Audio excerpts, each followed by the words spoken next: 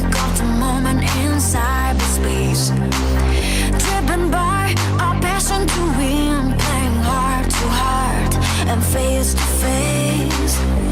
The challenge of a lifetime stands before us now. Beyond the game, through the portal into cyberspace, we have come to decide our fate. We're here to celebrate. Beyond the game, beyond the game, outlast the moments at hand. All we need is to believe we can. We will make our stand. Beyond the game, beyond the game, beyond the game. The world's life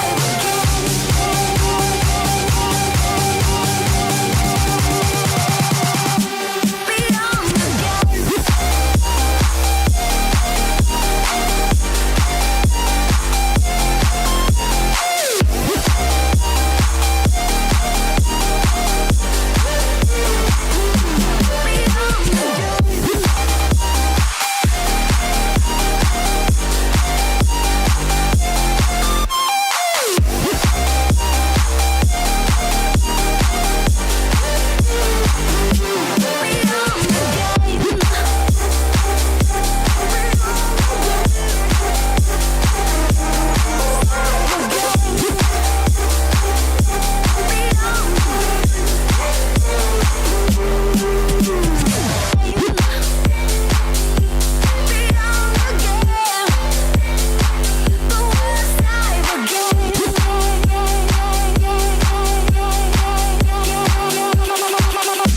Beyond the game.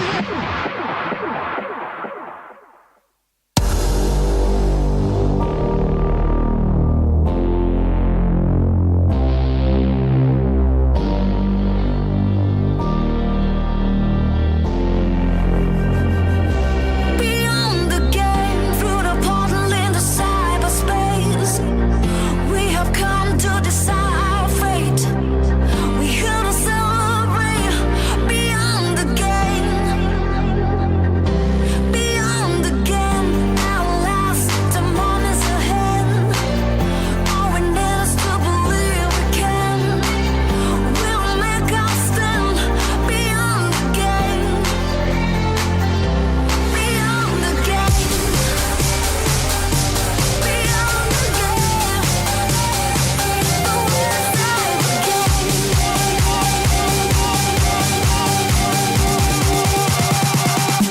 Beyond the game.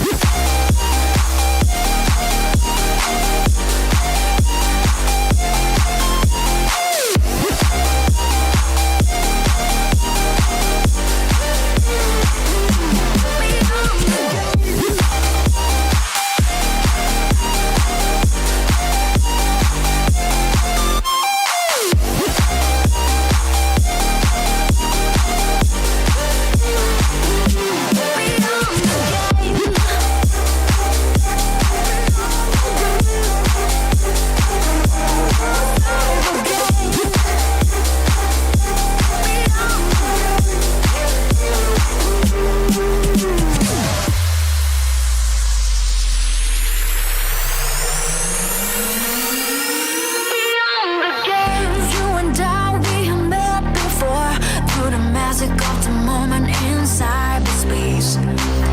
Driven by our passion to win, playing heart to heart and face to face. The challenge of a lifetime stands before us now. Beyond the game, through the portal into cyberspace, we have come to decide our fate. We're here to celebrate. Beyond the game, beyond the game, outlast the moments at hand. All we need is to believe we can.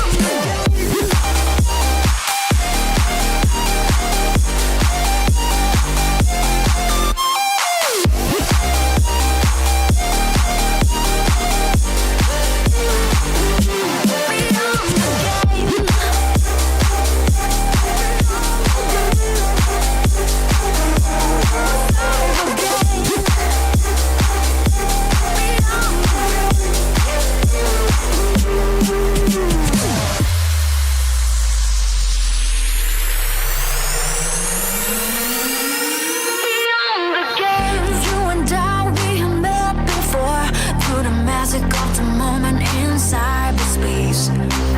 Driven by our passion to win, playing heart to heart and face to face. The challenge of a lifetime starts before us now. Beyond the game, through the portal into cyberspace, we have come to decide our fate. We're here to celebrate. Beyond the game,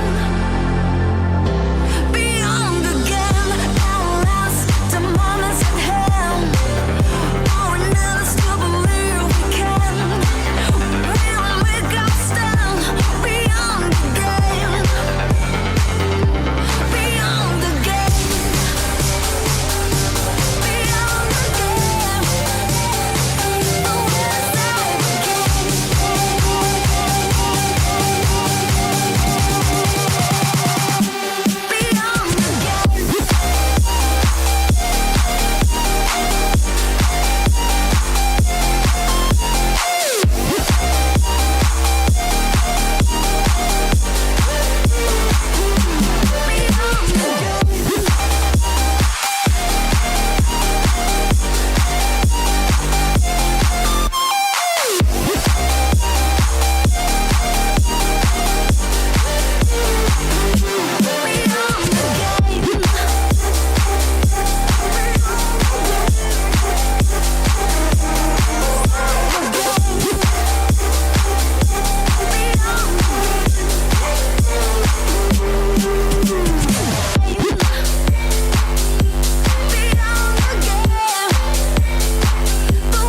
our game.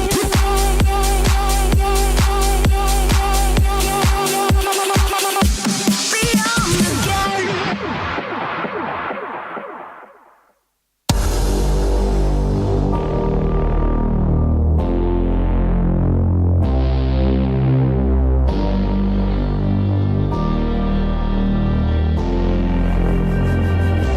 Beyond the game, through the portal into cyberspace, we have come to decide our fate.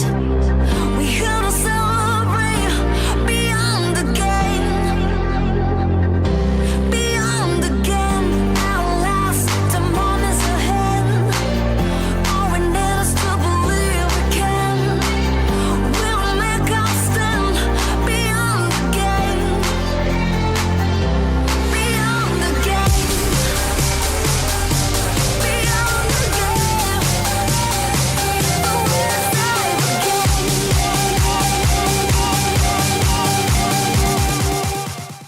Don't be a wuss.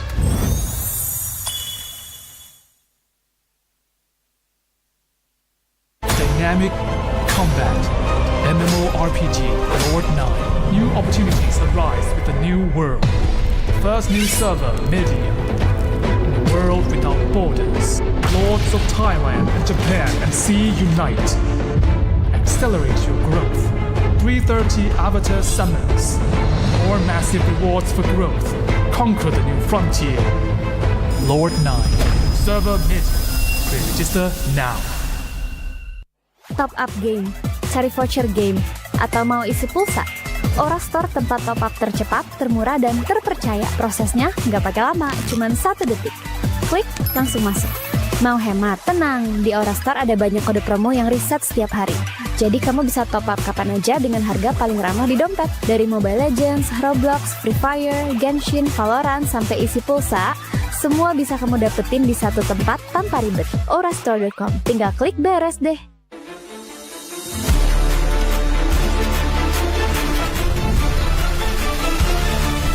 Drop it.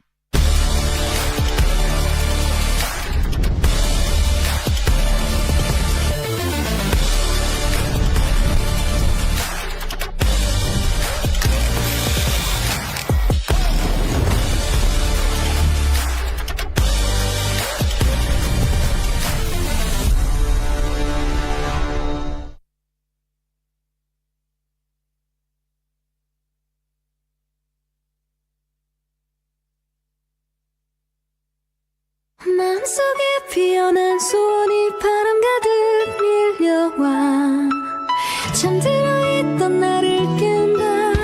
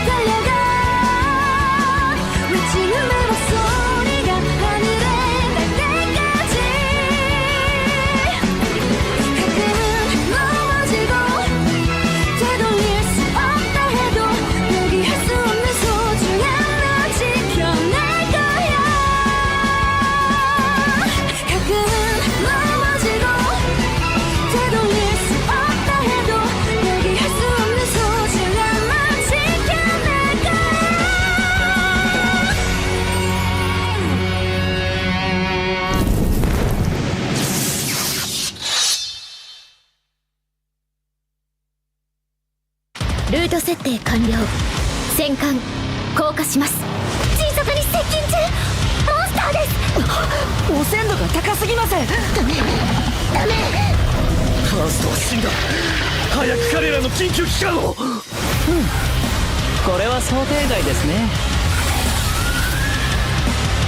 私は漆黒の中に刻まれる罪。準備です。さてやろう。今日はここ。知りなさい。カオスゼロナイトメイン。すべてのカオスをゼロに。村を燃やしたのは化け物でもアンデッドでもなかった。魔人との戦争中にも人々は互いに攻撃し合っていた。誓約の継承者様、他の契約者たちもこの村を守るの。みんなすでに傷だらけだった。黒い狼、傷だらけだ。何かを訴えかけるような眼差し。もしかしてあんたが私を呼んだの？そうだ。我が汝を呼びし者、人の子よ、我を助けてくれぬか。秋おじさん、おじさんはどうしてこんなに傷だらけになってまでこんなことを続けるんですか？この世界の明日を見たいんだ。そのためなら何だってやる。たとえそれが人間の道を外れることでもな。秋おじさん、待っててください。私も必ず秋おじさんみたいな英雄になってこの世界の明日が何なのか一緒に見てみせますから。死者の魂を冒涜する存在の気配を感じる。カイロ、絶対あいつの仕業だろうな。お前が噂の女なのか？自己紹介でもしないか？王女たるこの私の名を知らず訪ねてくる者など初めてのこと。頼むぜ、死神王女殿下。皆様、お会いできて光栄です。エルブリスの宝剣に選ばれた指導者イセリア様です。宝剣の主が命じます。ランブライアの外への出征を許可します。ようやく本性を表したか。死神の導きに背き衛星を貪る自分勝手な者どもめ。サルがみんなの行く道を光で導い。あなたたちにとっては死すらも慈悲に等しい。今こそこの身を盾にして大切な者たちの犠牲を止めてみせます。たとえそれが刑事であったとして。ヘカテ、避けて。お祭りは村のみんなはどうして私がこんなところに一人なの？どうかに村のみんなを助けて私を助けてくれたように。ティエーネ、お前がどうしてこんなところに？秋おじさん？おじさん、どうしてそんな目で私を見るの？遅くなったら今解放してやる。全てを燃やし尽くす。狼！リエにしばし眠っているがよい。全てが終わった後、家族に再び会わせてやろう。この世界の明日を一緒に見届けたいです。少女の涙を見て見ぬふりして守れたとして、そんな世界の明日に何の意味がある？ノイアス、今すぐ燃やしてやる！哀れな少女よ、その瞳と口、そして耳を塞いだ不信者の汚れた暗幕を打ち払ってやろう。来たる明日のために。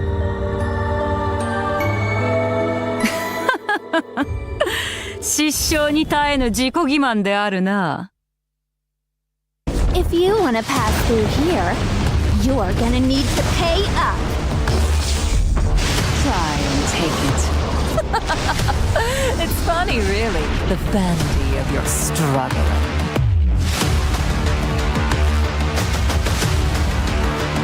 Fearless, brave this storm with me, for glory! What a walk in the park this is. Take it like a champ. Now, don't be a wuss.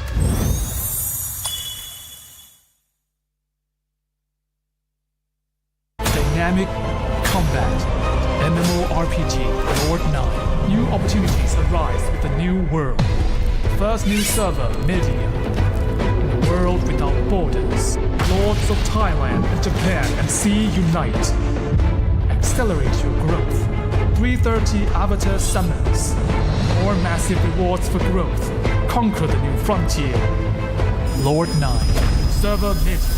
Register now. Top up game, cari voucher game, atau mau isi pulsa? Ora Store tempat top up tercepat, termurah, dan terpercaya. Prosesnya nggak pakai lama, cuman 1 detik. Klik, langsung masuk. Mau hemat? Tenang, di Ora Store ada banyak kode promo yang reset setiap hari. Jadi kamu bisa top up kapan aja dengan harga paling ramah di dompet. Dari Mobile Legends, Roblox, Free Fire, Genshin, Valorant, sampai isi pulsa, semua bisa kamu dapetin di satu tempat tanpa ribet. Orastore.com, tinggal klik beres deh.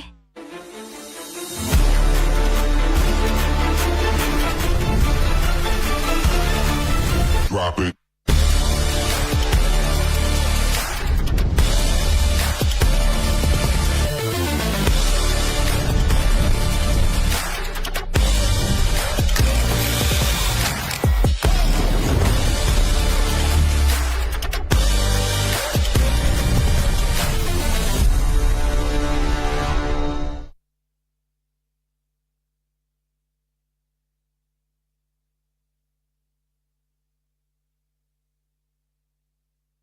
마음속에 피어난 소원이 바람 가득 밀려와 잠들어 있던 나를 깨운다.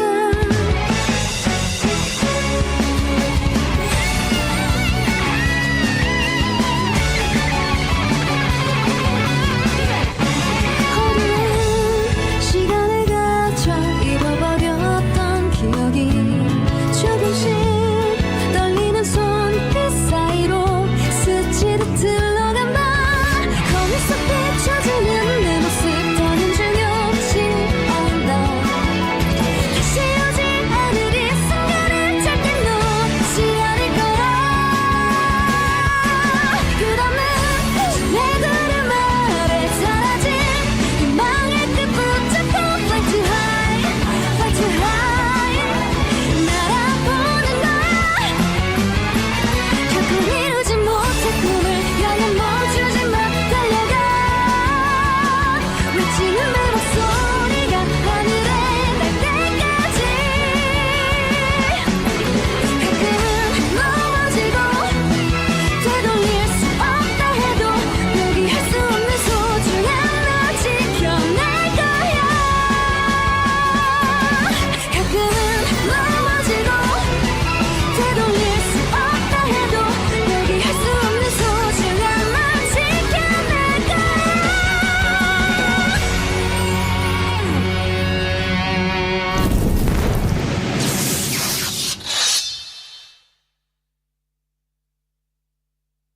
ルート設定完了。戦艦降下します。迅速に接近中。モンスターです。汚染度が高すぎます。ダメ。ファーストは死んだ。早く彼らの緊急機関を。これは想定外ですね。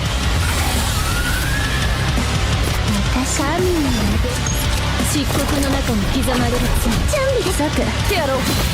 今日は航散りなさい。カオスゼロナイトメア。すべてのカオスをゼロに。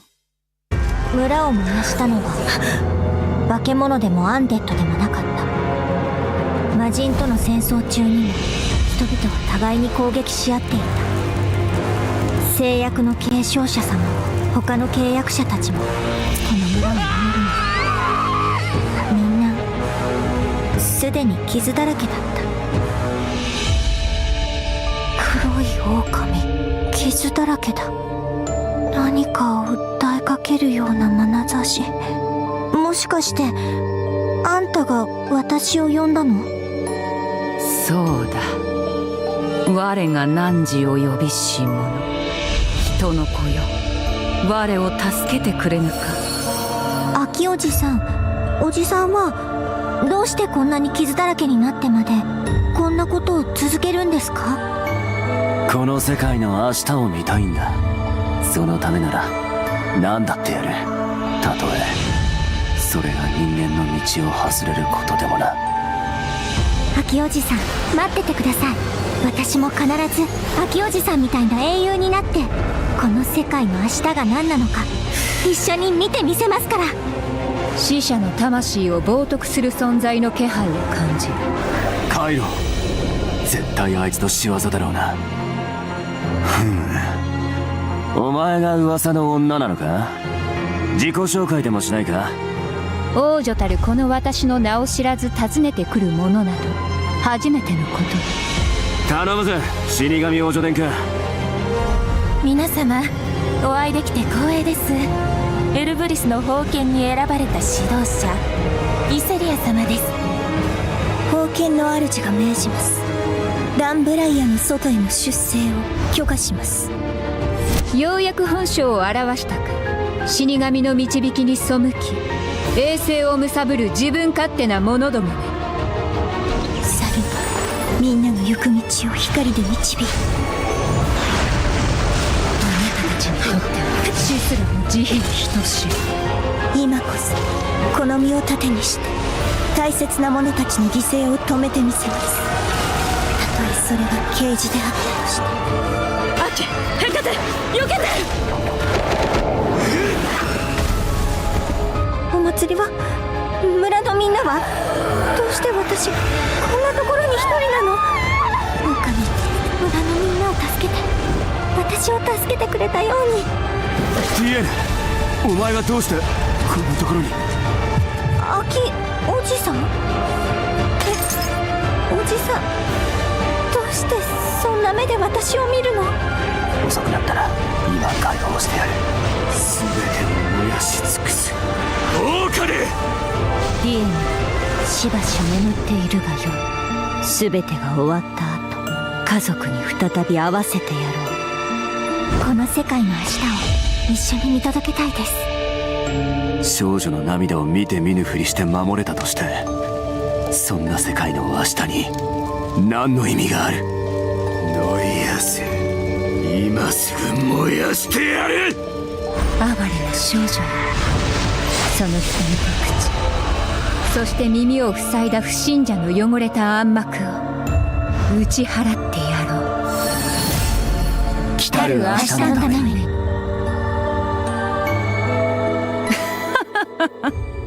失笑に耐えぬ自己欺瞞であるな。 If you wanna pass through here, you're gonna need to pay up. Try and take it. It's funny, really, the vanity of your struggle.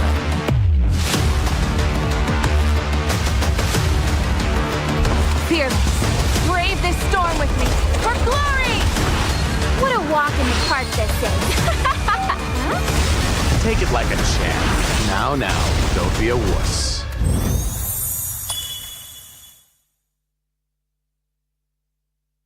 Dynamic combat. MMORPG Lord 9. New opportunities arise with the new world. The first new server, Media. In a world without borders, lords of Thailand and Japan and sea unite. Accelerate your growth. 330 avatar summons. More massive rewards for growth. Conquer the new frontier. Lord 9. Server Media. Pre-register now. Top up game, cari voucher game, atau mau isi pulsa? Aura Store tempat top up tercepat, termurah, dan terpercaya. Prosesnya nggak pakai lama, cuman 1 detik. Klik, langsung masuk. Mau hemat? Tenang, di Aura Store ada banyak kode promo yang reset setiap hari. Jadi kamu bisa top up kapan aja dengan harga paling ramah di dompet. Dari Mobile Legends, Roblox, Free Fire, Genshin, Valorant, sampai isi pulsa, semua bisa kamu dapetin di satu tempat tanpa ribet. Aurastore.com, tinggal klik beres deh.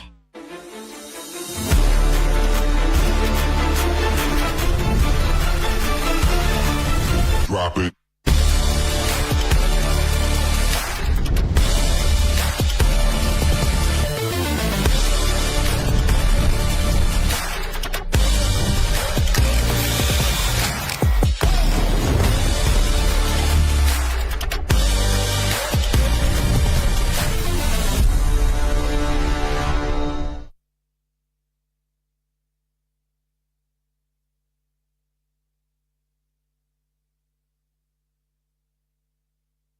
마음속에 피어난 소원이 바람 가득 밀려와 잠들어 있던 나를 깨운다.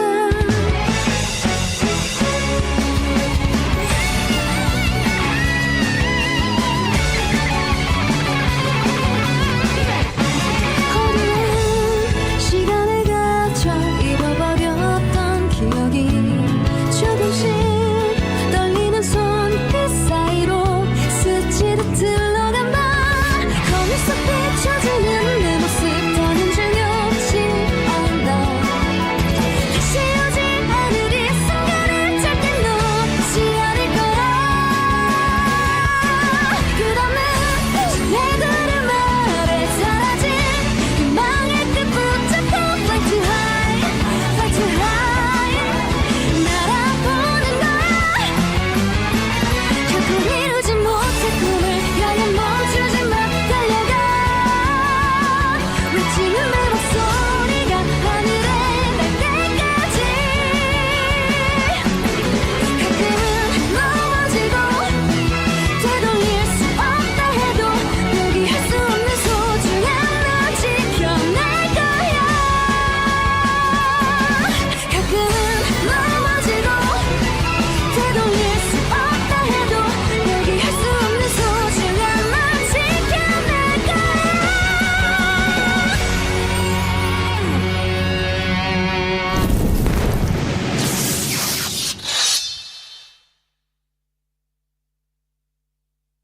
ルート設定完了。戦艦降下します。迅速に接近中。モンスターです。汚染度が高すぎます。ダメ。ファーストは死んだ。早く彼らの緊急機関を。これは想定外ですね。またシャーミンの腕。漆黒の中に刻まれる罪。準備です。ザクってやろう。今日は航空散りなさい。カオスゼロナイトメイン。すべてのカオスをゼロに。村を燃やしたのは化け物でもアンデッドでもなかった。魔人との戦争中にも人々は互いに攻撃し合っていた。誓約の継承者様、他の契約者たちもこの村を守るの。みんなすでに傷だらけだった。黒い狼、傷だらけだ。何かを訴えかけるような眼差し。もしかしてあんたが私を呼んだの？そうだ。我が汝を呼びし者、人の子よ、我を助けてくれぬか。秋おじさん、おじさんはどうしてこんなに傷だらけになってまでこんなことを続けるんですか？この世界の明日を見たいんだ。そのためなら何だってやる。たとえそれが人間の道を外れることでもな。秋おじさん、待っててください。私も必ず秋おじさんみたいな英雄になってこの世界の明日が何なのか一緒に見てみせますから。死者の魂を冒涜する存在の気配を感じる。カイロ、絶対あいつの仕業だろうな。お前が噂の女なのか？自己紹介でもしないか？王女たるこの私の名を知らず訪ねてくる者など初めてのことだ。頼むぜ、死神王女殿下。皆様、お会いできて光栄です。エルブリスの宝剣に選ばれた指導者イセリア様です。宝剣の主が命じます。ランブライアの外への出征を許可します。ようやく本性を表したか。死神の導きに背き衛星を貪る自分勝手な者どもめ。さるみんなの行く道を光で導く。あなたたちにとっては死すらも慈悲に等しい。今こそこの身を盾にして大切な者たちの犠牲を止めてみせます。たとえそれが刑事であったとして。アキ、ヘカテ、避けて。お祭りは？村のみんなは？どうして私こんなところに一人なの？狼、村のみんなを助け私を助けてくれたように。ディエネ、お前はどうしてこんなところに。アキおじさん、おじさん、どうしてそんな目で私を見るの？遅くなったら今解放してやる。全てを燃やし尽くす。オオカリ！ディエン、しばし眠っているがよい。全てが終わった後、家族に再び会わせてやろう。この世界の明日を一緒に見届けたいです。少女の涙を見て見ぬふりして守れたとして、そんな世界の明日に何の意味がある。ノイアス、今すぐ燃やしてやる。哀れな少女よ、その瞳と口、そして耳を塞いだ不信者の汚れた暗幕を打ち払ってやろう。来る明日のために。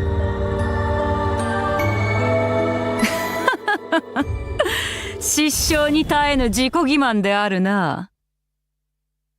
If you wanna pass through here, you're gonna need to pay up.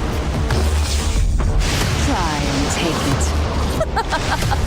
It's funny, really, the vanity of your struggle.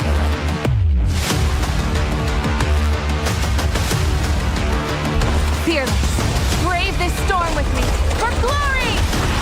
What a walk in the park this is. Take it like a champ. Now, don't be a wuss.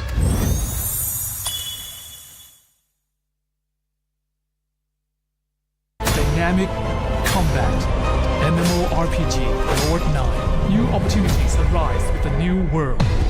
First new server, Media. The world without borders. Lords of Thailand and Japan and sea unite. Accelerate your growth. 330 avatar summons. More massive rewards for growth. Conquer the new frontier. Lord 9. Server Media. Register now. Top up game, cari voucher game, atau mau isi pulsa? Aura Store tempat top up tercepat, termurah, dan terpercaya. Prosesnya nggak pakai lama, cuman 1 detik. Klik, langsung masuk. Mau hemat? Tenang, di Aura Store ada banyak kode promo yang reset setiap hari. Jadi kamu bisa top up kapan aja dengan harga paling ramah di dompet. Dari Mobile Legends, Roblox, Free Fire, Genshin, Valorant, sampai isi pulsa, semua bisa kamu dapetin di satu tempat tanpa ribet. Aurastore.com, tinggal klik beres deh.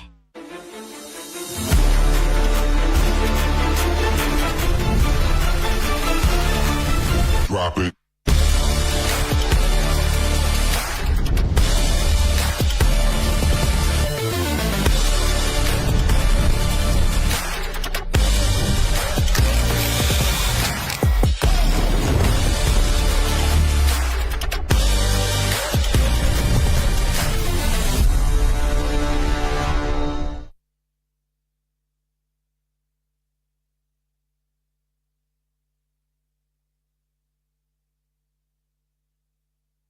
마음속에 피어난 소원이 바람 가득 밀려와 잠들어 있던 나를 깨운다.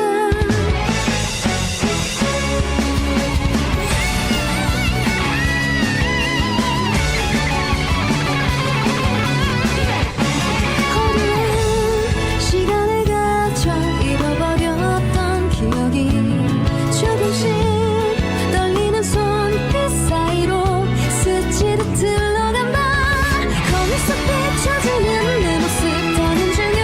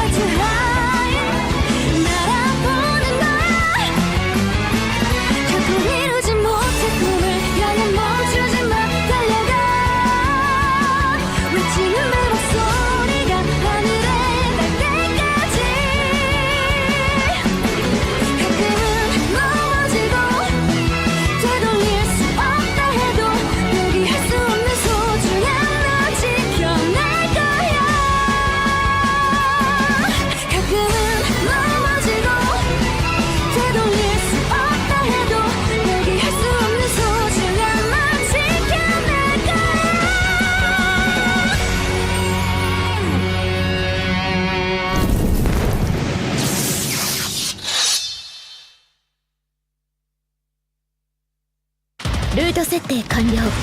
戦艦降下します。迅速に接近中。モンスターです。汚染度が高すぎません。ダメ。ファーストは死んだ。早く彼らの緊急機関を。これは想定外ですね。私は漆黒の中に刻まれる罪。準備です。さてやろう。今日はここ。知りなさい。カオスゼロナイトメイド。すべてのカオスをゼロに。村を燃やしたのは化け物でもアンデッドでもなかった。魔人との戦争中にも人々は互いに攻撃し合っていた。制約の継承者様も他の契約者たちもこの村を守るの。みんなすでに傷だらけだった。黒い狼、傷だらけだ。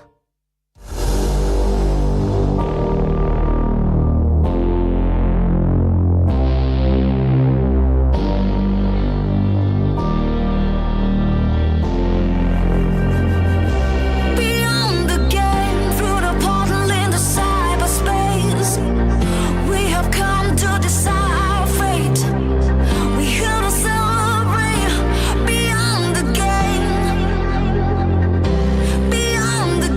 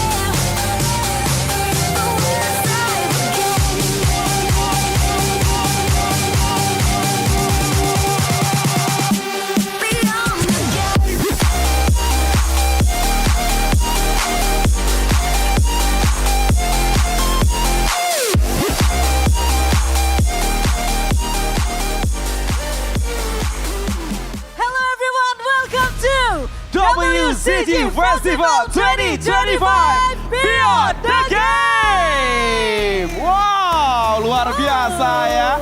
Keren banget Semangatnya itu loh Sabila. Yes, betul sekali. Tapi sebelumnya, perkenalkan kita berdua yang akan menemani teman-teman semua sampai dengan di hari yang ketiga. Ada aku Sabila Aprilia. Ada Ilham Modi di sini dan pastinya kita akan menikmati keseruan oleh para kreator-kreator yang hadir di WCG Festival 2025. Yes, di mana untuk hari ini kita akan melihat, akan ada banyak sekali teman-teman kreator dan juga akan ada 16 tim nih yang berjuang khususnya untuk spesial di hari pertama ini akan ada dari teman-teman Indonesia. Yes, kreator Rumble Indonesia ini akan memperebutkan top 3 pastinya untuk bisa melaju ke kreator Rumble Global di hari esok. Jadi pastinya akan berjalan cukup panas sekali Adi. Tapi gak cuman itu aja, kita juga pengen kasih tahu informasi bahwa tahun lalu nih di WCG Festival itu benar-benar sukses banget dan bisa dibilang ya Odi, ini tuh menjadi ajang perkumpulan kreator sedunia. Sekali lagi ya, sedunia. Boleh kita kasih tepuk tangannya? Jadi ini tempat perkumpulan kreator sedunia dan di tahun ini kita akan mengulang kembali sejarah yang ada dengan menghadirkan kreator dunia untuk bertanding lagi di WCG dan memperebutkan hadiah jutaan rupiah. Itu dia, dan mungkin baru ada yang menonton WCG tahun ini baru mengetahui ini sebenarnya ini apa sih. Jadi WCG adalah ajang e-sports internasional pertama di dunia. Berawal dari Olimpiade e-sports internasional dengan mempertandingkan banyak game dan banyak negara. Wow, luar biasa sekali ya. Dan sejak 2023 WCG bergeser format dari pertandingan antar pemain pro dan juga amatir menjadi berfokus pada teman-teman influencer. Jadi ada kreator dan juga teman-teman streamer dari berbagai negara untuk memberikan pengalaman yang berbeda, pengalaman yang luar biasa kepada teman-teman influencer maupun dengan penggemarnya atau biasa dikenal dengan kreator Rumble. Dan setiap tahun ini jaringannya diperluas Sabila dengan menggait influencer lokal dari berbagai negara untuk bertanding di WCG. Wow, dan ini sih yang bakal menarik ya. Yang bakal menarik adalah hari esok. Hari ini tidak kalah menarik karena apa? Mereka akan memperebutkan 3 terbaik. Itu dia loh. Jadi kita benar-benar penasaran banget bagaimana berjalannya nanti game-game yang luar biasa untuk hari ini. Tapi sebelumnya pastinya kita ingin berterima kasih kepada support dari para sponsor karena telah mendukung berjalannya rangkaian acara kita pada hari ini yaitu WCG Festival 2025 presented by Big Picture. Founded by Smilegate. Government support by Pemprov DKI PBSI. Dan terutama kita juga terima kasih untuk para official partner, ada Bank DKI Jakarta, lalu ada eFootball. Lalu ada Games Plus dan juga Biznet. Lalu ada Todak serta Unitech. Ada Aura Store dan juga Multi. Lalu Gatsby serta Maya pada Hospital. Yes, betul sekali. Tidak lupa pastinya untuk official media partner kita ada Analis Esports, Creative Fox, Duniaku dan Dunia Games. Ada Dreamers dan juga Esports ID. Esports Indonesia dan GGWP. Ada Games Tavi dan Kotak Games. Kumparan serta Revival TV. Dan juga Spin Esports serta Upstation. Sekali lagi boleh minta tepuk tangan untuk para sponsor kita di WCG Festival 2025. Yes, luar biasa sekali. Tapi sebelumnya mungkin aku pengen lihat di sini teman-teman gimana udah pada nggak sabar untuk melihat round hari ini. Oh, di luar sini biasa. juga ada banyak di bawah udah lesehan semua. Mereka menantikan entrance dari para kreator-kreator yang bertanding, Sabi. Oke, baiklah. Tapi kita pengen ingetin juga ya Odi, bahwa untuk WCG Festival 2025 itu akan berjalan sampai dengan hari Minggu. Jadi untuk teman-teman yang lagi nonton di rumah, mending langsung aja ke venue kita seru-seruan bareng karena ada banyak sekali aktiviti-aktiviti menarik. Terus di sini kalian tuh bisa mengenal teman baru itu kan, dan bisa melihat teman-teman kreators dan juga bisa mengenal kreators lebih dekat. Betul, apalagi mungkin yang sering nonton mereka di layar kaca. Kali ini kamu bisa ketemu langsung di JIExpo Kemayoran, tepatnya di WCG Festival 2025. Mungkin pengen minta foto juga bisa. Betul, bisa ngobrol-ngobrol, kenal satu sama lain, ditambah lagi untuk aktivitinya, untuk booth-boothnya banyak banget. Jadi banyak sekali keseruannya, teman-teman yang nonton di rumah pastikan ya. Kalian beli tiketnya dan langsung aja ke venue kita seru-seruan sampai dengan di hari Minggu, Odi. Udah pasti seru banget, karena aku kan melihat ya dari para kreator Indonesia. Mereka udah persiapannya mateng banget. Betul. Jadi hari ini eksekusinya. Oke, baiklah kalau begitu tanpa menunggu lebih lama lagi, marilah bersama-sama kita akan memulai. Ini dia, Creator Rumble Indonesia WCG Festival 2025.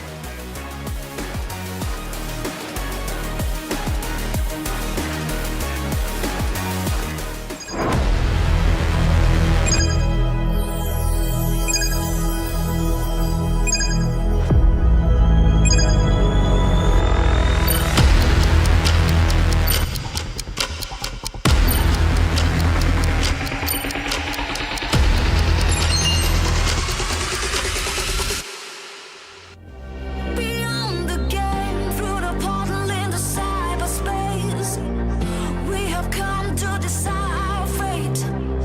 We're here to celebrate. Beyond the game, beyond the game, at last the moment's ahead. All we need is to believe we can. We will make our stand. Beyond the game. Beyond the game. Untuk tim yang pertama, marilah kita sambut. Ini dia, tim Polo. Dipimpin oleh Kapten Pak Pulu, beranggotakan GeoGuessr, Lim Gocil, dan juga Awur.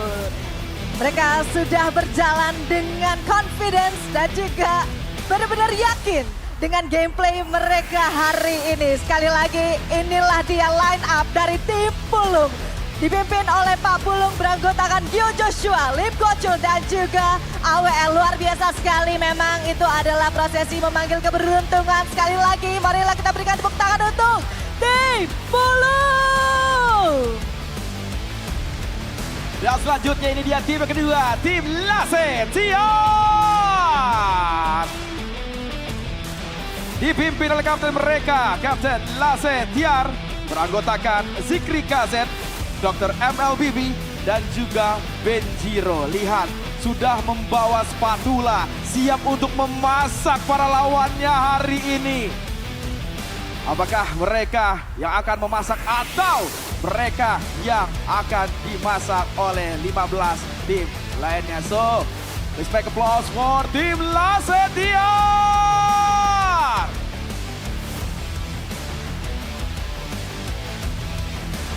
Berikutnya marilah kita sambut, ini dia tim Ana. Wow, luar biasa sekali, cantik sekali di mana tim Ana dipimpin oleh Kapten Ana Baby, beranggotakan Michi, Lavandula, dan juga Maxi. Kita sudah melihat ini dia langsung menggunakan slide ya. Kita akan melihat semangat yang luar biasa sekali, walaupun mereka di sini kita bisa melihat cantik-cantik sekali, tapi gameplay yang akan mereka berikan pastinya akan cantik sekali juga untuk di hari ini. Sekali lagi marilah kita berikan tepuk tangan yang paling meriah untuk tim Ana, walaupun di sini sempat putar balik baru ya bergabung lagi di sini. Luar biasa sekali tim Ana.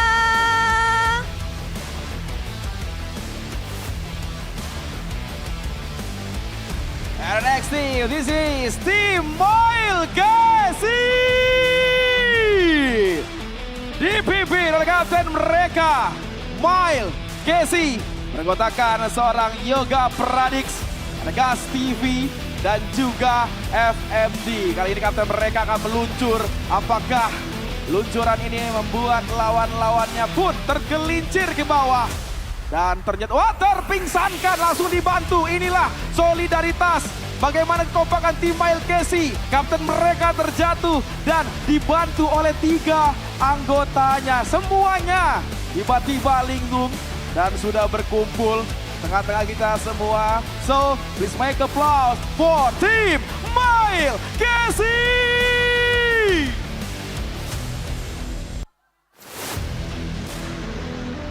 Selanjutnya mari kita sambut. Ini dia Tim Arul. Dipimpin oleh Kapten Arul Dago. Dengan anggota mereka ada Kyle Kusumo, Garuda FM dan juga Tele Putih. Luar biasa sekali kita bisa melihat ya, yang langsung saja dibantu untuk maju ke depan. Luar biasa sekali terlihat connection mereka satu sama lain yang benar-benar terasa sekali chemistry-nya. Sekali lagi marilah kita berikan tepuk tangan yang paling meriah untuk Tim Arul. Nah, tim selanjutnya, inilah dia Tim Archer. Dipimpin oleh Kapten Jeremy Archer, beranggotakan seorang Pico Park, Christopher Devin, dan juga Kenji. Terlihat sangat yakin kapten mereka berjalan di depan, memimpin, dan wah, gaya yang sangat asik dari tim Archer. Terlihat dari foto mereka, kekompakan dari jersey yang mereka gunakan. So please make applause for Tim Archer.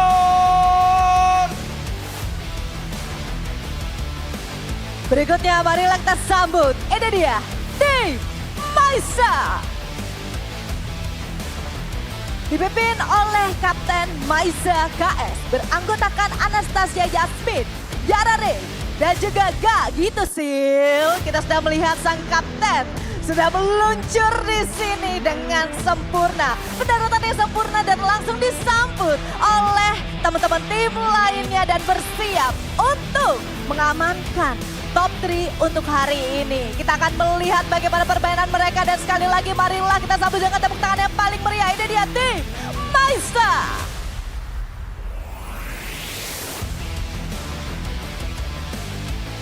Nah, tim berikutnya ini dia Tim Vincent.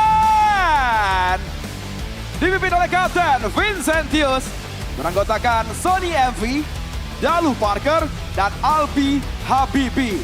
Tentu tim yang memang sudah dibangun sejak lama ini sudah mengetahui apa saja kelemahan dari lawan-lawannya. Sudah matang strategi yang sudah dipersiapkan. Dan mereka bersiap untuk bertarung di Kreator Rumble Indonesia. So, beri tepuk tangan untuk tim Vincent.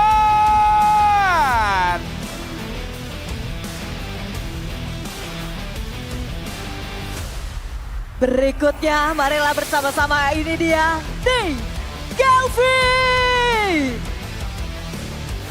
Di mana tim Kelvin akan langsung dipimpin oleh Kapten Kelvin Raharja, beranggotakan Palomba, Bobby, dan juga Mikas.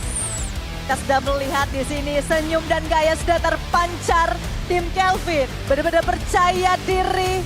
Kita sudah melihat bahkan cara jalannya aja sama di sini ya teman-teman dari tim Kelvin. Sudah siap banget mereka kayaknya. Sekali lagi marilah kita sambut, ini dia tim Kelvin.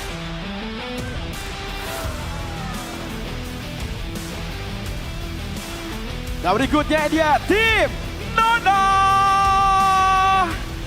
Dipimpin oleh kapten mereka, Nona Berlian, beranggotakan Bella Heartfire, Emma, dan juga Portal. Tim yang diisi oleh seluruh pasukan wanita ini siap menggocek-gocek lawannya, meruntuhkan keahlian dari lawannya. Terlihat sangat ramah sekali ketika datang. Namun ramah tamah ini harus diperhatikan oleh lawan agar tidak terkecoh oleh keganasan mereka. So please make applause for Tim Nona. Untuk tim berikutnya, marilah kita sambut, ini dia Tim Daniel. Langsung dipimpin oleh Kapten Daniel Alvin. Dengan anggota mereka ada Marcel Degen, Hansen Vendiagus, dan juga Jonathan Abe. Di mana ya? Seperti biasa kita sudah melihat, dibantuin nggak nih kira-kira? Oh, tapi ada berbeda di sini. Karena sang otter juga ikut ternyata untuk memberikan semangat untuk tim Daniel di sini. Walaupun kaptennya kita lihat ya, agak telat dibantuinnya, tapi nggak masalah di sini. Sekali lagi, marilah kita sambut bersama-sama dengan tepuk tangan yang paling meriah. Ini dia tim Daniel.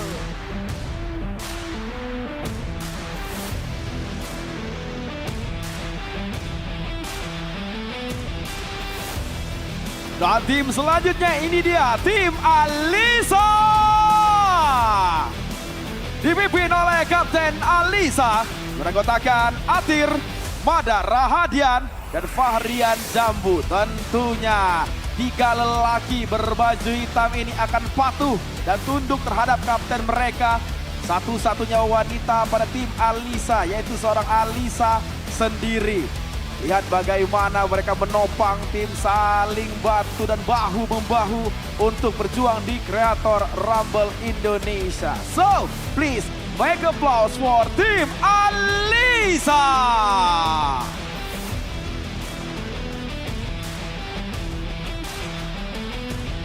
Dan tim berikutnya, marilah kita sambut. Ini dia tim Kuaci Kuacu.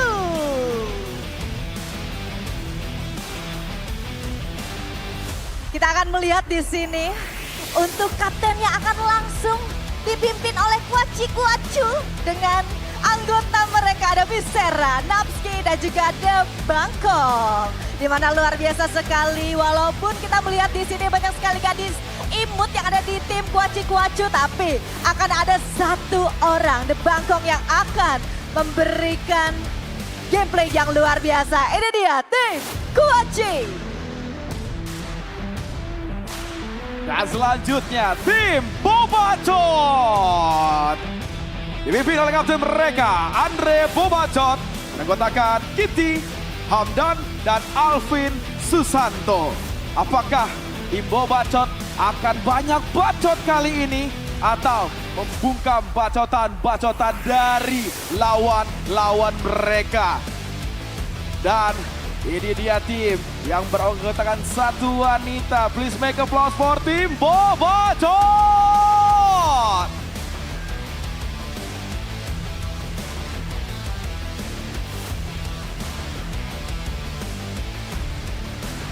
Oke, untuk tim selanjutnya marilah kita sambut. Ini dia tim Sidaivan.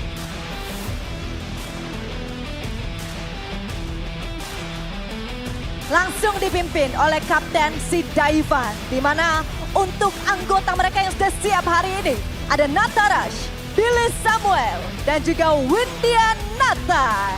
Kita sudah melihat di sini sepertinya walaupun tadi kaptennya sempat kepleset, gak dibantuin tapi diketawain, gak masalah. Ini adalah tanda bahwa connection mereka satu sama lain benar-benar erat. Dan marilah kita sambut, ini dia tim Sidaivan.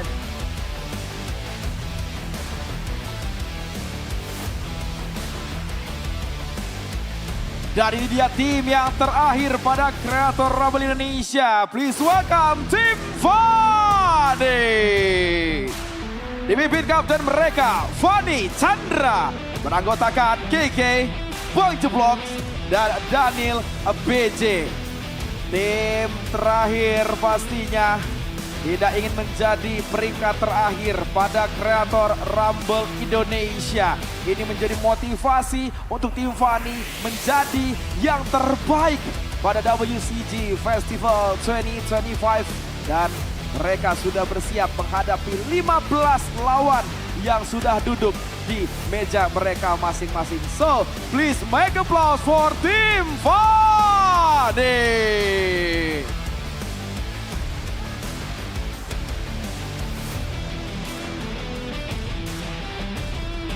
Dan inilah ke-16 tim yang akan bertanding di Kreator Rumble Indonesia WCG Festival 2025 Beyond the Game.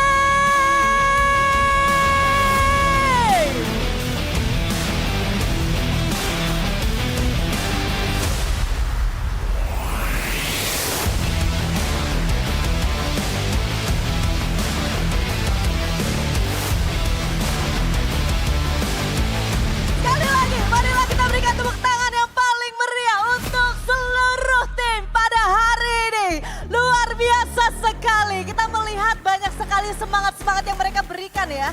Ada yang tadi kaptennya turun diketawain. Didiemin dulu, kaptennya pingsan. Terus ada juga yang langsung membantu. Dan dengan gaya-gaya khas mereka lainnya. Tapi kali ini cukup bersenang-senangnya. Mereka akan tegang tentunya untuk memainkan tiap round pada kreator Rumble Indonesia. Oke. Tapi Odi boleh dong di-share untuk kreator Rumble format explanation-nya ataupun mekanismenya gimana sih? Yang pertama yang pasti harus diingat adalah board terdiri dari 50 tiles dan bermain dalam 4 round. Betul, dan nantinya siapa yang mendekati 50 tiles, dia adalah pemenangnya. Ya. Jadi kalau 47 tuh bisa menang juga ya? Makanya asal mendekati 50 tiles. Betul. Dan pastinya untuk top 3 tim akan melaju ke Creator Rumble Global Finals dengan total hadiah sebesar 1 miliar rupiah. Luar biasa sekali ya. Besar Makanya kita ya. melihat tadi ya, ada yang udah bener-bener wah siap banget nih kayaknya nih. Kalau nggak salah udah ada yang bawa tas gede. Buat nyakuin 1 miliar. Oke, baiklah selanjutnya nih ya. Untuk top 3 tadi udah dijelasin ya, bakal langsung dapat hadiah itu totalnya ada 1 miliar rupiah. Dan juga jika terjadi draw atau ada 2 tim yang berada di tile yang sama saat penentuan top 3, maka akan ditentukan berdasarkan jumlah cube yang didapat oleh masing-masing tim. Yes, dan ada 2 type dice di sini atau dadu. Yang pertama ada normal dice, ini angka 1 sampai 6 pastinya, berjumlah 22. Lalu ada power dice, itu hanya angka 5 dan 6. Ini dia yang sangat dibutuhkan pasti nanti, berjumlah 10 dan total ada 32 dice. Yes, betul sekali. Untuk di round yang pertama sampai dengan yang kedua, ini dice pool ada 10 power dan juga 22 normal seperti tadi dijelaskan sama Odi. Dan untuk di round ketiga dan juga yang keempat, ini ada perbedaan sedikit di mana untuk dice pool normalnya itu ada 10 dan power ada 22. Plus ada tambahan nih, ini luar biasa. Ada tambahan lagi 1 normal dice, luar biasa ya Odi ya. Spesial di round 3 dan 4. Yes. Lalu masing-masing tim akan diberikan 2 kali kesempatan untuk mengocok dadu atau dice. Dan pemilihan tipe dadu berdasarkan ranking yang didapatkan saat bermain pre-game nanti. Tim yang mendapatkan ranking awal itu berhak memilih tipe dice yang diinginkan. Jadi setiap round harus jadi yang terbaik kalau misalnya ingin menjadi yang pertama mengocok dadu. Oke, baik. Jadi itu benar-benar bisa dibilang adalah banyak sekali keuntungan-keuntungan kalau misalnya bisa memenangkan di tiap roundnya ya, Odi. Oke, baiklah. Untuk game title dari pre-game sendiri, ini ada GeoGuessr, ada pedal, dan juga ada WSD Adventure of Story. Yes, betul. Dan untuk web game relay-nya ada Walk the Stork, ada Slider, ada Freight Box, dan Tetrio. Luar biasa sekali. Dan teman-teman jangan sedih untuk yang kreator. Karena apa? Karena sebelum memulai game, masing-masing tim akan diberikan modal awal senilai 50 cube. Di mana per 1 cube-nya itu senilai berapa, Odi? Senilai 100.000 rupiah. Dan pastinya untuk total prize pool pada kreator Rumble Indonesia ini sebesar 200 juta rupiah. Wajar saja, pantas saja kita melihat banyak sekali ya untuk teman-teman yang pada nge-scream gitu kan. Untuk teman-teman semuanya yang latihannya itu udah dari jauh-jauh hari, Odi. Betul, persiapan itu pentingnya. Tapi ingat, hanya top 3, peringkat 1, 2, dan 3 yang berhak melaju ke kreator Rumble Global. Yes. Jadi walaupun tidak sempat dapetin peringkat pertama, tapi masih ada kesempatan untuk dapetin hadiah berikutnya di hari kedua dan hari ketiga dari WCG Festival 2025. Betul sekali, di mana di hari kedua dan hari ketiga mereka harus berjuang lagi. Karena akan ada beberapa game lagi. Tapi untuk hari ini, marilah kita fokus dulu untuk 16 tim dari kreator Rumble Indonesia yang kita sudah melihat sepertinya sudah mulai tegang juga dari para kapten dan juga players-playersnya ya. Kita lihat ke belakang, waduh sudah mulai bersiap-siap. Dan untuk teman-teman sekali lagi yang lagi nonton, boleh banget langsung aja kirim dukungan kalian untuk kreator favorit kalian di kolom komen, kolom live chat ataupun yang di sini nih. Boleh dong kita kasih tepuk tangannya, mana tepuk tangannya?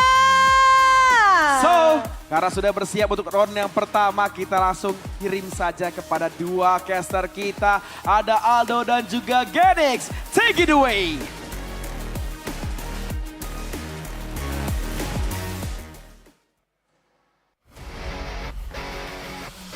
Ladies and gentlemen, welcome to the WCG Festival 2025. I'm your caster alongside with Moman, and of course it's Contra here to be bringing you guys all the lowdown and all the excitement that's bound to happen here in the Indonesia edition of the Creator Rumble. Of course, Moman, I'm pretty sure you're excited to see the showdown between some of the best creators of Indonesia. Yes, this is a very exciting event. WCG only happens once in a year, but WCG itself, right, it has come a very long way. I remember back in 2009, I was a competitor.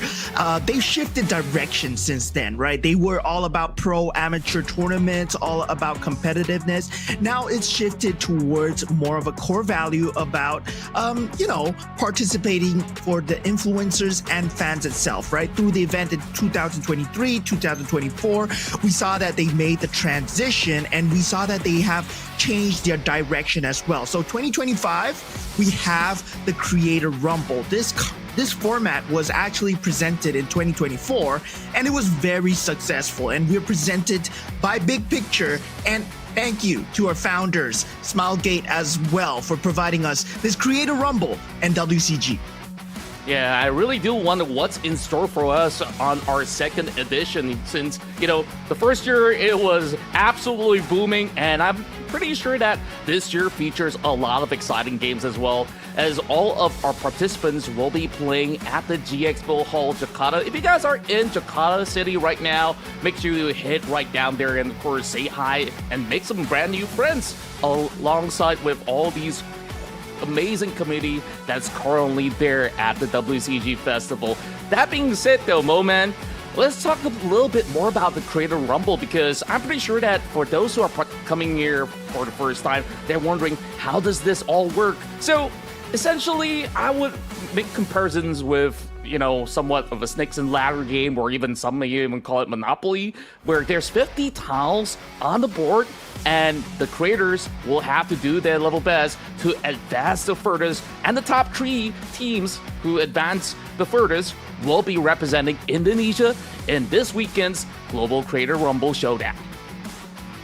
Yeah, so about the board games, we'll explain it slightly later, but if you take a look at the team lineup right now, we can see the content creators in their full fruition. Team Anna, Team Mesa, Team Daniel, Team Sediva, and Team Fanny, Team Alyssa, Team Vincent, Team Mail Kasi. I mean, these guys, they are the best of the best.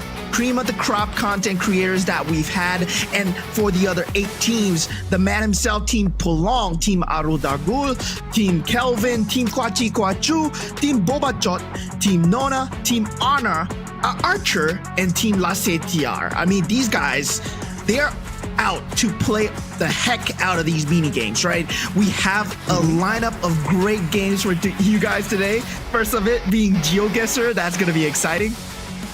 Oh yeah, I'm absolutely looking forward to all these games. Of course, there's GeoGuessr, like you said. There's also Paddle, Was the Adventure Tory, and a whole lot of web relays that they will have to go through. So I wonder how much time do they actually have for practice, because I'm not quite sure if they are going to be able to really handle the kind of challenges, but they will have to put their best performances. And of course, we start off with today's schedule. We've already seen the opening ceremony with a lot of all our favorite creators coming in with the grand entrance. And of course, like you said, we're going to be starting off with our round 1 of GeoGuessr real soon. Yeah, GeoGuessr, well, it's just a game of geography, right? Yeah, geography, see how good it is. But of course, all these games, they add up to the Creator Rumble board. That board, 50 spaces, like you talked about before, they have different set of tiles, and yeah, getting first in these games, it's very important, because if you get first, well, you get to roll the power dice first. And what's the power dice? You only roll 5s and 6s. So if you roll 5s and 6s, you go forward, and there's only multiple combinations. And we're aware, right? We were informed yesterday that there's a toll. So if you step into one of the another player's tiles, you lose 10 cubes instantly. That's 1 million IDR gone. Wow, now that actually puts a bigger stake onto securing, the top 2 spots at the very least, so that they not only ensure that they would be getting closer and closer to advancing to the global finals, but also at the very same time, you don't want to be taxed with all these kind of tolls, because if you're going to be dead last, then you're bound to actually pay somebody, unless you're really, really lucky with a low roll or something that is unoccupied. So, of course, we will, give you guys the bigger picture eventually on how it fully functions, because I believe there's also power-up tiles on the board as well, where there's donations, there's also a bank where you could basically retrieve all these donations from those that were unfortunately in those tiles as well. So I think that there's just so many interesting stuff that it's bound to happen. It's gonna be pretty chaotic, Mo man. Yeah, it's gonna be chaos because there's gonna be 16 teams. And, with the number of dice, right? If you think about the combinations and permutations on the dice, you can only roll like maximum number of 12. So someone's bound to get taxed. So yeah, definitely, if you take out 12 teams, if someone rolls a 1 to a 12, well, there's 4 teams that will be taxed. But let's find out more about these teams as we will be going towards the hosts for the interview directly on the stage.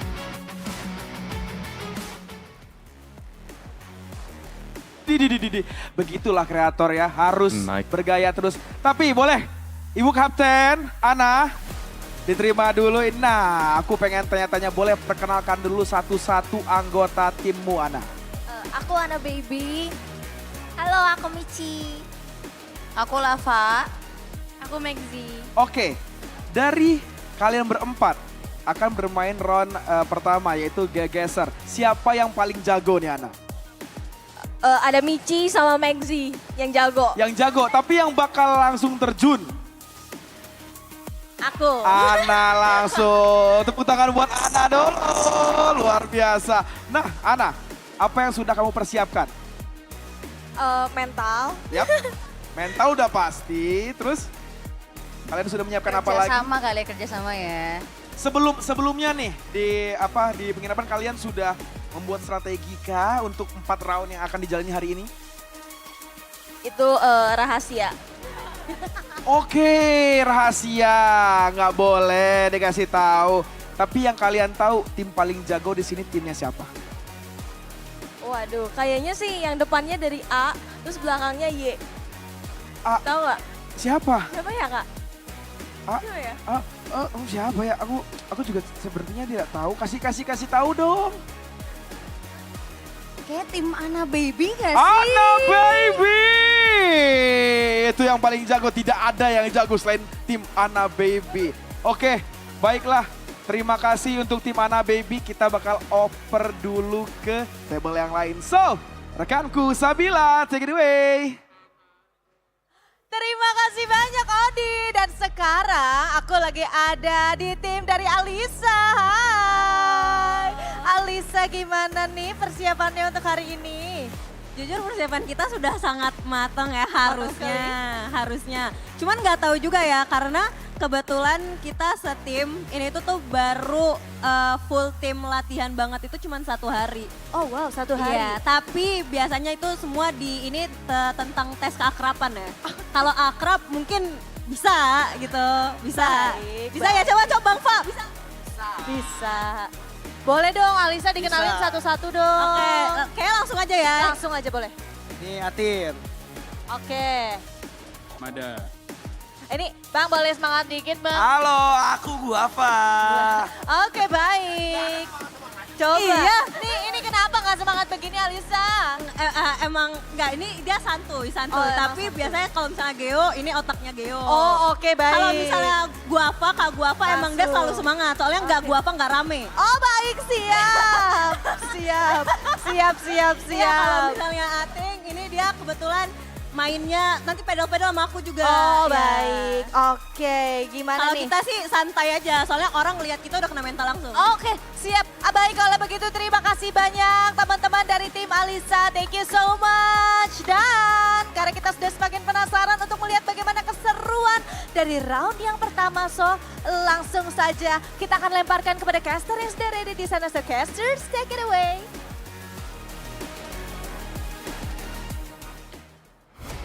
We're absolutely loving the vibes coming out of the WCG Festival stage, and we got a glimpse of what Team Anna as well as our favorite creators are up to, and wow, we're already having them putting their game face on.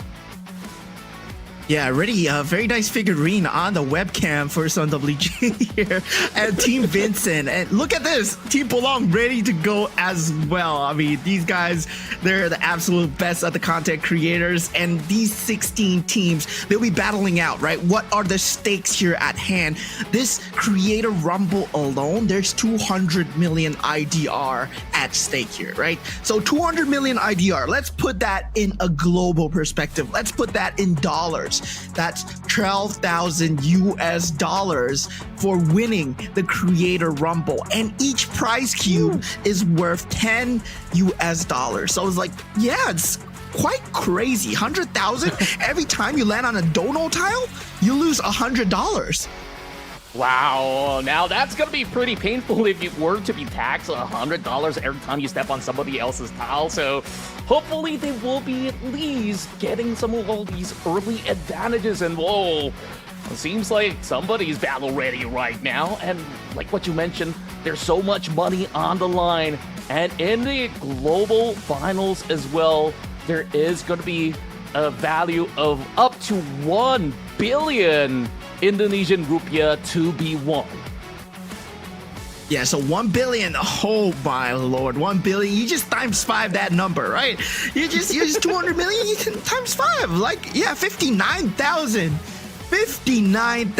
US dollars just for winning the Creator Rumble Global. So top 3 for Indonesia, they get to represent their region. And speak of Indonesia, right? This GeoGuessr, it's going to be based in Indonesia. It's going to be testing their Indonesian geography knowledge, right? Whether or not you know your power poles, whether or not you know your roofs, you know your lakes whatsoever. I mean, there's Lake Toba. You need to think about that. You need to think about the roofs in Kalimantan, Sumatra. They're completely different from each other. Some use zigzag roofs. Some there's like a very nice little roofs for the region of Kalimantan as well. They have a crescent shape as well. So you got to know your oil plantations. You got to know where the plants are from as well. So there's gonna be a lot of micro adjustments needed from the captain of the team because only one player is representing the rest of the team.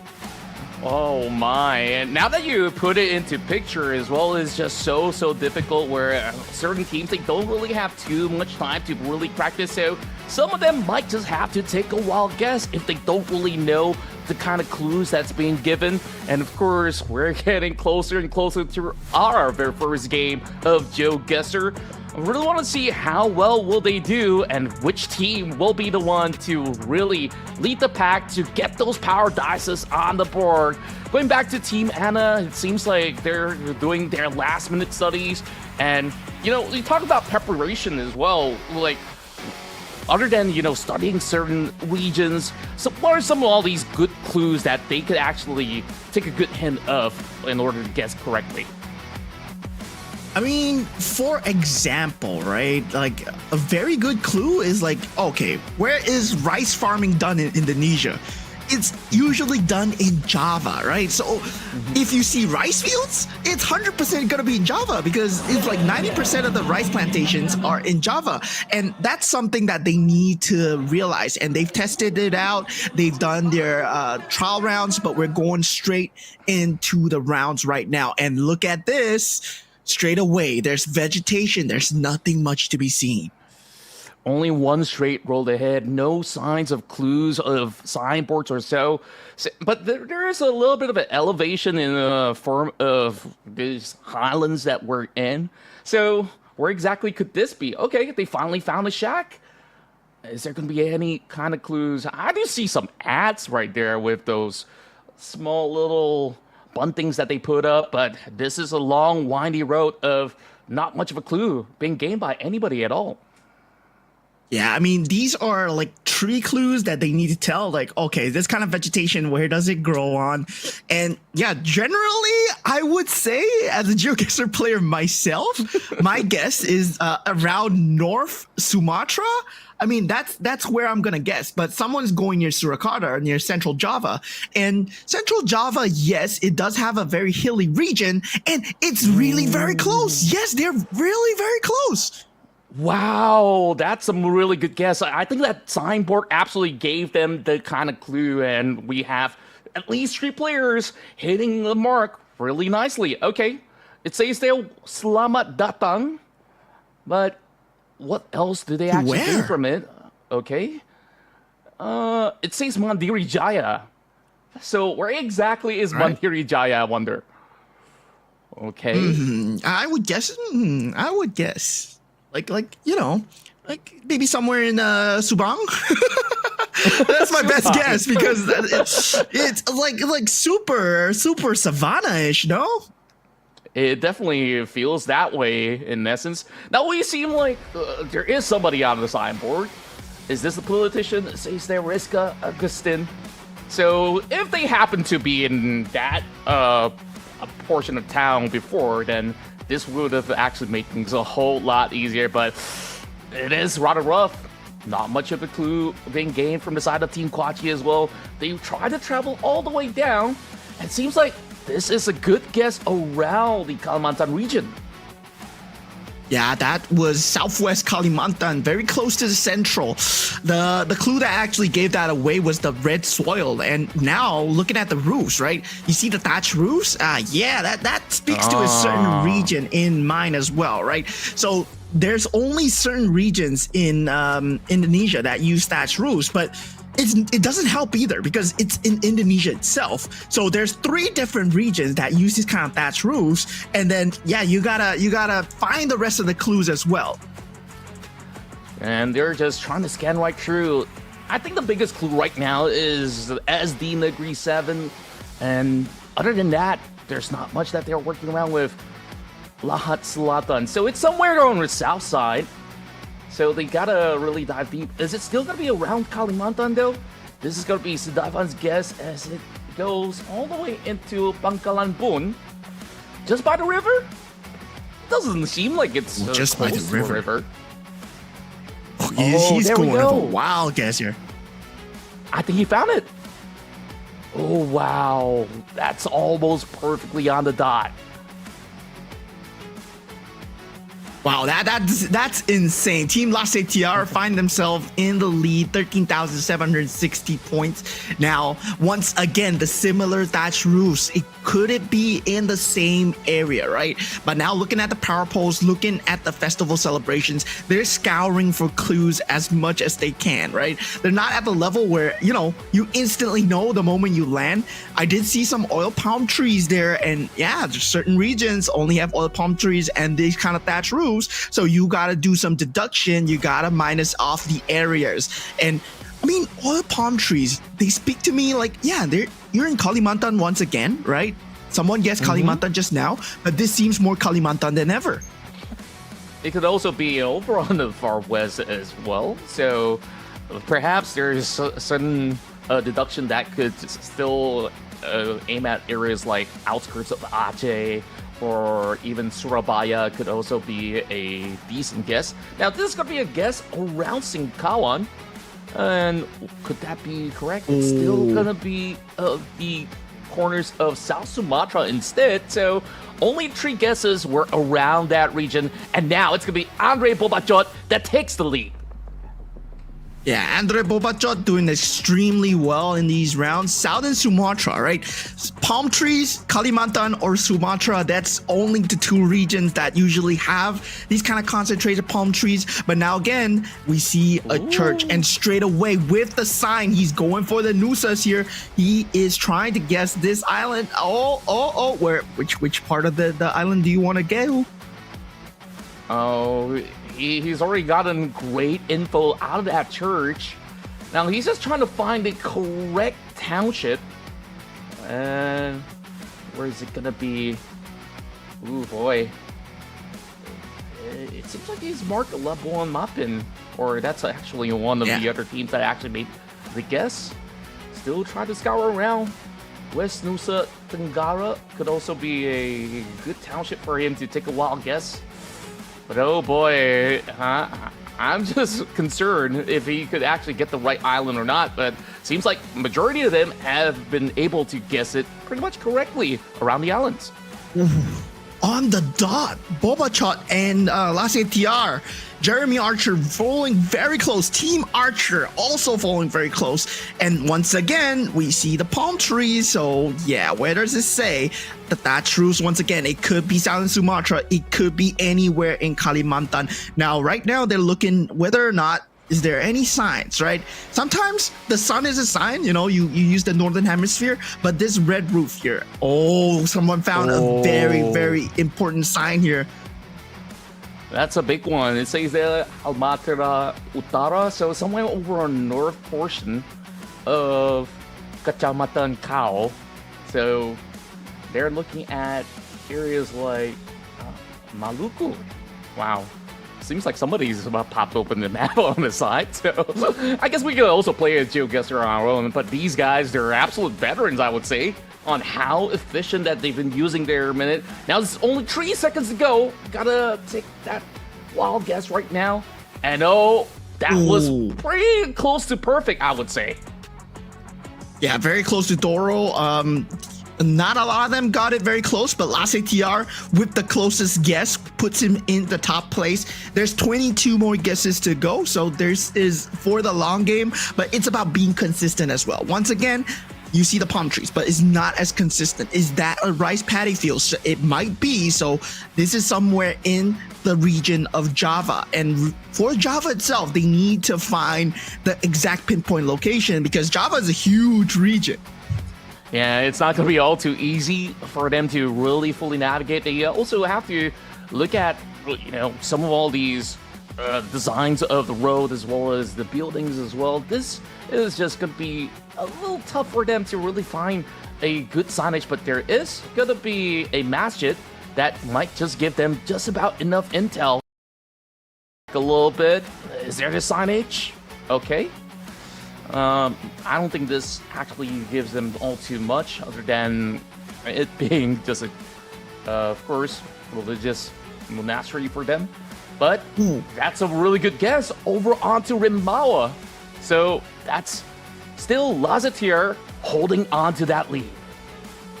Yeah, their strategy seems to be just using the signboards as much as possible to pinpoint a location. And yeah, what I see from them is like, they're just scouring, and hopefully finding a sign that pinpoints them close to a landmark. And look at that, once again, the same strategy. And with that, they find themselves in Bali here. And I think they want to go with the Bali guess, but they are looking for a secondary reassurance here, right? Looking for another sign that says this is in Bali, and hopefully they get the correct location. And you can definitely see that there is a alternative language being on board, which is why that, I guess, most likely will be around Bali, since, of course, historically, they've been having, influences of other religions as well. So, Lumdanu is going to be a good guess, but is this going to be precisely on that area? And there we go. Just like you said, it definitely is around Bali. Yeah, the Sanskrit language really gives it away because Bali is one of the regions that still utilizes this Sanskrit language because they are, as you said, they do practice other religions as well. But now with the next one, right, the politician pictures, do they give the provinces away? And look at that, the province is right there. So once again, they're going with somewhere near Sumatra. It says that Province Sumbel, South Sumatra, but could they really pinpoint the correct district of South Sumatra? Yeah, I mean, there are a lot of districts in South Sumatra, right? You open the map itself, the words, they never end. They Indonesia is such a huge country, right? Just playing in Indonesia alone, you just realize that, wow, you know so little about Indonesia. You've never been to the Kalimantans. I've been to Jakarta, I've been to Surabaya, I've been to Bali, but I've never been to these places. Like, what is South Sumatra? I would like to go there one day. I really do wonder how long will it take for an individual to explore 100% of Indonesia. I think it will take 30 years or so, of course, depending on the funds. Like, if you have a personal jet, maybe you can travel each region per day to really figure it out, to really be a Indonesia pro on GeoGuessr. But these guys are doing really well. Kantor Desa Semangko, and instantly they will pop around the region of Kalimantan again. Yeah, Kalimantan, could it be close to the border? No, they're not going. They're looking for the direct country region name, right? Going straight next to those Nile rivers. And yeah, it will be close to the river, I guess, because their guess is based off of the sign once again, right? The strategy coming in from Team Lasetiar has always been very close to water bodies or close to any kind of signs. They would just try and pinpoint the location, and once they do get it, they're always very close. Their first guess was closer though. Wow! And still, Lasetiar holds on to the lead, and they've already created quite a significant gap up against Jeremy. And I believe they can just really hold on to a couple more rounds. There's still 8 more rounds to go though, so at any given point, if they do slip up, it's gonna be very costly.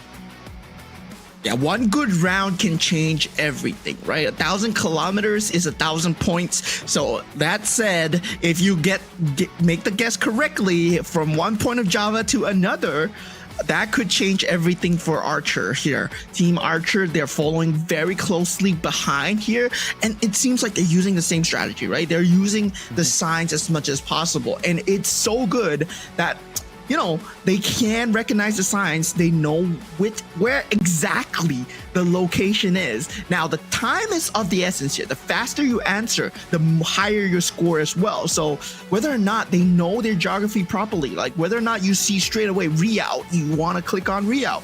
And whether or not you see this region, you want to click on the region. And it's not even close. Ooh, it's a little further off than the rest of them. And you know what? I was just thinking that maybe they should actually thank some of all these parliament members for giving them really good clues in order for them to really gain a couple million IDR by the end of the day. So far, these are the biggest clues out of the many different regions that they've been guessing on. So perhaps they're going to be looking for another bunting around the streets this time. Not so lucky though, but I think the buildings are giving them a little bit of a rough guess at the release.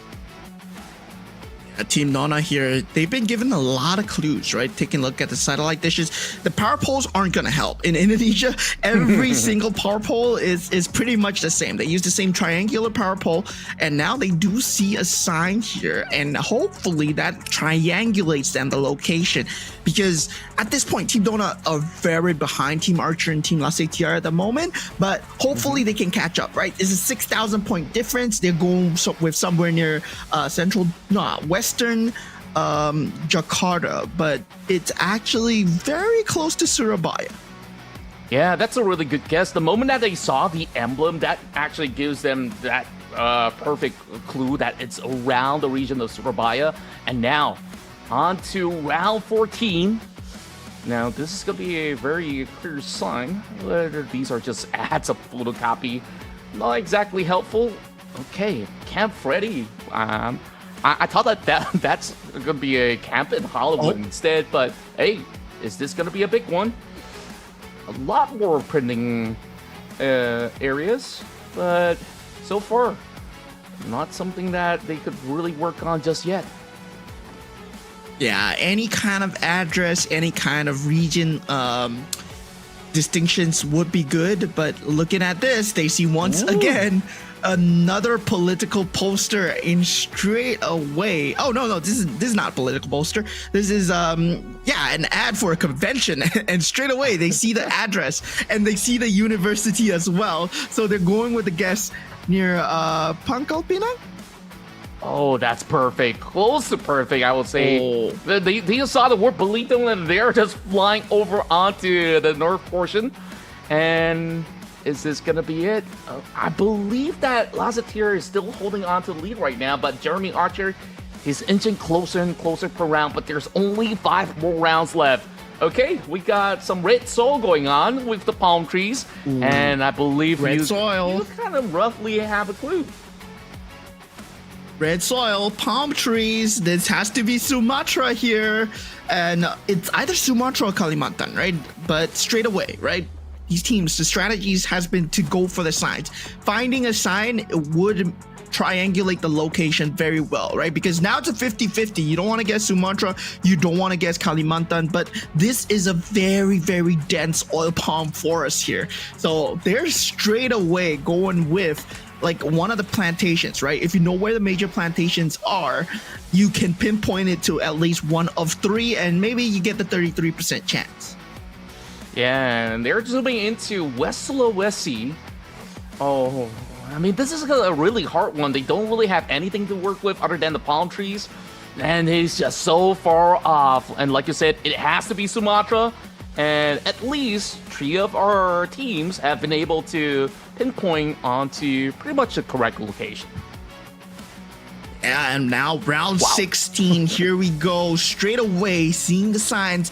Oh, the thatch roofs does give it away, right? Red roofs here. So red roofs generally mean like, okay, red zinc roofs, mostly found in Sulawesi and Sumatra. So that could be one of the guiding factors, but a sign always gives that away. And whether or not the number tags on the cars are censored or uncensored. If they're uncensored, you can quickly guess the region as well.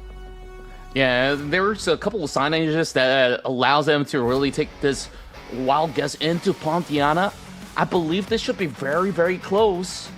Oh, we've already got that guess onto Flamboyant Market. This looks like it's really close to a river as well, so it doesn't seem like it's gonna be pretty much giving them that exact location. But hey, we got majority of them guessing it correctly. Lazatir still holds on to the lead right now, and by now, he's actually leapfrogging close to 9K ahead of everybody else. Yeah, Lazatir strategies have been proven to be good so far. And once again, political posters, they give the region away, right? And this is one of the key highlights of Indonesia. These political posters are almost everywhere every time major election is to be had. Even when there's no election to be had, I've always seen this around every time I travel in Indonesia as well. So they give the region away. So most of the teams are using it so far. Wow. And so far, everyone's really relying on all these final info. And this could very well be over on the north side of Sumatra, but where exactly it is Kota Prabu And it is going to be a guess around the Palembang region. We've already got one marker being dropped right through, and there we go. It's around Soguaras. Yeah, it's a very big zoom in. Every time you zoom in, the highlights get smaller and smaller. You need to scroll around a lot. So you don't want to zoom in too much, right? You want to just guess the general location and just move on. But once again, right, we see those concentrated palm trees, but no red soil. So this might mean this is most likely in Kalimantan, somewhere in the region of Kalimantan, or it could be Sumatra. It could be near the urban side of Sumatra. Ooh. But looking at the soil, I don't think it is. It seems like they do have a glimpse of the ocean as well. So this could be just by the edge of the coast. And is this going to be another election poster that we're looking at here? Okay, I think that gives it off. Dapil Sulteng. And immediately they zoom right into Sulawesi. Ooh, they go with the Sulawesi here. Sure, Sulawesi does have palm trees. Wow. but it's so far away. It's actually all the way up north, and everybody thought it was Sulawesi, so it was only one guess coming from Lazatir that was the closest, and he's just so good at this game. Yeah, the advertiser has a super far reach, right? He posted his advertisement 255 kilometers away, and straight away, political poster gives away the region once again, but it could be like, you know, on the border of the region as well. So they're going with somewhere near, you know, Java? No, they're going to Surabaya. Okay. Team Pulong, come on, you guys can do this. Wow. Is thinking whether if it's going to be directly onto Bojonegoro. It is kind of tough to tell. I mean, if you really want to get the streets correctly, I think like overall, Seikun probably is somebody that's notable in the district. So yeah, it definitely has to be Bojonegoro. They're just hoping to really land it on the dot right now. And there we go. This is pretty much straightforward with that big clue. And oh, it's just a couple 100 meters away. 7 kilometers away. I could walk there, right? But Team LCTR still in the lead, 66k points. That's 9,000 points away from Team Archer, and we're ready at the last 10 rounds here, ladies and gentlemen. So yeah, 20th round. Oh, straight away you see the red roofs, you see the signs, but once again, this region, it's not very well defined, right? It's whether or not you know. You've been to this part of Indonesia as well, so it's very hard to tell. Like, even if it looks familiar, it could be from a totally different region with a replica. Yeah, true enough. The only thing that they can work off from was SD Wanowara right now. And I think like it doesn't really give off all too much. Okay, we gotta zoom in real quick onto what this is. Not quite helpful right here. You know what's interesting? Yeah, like not up to now, we haven't seen a certain animal or a cow or a sheep or something like that. I would expect maybe some of the Google pictures to be able to capture some of these. But hey, it is actually in the islands all the way down south. Yeah, it's all the way in Sumba. It's all the way in Sumba. The landmark was correct. So yeah, Sumba. Well, it's a very, very hard guess. But right now, we are at a different area. Straight away, they do see the signs. They want to try and find another sign for a double confirmation here.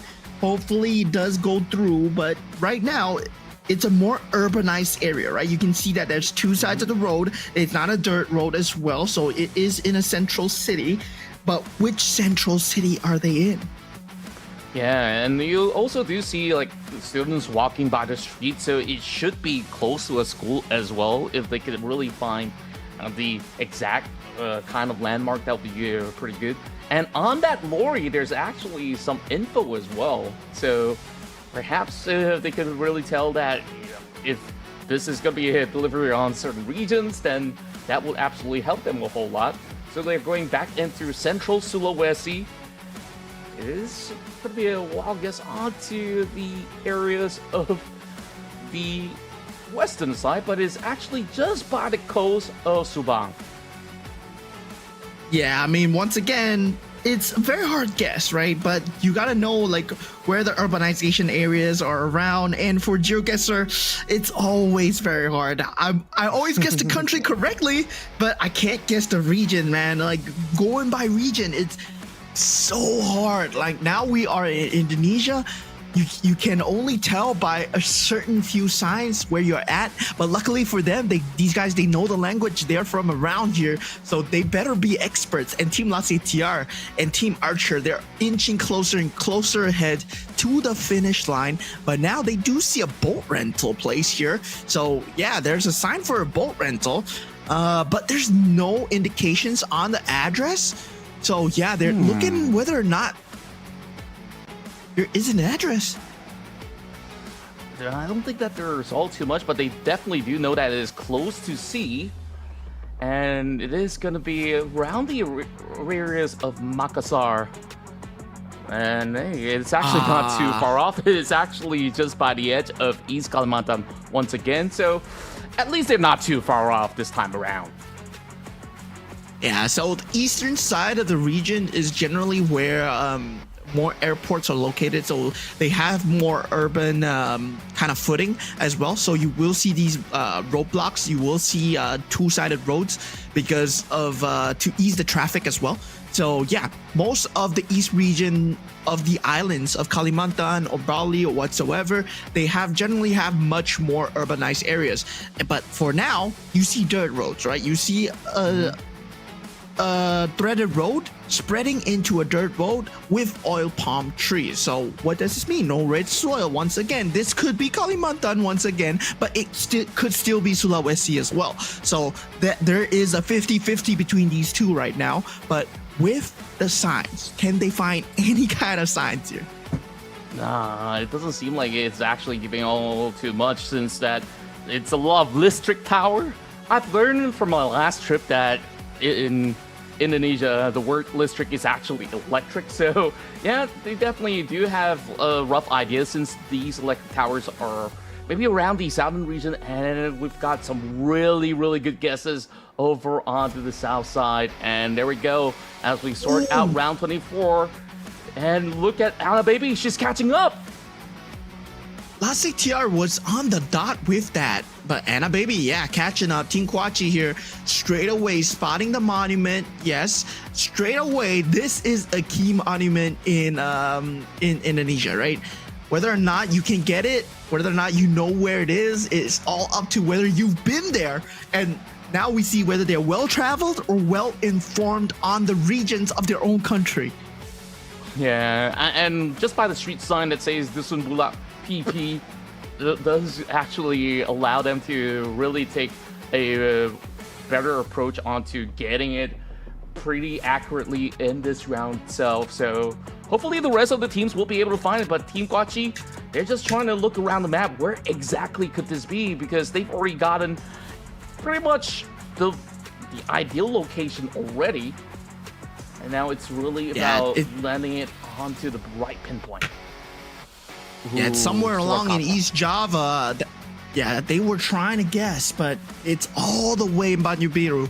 So yeah, it's all the way on the west side as well. It might be in East Java, but it's the west side of East Java. And they guessed the location correctly, but they were just a pinpoint off, right? Knowing the location helps, but now it's all about the preciseness, because these points, last 5 rounds, is all gonna add up. They're guessing it's somewhere around Medan now with that sign that's been given. And once again, right, it's all about whether or not you get the pinpoint marks. Team Lasik TR, they've been like 10 kilometers to 7 kilometers off from the location. That's why they have such a high score. Yeah, they're just having the best amount of tools available, and I'm pretty sure that they've scored A+ on their geography back in school. So they absolutely have pretty much the best teammates possible for that. Meanwhile, Team Anna has been able to really climb all the way back into the top 2. And if they do guess this one correctly, then they have a really firm chance to really put up a fight up against Lasik TR. Is this going to be that round? Oh, pretty rough. Lasik TR was close as well.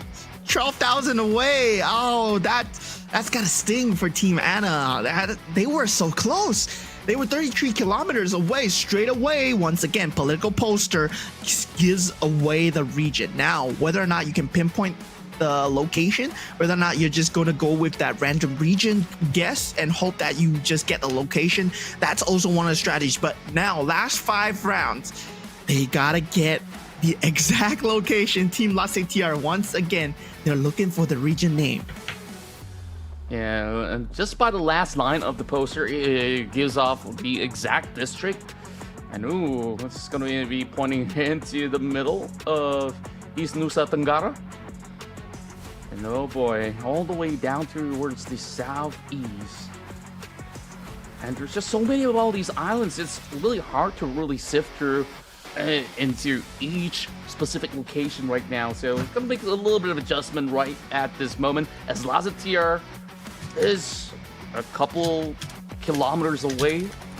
maybe it's just 30, 40 kilometers across those islands. But hey, still a really good guess, I would say.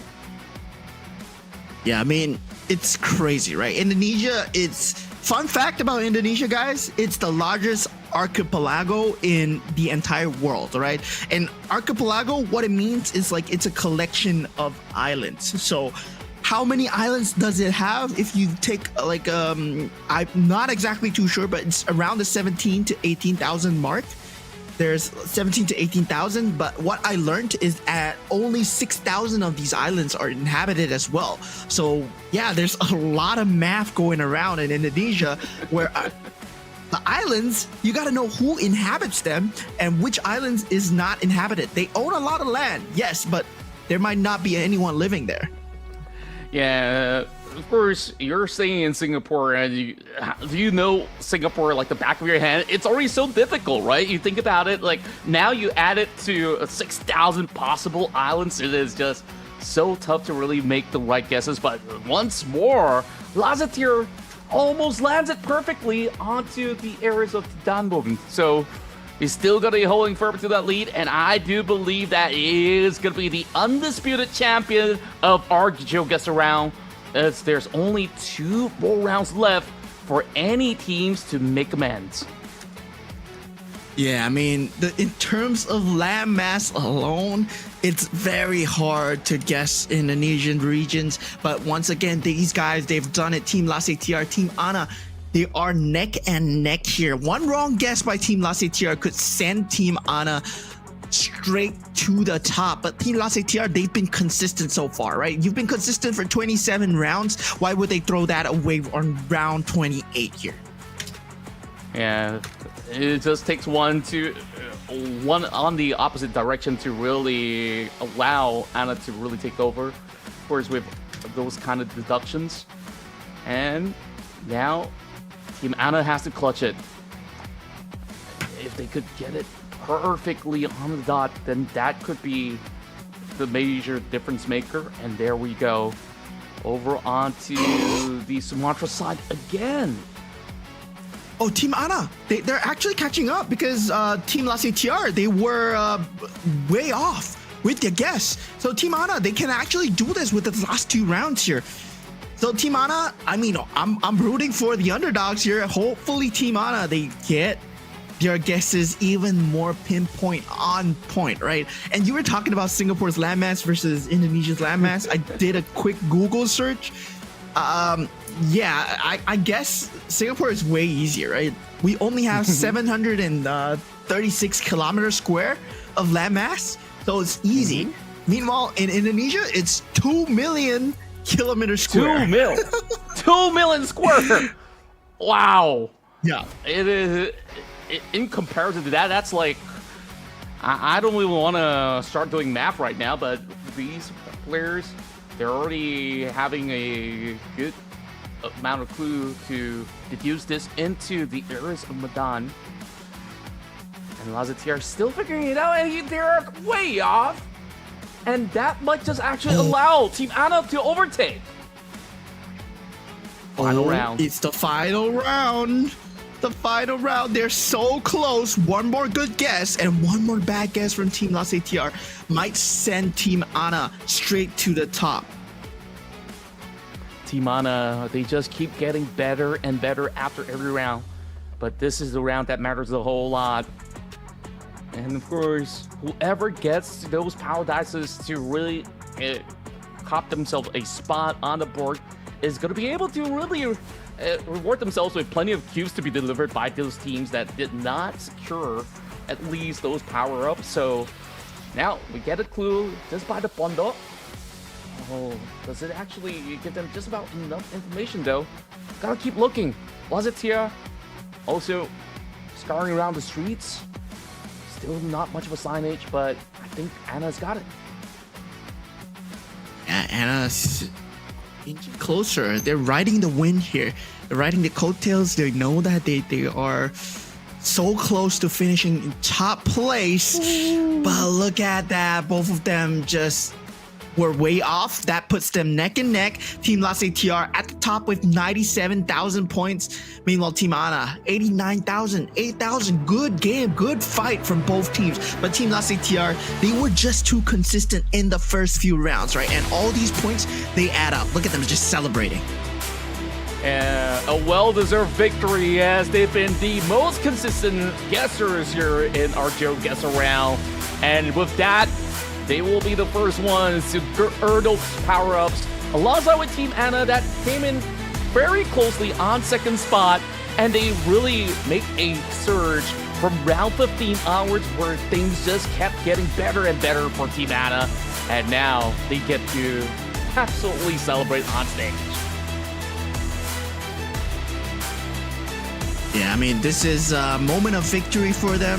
I mean, round one, right? Round one, getting those key power tiles is very important. We saw the board yesterday. You will get to see a glimpse of the board later, what power-ups are there, but you want to roll double power dice. And hopefully Team LaCTR, they don't make the same mistake during their trial runs where they didn't go for the power dice. And I gotta feel that, yeah, if you're top like 3, you gotta go for the power dice, man. You gotta go as fast as possible. And look at them, they're crying tears of joy here. Wow. Definitely an emotional roller coaster because they started off a little rough where they didn't really get all these great guesses, and then eventually somebody had, you know, all the right ideas and they finally used all these kind of clues that were given, and they're still discussing on what went on where some of the guesses, they were almost hitting it perfectly on the dot. But of course, LaCTR did actually got those that are close to 10 meters away or so, and that was super impressive. Yeah, I mean, this is so close. Team Ana now in the top 2 positions, right? Whether or not they can keep up the consistencies with the next game as well, that's gonna be very key. But right now, it's all about the creator rumble. You guys will get to see what this board is all about. We've been so hyped about it. And these cubes, what do they represent? They represent real life money, guys. It's IDR. It's 100,000 per cube. So that means one of them is $10 US. Sure enough, and you know, either of you land on some of all these bonuses, which allows you to earn even more millions of IDR, or maybe even lose some, depending on that tile is occupied or not. But since, you know, the top teams being LaCTR as well as Ana, they get to really set the benchmark first and foremost, and whoever comes much later, they're just gonna keep receiving millions and millions of rupiah but every single round. So we got 16 teams, and the odds of really hitting onto the same tile is very likely. I mean, may the odds ever be in their favor, but I'm hoping to really see some drama happening on our very first round, because on those power rolls, you only land on either 5 or 6, so we'll have to find out. So let's pass it back to our host, back on the W stage. Take it away. Thank you, Orchesters. Dan kali ini Odi udah ada di table dari juara round pertama, tim LaCTR. Ya. Boleh sih. Bergaya bebas lah kalian menjadi pemenang round yang pertama di GeoGuessr. Yang paling punya ide, yang paling punya knowledge, ensiklopedi seputar lokasi-lokasi di Indonesia siapa di sini nih, Bang Lase? Sebenarnya kita semua. Terus?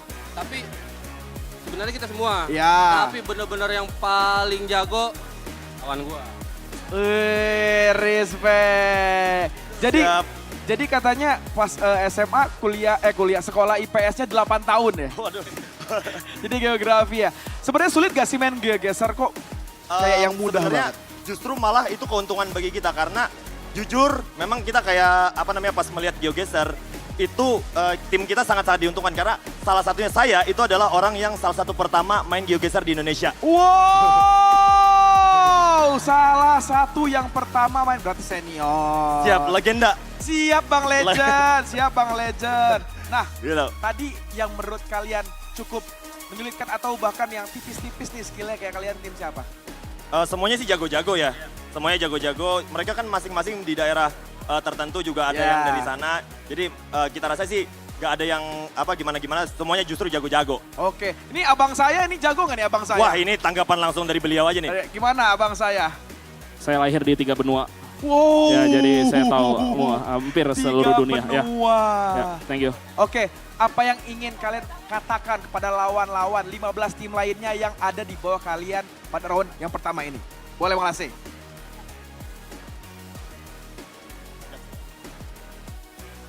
Buat kalian-kalian, siap-siap kita masak ya. Wah, itu dia.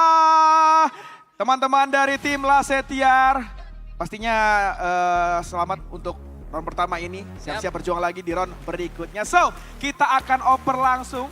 Sepertinya langsung ke rekan saya yang sudah bersiap-siap di sana. So, Sabila, silakan. Oke, terima kasih Odi dan sekarang ini dia. Aku sudah bersama dengan tim Anang yang berhasil mengamankan di posisi kedua. Gimana teman-teman perasaannya? Tadi selebrasinya seru banget. Seru banget dan gak expect. Oke, gak expect. Bahkan tadi ada yang emosional nih di sini. Coba. Karena backstory-nya itu Megzi itu sangat-sangat effort banget sih Kak. Ini tuh dia sampai kemarin malam, sampai pagi ini dia masih berusaha untuk ngafalin nama-nama kabupaten di wilayah-wilayah tertentu gitu loh. Oh wow. Jadi sangat-sangat MVP gitu dia. MVP ya, MVP of the game berarti ya. Kita kasih tepuk tangannya dulu dong guys. Luar biasa sekali. Nah gimana nih kalau kita bisa bilang di round yang pertama kan aman, lancar. Gimana persiapannya? Gak usah jauh-jauh ke round yang kedua dulu. Tapi untuk di Creator Rumble ini, udah punya strategi nggak?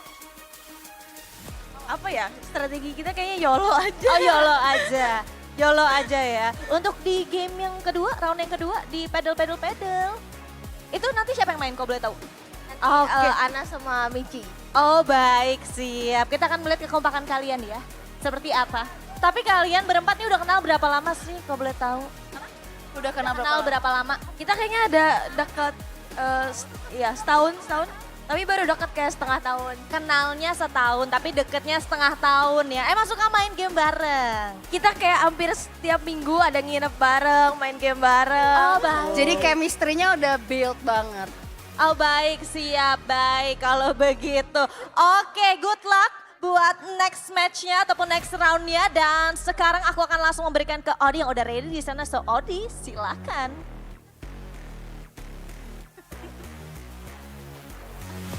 Oke, Sabila, kali ini Odi ada di table dari tim Nona. Nona berlian, kalian berada di peringkat ketiga. Round yang pertama di GeoGuessr kali ini. Siapa yang paling pinter di sini, Non? Kelihatan lah ya. Dari wajah-wajahnya, dari wajah-wajah si Bella Heartfire. Iya, dia yang paling diem soalnya. Berarti ganti jangan Bella Heartfire, Bella Brainfire. Bella hati-hati aja. Hati-hati aja. Tapi sebenarnya kalian udah mempersiapkan GeoGuessr ini selama apa sih? Sampai gue mual sih. Jujur pertama kali motion sickness gara-gara GeoGuessr karena sering main jadi kayak geser lokasi terus. Iya, zoom-zoomnya itu loh. Terus ngerasain ngafalin kayak tiang listrik, tanah merah. Itu sih ya poin-poinnya kunci-kuncinya ya. Tapi yang kalian unggulkan dari 4 round yang ada di Creator Rumble Indonesia ini yang mana? Sorry? Dari game apa gitu maksudnya? maksudnya? Yang kalian paling unggulkan? Gue percaya banget sama teman gue yang namanya Emma. Emma kenapa? Jago apa Emma? Emma jago apa Emma? Dia jago apa Mak? Kasih tahu Mak. Kasih Mak. Apa Mak? Biasa aja sih. Tetris. Tetris dia orangnya presisi, kalkulasinya tepat gitu ya. Berarti tim Nona sangat-sangat mengharapkan poin penuh di Tetris. Ini beban. Aduh ini aku jadi beban nih, aduh. Ini beban Mak. Tapi kamu pede nggak? Pede. Harus dong. Tapi aku bawa fun aja, fun. Oh fun. Ada mungkin yang pengen kalian sampaikan ke salah satu tim atau semua tim? Wah ini Emma, Nona. Pengen ngomong apa sama tim yang ada? Jangan sampai karena hadiahnya kita terpecah belah lah. Oke. Biar kita tetap jadi teman aja gitu. Have fun. Positive vibes banget. Kalau begitu terima kasih banyak ya untuk tim Nona berlian. Good luck for the next round. Bye-bye. Kita geser dulu sekarang ada di tim Bobacot yang kayaknya Mereka sedang briefing nih. Bobacot, sorry nih ganggu ya. Iya, nggak apa-apa. Pengen tanya-tanya. Boleh, kenapa tuh? Kalian kesulitan nggak sih di round pertama tadi? Apa? Kesulitan nggak di GeoGuessr? Jujur kesulitan sih enggak ya sebenarnya. Tapi lebih ke bingung aja soalnya kita udah pelajari pattern-pattern kayak oh kalau hutan, kalau ada yang banyak sawit itu Kalimantan atau Sumatera. Oke. Kalau ada padi itu biasanya Jawa gitu. Jadi kita pelajari pattern-pattern kayak gitu. Jadi kita sembarang kayak habis itu udah. Tapi kalian lebih pede di round berapa nih untuk gamenya? Round berapa? Game apa ya? Sebenarnya pedal sih. Pedal, kompak berarti yang main berdua mereka. Oke, siap. Boleh ke sini. Aduh, kakaknya masa sendirian. Lagi wanita, sakit ya. Lagi sakit. Iya. Lagi sakit tapi totalitas Benar. ya. Tetap Niki. Iya. Kamu merasa dari 3 rekanmu ini yang paling berimpact siapa? Yang paling berimpact? Iya. Semuanya sih. Semuanya ini yang namanya solidaritas. Iya, karena kita karena tadi kan kita cari aman ketemu bacot. Cari aman. Tadi kita bareng-bareng. Kita tentunya di setnya bareng-bareng semua sih. Oke, dan kalian nanti akan menghadapi round yang kedua. Yang paling menonjol dalam round kedua nanti siapa? Pedal. Ya. Kita berdua. Oh, kalian berdua pedal ya. Berarti udah sinkron banget nih. Iya. Udah balance udah ya. latihan kita. Luar biasa sekali. Boleh apa yang ingin kalian sampaikan ke lawan-lawan kalian? Pegangan luar biasa, tepuk tangan untuk tim Bobacot. Thank you Bobacot dan tim. Thank you. Oke, kalau begitu kita langsung oper aja ke caster kita yang sudah bersiap di meja mereka. So, Genshin dan juga Aldo, take it away.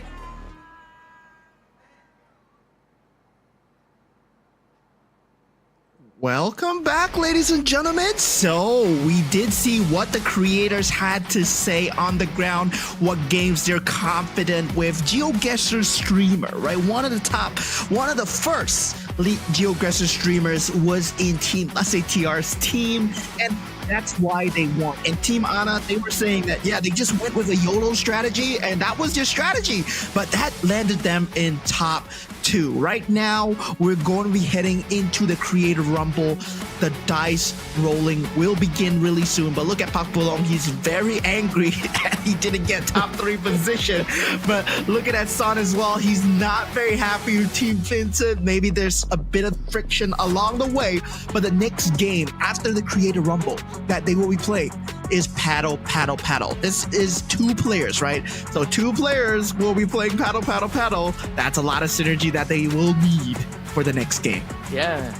And overall, there's definitely discussions already on, who's really the best players out of the paddle air game that they're going to be playing on. So they've already predetermined their duo. I do get a glimpse of Mana. He's been, a team manager for most part, but he's been doing a lot of content as of late.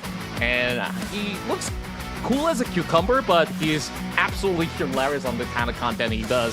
So even hearing from some teams like Team Nona, they've already had a whole lot of confidence moving into the next round after our Creator Rumble. And of course, paddle really requires heavy synergy from the duo that will be playing.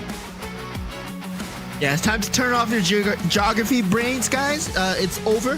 GeoGuessr is completely done. Right now, Team TR is at the top, but we still don't know who's at the bottom, right? So later on, we will find out who's at the bottom, which team will be paying the most tolls. But looking at the standings right now, we're gonna find out Team Daniel with 50k points at 16th place. They will definitely be taking a toll. Team Fanny, Team Sadiva, and Team Malkasi as well. These are the bottom 4. And looking at the top 4, Team TR, Team Ana, Team Nona, and Team Kwachi. Wow, you just take a look at how close some of the middle pack are. At 7k, we've got Team Archer, Pulong, Bobacot, as well as Team Arol, who are just neck and neck. And of course, now the first 4 teams, they will definitely benefit from those power-ups.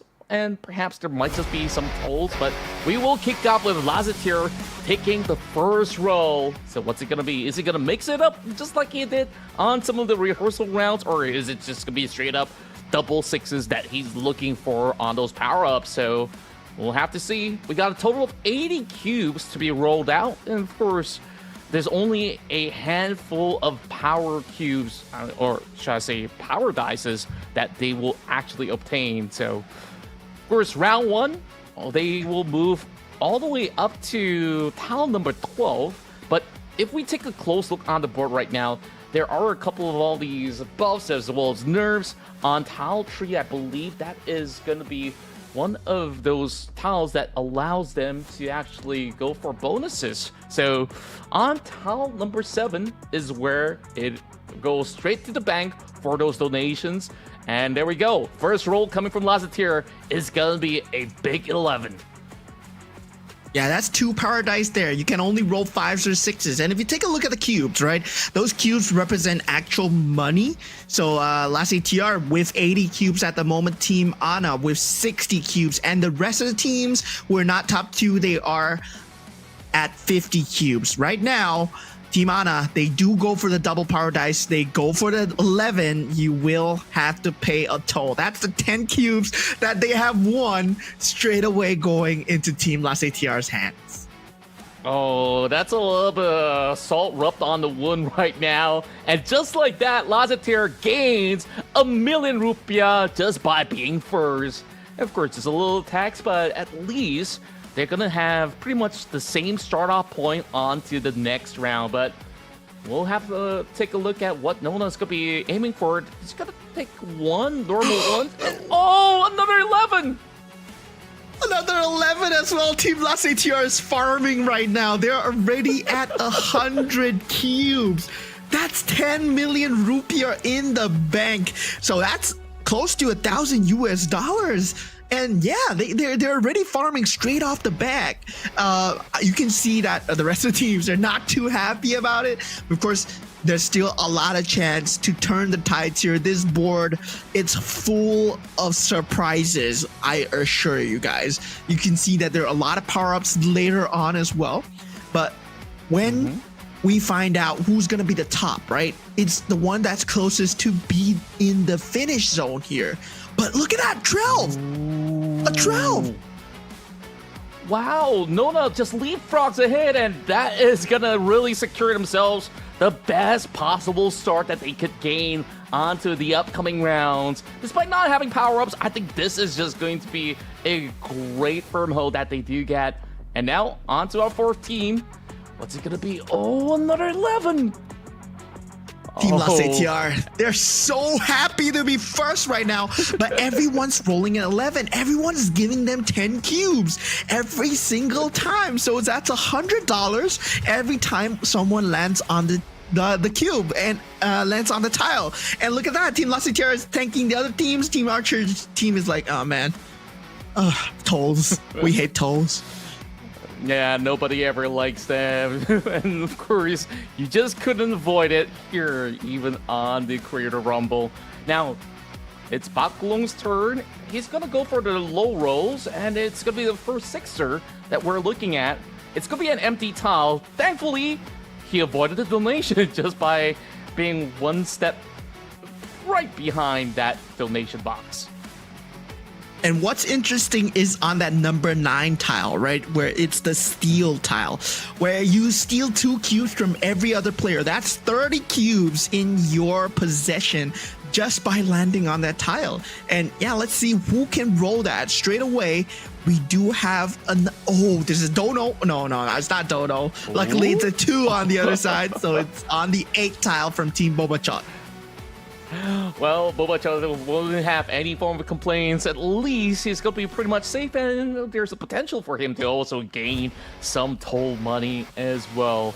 Now, on to Arul's turn to go for the roll. Okay, what's it going to be this time? I'm wondering if anyone's going to be ever hitting onto number 3, because there's only one possibly out of 36 possibilities. And this is just going to be that number 9. And there we go. The steal gets activated. Yeah, they will be receiving 2 cubes from every other team. So that's 30 cubes to them. They find themselves at 80 cubes right now. And yeah, that's a lot of prize money to be gotten. That's 30 million, no, 3 million rupiah, right? So yeah, 3 million rupiah. Still a lot of money to me, man. And overall, Arul is the one with the lead of having the most cubes right now after activating that steal, sitting at 80 for the moment. We'll see if there's any more teams that does land onto the steel tile yet again. And there we go. We roll an 8, and I believe that is going to be a toll activated, where they will just have to, of course, hand over 1 million to Bobachot team. Yeah, and this is just sad, right? Just landing in that toll tile, having to pay tolls, placing backwards. It's all not part of the plan, but hopefully they can redeem themselves in paddle. But we're going with Team Kelvin here. And these are, you know, after the top 8, you run the risk of running those tolls so hard, but one saving factor is you can land yourself in the steel tile. But we got our first dono, guys. Ooh, straight to the bank they go, as they're going to be giving 10 cubes into the cost. And the beauty about this dono is that the more it accumulates, and eventually when somebody lands onto the bank, they get to claim all that cube. And there could be potentially, like what, maybe 100 cubes by the end of the day. So I really do want to find out who's going to be benefiting from the bank later on. Oh, we got a second toll coming out from Team Vincent. Straight away, they need to pay up to Pak Pulong. They need to pay 1 million to the man himself. So straight away, it's gone. And yeah, we're talking about the donation bank tiles, right? Donation bank tiles, they are at tiles number 23 and 36. So if you land on those donation banks, you take away every single donation. You embezzle the money for yourself, and it becomes your cubes. Yeah, and I think that landing first onto that bank is going to be really big for those who might have actually lost out too many cubes. Mesa activates the steal, and there we go, 30 cubes being gained. So that's 3 million rupiah added to their tally. Yeah, and guys, we said it before, anything can happen.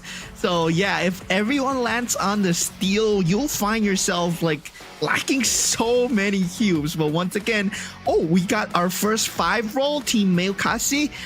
They do manage to save themselves from paying tolls, but at the same time, they land themselves on a tile, so they occupy the tile. So any team that's behind would have to pay a toll if they land on a 5. Yeah, there's just not too many empty squares right now, so it is going to be quite tough to even find one that's unoccupied. And just like that, another 6 goes through, and I believe this is Pak Pulong's tile.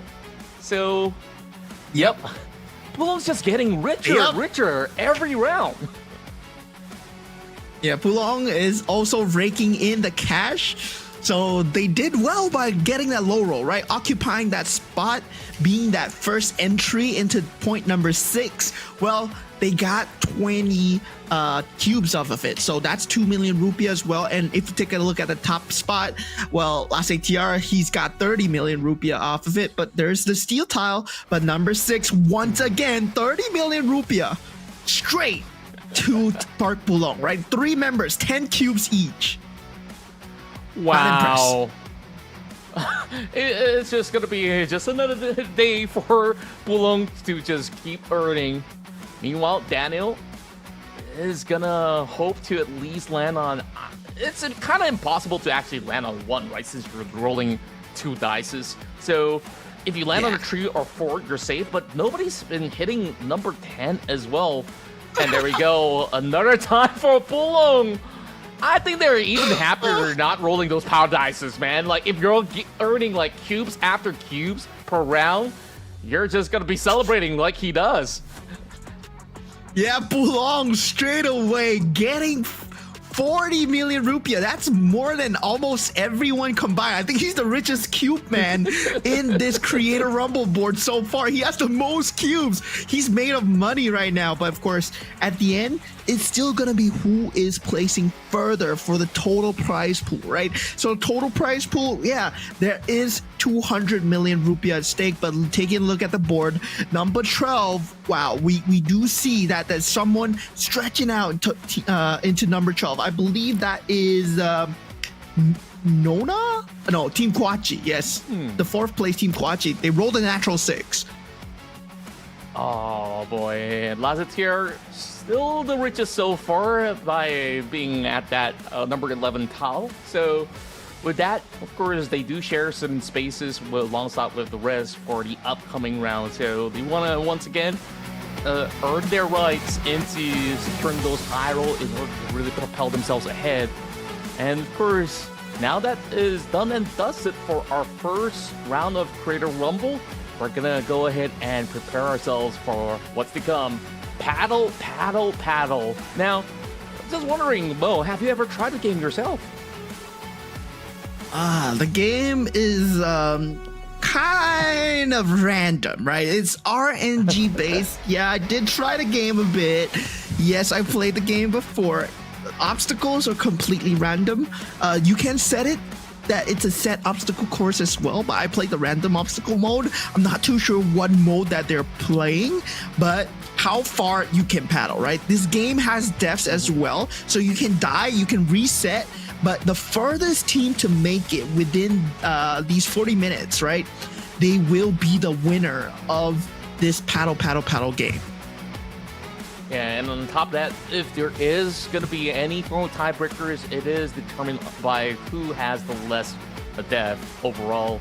It seems like Daniel's been spazzing round after round. I hope that they can revive him before we go right into paddle, paddle, paddle.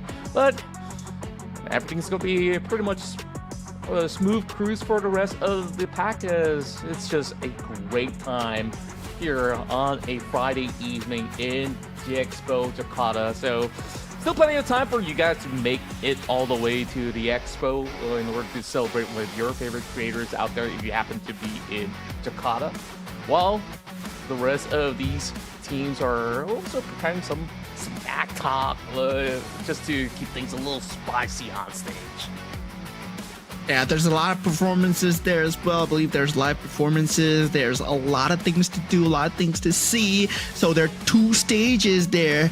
And I believe this one is at stage W, right? So yeah, if you're looking forward to the Creator Rumble, which will be happening for the rest of the day as well, which we are casting, you can look forward to it if you're in Jakarta at the live venue at JIExpo. So yeah, if you go to JIExpo, you can actually find them and you can actually play along with them as well and take a few photos for us.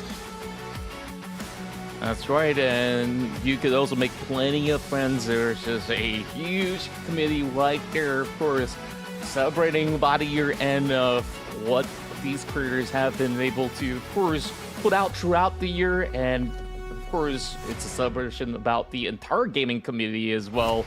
So, of course, we're still looking for our top 3 teams to represent Indonesia, and tomorrow onwards, we're gonna be involving some of the top creators globally. So I really do wonder who's gonna be on board as well. So of course, we'll find that out a little later. As for the rest of the pack, we're just having plenty of time for them to prepare for not only Paddle Paddle, there's also going to be WASD Adventure Tori later on, which I think this is going to be one of the toughest games to be played out. And of course, the Rep Relay, we've had a couple of all these teams already discussing, okay, there's a couple of my teammates who are really good at Tetrio, and who exactly do we select? There's also going to be Walk the Stork, which can be a little bit tough to navigate around as a start. So I really do wonder who's going to be the best at some of these games. Yeah, I mean, at this point, they are gonna play WASD on a handicap, right? Oh, guys, that they're doing the challenge. They're doing the TikTok challenge. The I'm not cute anymore. Yeah. We know that song. Guys. Yeah, Team Nona. Yeah, they are the one that are pulling ahead with 12 points. So yeah, just join us at the lovely WCG Festival in Stage W at GIExpo if you are there. But if you're not, you're free. Feel free to watch us all day, right? Feel free to watch us all day. We're gonna have more creator rumbles. We're gonna have more dice being rolled. We're gonna have more mini games being played by these creators here. These are your Indonesian creators, guys. If you do not know them, do feel free to check them out. Do check out all their socials. And of course, do check out our socials as well. We're content creators as well. Why didn't they invite us, man? I want to just go play some board games and earn some rupiah. Yeah, me too, dude. Like, well, you could use a good plate of nasi, dagang, or maybe a little bit of pagi story would be great as well. I kind of missed that from my last trip, so gotta get my feel. But maybe next year, maybe we should form a team. I'll travel to Singapore and we'll probably sort some stuff out.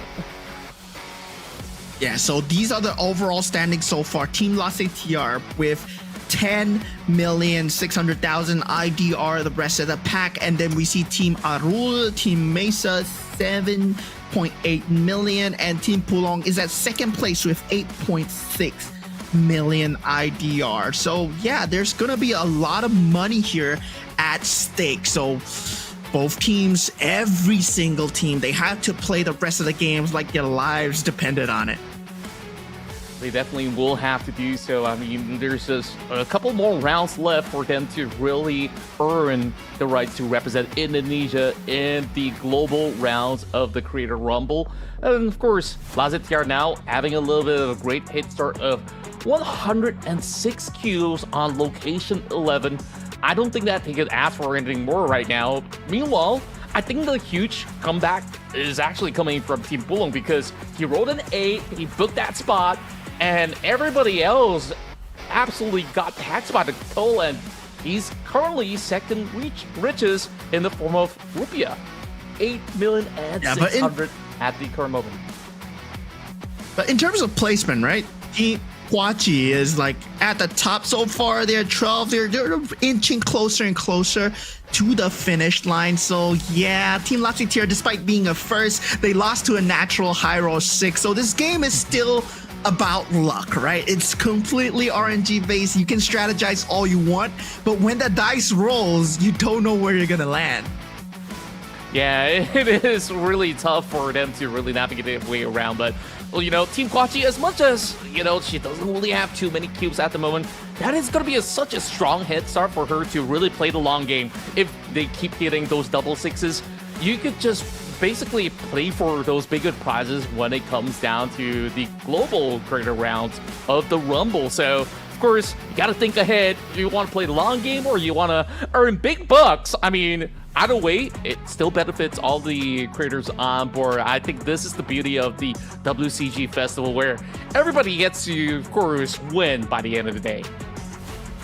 Yeah, it's such a different look so far. I'm very proud of where WCG has come. I mean, the first time it was in a small little convention center back in 2009, right? When we talk about WCG, I was playing off, you know, those kind of tube desktops. It's not even a flat screen anymore. At 2009, you got to think about when 2009 was. I was just a kid, but I was playing with money on the line. So WCG right now, they are all about the content creation, the Creator Rumble. This is the things that you will be looking forward to, but we will be taking a short break. So see you guys after the break for more Creator Rumble. See you guys.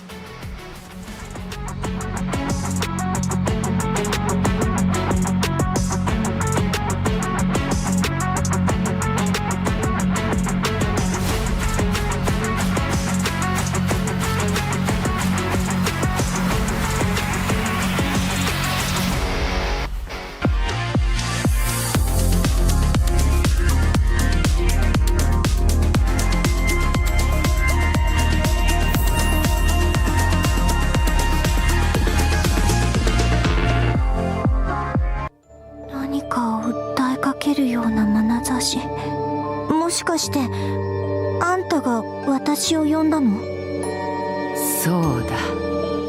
我が汝を呼びし者。人の子よ。我を助けてくれぬか。秋おじさん、おじさんはどうしてこんなに傷だらけになってまでこんなことを続けるんですか？この世界の明日を見たいんだ。そのためなら何だってやる。たとえそれが人間の道を外れることでもな。秋おじさん、待っててください。私も必ず秋おじさんみたいな英雄になって、この世界の明日が何なのか一緒に見てみせますから。死者の魂を冒涜する存在の気配を感じる。カイロ、絶対あいつの仕業だろうな。お前が噂の女なのか？自己紹介でもしないか？王女たるこの私の名を知らず訪ねてくる者など初めてのことだ。頼むぜ、死神王女殿下。皆様、お会いできて光栄です。エルブリスの宝剣に選ばれた指導者イセリア様です。宝剣の主が命じます。ランブライアの外への出征を許可します。ようやく本性を表したか。死神の導きに背き衛星を貪る自分勝手な者どもめ。さるばみんなの行く道を光で導い。あなたたちにとっては死すらも慈悲に等しい。今こそこの身を盾にして大切な者たちの犠牲を止めてみせます。たとえそれが刑事であったとして。秋、変化で避けて。お祭りは、村のみんなは、どうして私がこんなところに一人なの？どうかね、村のみんなを助けて、私を助けてくれたように。ティエネ、お前がどうしてこんなところに？秋おじさん？おじさん、どうしてそんな目で私を見るの？遅くなったら今解放してやる。全てを燃やし尽くす。狼！リエン、しばし眠っているがよい。全てが終わった後、家族に再び会わせてやろう。この世界の明日を一緒に見届けたいです。少女の涙を見て見ぬふりして守れたとして、そんな世界の明日に何の意味がある？ノイアス、今すぐ燃やしてやる！哀れな少女よ、その瞳と口、そして耳を塞いだ不信者の汚れた暗幕を打ち払ってやろう。来たる明日のために。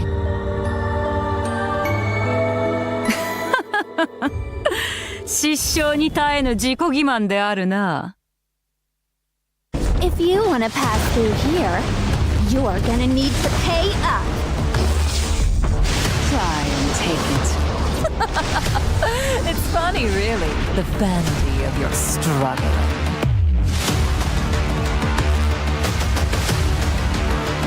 Fearless, brave this storm with me, for glory!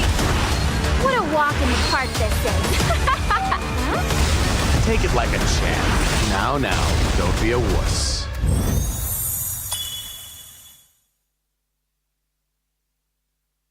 Dynamic combat. MMORPG Lord 9. New opportunities arise with a new world. First new server, Media. In a world without borders. Lords of Thailand and Japan and sea unite. Accelerate your growth. 330 avatar summons. More massive rewards for growth. Conquer the new frontier. Lord 9. Server Media. Register now. Top up game, cari voucher game, atau mau isi pulsa?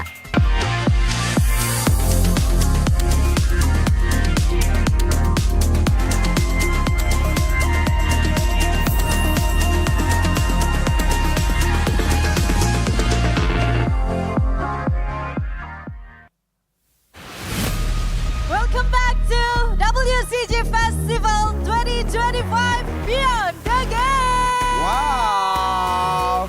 Dan sekarang sudah bersama dengan para players. Nah ini dia nih. Ini kaptennya nih, tolong boleh disorot ya yang ini. Oke, halo kapten. Kuaci-kuacu gitu ya. Gimana penyebutannya bener nggak? Benar, Kuaci-kuacu.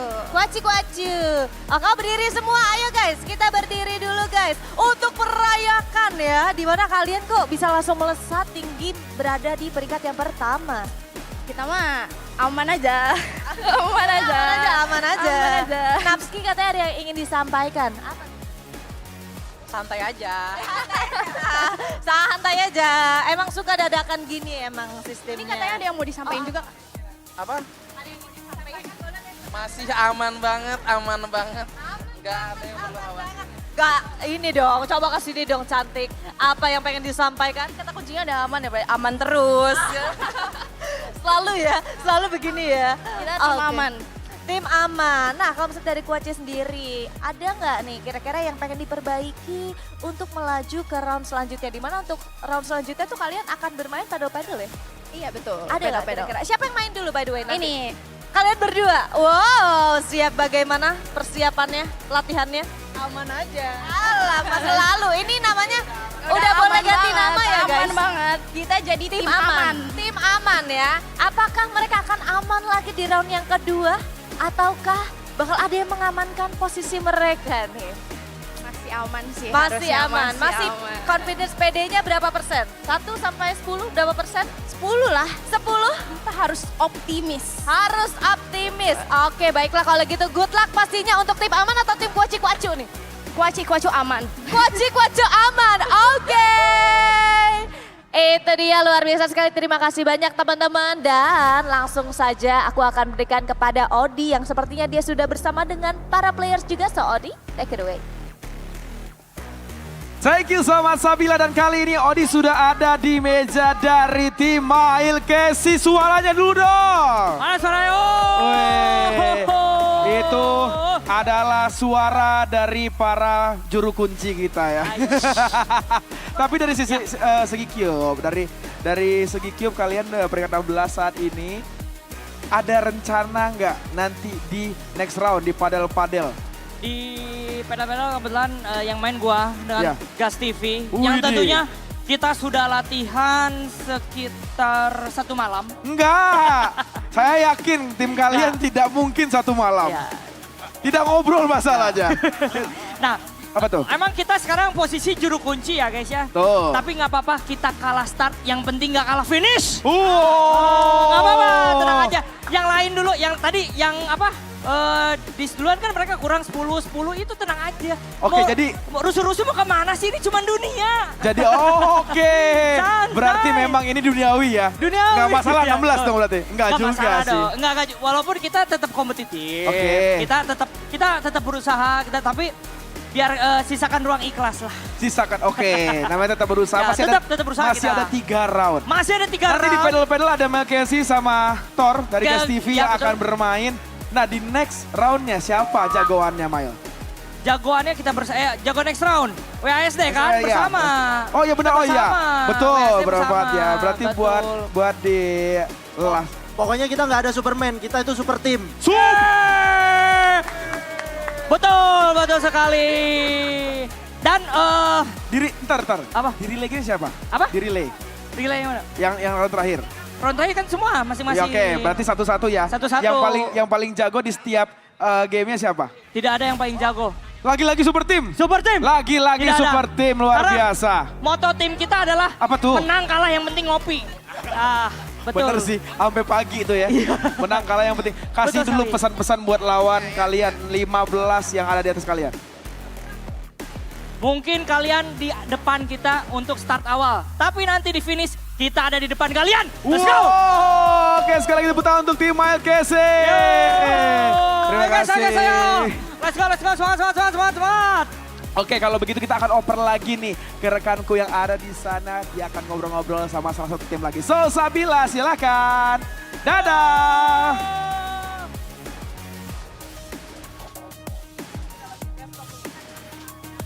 Nah, gimana? Udah dapat berapa hari ini cube-nya? Coba. Jadi saya tuh hari ini hoki banget karena saya nyayur banget. Gak tahu Nyayur, ya? kenapa orang-orang kenapa sih pada suka berhenti di tempat saya. gitu. Tapi diterbalik ya, mohon maaf saya hostnya. Kenapa saya yang ditanya? Iya, ya duduk. Luar biasa sekali ini dia tim Pulung. Kayak terdakwa gue di sini. Yaudah, berdiri juga gak apa-apa. Iya, yaudah, iya berdiri dah. Duduk. King loh dia kan tadi kan King Pulung. Gimana sih tim Pulung nih? Tadi kalian hoki banget. Ya, pokoknya tadi gue ingatkan kepada 3 teman-teman gue. Kalau emang hari ini tidak kondusif pergerakan mereka, ya aibnya gue bongkar semua. Oh gitu, jadi memang ada teknik ancaman di sini. Betul, emang kita main teknik ancaman di sini. Gitu. Betul. Terlihat ya pressure sekali Aul. Gimana Aul? Menangis dia kan, coba tuh kamera, tolong liatin. Kompe-kompe ya, banget. tapi kompe-kompe banget semuanya gitu. Yang paling ngeri tuh siapa? Enggak, tadi terlihat kan emang kayak pada udah main, pada belajar yang main GeoGuessr tadi apa? Ya, GeoGuessr. Iya, di situ kita tadi bener-bener banyak hokinya. Oh gitu? Karena emang udah sembarangan aja ngekliknya, serius. Emang iya? Serius? Beneran. Benar. Tadi sempat yang di Sulawesi ya, gue ngeliat ada muka orang partai. Mukanya, wah mukanya timur banget, ini Sulawesi dulu. Bener jawabannya. Boleh nggak tolong digantiin saya? Aul katanya mau jadi host hari ini ya? Boleh? Aul diganti sini, saya nggak mau sampai Gio, saya mah takut. Saya takut banget sampai Gio. Kita udah sedesperate itu tadi loh Bu. Nggak jadi tahu mau asal klik pencet apa. Ya. Iya, sampai tadi ada sekali kegeser. Oh iya? Kita mencetnya di samudra gitu. Mencetnya di samudra. Jauh. Iya, ada satu map kita tadi orang semuanya di pulau, kita di samudra. Oh gitu? Iya, di samudra kita tadi kepencet emang di situ. Oke, baiklah. Ya? Ingat ya, untuk di next game jangan kepencet lagi. Siapa yang main next game? Ini Gio sama Lim, coba. Oke. Udah cukup Pak Pulung. Coba ada gimana? Kita tribut kepada Bude Mongstar ya. Kalau kita ada di posisi seperti ini, hoki Bude. Oke, kalau gitu Pak Pulung bantuin teman lah, ya kan? Mau bantuin teman? Mau. Oke, ya udah. Kalau gitu Pak Pulung take to caster dulu. Oke, jadi buat teman-teman semua, saat lagi kita langsung mulai pertandingan. Jadi langsung saja caster, kerja lu pada, invoice saja lu tunggu lu. Salah. Kerja. Gawe.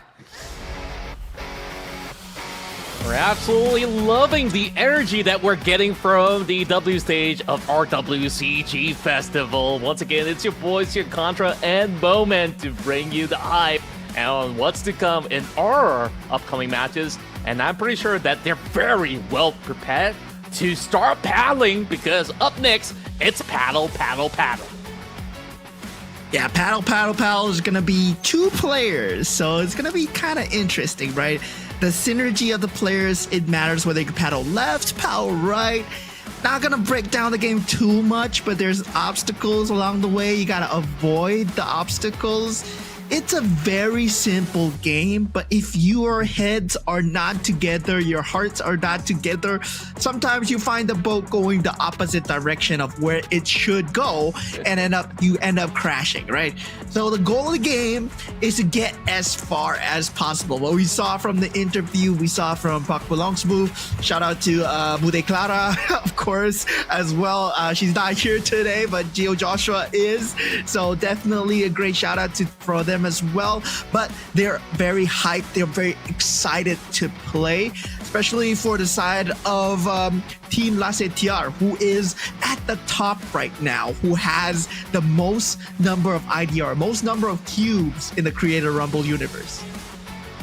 Yeah, and on top of that, Team Kwachi only best them by 1 spot of a tile as well. So there are chances where even if some of these teams, they may not be the best at a certain category of game, but hey, so long as you can get the luck of the draw, the luck of the dice, you might actually find yourselves ahead. And even when we saw some of these guys, they took those power dice, but if they end up on 3rd or 4th, you might have to pay those taxes. Lazetier benefited a whole lot.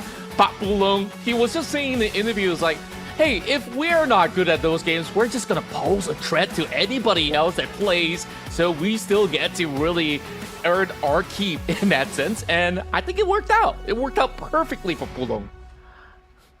Yeah, it worked out perfectly for them indeed, but right now, paddle, right? We talk about paddle. We talked about how these teams are going to play. They said they're going to send out a few of their members Yes, but we haven't talked about WASD Adventure Tory that's coming next, because this is what's going to be interesting, right? There's 4 players in each team. Generally, when you play WASD, you play one hand, right? You use your 3 fingers, WASD. Yeah, but each player is going to operate one key. So that's going to be completely different. So let's say I'm Pak Pulong, I got W. Yeah, let's say I'm Al, I got A. Let's say I'm Geo, I got S. And lastly for Lim Ko Chul, D. Well, each player, one key only. How well will you do in WASD to collect all the coins and to finish the course? Yeah, literally in such a situation, then communication is absolutely key in those kind of games. I think that it's pretty similar in the form of this duel of paddle, where they really have to focus, and maybe there is a certain technique where they keep count of, okay, left, right, whatever that floats the boat is going to be the major factor of them propelling ahead. And of course, these are the few rules that will be in place for paddle. So the objective is to get the fewest distance and the fastest time within the span of 40 minutes. And of course, we're going to be having our cams rolling back at all of our creators. Once again, we got a glimpse of Anna, backwards Daniel, and of course, we will dive right into the rivers of paddle. Yeah, once these guys are all ready to paddle, these guys are ready to go. We saw the tiebreaker, right? The tiebreaker is going to be who dies the least. So if, let's say everybody makes it to the end, it's all about who dies the least and who has the fastest time here. So they're creating a new save file. Yeah. So yeah, we're waiting for people to enter the paddle boat. So this is what it looks like. So yeah, you're gonna have to paddle for your lives here. This is Team Anna, and look at them go, right? Ooh. It's all about paddling as much as you can, clicking while you're controlling at the same time. One person stops, one person goes to turn the boat, and look at the obstacles that are coming in right now. Oh man, this is tough. They gotta go to the checkpoint still, and they gotta make it in the fastest time. Ooh, they're actually working very well in tandem. Look at the speed that they're going at, and they did manage to stop perfectly in time. Oh, slightly avoiding the bumps over in the corner, and they're just slowing down onto the obstacle. It's going to be a pretty straightforward affair for the moment until more challenges arrive, and there we go. They might have to slow down a little bit on this straight. Yeah, checkpoint is on the left, so they do manage to get it. And if you take a look at the borders are obstacles as well. They're going too fast. Woo! Oh, they managed to land themselves in the center here. Right now, it's gonna be even harder because that right paddle could have led them astray, but that left paddle saved them. Very good synergy coming out from Team Anna so far. Oh, they almost slide off the edge, and thankfully they've been able to really keep it perfectly on course. And now they go deeper into the checkpoint onto 21 kilometers per hour, and they just hit the edges. That's the first dev for Team Anna. Oh, now we're heading over to Team Mesa. Yeah, Team Mesa, I mean, at this point, they are way behind Team Anna at this point. But Team Anna just did have their first death, but they're still taking it slow. Yeah, slow and steady, so long as they make it in the corner. Oh, they couldn't turn in time. That's the first death for Team Mesa, and now we head over to Team Daniel. Oh, they just slowly slide to the wall. Are Team Daniel still at the start? What?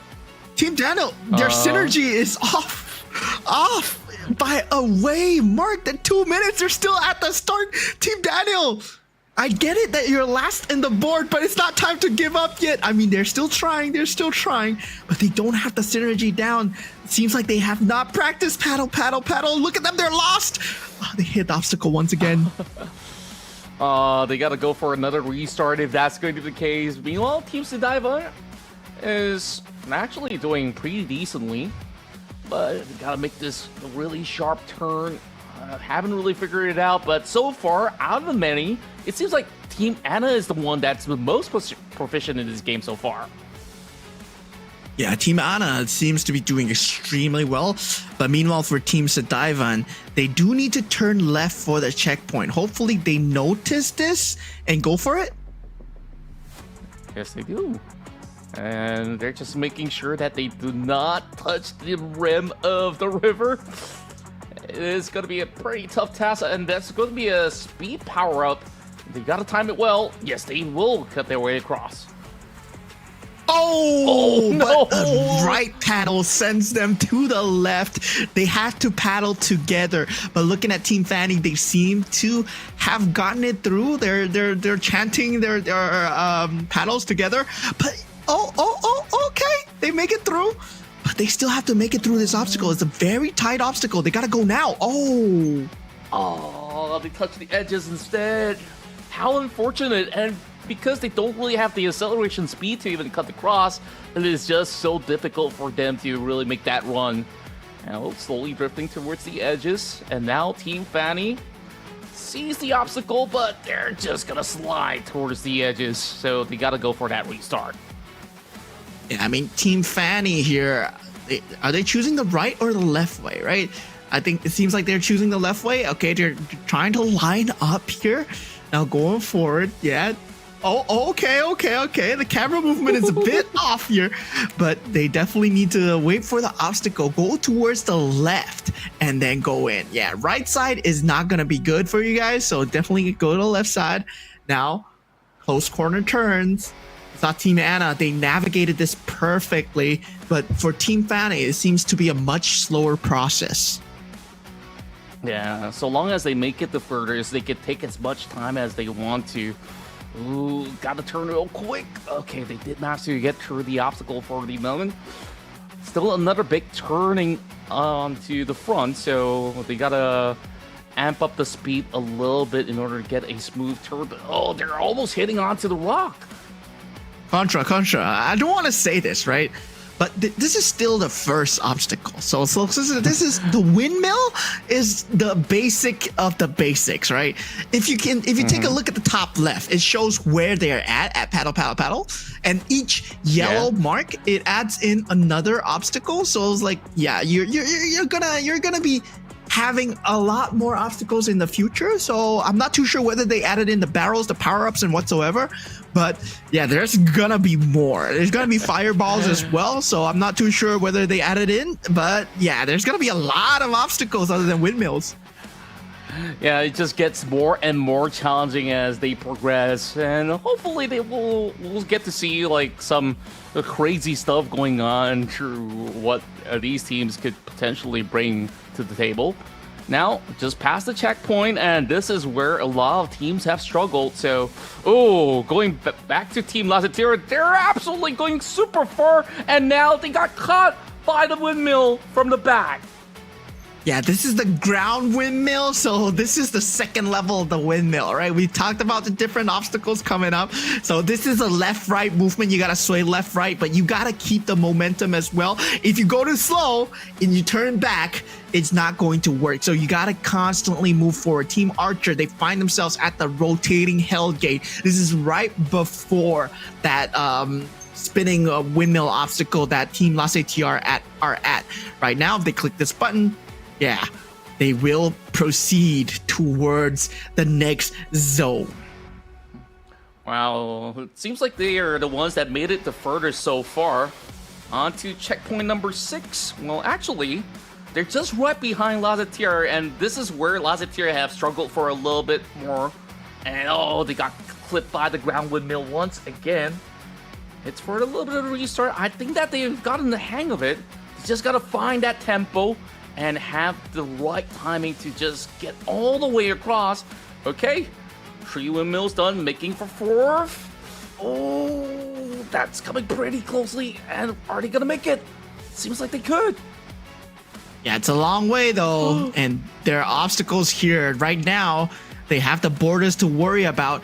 Now, this is the time challenge where they have to go fast, right? So go fast or that thing will drop. So those little water obstacles that pull up, yeah, they will drop behind you. So you got to go fast the moment they pile up. And there's also the fear of dropping down when you're turning these corners, but they've navigated them perfectly. Now going into the next checkpoint, these are the spikes that will come up. So you got to time your movement here. Ooh, we're having them just trying to sail across the lava as Team Kelvin have already made it past checkpoint number 8, but you can see how slowly they're going right through this. The checkpoint's right up front, so that should be pretty much well sorted. Now, are they going to be able to just propel forward? Oh, this is going to be a rough one for them to turn. They dropped straight into the lava. Yeah, that was a bit of a graphical glitch there, but yeah, now we have the flying segment coming out from Team Anna. So this is similar to Flappy Bird, where you gotta fly, and if you touch the ground, you actually perish as well. So yeah, you gotta keep your altitude at the same time while you navigate these obstacles. And these are hot lava stones, so if you touch them, you die. Oh man, it's just getting tougher and tougher as it progresses. And it seems like Team Anna will try for another run to just try to float right across. I think they've gotten the hang of it though, so they've been able to just traverse onto the first couple of all these corners very well, but they struggled for this descent, and of course, you gotta keep that altitude up ahead, and they finally made it past. Yeah, up, and yep, left side. Well, they managed these obstacles perfectly. They are at 12 out of 36. This is 1/3 of the course. If you're starting to fly, meaning you are 1/3 away from the finish line. They gotta watch out for the grass though. This grass might seem kind of cushy, but it's also dangerous. If you touch it, you will also perish. Now, this is the part that they perished at, but it is so close to the checkpoint. They just gotta flap their wings a little harder, and they will make it. Right now, they need to land back on the ground. The water is safe. Yeah, and there we go. Straight to the next checkpoint. Team Anna so far, smooth sailing. And there's going to be this little river up ahead. And now you got to make that jump all the way back to the top. So what's going to be the next one? Ooh, more windmills. Okay. Right. And straight up ahead, we're going back to Team Blue. Oh, straight to the windmill. That's just super unlucky.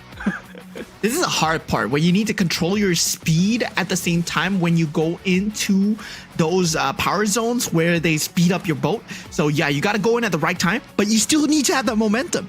So this is very hard, and they just spawn into a glitch zone. Yeah, the game does that sometimes, and you just die instantly. So yeah. I'm guessing that death counts as well, so unlucky you. But they made it just past the halfway mark of this obstacle. And if you take a look, they're still 9 out of 36, right? So they're not even 1/3 of the way there, not even halfway there.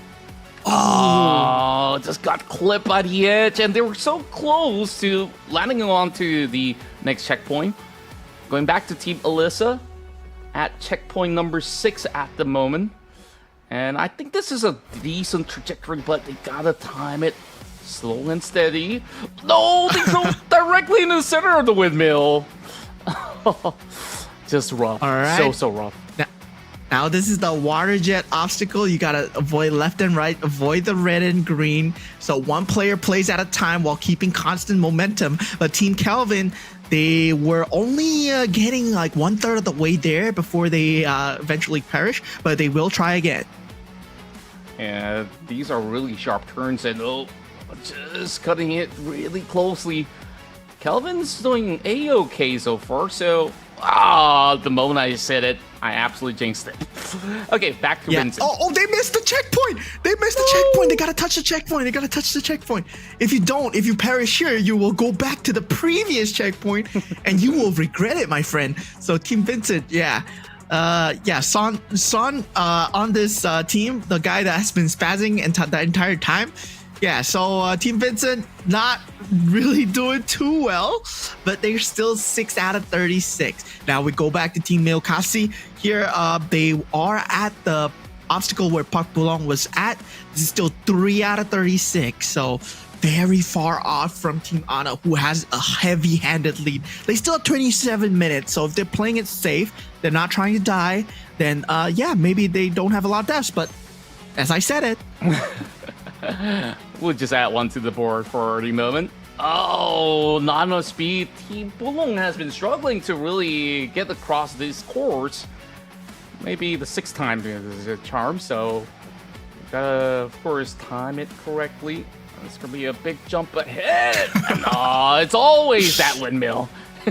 Straight into the blades. You can see Park Bulong walking away from the computer here in the creator cam. You can tell that he is not very happy about this, but it looks like Geo Joshua and Limco Chula are on the ones on the handle, and Team Kwachi finds themselves in lava once again, and they do drop down.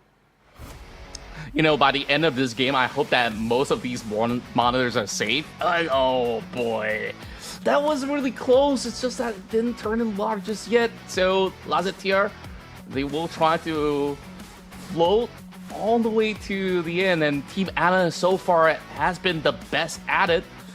And I wonder where she's at for the moment. Meanwhile, Team Lazetier, they're not too far behind.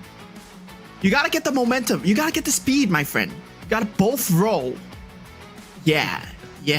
Both players need to play a part in this. Paddle Paddle is a game of teamwork. You gotta find your duo for this. And yeah, this game is a horrendous hellscape of fire and obstacles and spaces, right? Team Ana right now 13 out of 36. There's just one obstacle ahead, but they seem to be cruising throughout the windmill section, throughout the rock section, and they will be making it to the next checkpoint really soon here.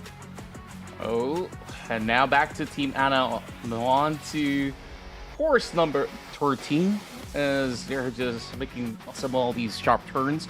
There's going to be a leap up ahead, and it seems like we do have a couple of all these revolving walls, which can be pretty tricky, so they got to slow down only for a slight bit.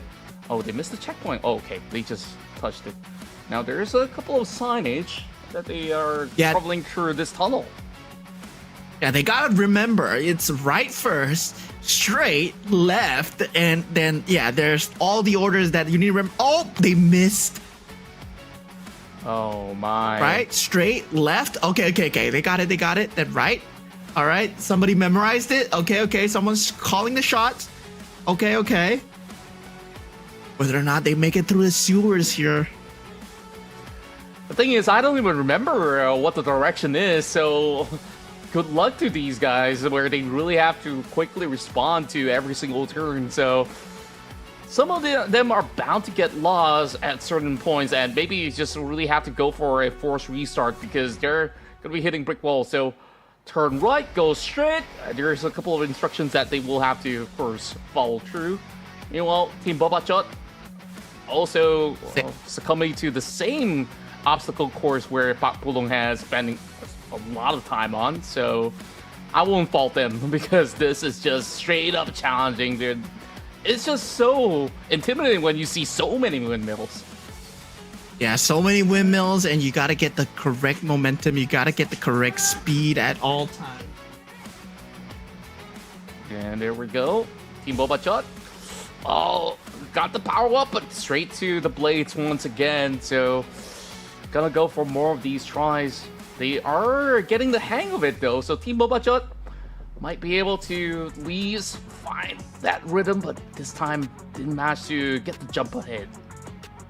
Yeah, and the two players on the handles are people that you will be expecting to have great motor control, right? It's Alvin Susanto and Kitty on Team Bobachot.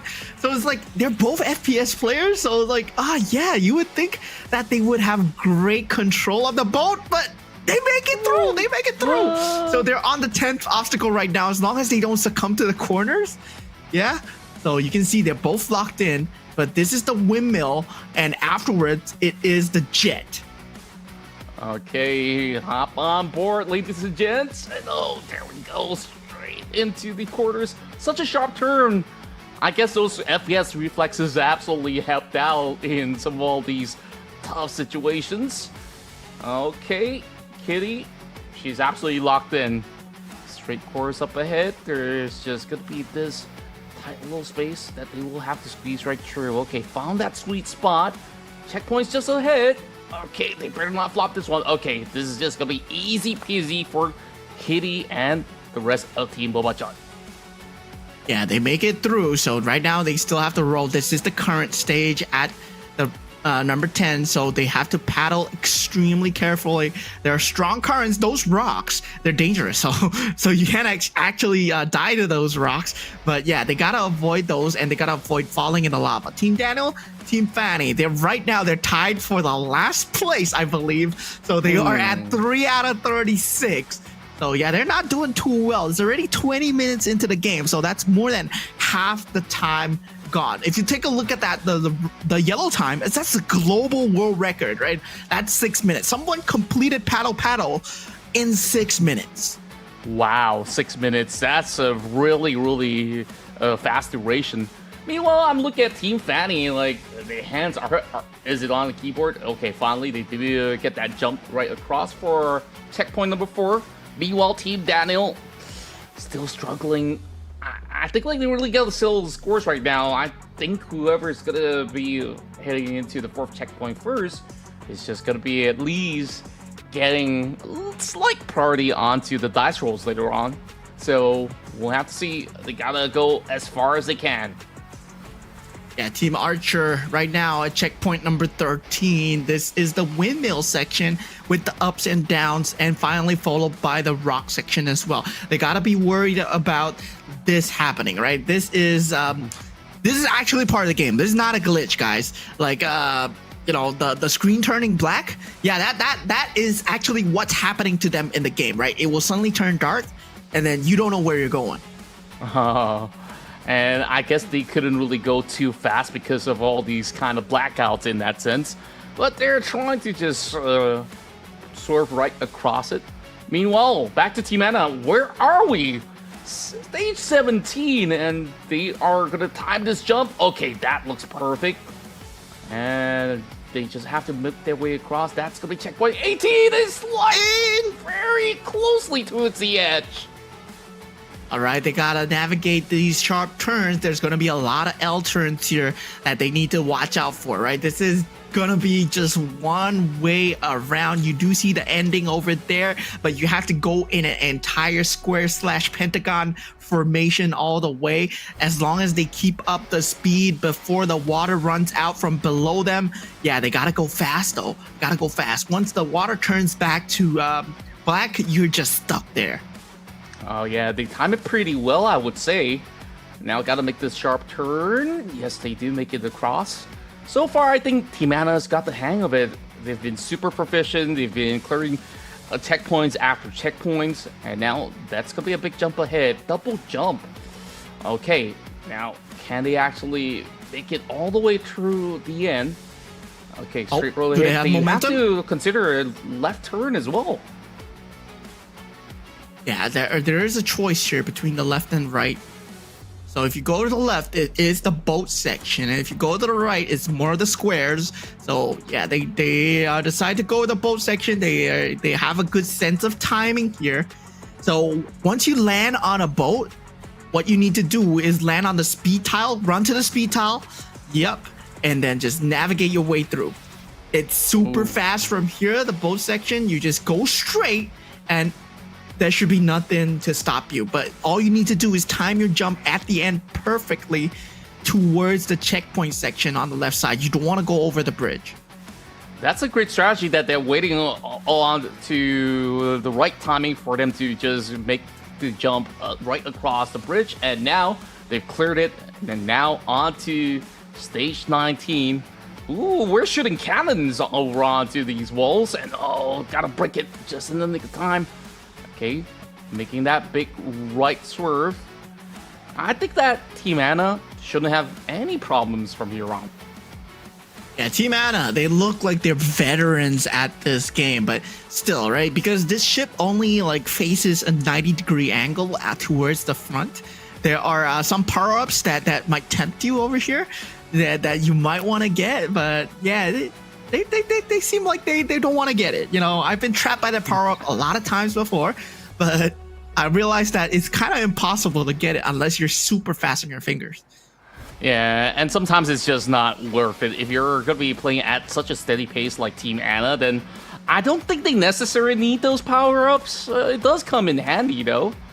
Okay, the revolving walls won't be posing too much of a challenge, but now that's going to be a very sharp turn, and now this is going to be a big push that pushes them over onto the edge, and that kind of breaks their momentum a little bit. They pre-break the next wall, which does work. Now, finally, the stationary wall, they will reach their next checkpoint. And yeah, this is going to be interesting. Ladies and gentlemen, they are already across the halfway mark. Now we have the ladders where they are going to have to jump up. So this is like a Minecraft-esque jumping, right? So you got to jump up and make sure you don't drop all the way back down. There's nothing really here to kill you. It's more here to kill your time, so to speak. Yeah, and if they make a really bad turn, then they will drop all the way back down and have to start all over again. Just like that, Team Anna, they do make it through. So we're at checkpoint 21. Still pretty much similar course, and while we're at it, we're going to be taking a look at Team Malkasi. They're still on stage 6. I think they're still ahead as compared to Team Daniel, so it should be them adjusting to all these challenges already, and now they're looking to speed run. Oh no! That's so painful to watch. They were so close to the checkpoint, but they just messed it up. They made a meal out of it, and now they have to reset back. Now, Team Mesa still at obstacle 6 as well. The ground windmills, the one behind, didn't kill them, but the corners will. And now Team Daniel, they are still at 3 out of 36.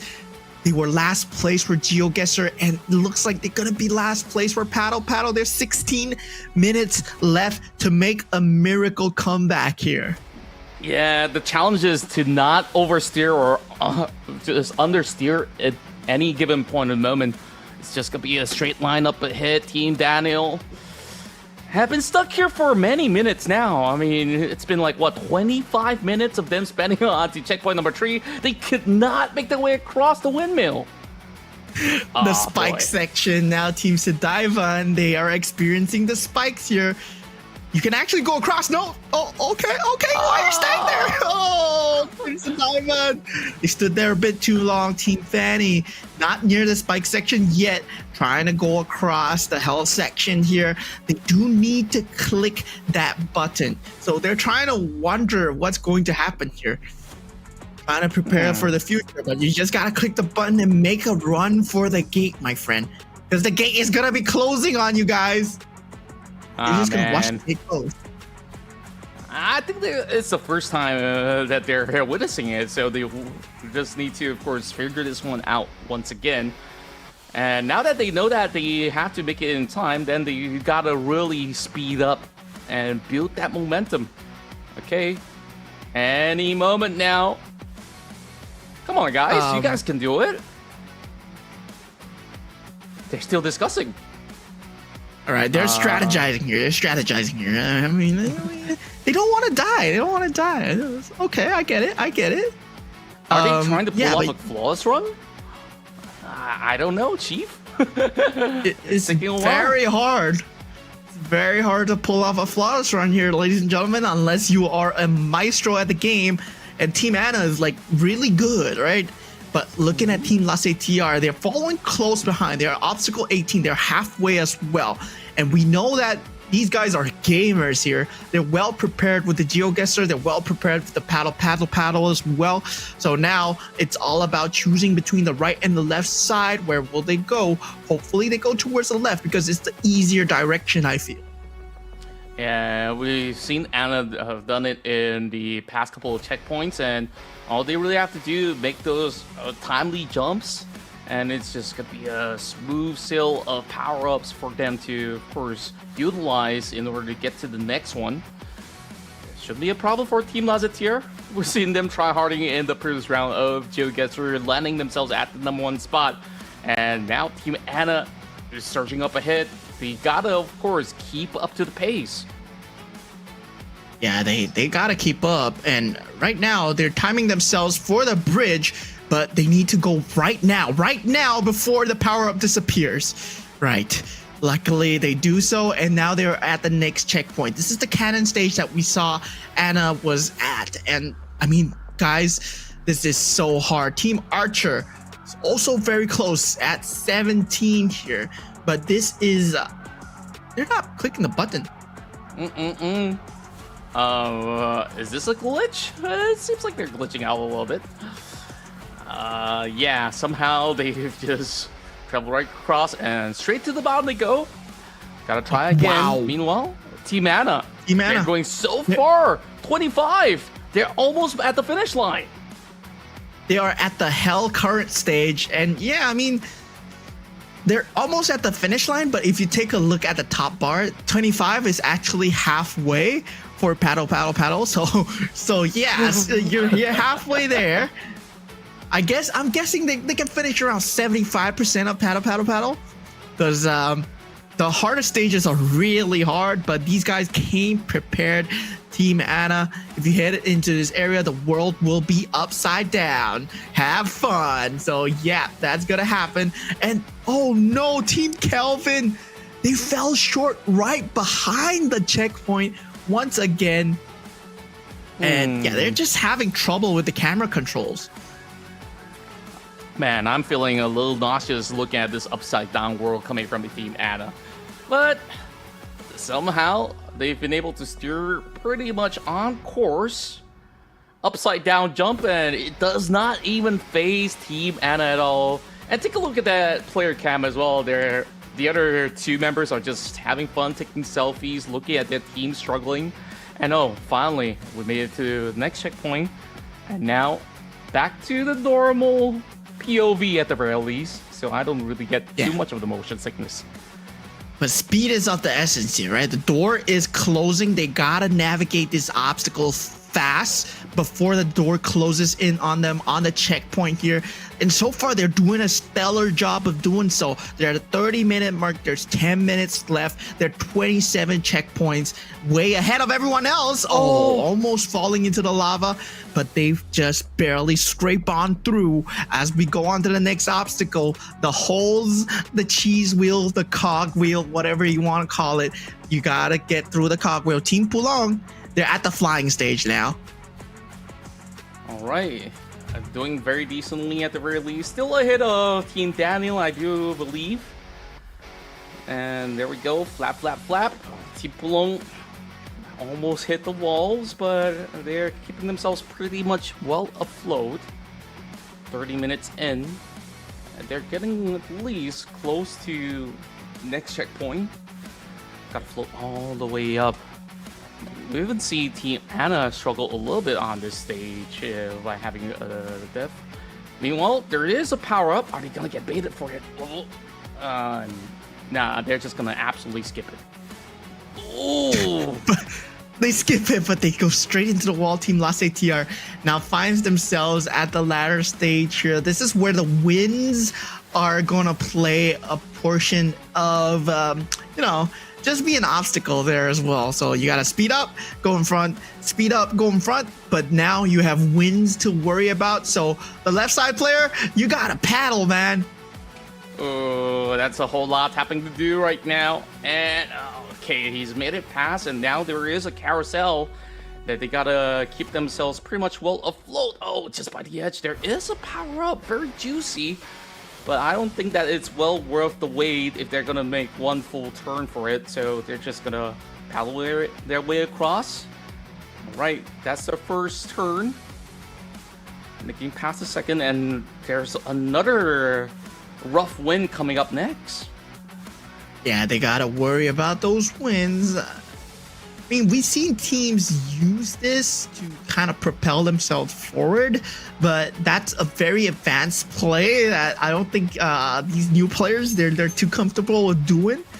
But still, right? Just getting this far, 21 out of 36, it's an achievement by itself. First time playing this, I bet you will give up at 10 because it is so horrible to play. And right now, they're reaching the 22nd checkpoint really soon, and they will have to do another ladder, another series of ladders, but they will be moving below them.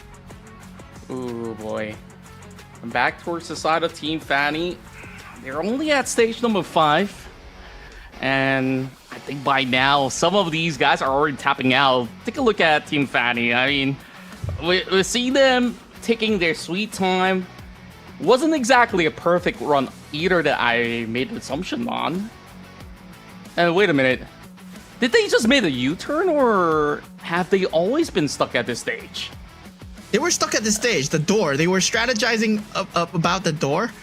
And now they got to pedal. They got to pedal towards the door. They're still confused about the door. Does it? I'm not too sure what is there to be confused about. It's pretty much a straight river ahead. And they're still trying to time it. Okay. Go on. Go on. You can do it. Oh, man. They're just turning rounds and rounds. Yeah, it seems like they've been stuck here for an eternity. I don't know how much longer do they have to struggle this way, though. But I guess that this just isn't exactly their forte, so maybe they'll look forward to WASD, which isn't going to be any easier, by the way. If you're directionally challenged in paddle, I think WASD is going to be a lot worse because there's 4 players, and now you gotta synergize even more. So yeah, they better have boot camp for this. Now they're waiting for the blackout before they start moving again for Team Alyssa. Of course, I need to make sure that they steer correctly. And the blackout happened once again, just right before the turn. Thankfully, they waited though. Else they'll be hitting the brick wall once again. And all right, nicely done. It's just gonna be slowly forcing it right through. Oh boy, now this is gonna be a little bit daunting on these revolving walls. Okay, gotta time it perfectly. 1, 2, 3. There we go. Yeah, so there's moving walls, there's blackouts. They gotta worry about the torches on the side. They do nothing. Like, yeah, they're just there for show. So yeah, you gotta have a sense of timing here, sense of speed, knowing where you're at as well. You do get to see a glimpse of where you're at, whether you're facing the right side or the left side. You can actually see your boat if you look very, very closely. But at the same time, you can't see anything around you. Yeah, you can only see the boat. You can see how laser focused Alyssa is. She's not even speaking word right now. Meanwhile, Team Anna fighting through rough winds, and there's still that power up, and the checkpoint's right up ahead. We're already at stage 32 for Team Anna. Okay, say stay 1 + 1. The answer should be 2. Gotta go all the way to the left. Okay, and what's this? I can't math, 25. my friend. It's 25. It's 5 times 5. Yeah. 1,250. Okay. 5 by 15. 19 Okay, is perfect. correct answer. Is this game fun? Well, I guess there can only be one answer, and that is hell yeah. Do you hate me now? Yes is the answer. Guess the right one. And this is completely RNG. And Team Anna, they've been playing this. They've been studying this before. How many questions did I ask you? Is it 7 though? And they got the correct answer. Team Anna, they're complete connoisseurs of this game. They've been practicing, man. They got second place, but right now they're handedly first. Whoa, wow. That just goes to show that they've prepped many hours into this round of Paddle. I don't think anyone could have actually gone through that course without stumbling for multiple times with those questions. And now, on to the next one.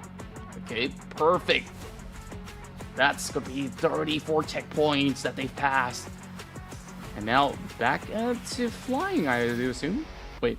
It's a cannon stage. It's a cannon stage. So you gotta line yourself in the cannon for 3 seconds. Just now was the fireball stage. It was the speed was set very low, so the cannonball, the fireballs did not spawn. They managed to just move on through. And right now, 37 minutes. They're extremely close to actually finishing. They make it. I was kind of concerned. Okay, it shouldn't be all too problematic. And now, on to the final checkpoint. Oh, they gotta time it well. Okay, perfect, absolutely perfect. Now there's a jump up ahead. Okay, sharp turn. There we go. Right, now spikes they need to worry about. These are water spikes on a very thin line, so there's no way you can avoid right and left. Oh, okay, they still make it. They're going strong. They're on their final checkpoint here, ladies and gentlemen. And Team Anna, they will be the first one to accomplish 36 checkpoints so far. And they're still gonna go even further than that. Okay. Yeah, this is the home stretcher. So every single obstacle that you've seen so far is going to be going at them. But most of them, they just need to worry about this first, right? You got to take it one step at a time. Yeah, so far, perfect paddling speed. So they should be able to row all the way towards the end, but you see it's a very long stretch. It's going to be a big jump onto the currents. More multi-jumps up ahead as well. Yeah, there's going to be jumps. And then there's going to be even more, just slightly a bit more to go. You know, you just got to loop around. And Team LaCTR, they're 27 out of 36. They're second place, but they're still so far away. These currents are extremely hard to navigate, but these girls, their synchronization is on point, man. Team LaCTR just perishes once again throughout that door current stage that they are on. But right now, Team Anna, there's just a button away from the home stretch. Oh, just a couple more turns. There we go. Team Anna, after such a long run, they finally slotted down, but they are still the undisputed champions here on the category of paddle, and you can feel their ecstatic joy just beaming through their faces right now. Meanwhile, Team LaCTR, they know they were so close, but yet so far. They were second. It's not too bad. Team Anna got second as well. And now it's just dropping places, right? Team Anna, Team LaCTR, they seem like the top contenders. They seem like, they've done their homework. Team LaCTR, they know they're playing GeoGuessr tomorrow. They brought their GeoGuessr brains in right now. Paddle. Team Anna brought it in. The rest of the teams, well, they were struggling just a little bit. They wanted to wing it, but paddle is a lot on the synchronization, is a lot on the memory as well. If you answer those questions correctly, you can make it in one try. Yeah, that's absolutely great chemistry coming in from Team Anna that really sees them really beeline all the way up ahead. And there we go, the celebratory dance. You can upload that onto TikTok up next. Well, meanwhile, I don't think it feels all too bad to be in Team LaCTR's shoes because they're still going to be heavy contenders to chase up against Anna up next since they both get to go on the power rolls. Yeah, meanwhile for Team Vincent, they were stuck on obstacle 9 for quite a long time. You can see that Son is a bit crazy. His hair is all disheveled at this point. But yeah, Team LaCTR, they're taking the W so far. I believe this is they're second place, right? They're second place. So yeah, not too bad, not too bad. Yeah, overall, pretty decent one for a majority of our teams out there. But of course, it was quite the struggle for them to really navigate if it's going to be their very first time playing Paddle. Like you said, some, of course, first-time triers did not even make it past onto 5 checkpoints. Meanwhile, Team Anna, I wonder how many hours did they actually grind up to Paddle to be so proficient. You could absolutely tell that this wasn't exactly their first time. Meanwhile, some of them are feeling a little bit disappointed that they couldn't really make the top 5 cut. But hey, there's still more games to go. And of course, let's take a glimpse onto some of the golden moments of Paddle yet again. Yeah, take a look at the deaths coming through Team Anna. This was one of the few deaths, right? Very uncharacteristic of them. Pak Pulong, they found themselves at this obstacle multiple times. And yeah, you can see that he's clearly stressed. Team Vincent, well, they were a bit lost. Team Anna, they knew where to go, but they just couldn't do it, right? You can see who's on the controls. It's Anna Baby and Mishi. They're both extremely well done, and the rest of the team, they're just fanning them. They're just being their support characters at the back there while they're doing all of this. Team Melcassie so close to the checkpoint, and they just lost it. Yeah, a little bit of moral support absolutely goes a long way. I definitely caught a glimpse of Pak Pulong praying to God, like, please let me pass. And we absolutely do feel for him overall. And of course, that being said, that wraps up our second round of the game. So we're going to be going on to the dice rolls real soon for our Creator Rumble. So Team Anna now gets to get her hands onto the first dip. So you saw how many millions of rupiahs richer did that actually get Lazetir in the first round, and now Team Anna might be earning big. Yeah, Team Anna right now, it's right at the top, right? But it's always about who's at the top and who's at the bottom. We saw Team Daniel, they were struggling with GeoGuessr, and I believe they were struggling with Paddle as well. We saw Team Fanny at the button multiple times. They couldn't get a hang of the door, and that was just very frustrating to watch. I bet it felt very frustrating for the team too, but whether or not they can make a comeback, there's still much more games to unfold for WCG Festival. Later on, we will have more games, WASD Adventure Tory, where all the members will be involved. All 4 members will need to play, and then we have the web game relay as well. It's a series of 3 games where they need to come up on top every single time. Yeah, they really gotta strategize on who's the most proficient on each respective relay games, whether it's Walk the Store or if they're gonna be really good at Petri IO. There's also Slitter IO that's gonna be pretty fun, where you just gotta eat your way to the top. So I'm definitely looking forward to some of the relays. But of course, up next was the Adventure Tour.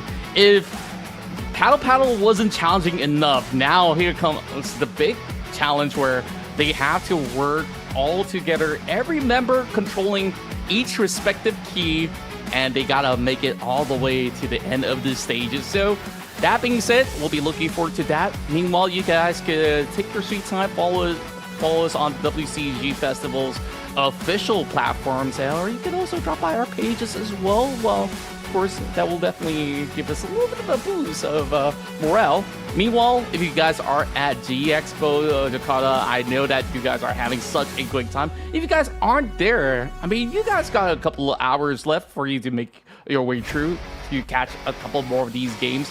And the Creator Rumble so far just allows all you guys to not only make more friends, but also to be part of the action as well. When we started off the day, as much as it wasn't on cam, there was even the segment with the influencers playing with the audience. So if you guys miss out on that, tomorrow's your chance once more. All right, so we'll be hearing from the main stage before the Creator Rumble. We'll be going back to the stage at the live venue, and we'll see you guys just in a little bit. Luar biasa sekali, apa sih yang pengen ditunjukin?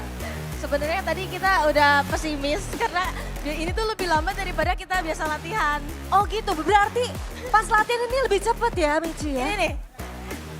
Oke, boleh ditunjukin ditaruh sini, di sini, sebelah sini, boleh? Ini biasanya kita time-nya segini. Tapi awal-awalnya kayak banyak mati-mati, ya karena nge-lag juga. Tadi soalnya kita sempet komen juga kali ini nge-lag semua. Nge-lag kan, terus ternyata emang nge-lag semuanya juga. Terus kita udah kayak, aduh udah gimana nih nge-lag kan. Kita udah stres banget. Kita udah kayak sampai sempat marahin satu sama lain juga. Oh gitu, jadi sempat ada pergocekan ya di sini ya. Pergocekan dan percikan-percikan emosi. Wah sampai jatuh guys ya. Saking semangatnya. Oke lanjut Anda silakan. Ya karena ini. Oh ke bawah hype gitu ya, karena ke bawah hype. Overhype tadi ya. Tapi biasa lah ya. Masih ini kan, masih akur lagi kan sekarang. Akur ya. Masih sama ya untuk ikatan persahabatan ini ya. Walaupun ada percikan-percikan yang luar biasa ya. Terlihat senyumnya pada bagian support. Kita support system aja. Aduh, bagian support system aja. Gimana nih untuk persiapan di Creator Rumble nanti? Jujur yang next stage-nya kita kayak nggak tahu deh. Kalau setelah ini nanti apakah bakal mengejar ketertinggalan kalian di mana kan di Creator Rumble di next round, di last round itu kalian benar-benar dicolong tadi katanya ya. Apakah ingin membalikkan keadaan? Ya karena kita maju duluan, kita bakal nyolong balik. Bakal dicolong-colong ya. Oke, baiklah kalau begitu. Ada yang ingin disampaikan mungkin untuk tim-tim yang lain? Boleh langsung ngomong ke kamera. Silakan boleh berempat di sini. Oke, lihat ke kamera. Mic-nya boleh di tengah. 3, 2, 1. Ingin sampaikan apa nih? Semangat semuanya. Semangat semuanya. Oke, baik. Sekali lagi marilah kita berikan tepuk tangan untuk tim Ana. Luar biasa sekali teman-teman, boleh langsung bersiap-siap, boleh duduk terlebih dahulu dan itu dia ya, kita sudah melihat semangat-semangat dari teman-teman tim Ana benar-benar luar biasa banget. Tapi sepertinya kita akan langsung saja mengembalikan kepada caster yang sudah ready di sana. So casters, take it away.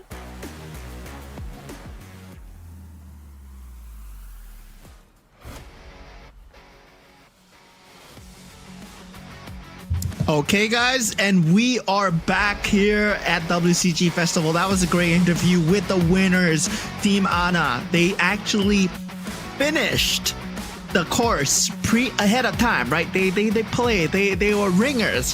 They already practiced before. It was 36 minutes for them.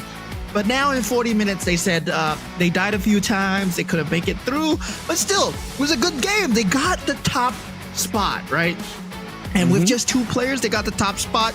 You can see the rest of the content creators, they're raring to go for the next few games. This Creator Rumble, it's still the dice. It's the luck of the rolls. Anything can happen in this board here. True enough. Meanwhile, of course, some of the top teams coming in for Paddle will be at least getting that good surge of the power roll. Let's take a look at the standings once again, as Team Ana have definitely made it pretty much onto the furthest distance in a sense. So they will be the one to be the first one to roll with only 19 deaths, whereas we see hundreds of deaths coming from maybe even the other teams out there. Well, of course, they've been resilient. So that being said, Team Ana now goes on to potentially the power roll. So we're going to be having a good look onto what number will they be landing on this time around. At Team Ana, currently now standing at 76 cubes. They'll be choosing 2 paradise for themselves. They roll themselves a 10 straight into the minus roulette. Oh no, this is not good. So this means you move backwards depending on what number you roll, right? So you're not the furthest, but might still be good. So you -5. So technically they rolled a 5. They roll back, they find themselves back on 16. So 16 here is also a warp tile. So they're gonna be teleporting with someone behind them, which is Vincent. And what an unlucky turn of events here. So they're gonna be swapping places with Vincent. No, Vincent is all the way in 6th place. And they pay a toll. no, this talk about luck. Talk about luck. It's just bad rolls after bad rolls. And somehow Pulong did make some money out of it, so that's not too bad. And for all of that effort, through paddle, they ended up back at that 6 tile. I feel like that absolutely hurt them a little too much, no? Sidaiban now rolls in 11, gets all the way to 17, so he is going to be the one furthest up ahead. Meanwhile, Lazetier, if they are lucky enough, they will be able to avoid some of all these tough spots, like the one that Anna did land on that minus tile. Oh, they roll themselves a 10 as well. This is a minus roulette. So let's see where this lands them, right? If it's a 5 again, if it's a warp again, it's gonna be horrible for the leaders of the leaderboard. And oh, it's a -6. Well, so they find themselves at tile 15. Yeah. Okay, at least that's clear. So they don't really swap positions.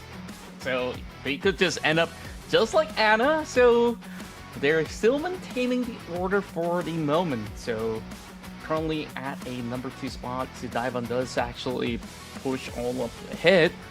Meanwhile, another 11 dice. And this is going to be cleared.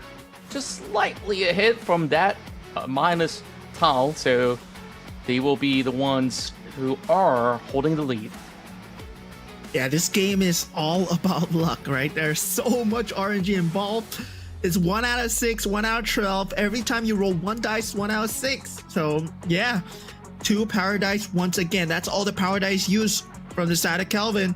They're going with the 11 here. And let's see where this lands them. They land themselves in another dono pile. So they will have to donate 10 cubes, but still, they could have been sent backwards. So that's I guess that's good. Maybe you hope to land in the donation bank. Yeah, I would say if I'm Team Kelvin, I'll take those. I don't want to be reversing all the way down and pay somebody else a toll. So that's pretty A-okay. Meanwhile, a natural tenor coming out. So Kwachi, what would that be? Okay, so yeah, that's a toll. Okay, at least they're tied for first in that sense. Yeah, so they're tied for first, but you do have to pay Team Archer a toll. So currently, the cubes, Lazetier is still at the number 1 spot for the cubes. But in terms of just spacing, right? Archer and Kwachi are all the way in front. Meanwhile, Bobachot now gets a little lucky number 8. And where does this actually place them? Okay, they got themselves a warp. Do they propel ahead? Oh, they swap with Kwachi! Oh, man. So they need to pay a toll. They need to pay a toll, but they go ahead. And does that mean that Kwachi gets to warp as well? Okay. That's not too bad. Not too bad. So now we have 3 teams who are at that 22 tile. Is there going to be anyone that does actually shoot even further up ahead?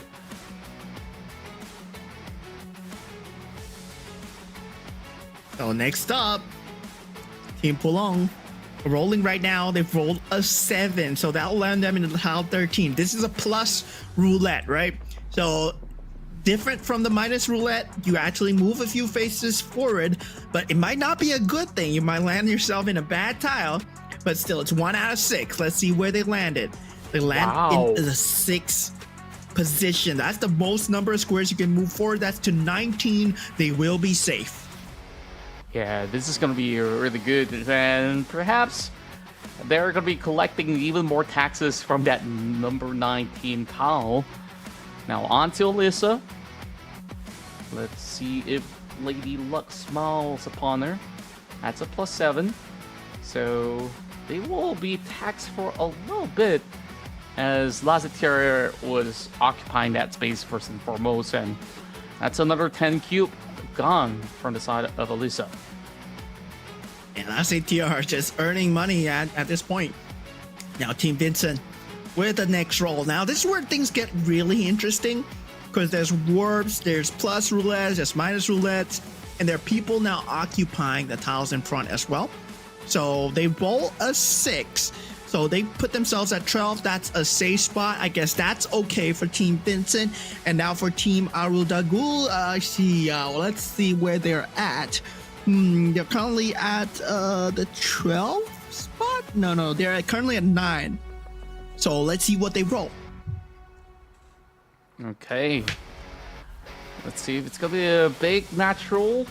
It's just going to be a 6, and I believe that's another toll being given towards Lazetier. Man, these guys are earning bugs every single round. Yeah. So, Lazetier, I think by now, he's probably going to stop counting cubes because all he knows is just collect whatever's given, you know?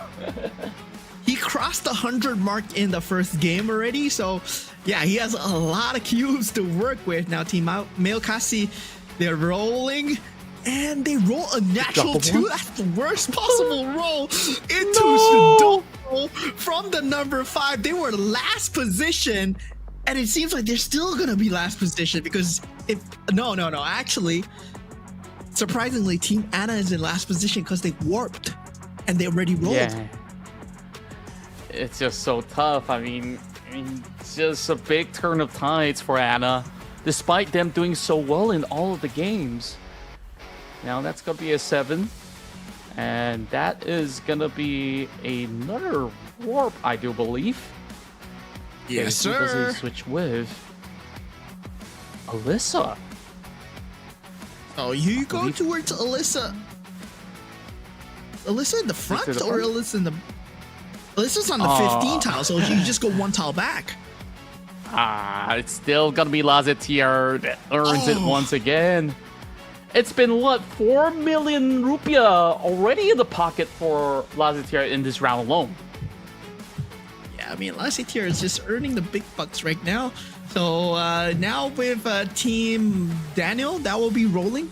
So Daniel, Fanny, and Nana, they didn't really do too well, but, you know, when it comes to the board, it's all about luck, right? It's all RNG. Whether or not you're good with the dice, whether or not you manage to just redeem yourself with a great roll. Now it all comes to this. Team Daniel taking the roll here.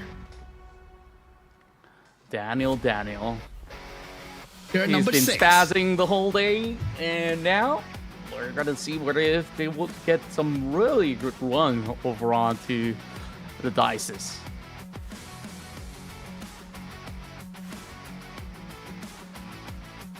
Seven. So that's 13. That's a plus roulette. We roll once again, right? Okay. Now, what's it gonna be? Early on, we see a 6 being added. I believe that was to Papalong. This time, it's gonna be 3 spaces, and it's another warp.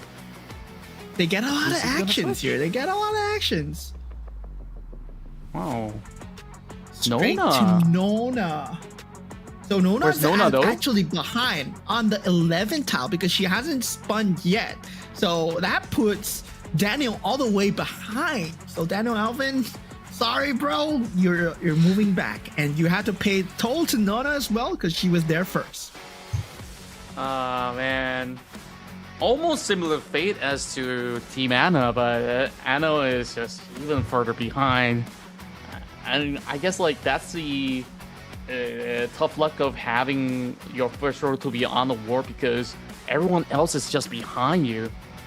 Meanwhile, yeah, Team Fanny finding themselves in the plus roulette. Yeah, so that there will be another spin here. Now, this is interesting, right? Because they're one of the last few teams to roll this. Oh, they get a +2, so that means they're gonna get taxed by Lazetier. Once again. Last round, I can't recall whether it was like, what, 7 players landing on Lazetier's tile or so. And now they continuously collect more and more. I kind of want them to pan the camp over to Team Lazetier. How exactly are they feeling about this situation? Because right now, we see a lot of sulky faces across the board because they're running out of cubes eventually. But not too much for the side of Lazetier. They got cubes for days. Oh, Nona rolls a natural 12 into the donation bank. This secures her 30 cubes straight off the bat. Team Nona just took away the money from the donations. So yeah, that's gonna be great for them. But if you take a look at Team Lazetier for the standings at the moment, they're currently 146 cubes. That's way ahead of the pack. That's a lot of money, folks. Plenty of money, and Team Nona absolutely clutch it despite being the last one to roll. So I guess it's some people say nice guys finish last. I would say the nice girls finish all the way up front by getting not only the furthest tile but also cashing out on the bank. I feel like that's the best case scenario anyone's ever gotten here on round 2 of the Creators Rumble. So that is currently the current storyline. We see the tables absolutely turn haywire in this round itself. So I can't wait to see what happens on round 3. But hey, we still got another game to go. And of course, before that, I believe we do have a little bit of breathing space. But just checking in on you, Mo, man. How are you feeling so far throughout, all these Creator Rumble rounds and also the game so far? Currently, it speaks to me that the games that they play, it does secure them the tiles, but they need to strategize even more on where they might land in, right? If you roll 2 power dice, you might end up like Anna, right? Where you roll into that minus roulette, into the warp tile, all the way into the back. She's at position number 6 on round 2 on Creator Rumble. And that's something that's really unfortunate. It's very unforeseen because there's a very little chance of that happening. And it happened to Team Anna, despite the fact that they did so well in the game. And yeah, it came to bite them in the back. Even if they rolled a standard dice, they rolled a 10, it could have happened as well because there's 1 to 6 on the 10s. But this won't happen tomorrow because in the Creator Rumble Global, we will have control dices. So what does the control dice do? It only rolls a 1 or 2. So you can choose your spot. You can choose where you want to go to a certain extent. Yeah, and that gives them a little bit more of a firm hold onto not landing onto those kind of spaces where it's a detractor that rather than, giving you a little bit more of that edge. So I guess it really does come in handy when you do have that control die. And for the moment, it's kind of random. It's a free-for-all, right? Even if you're on those normal dices, you still could have possibilities of getting your hands onto those high wealth tile kind of run with, double 6s overall. So I think right at this moment, teams are just hoping that they would just land on something neutral rather than, of course, getting punished for going on to certain power-ups because it could just turn out like how Team Anna did. They played so well, but it's just very, very rough on what the Creator Rumble could actually just cause all that momentum to just subdue in an instant. Yeah, but they're not out of the woods yet, right? There's still a lot of rolls to be done. There's still 2 more rounds remaining in the WCG Festival for the Creator Rumble. They will have to play WASD Tori. So they will have to play the Adventures of Tori later on to find out who gets to roll first, who gets to roll last. And afterwards, we have the web game relay as well. They'll be playing a medley of 3 different games. They'll be playing, I believe, Walk the Stork, Tetra.io, also known as Tetrio, and Slither.io as well. So they gotta send their best players forward. And I mean, at this point, anything can happen in the Creator Rumble. The dice is all luck, ladies and gentlemen. You might be first, but it only matters in the first few rounds. Right now, it's anybody's game. Yeah, truly it is. And oh boy, I think this is just the first taste of what is up ahead on those global round of the Creator Rumble, right? So this is 50 tiles, but I believe in the global, it is going to be 60 tiles instead. So we're in for quite a treat, I would say. But at this moment, I think like teams, they are getting through, you know, some of the difficult parts of the game where we started off with, you know, we just completed paddle, and even previously on the GeoGuessr, it wasn't an easy task to actually guess it correctly. WASD, so long as there is certain chemistry or comps formula that they stick to, it should be decent for them to actually maneuver across. And then the relay is where, you know, you just put the player with the most proficient, put them on the most proficient game, and they will be scoring huge. So I think like a lot of these creators are definitely looking forward for that. So let's, of course, take a look at the overall standings as we finally tabulate it up. Team Nona, they only got 76 cubes, but they are right now at that podium spot on location number 23. I mean, at this point, the one with the most cubes is still Team Lasse TR. They're sitting at 146 cubes because they managed to tax everybody. And if you take a look at the team that won Paddle, they are all the way in last place. Team Anna, 66 cubes at location number 6. They want to finish first as much as possible. And yeah, that's something that, you know, can happen with the Creator Rumble. But at this point, right, it's the dice has already been cast. And the rest of the teams, they need to get together for WASD Tori, because right now, there's a lot more warp tiles in front. There's a lot more donation tiles in front. There's a lot more roulettes in front as well. Something that we have not introduced so far is the 10-10 roulette. So you can either get a -10 or a +10. And 10 on top of something that you just rolled, it can change a lot of the circumstances on the Creator Rumble board. Indeed, and you know, there are still plenty of all these chances. You know, Anna did land on that warp tile that kind of sent them backwards, but what if now they can find a redemption story? They still have another try to maybe land onto the warp tile again, and who knows, she might just end up swapping with Nona and regain that #1 spot. We will have no clue, but of course, all down to the luck of the draw, and I do believe that we're going to be moving in for a little bit of a short break, and then when we do actually bring it back, we're going to be prepared for our upcoming round of WASD Adventure of Tori. Now, Moment, we've seen just about enough of how these creators have worked together. Now, earlier was, you know, a tandem, a duo squad. 4 players.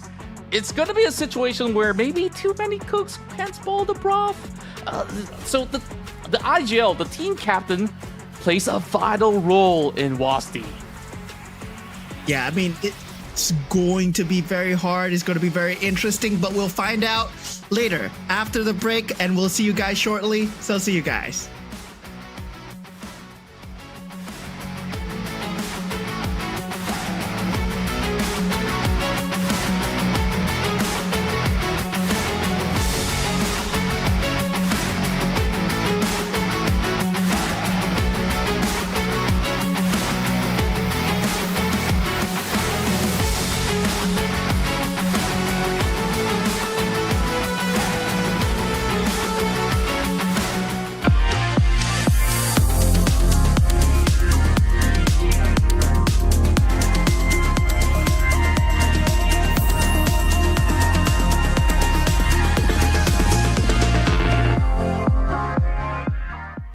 Top up tercepat, termurah, dan terpercaya. Prosesnya nggak pakai lama, cuman 1 detik.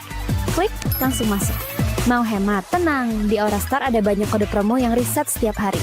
Jadi kamu bisa top up kapan aja dengan harga paling ramah di dompet. Dari Mobile Legends, Roblox, Free Fire, Genshin, Valorant, sampai isi pulsa, semua bisa kamu dapetin di satu tempat tanpa ribet. Aurastore.com, tinggal klik beres deh.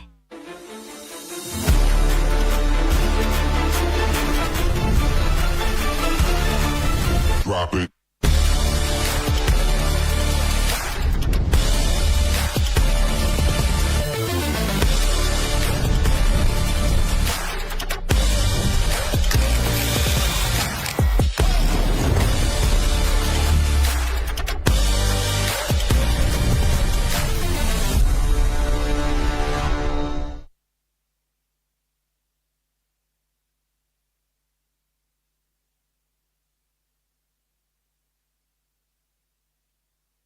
속에 피어난 소원이 바람 가득 밀려와 잠들어 있던 나를 깨운다.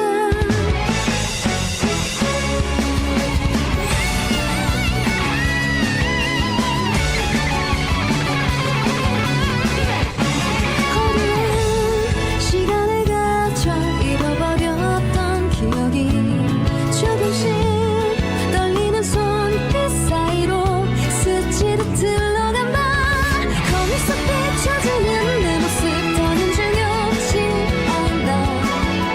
다시 오지 않을 이 순간을 절대 놓지 않을 거야. 끝없는 내 걸음 아래 사라진 희망의 끝 붙잡고 Fly too high, fly too high 날아보는 거야. 결코 이루지 못할 꿈을 향해 멈추지 마. 달려가. 외치는 내 목소리가 하늘에 닿을 때까지.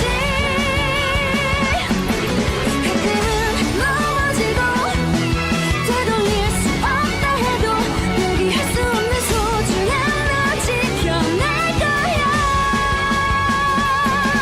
가끔은 넘어지고 되돌릴 수 없다 해도 포기할 수 없는 소중한 너 지켜낼 거야.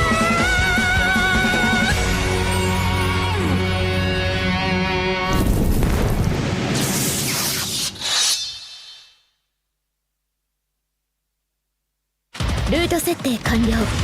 戦艦降下します。迅速に接近中。モンスターです。汚染度が高すぎます。ダメダメ。ファーストは死んだ。早く彼らの緊急機関を。これは想定外ですね。私はみんな漆黒の中に刻まれる罪。準備です。やろう。今日はここ。散りなさい。カオスゼロナイトメア。すべてのカオスをゼロに。村を燃やしたのは化け物でもアンデッドでもなかった。魔人との戦争中にも人々は互いに攻撃し合っていた。制約の継承者様も他の契約者たちもこの村を守るの。みんなすでに傷だらけだった。黒い狼、傷だらけだ。何かを訴えかけるような眼差し。もしかしてあんたが私を呼んだの？そうだ。我が汝を呼びし者。人の子よ、我を助けてくれぬか。秋おじさん、おじさんはどうしてこんなに傷だらけになってまでこんなことを続けるんですか？この世界の明日を見たいんだ。そのためなら何だってやる。たとえそれが人間の道を外れることでもな。秋おじさん、待っててください。私も必ず秋おじさんみたいな英雄になってこの世界の明日が何なのか一緒に見てみせますから。死者の魂を冒涜する存在の気配を感じる。カイロ、絶対あいつの仕業だろうな。お前が噂の女なのか？自己紹介でもしないか？王女たるこの私の名を知らず訪ねてくる者など初めてのこと。頼むぜ、死神王女殿下。皆様、お会いできて光栄です。エルブリスの封建に選ばれた指導者イセリア様です。封建の主が命じます。ランブライアの外への出征を許可します。ようやく本性を表したか。死神の導きに背き衛星を貪る自分勝手な者どもめ。さるみんなの行く道を光で導く。あなたたちにとっては死すらも慈悲に等しい。今こそこの身を盾にして大切な者たちの犠牲を止めてみせます。たとえそれが刑事であったとして。アキ、ヘカテ、避けて。お祭りは村のみんなはどうして私こんなところに一人なの？どうか村のみんなを助けて。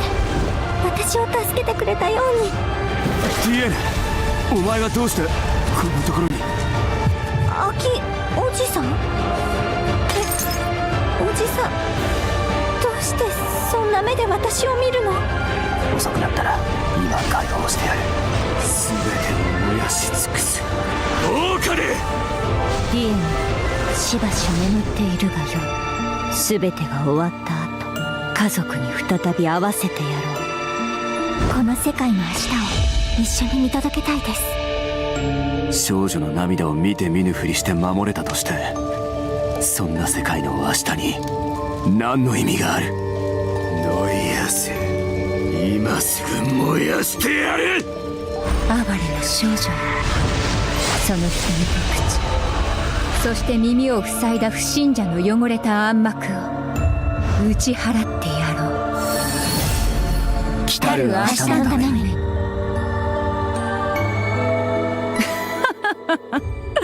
失笑に耐えぬ自己欺瞞であるな。 If you wanna pass through here, you're gonna need to pay up.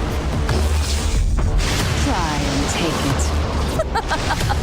It's funny, really, the vanity of your struggle.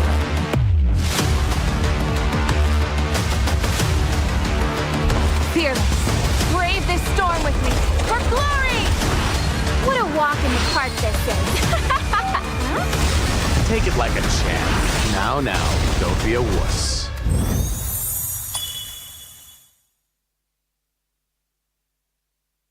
Dynamic combat. MMORPG Lord 9. New opportunities arise with the new world. First new server, Media.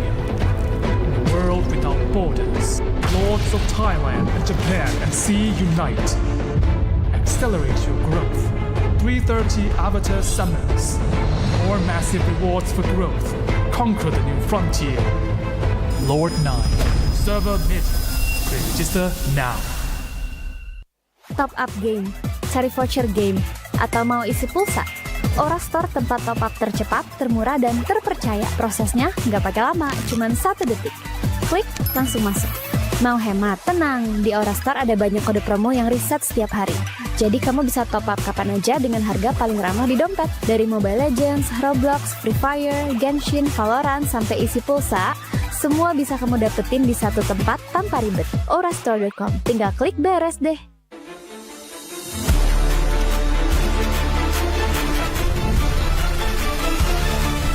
Drop it.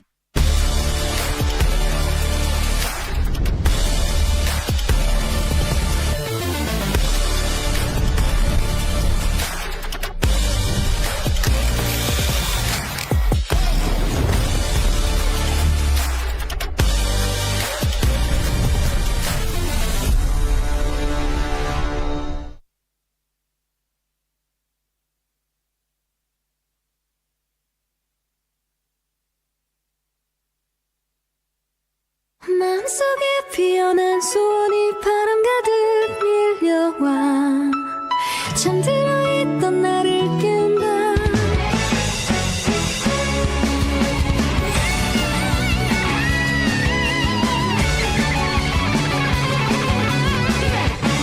어두운 시간을 가져 잃어버렸던 기억이 조금씩 떨리는 손끝 사이로 스치듯 흘러간다. 거울 속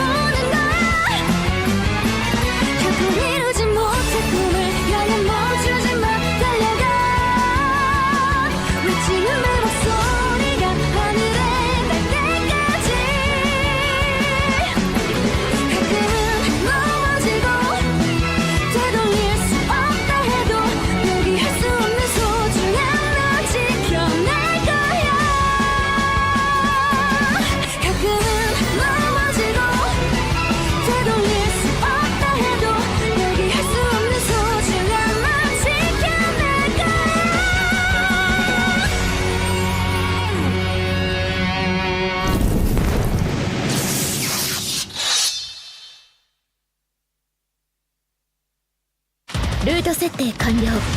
戦艦降下します。迅速に接近中。モンスターです。汚染度が高すぎます。ダメ。ファーストは死んだ。早く彼らの緊急機関を。これは想定外ですね。私は漆黒の中に刻まれる罪。準備で即やろう。今日はここ。散りなさい。カオスゼロナイトメイン。すべてのカオスをゼロに。村を燃やしたのは化け物でもアンデッドでもなかった。魔人との戦争中にも人々は互いに攻撃し合っていた。誓約の継承者様、他の契約者たちもこの村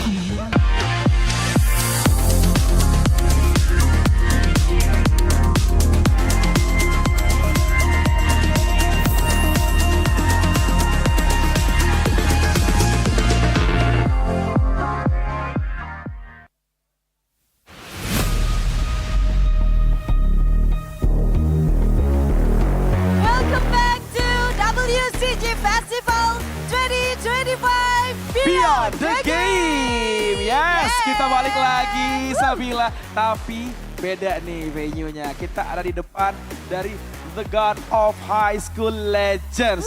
Dan aku penasaran sebenarnya ini nih game apa. Yes. Kita sudah bersama perwakilan dari God of High School Legends. Ada Bapak Hansol ya. Bapak Hansol. Boleh diceritain sedikit gak? Ini sebenarnya game apa gitu? Karena tadi baru launching juga kebetulan ya? Kita baru akan launching next year sih. Next year. Tapi ini perkenalan dulu nih. Perkenalan dulu. Announcement. Announcement, oke. Oke, baik. Kira-kira bisa di-spill nggak nih? Di bulan-bulan apa untuk launchingnya nih? Untuk sementara kita cuma bilang early sih. Early. Oke, berarti mendekati ya. Dimana kan ini kita udah mau ganti tahun. Ditungguin aja makanya ya. Segera. Oke, segera. Tapi sebelum itu di belakang kita juga ada teman-teman cosplayer. Ada Kameam dan juga Fidel. Hai. Luar biasa sekali. Ramai banget soalnya dari tadi booth-nya luar biasa. Betul sekali ya. Dan kita penasaran nih, ini sebenarnya genre gamenya itu apa nih Pak? Genre game kita mungkin bisa dibilang sebagai turn-based RPG. Turn-based RPG. Menarik banget ya. Ini menarik banget sih ya. Menarik jadi penasaran dan gak sabar sih. Early-nya ini early apa? Yes. Earlier atau early mon?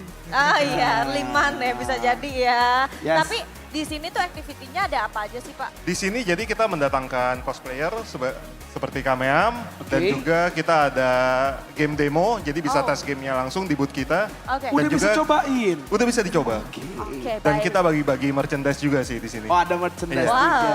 pantes ya, ramai banget karena seru banget aktiviti yang ada di sini. Berarti nantinya itu untuk gamenya sendiri akan launching di mobile. Betul, kita mobile game. Mobile game. So teman-teman pecinta mobile game ya langsung saja merapat ke sini. Karena bisa langsung coba juga untuk gamenya kayak gimana. Biar kalian tuh udah kebayang nanti pada saat launching tinggal langsung download. Betul, tapi caranya buat dapetin merchandise-nya nih gimana? Jadi untuk dapetin merchandise kita ada beberapa cara sih. Seperti follow dan share di sosial media.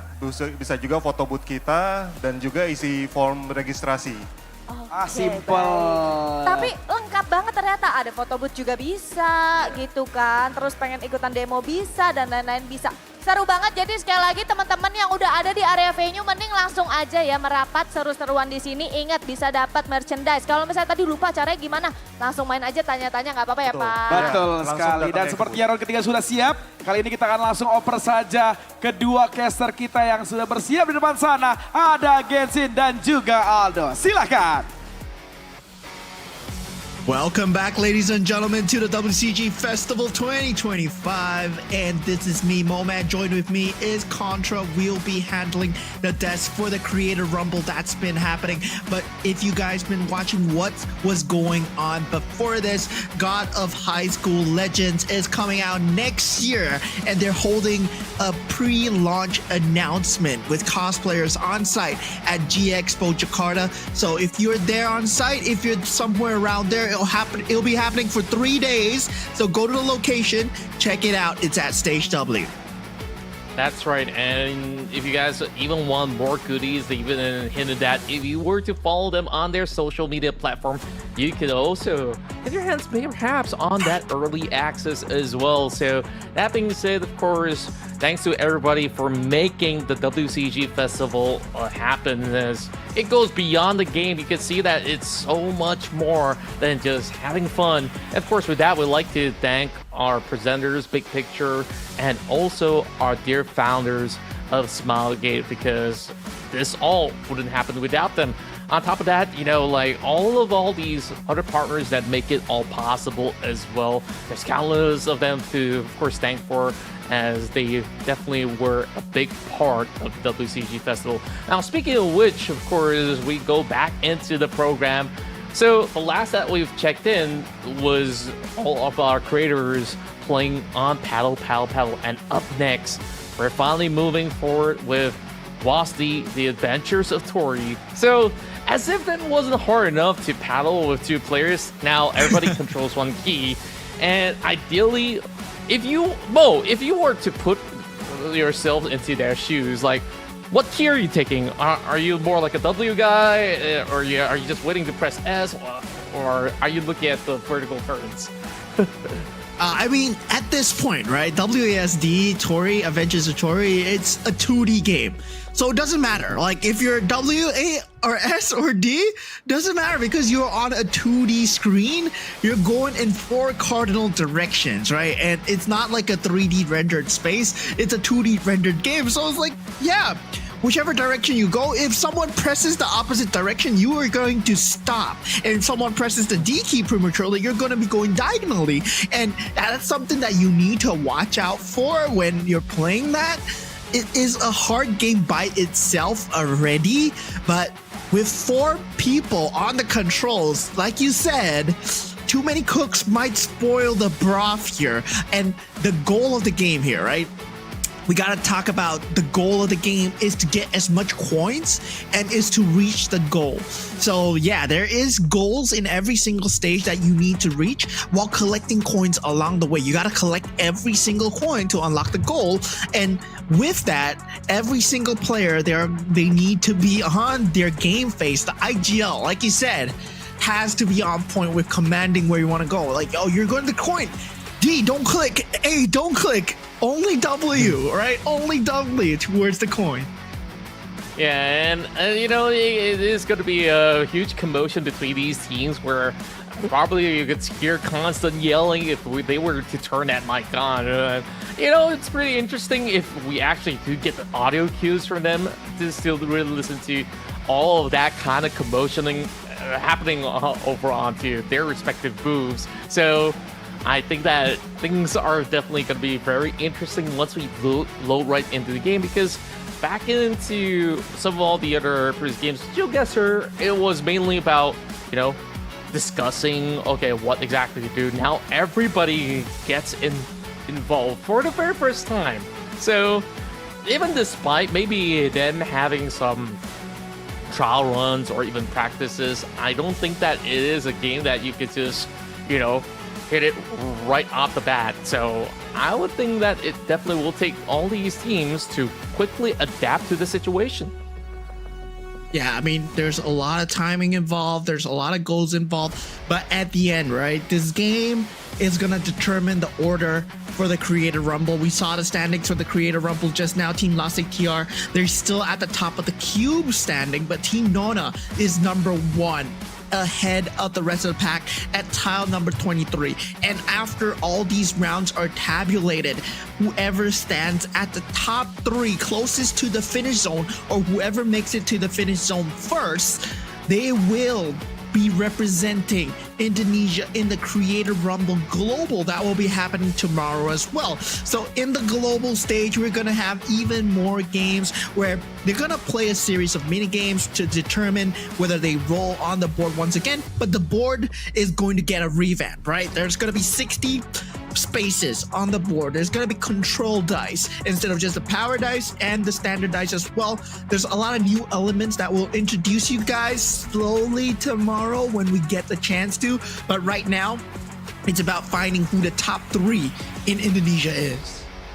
That's right, and so long as they make it to the top 3, they'll be playing for a whole lot more cash prize as well. And I would definitely say that a lot of these teams, they were just having fun while they're also making big paychecks at the very same time. Lazetia, you saw how tryhard they were back in GeoGuessr. They were also maintaining the order even in Paddle, but this is going to be a different ball game in WASD. The rules are right now right in front of the screen, so the objective is to, of course, get to the high stage and fastest time reaching the mentioned goals within the time span of 40 minutes. The team that reaches the highest stage within the time limit is declared the winner, and of course the ranking is determined by the highest stage being reached. And if there is a tiebreaker, then it depends on the lowest death. This is very similar as in comparison to what we've witnessed back in Paddle. Yeah, definitely all teams will be ranked on how far they can go, but right now it's a lot on the teamwork, right? We saw the teamwork coming through from Team Anna. They did their homework. I like teams that do their research on the games. And Team Anna, well, they were punished for it by getting first and just getting the minus roulette and then warping at the end. But still, right? If you make it throughout the games, you still go get a lot of cubes. Every time you win a game, you get a certain number of cubes as well. So this all adds up. If you win all 4 games, you get like 120 cubes in general. So you're gonna have a high cube count. You can still walk away with your heads held high at the end of the day, even if you don't make it to top 3. True enough, I mean, there's just so many different kind of circumstances that will present itself once they do roll the dice on the Creator Rumble. But at least they can control their fate. If they really want those high rolls, then they could just aim for a podium finish onto some of these games like Velocity right at this moment. And if they're just hoping to just leave it to chances, sometimes you can even get the high rolls through those normal rolls, where we've seen a couple of all these creators, they've been able to do so. And maybe some of them are just hoping that, okay, we just want steady progression. Don't roll me anything above 7, because either I'm gonna get taxed by Bulong, I'm gonna get taxed by Lazetia, because they always get the nice averages. So I've done a little bit of reading as well, and I've played some board games myself to know that, okay, if you roll 2 dices, there are certain numbers that is a very high possibility to hit, like say 6, 7, 8, as well as 9. These are those that has like maybe 3 to 4 odds of you hitting it through the dice rolls, just by average. So hence why you're seeing a lot of all these players, they're pretty much landing onto the same tile. Yeah, I mean, at this point, it's all about whether or not you're finishing at the end or whether or not you're getting told, right? There are a few things that you can't avoid in life, and it's always death and tolls. So taxes, tolls, same thing, and they still need to pay them if you do not place first. But interesting thing is, right now, if you are all the way behind and you place first, let's say Team Anna places first, and you roll like a 12 and you place yourself in 18, yeah, there's someone on that tile right there. And yeah, even if you place first, it doesn't matter anymore. It's all about the consistency of these dice rolls as well as the consistency in between these games. And for Team Anna to have placed second and first, well, it goes to show, right? A lot of these dice rolls are all about luck and whether or not you can find yourselves in the correct tile. If you can land on that 10-10 roulette that we talked about right before we went on the break, well, that could suddenly change the tides of your luck, and hopefully in a good way, because it is -10 or +10. And then, of course, unfortunately for Anna, it was a -10 into a warp, and that sends her even further down. I mean, it could be a complete opposite where, okay, you +10, and then maybe you get another 10-10 or something like that, and that might just be, what, 20 squares within the span of that one roll or so. So the possibilities are absolutely endless, and, you know, whoever came up with this Creator Rumble, hats off to this man or woman, because overall, it definitely takes a lot of time to craft such a genius idea of a game. Yeah, I mean, at this point, it's all about the money as well. So, yeah, so money, speaking of money, there's a lot of money at stake as well. So there is, of course, 200 million IDR that's at stake for all these creators. So 200 million IDR, right? Let's just go back to global currency, 200 million IDR. How much is that in US dollars? That's around maybe 12,000 US dollars.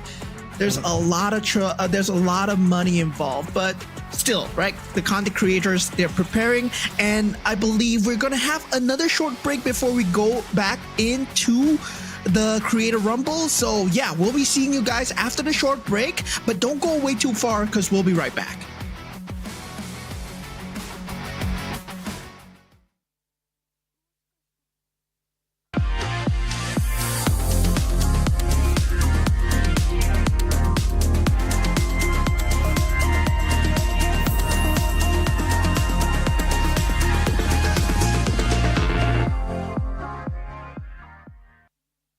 Top up game, cari voucher game, atau mau isi pulsa?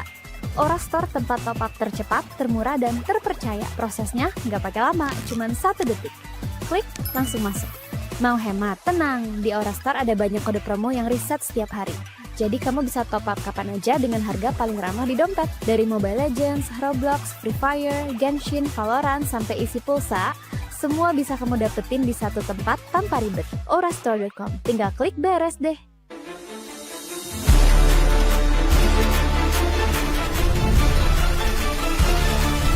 Drop it.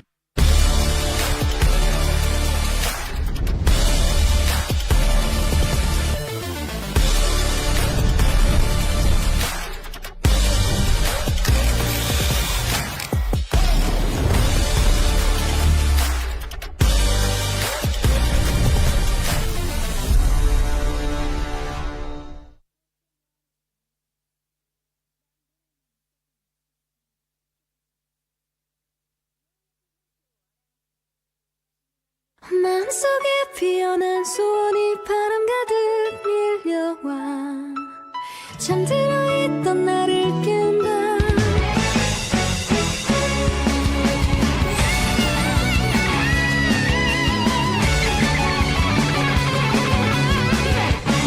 어두운 시간을 거쳐 잃어버렸던 기억이 조금씩 떨리는 손끝 사이로 스치듯 흘러간다.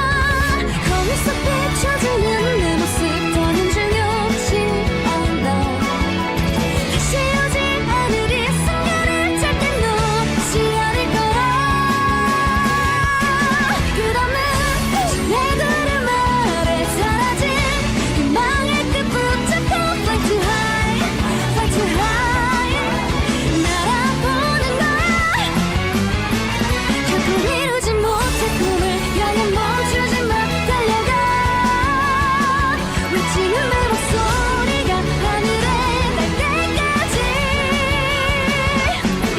가끔은 넘어지고 되돌릴 수 없다 해도 포기할 수 없는 소중한 너 지켜낼 거야.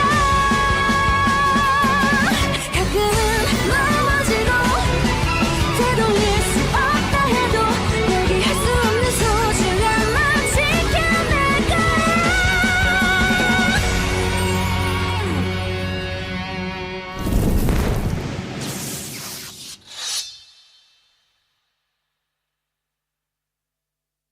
ルート設定完了。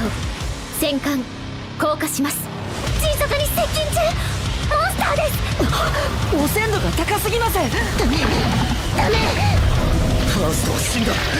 早く彼らの緊急機関を。これは想定外ですね。私神の漆黒の中に刻まれる罪。準備です。さてやろう。両国知りなさい。カオスゼロナイトメア。すべてのカオスをゼロに。村を燃やしたのは化け物でもアンデッドでもなかった。魔人との戦争中にも人々は互いに攻撃し合っていた。制約の継承者様、他の契約者たちもこの村を守る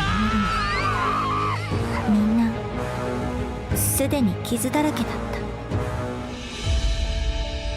黒い狼、傷だらけだ。何かを訴えかけるような眼差し。もしかしてあんたが私を呼んだの？そうだ。我が汝を呼びし者、人の子よ、我を助けてくれぬか。秋おじさん、おじさんはどうしてこんなに傷だらけになってまでこんなことを続けるんですか？この世界の明日を見たいんだ。そのためなら何だってやる。たとえそれが人間の道を外れることでもな。秋おじさん、待っててください。私も必ず秋おじさんみたいな英雄になって、この世界の明日が何なのか一緒に見てみせますから。死者の魂を冒涜する存在の気配を感じる。カイロ、絶対あいつの仕業だろうな。お前が噂の女なのか？自己紹介でもしないか？王女たるこの私の名を知らず訪ねてくる者など初めてのこと。頼むぜ、死神王女殿下。皆様、お会いできて光栄です。エルブリスの宝剣に選ばれた指導者、イセリア様です。宝剣の主が命じます。ランブライアの外への出征を許可します。ようやく本性を表したか。死神の導きに背き、衛星を貪る自分勝手な者どもめ。サル、みんなの行く道を光で導い。あなたたちにとっては死すらも慈悲に等しい。今こそこの身を盾にして大切な者たちの犠牲を止めてみせます。たとえそれが刑事であったとして。アキ、ヘカテ、避けて！お祭りは？村のみんなは？どうして私がこんなところに一人なの？どうかに村のみんなを助けて、私を助けてくれたように。ティエネ、お前がどうしてこんなところに？秋おじさん？おじさん、どうしてそんな目で私を見るの？遅くなったら今解放してやる。全てを燃やし尽くす。狼！リエン、しばし眠っているがよい。全てが終わった後、家族に再び会わせてやろう。この世界の明日を一緒に見届けたいです。少女の涙を見て見ぬふりして守れたとして、そんな世界の明日に何の意味がある？ノイアス、今すぐ燃やしてやる！哀れな少女よ、その瞳と口、そして耳を塞いだ不信者の汚れた暗幕を打ち払ってやろう。来たる明日のために。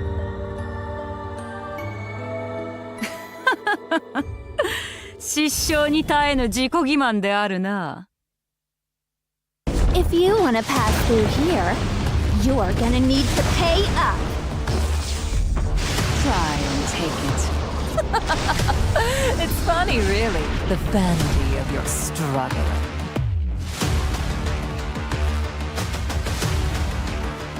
Fearless, brave this storm with me, for glory! What a walk in the park this is. Take it like a champ. Now, don't be a wuss.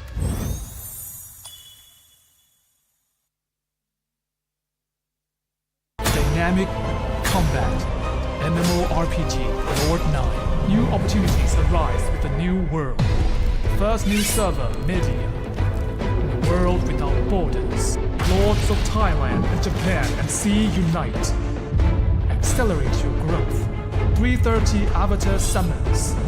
More massive rewards for growth. Conquer the new frontier. Lord 9. Server Media. Register now. Top up game, cari voucher game, atau mau isi pulsa? Aura Store tempat top up tercepat, termurah, dan terpercaya. Prosesnya nggak pakai lama, cuma 1 detik. Klik, langsung masuk. Mau hemat? Tenang, di Aura Store ada banyak kode promo yang reset setiap hari. Jadi kamu bisa top up kapan aja dengan harga paling ramah di dompet. Dari Mobile Legends, Roblox, Free Fire, Genshin, Valorant, sampai isi pulsa, semua bisa kamu dapetin di satu tempat tanpa ribet. Aurastore.com, tinggal klik beres deh.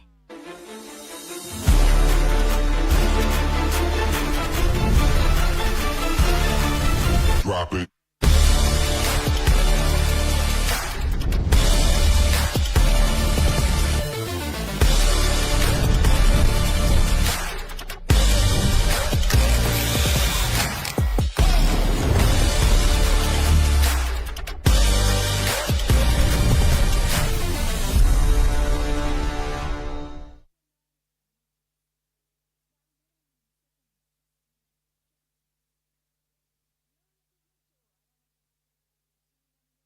마음속에 피어난 소원이 바람 가득 밀려와 잠들어 있던 나를 깨운다.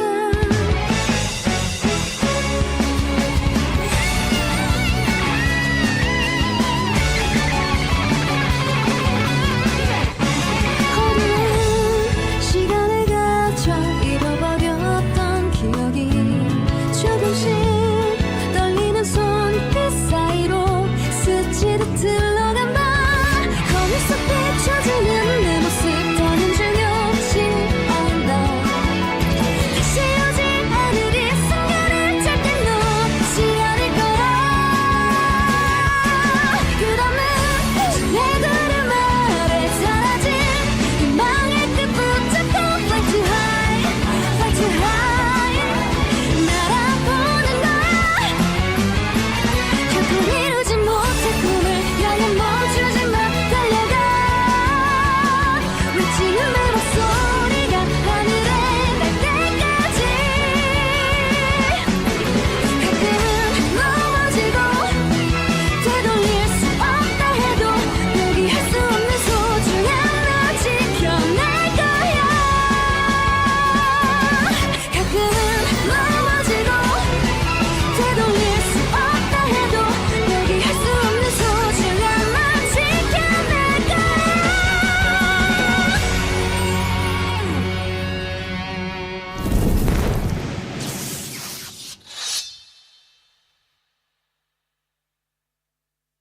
ルート設定完了。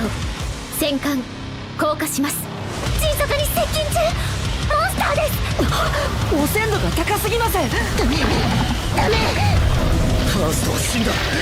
早く彼らの緊急機関を。これは想定外ですね。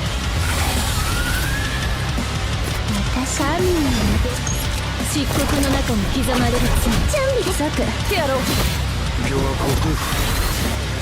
散りなさい。カオスゼロナイトメア。すべてのカオスをゼロに。村を燃やしたのは化け物でもアンデッドでもなかった。魔人との戦争中にも人々は互いに攻撃し合っていた。誓約の継承者様も他の契約者たちもこの村を守るの。みんなすでに傷だらけだった。黒い狼、傷だらけだ。何かを訴えかけるような眼差し。もしかしてあんたが私を呼んだの？そうだ。我が汝を呼びし者。人の子よ。我を助けてくれぬか。秋おじさん、おじさんはどうしてこんなに傷だらけになってまでこんなことを続けるんですか？この世界の明日を見たいんだ。そのためなら何だってやる。たとえそれが人間の道を外れることでもな。秋おじさん、待っててください。私も必ず秋おじさんみたいな英雄になってこの世界の明日が何なのか一緒に見てみせますから。死者の魂を冒涜する存在の気配を感じる。カイロ、絶対あいつの仕業だろうな。お前が噂の女なのか？自己紹介でもしないか？王女たるこの私の名を知らず訪ねてくる者など初めてのこと。頼むぜ、死神王女殿下。皆様お会いできて光栄です。エルブリスの宝剣に選ばれた指導者イセリア様です。宝剣の主が命じます。ランブライアの外への出征を許可します。ようやく本性を表したか。死神の導きに背き衛星を貪る自分勝手な者どもめ。サルがみんなの行く道を光で導く。あなたたちにとっては死すらも慈悲に等しい。今こそこの身を盾にして大切な者たちの犠牲を止めてみせます。たとえそれが刑事であったとして。アキ、ヘカテ、避けて。お祭りは村のみんなはどうして私がこんなところに一人なの。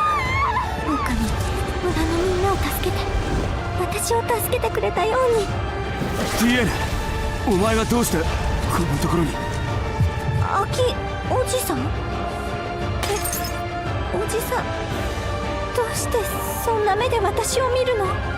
遅くなったら今解放してやる。全てを燃やし尽くす。オオカリ。ディエン、しばし眠っているがよい。全てが終わった後家族に再び会わせてやろう。この世界の明日を一緒に見届けたいです。少女の涙を見て見ぬふりして守れたとして、そんな世界の明日に何の意味がある。ノイアス、今すぐ燃やしてやる。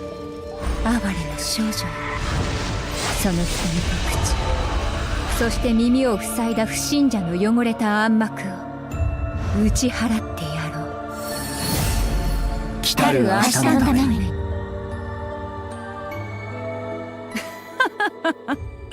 失笑に耐えぬ自己欺瞞であるな。 If you want to pass through here, you're gonna need to pay up. Try and take it. It's funny, really, the vanity of your struggle.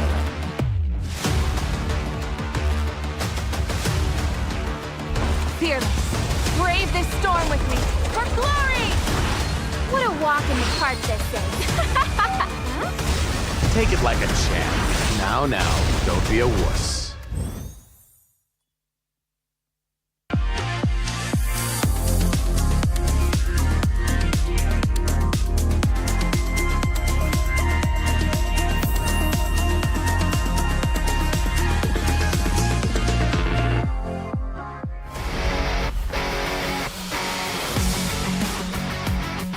Hello Once guys again. and welcome back to WCG Festival 2025. It's Contra and this is Moman, and yes, we are finally back after the break. We had a bit of a technical difficulty, but we were talking about the games, right, Contra? We were talking about WASD Tories, and we were talking about 4 people having to play it. We're talking about the money involved. And would you like to remind our viewers once again what we're going to be doing? Well, of course, we're going to be playing WASD, and on top of that, they are still playing for those prizes as well. Every cube that they have is going to be worth about 100k IDR each. And you saw on those dice rolls where they did end up either paying taxes for each time they land on somebody else's tile. That's like, what, 1 million rupiah gone. Poof, just like that. But of course, WASD, 4 players, they control different buttons, W, A, S, or even B. In order for them to complete these stages, they gotta also collect those coins. So hopefully nobody gets stuck for all too long.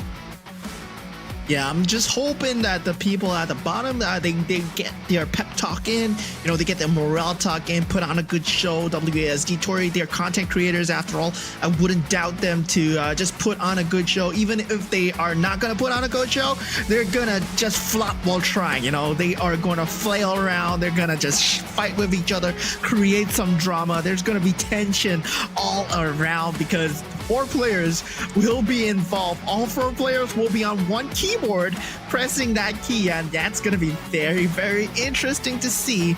And looking at the next game coming through. The content creators are already, look at this amazing stage, right? We saw the slide, the LED slide that, you know, Vincent actually slided down while the rest of the team waited from the below side.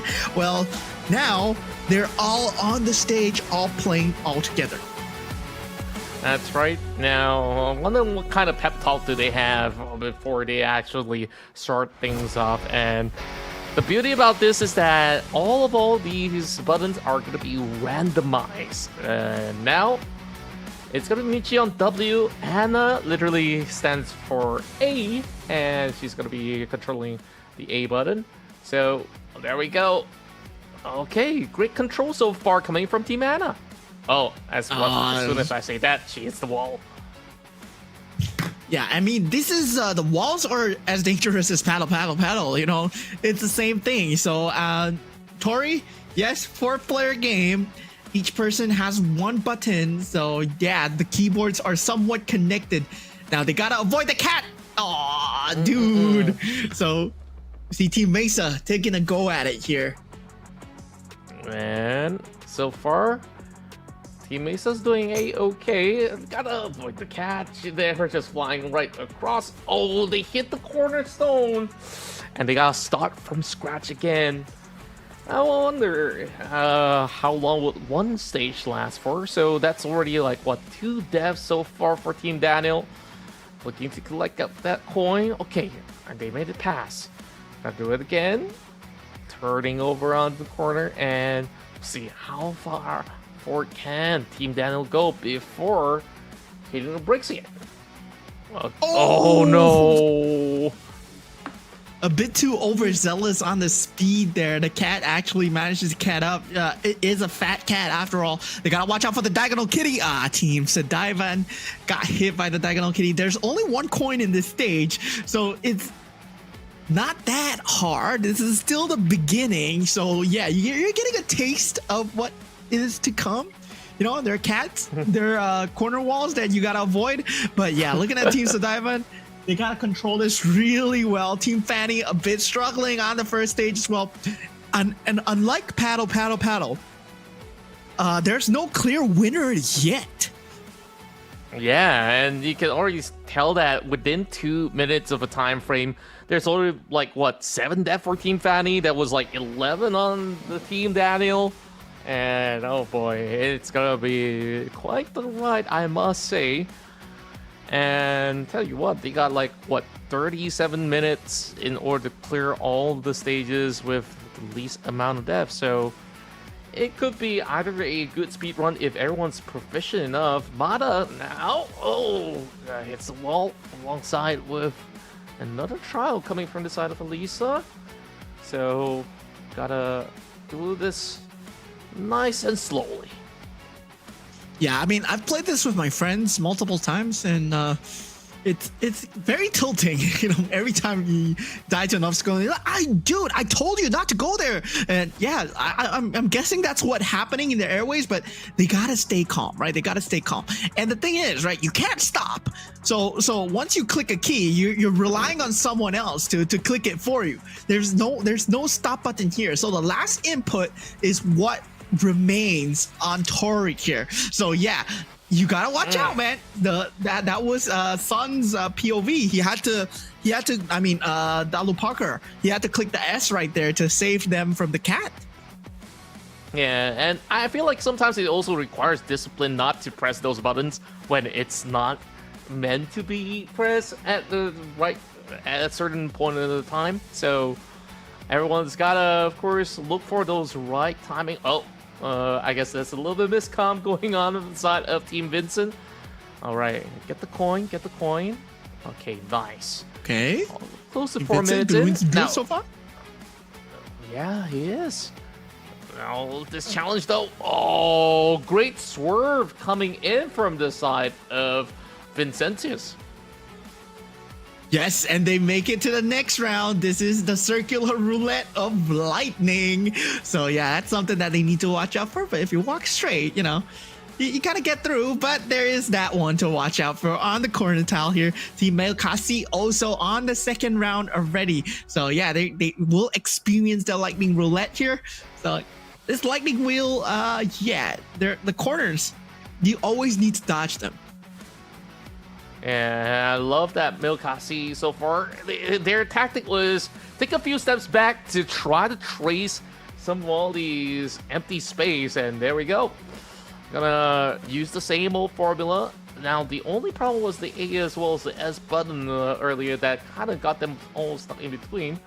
So now, gotta go back onto that board. We do see a coin already. Now, the problem is about getting there, so we're gonna reach out for the first coin all the way up above. Oh, no, so close. Straight into the lightning ball there, and Team Arul still on that first round. They're struggling just a little bit here. Team Kelvin on the second round, they already collected the first coin. The second coin is within sight as well, but they gotta watch out for the lightning wheel that's following it close, but they do circumvent it very well. Team Kelvin are proceeding well, but the corner tile, once again, you gotta watch out for those rocks, man. But we get a clean reset back to square one. They did it before. They can do it. Definitely can do it again. For sure. And so far, it doesn't seem like the first coin is all too problematic for the side of Team Kelvin. It's about the second one. Oh, as soon as they do pick it up, it seems like they didn't really turn the tight corner. Of course, gotta make sure that they are aligned. Team Kwachi, oof, ran straight to the wall. I think like sometimes like there are moments that your teammates think feel much a little bit, and then they start randomly pressing buttons, and that's where you lose a little bit of that control. Okay, so Team Kwachi, all right, finally picking up that first coin. They're trying their level best to just avoid this kitty. You know, a very good advice for this game is to pretend that you're playing with all buttons. So you just click WASD as if you're playing. And then, yeah, the movements just line up, you know, especially if you're in sync with the rest of the team. So they just line up. So, yeah. Yeah, that's actually a really solid advice. And maybe they would figure out eventually. So far, it's been 24 deaths for the side of Team Bobachot. Okay, they are making a quick turn. No! Oh, just as they just received the coin, we're gonna go at it for another try. 25 deaths already for Team Bobachot. Yeah, Team Bobachot still on the second round, but we see most teams, they're stuck on the second round. Nobody at the third round as of yet. So yeah, these guys are gamers, so I would think they're doing well, but now Team Archer, they find themselves on the third stage. Now, this is a freestyle stage, right? You choose the path that you want to go. You got to trace out where the coins are, but yeah, this is technically there's one at each corner. So yeah, if you go northeast, then yeah, you got to go like southwest as well. Now they're going for the northeast one first. So you can see that Jeremy Archer having that control, trying to go towards that northeast side. Got to watch out for those ghost balls, those little Hadoukens running around. Now this cat has a particular route, so you gotta avoid him. It's guarding 2 coins here. Oh! No. Okay. He just absolutely avoided that, but yep. Got the first coin. Okay, that sorts it out. 2 coins in a row. And Team Archer so far running pretty hot swiftly. start. Oh boy. Oh man, that corner. I mean, sometimes it just eludes you, right? You just blank out on the controls. And yeah, those little corners, they feel tighter than there actually is, you know? Because a lot of times you just press it too early because you react too fast.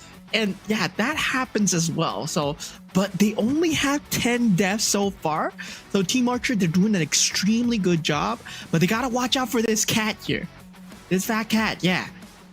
He's been the bane to a lot of people's existence. Yeah, and finally they timed it correctly. So there we go, the 2 in a row once again for the side of Archer. They did spot one out over onto the northwest. Oh, again, the same rock. And they're just going for another reset once again. Meanwhile, we are having 22 deaths for a side of Team Lazatea.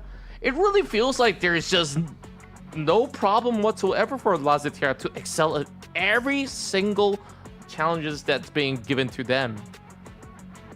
Yeah, I mean, they seem like good gamers, but they're still on round 3, right? Team Archer are way ahead. Team Mesa now struggling at round 2. 10 minutes in, right? 1/4 of the time is up. So this is going to be how long can you guys hold out? How accurate are you guys in holding up these rounds as well? That's right. And as for Team Mesa, it's been 37 deaths. And yeah, I think they just really have to ensure that once they do pick up this first coin, almost there. Almost They can't there. even get the first. Yeah, like if they do pick up that first coin, they gotta wait for a while so that it's easier for them to trace where the fireballs are going after. Team Fatty, they're falling apart. They're falling apart. They're currently still at round 1. We saw that they weren't doing too well during the paddle segment as well. So now Team Pulong, the team that somehow has been taking the most tolls, the second most tolls, despite them not doing too well in the games. Well, they find themselves at round 2 and they're not making it out. You know, these guys are from MLBB. These guys MLBB gamers. They should be good at this. Yeah, and of course, when you play a mobile game, you have to talk a whole lot to your teammates, and you also do have to press plenty of buttons. But maybe once you just deduce everything to such a, as much as it sounds simple, like you only have one button to press, and it is hard to really have everyone on the same page. Yeah, this game is the pure definition of you had one job, and you only have one job, which is to click one button, but you better click it at the correct time when your IGL asks for it, because look at those electric wheels, they will get to you. Now, this is a bit of a stretch if they want to go for the coin. I was just gonna say, and they attempted it. Now, meanwhile, Team Archer, they find themselves still at round 4, 14 deaths. They've died 4 times since we last watched them. Now, they're attempting to get the first and second coin once again. They'll be playing with a kitty. All right. What they really like to do here is just to be following the kitty or just getting chased by it for a little bit. So this one's going to be cleared up all the way down. Oh, boy. They hit the wall again. The bridge reaction time, man. It's such a tight little bridge. It's like, you know, those kind of like you gotta take one step at a time. Those kind of bridges. It doesn't feel like 2 people could walk across it at once. Yeah, and that's where, you know, it has to be perfect. There's just no way around it. Meanwhile, Lazatea, they're going pretty deep into the round, and they did manage to pick up one of the coins over onto the far east. Meanwhile, this kitty is just guarding this turn. It's a very quick, sharp turn for them. There we go, 2 coins. They caught a glimpse of it. It's somewhere in the middle. Oh no, they just couldn't really turn the other side. Yeah, but I believe they're currently in the lead so far. This map is one of the advanced maps, so yeah, they're currently in the lead. Team Lazatea, maybe they are the true gamers after all, right? They seem like they're here to compete. It's really the true spirit of WCG embedded into this influencer. Meanwhile, Team Anna, who did so well in Paddle, game of 2. Now, game of 4, they find themselves still stuck at round 2. And so long as they do complete the run, then I think it's going to be okay. It's going to be worth the wait for Team Anna, because you got to also consider they've been trying hard for the past 2 games where they have consistently landed themselves on top 2. And during the interview, they've definitely spilled the beans that, oh, honestly, guys, we've never really played Lost Team together. So we're just gonna try to wing it until we make it. So I think like so far they're doing pretty decently at the very least. Yeah, I mean, at this point, round 2 is the true litmus test of whether or not you make it back to the basic controls. Now, Team Bobachot, they do find themselves in an advanced round as well. So they have died 45 times, but they have made it pretty far as well. So now need to collect all 3 coins. And now on the last one, Team Bobachot, well, we said they were gamers. We said they would make it far. And now they looks like they're getting a hang of things.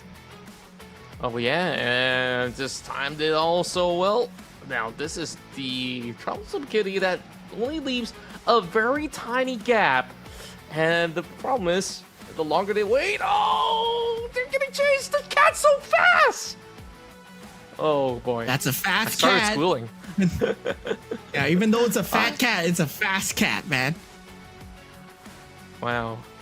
And that kind of reminds me of a pet that I had. I mean, one of my kitty cat. Unfortunately, she got lost chasing after other male cats by the street. And thankfully, she couldn't fly. Else, I God knows where she'll end up. But anyways, I do not want to steer too far away from our conversation about the Wasdy. And overshot it to the wall. I mean, Venture Satori, at this point, Team Archer, they're still stuck at this stage. This 4-coin stage has been going on for a while. They know how to get the first 2 coins, but it seems to them like the problem is the corners, right? It's never been about getting those coins. It's always the bridge, the corners, the rocks that has been kind of messing them up. And it seems to me like, yeah, this bridge, every single time they cannot get across. Team La CTR though, they're still at the same point. There's another bridge that they can cross, but they don't take it and run straight into the wall.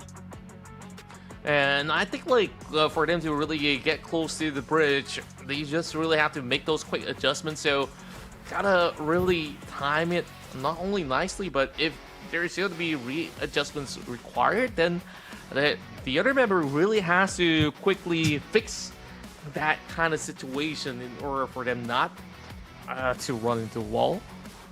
Now, LazTR gonna go for this quick spin all the way to the top. Yes, they will get the coin. First coin achieved. Now they need to get out of this electric field here. So they do manage to get out. So now it's about the other 2, right? They were struggling with the bridge. Can they get it on time here? They do see the end result. They do see the end game over there. That's where the last coin is located. So they need to navigate their way towards the right and cross that bridge, which they're unable to do so. Bridges have been the bane of most people's existence in this game here.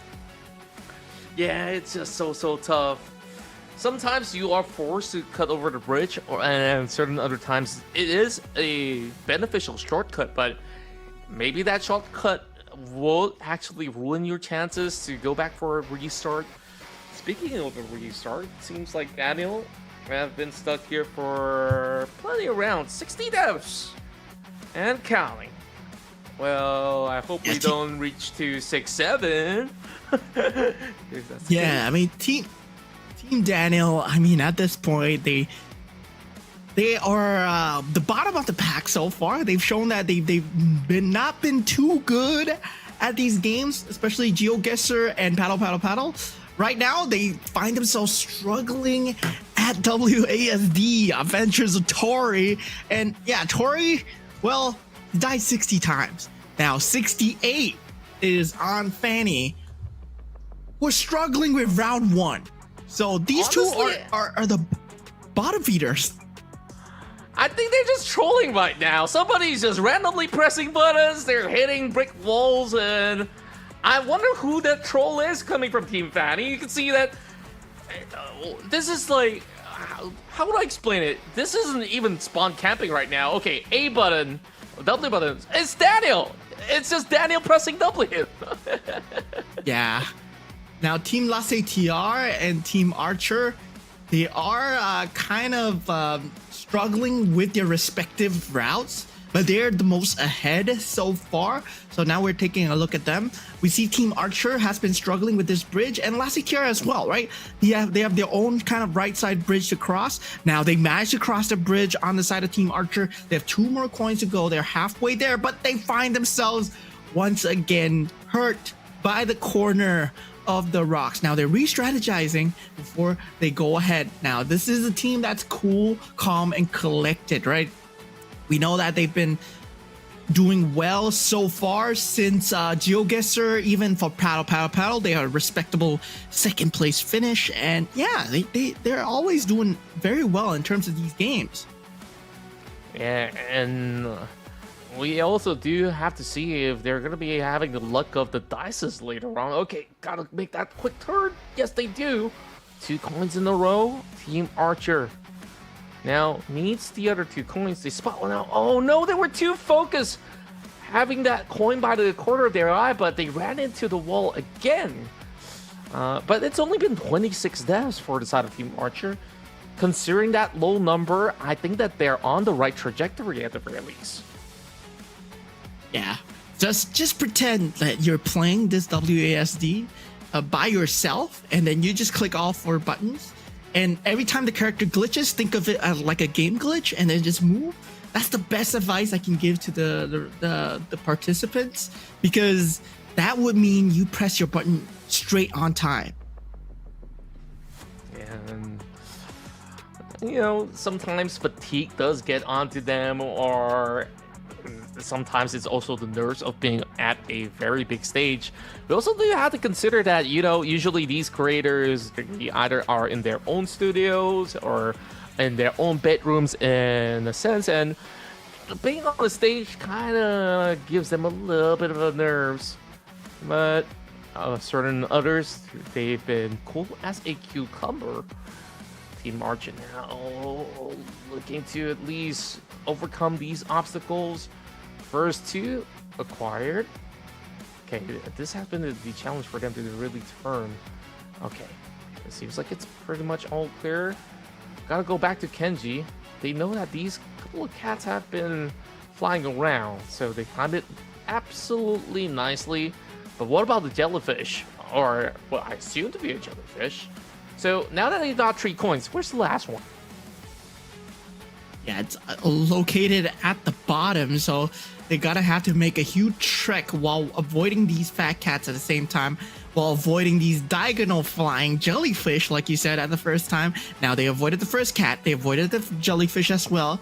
So now they need to get the last coin, bottom left. They managed to get it. They gotta find the finish point. Okay. So far, this has been the best run for Team Archer. Alright, where exactly is the exit? Gotta quickly get over the corner. And they're almost there! Oh! That's heartbreaking. They were so close to finishing that stage. Yeah, and Team Alyssa still at round number 3. Still very much stuck with the basics here, right? It's just one fat cat to avoid. They haven't even seen the jellyfish yet. So yeah, that's gonna be a huge problem later on when it opens up. The bridge, the jellyfish, the rest of the obstacles. Yeah, they're still managing to do on fine. If they get these obstacles cleared, they get a hang of the game. Who knows? They can make a late comeback as well. You never know when someone's mentality is about to break, especially one of the wheels break here, right? It's got to be a working mechanism where all 4 players, they got to be on point. That's right. So far, Team Elisa is getting everything nicely sorted out. A great read onto the floating jellyfish. And oh boy, they absolutely expect that one moving along. And now all the way down towards the southern end. Okay, great alignment between both Elisa as well as Atir on some of all these buttons. Mata, oh! I would say that has been a very, very hairy moment. And they finally make it true. This is the stage that Team La CTR was kind of stuck on, the electric wheel stage. So yeah, they will need to navigate this perfectly. Of course, they need to get a feel of the map first, sometimes dying a few times to understand the map movements, to understand the layout of the land. That's also important as well, right? Absolutely. And I think like they are starting to memorize some of these patterns already. Oh, another overshot clip from Lisa. Now going for a quick restart. So coordination. I think like now they gotta start utilizing certain keywords, like other than just yelling up, up, down, down, left, right, or something like that. You see like some of them have not really talked to each other as we are just having the cams over on the bottom. But it's been 80 deaths so far for Team Alyssa. Of course, there was one guy who was just absolutely spamming buttons, trolling. And I think that was one of the instances right there. All right, now Team La CTR, they find themselves in the same stage as Team Archer, where they were on. And yeah, here we go. Can they clear it ahead of Team Archer? And they're struggling with the corners as well, right? We've seen that the corners has been the story of this map. These corners, they're not as simple as they look. You gotta navigate like finely, and you gotta be very detailed in just making sure the corners and the cats and the jellyfish don't touch you. Meanwhile, we're jumping back towards the side of Team Fanny. Come on, guys. It's only one coin. Team Fanny. Okay, I think this has been absolutely clean. Come on, come on. All right, they get that dodge. No. Okay. No. Okay. Okay, perfect. All right. They finally made it to stage 2 after 109 deaths. Round 1 is finally over. The nightmare is over for Team Fanny to another hell obstacle, the electric wheel. Whether or not they can just make it through. You know, Mo, I feel like they need a separate category of an award, like the ones with the most deaths actually maybe receive certain cubes or it gets a certain punishment or something like that. Because it takes a lot of tries in order for you to really get that many deaths to begin with. But even some others are struggling. Team Anna still stuck in this stage as well, so I think like stage 2 is really the one that really tests out the synergy between all 4 members.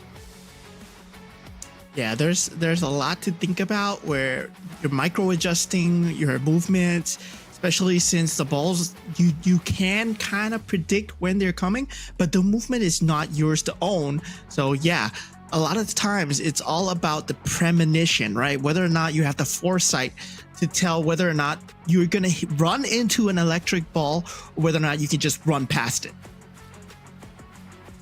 And there we go. 2 coins all set. Oh no! You tried to dodge it by just stepping backwards, and that kind of got Team Anna stuck right there. Else, they could have actually just made it past without really turning all too much. Meanwhile, Team Malkasi also on the same stage. So I think like there's about 4 teams who are still on stage 2. Yeah, there's a lot, right? I believe Team Fanny has the most deaths though, so they're last by default. But look at Team Melkasi getting up as that happens. Yo, that they must be so tilted at this. Meanwhile, Team Bobachot, they're currently at 3 out of 3. They will be proceeding to where Team Archer and Team La CTR are at with very minimal deaths. Yeah, so far that has been probably the cleanest one from the majority of it in terms of trying to perfect the craft, not letting themselves in hot waters for the most part. Team Archer. I've always had the trouble on this bridge. And they do get that pickup. Come on.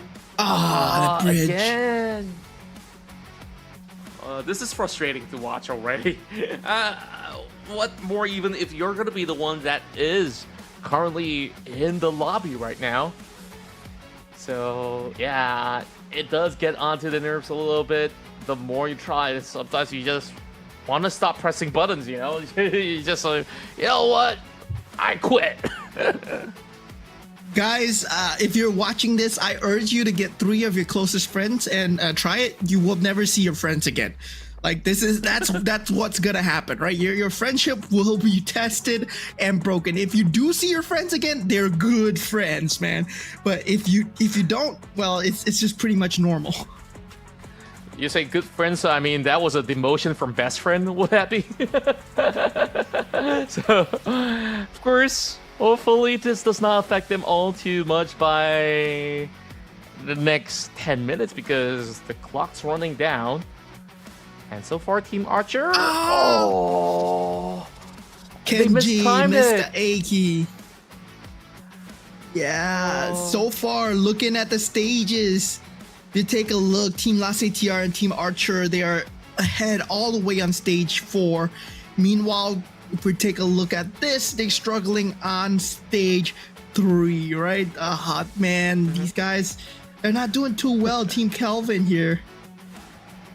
I think I could translate what's going on the cam is like, okay, somebody tilted so hard, they're like, okay, just take a breather right now. Take a breather, and then we go again after 5 seconds. I think it's much needed, especially if teams were trying for it 100 times already, then absolutely it's better to just, you know, take a couple of seconds off and then go in for that hard reset.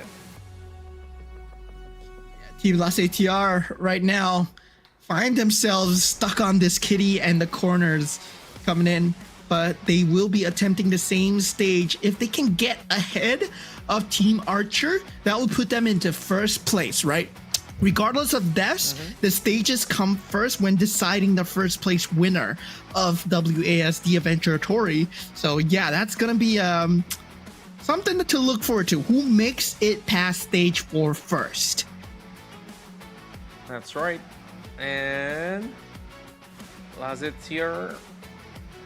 Okay. They've usually secured this coin. It's all about that bridge right now. Okay, there's enough spacing. Okay, so that's 2 cleared. Now moving over on to Team Archer.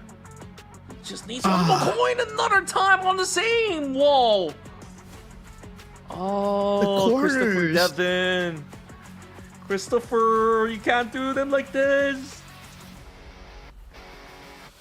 Their cornering is something that's much to be favored here, because it's very hard to corner these small little, you know, those small little grass patch tiles, along with the rocks that are protruding through.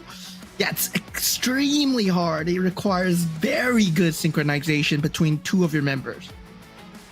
I wonder what if they actually turned the other way around. I mean, they've been trying to attempt it coming in from the northeast corner of the map. What if they actually started off with the left side so that they don't really have to be all too worried about, you know, getting chased by this cat, and they have always had issues, you know, trying to avoid the other one over on to the far west. But they're just gonna stick to the same formula. Team Archer avoids that cat. Okay, nicely done. Okay. Oh, wait a minute. Oh, the random press over onto the corner.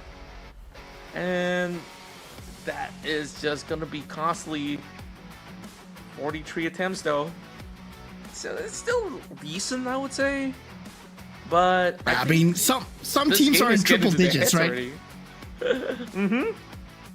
Some teams are in triple digits. They have 100 deaths and whatsoever. Team Archer, they're still in the double digits.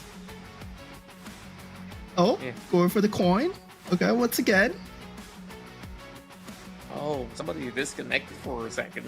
So I guess that's a forced restart. Okay. It's been 100 times for Team Alyssa. And they've got 7 minutes and a half to go. I think I will be so satisfied if they've only had 100 deaths and they could just go all the way to the end. Well, let's make it 101 without the Dalmatians then. So they actually just came back from the grave.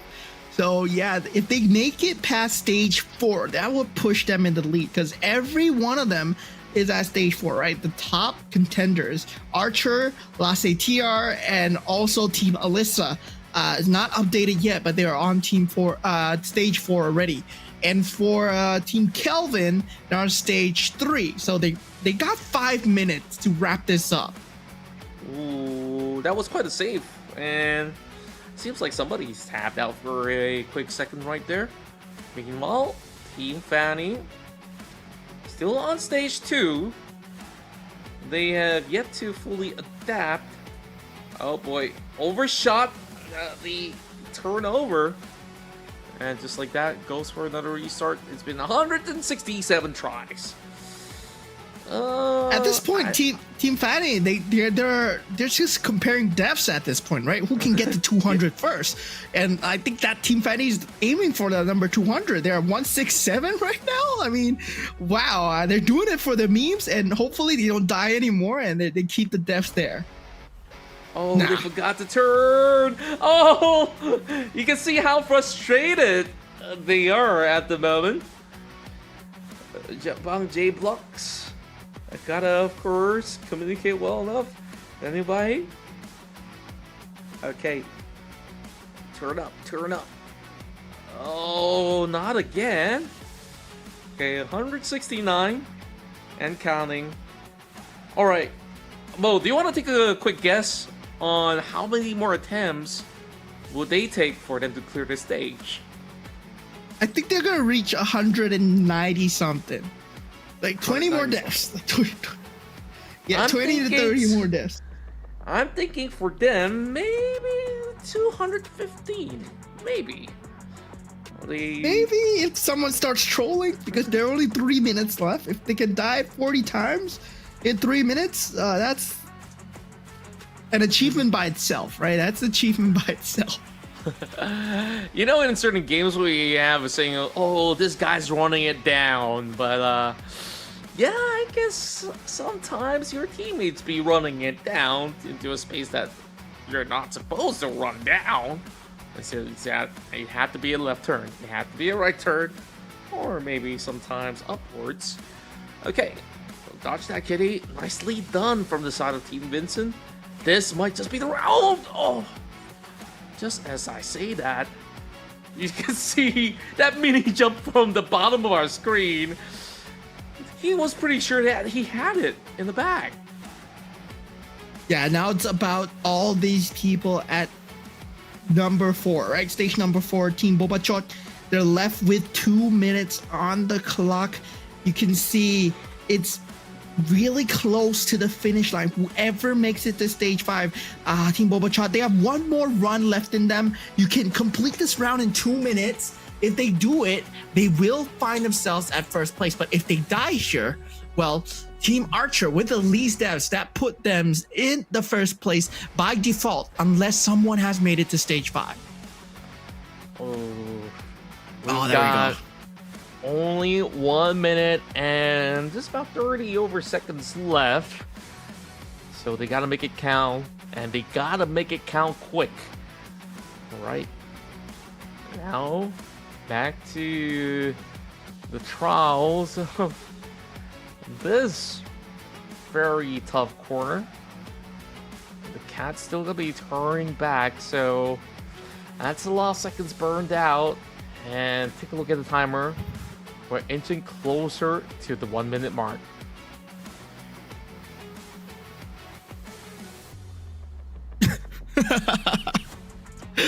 Elvin there just totally forgot to press A.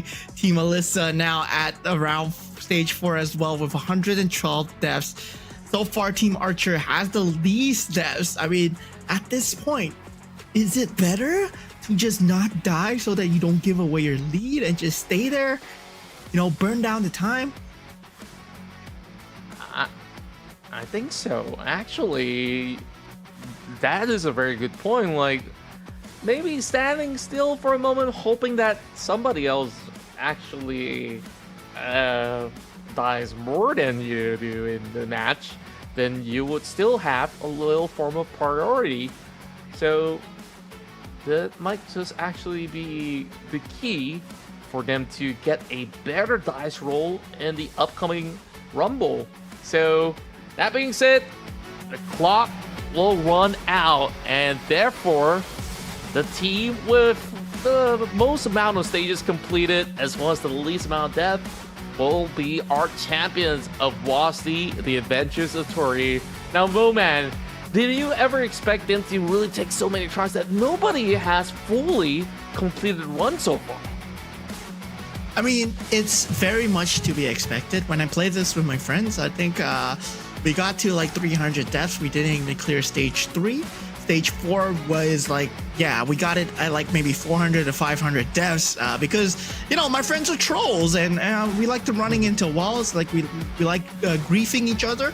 But at this point, there are two things I want to find out. Whether Team Archer is number 1, whether Team LaCTR did make it to stage 5, and finally, how many deaths did Team Fanny have, right? We got a bet riding on that. I said 190 something, you said 215, so whoever's closest wins.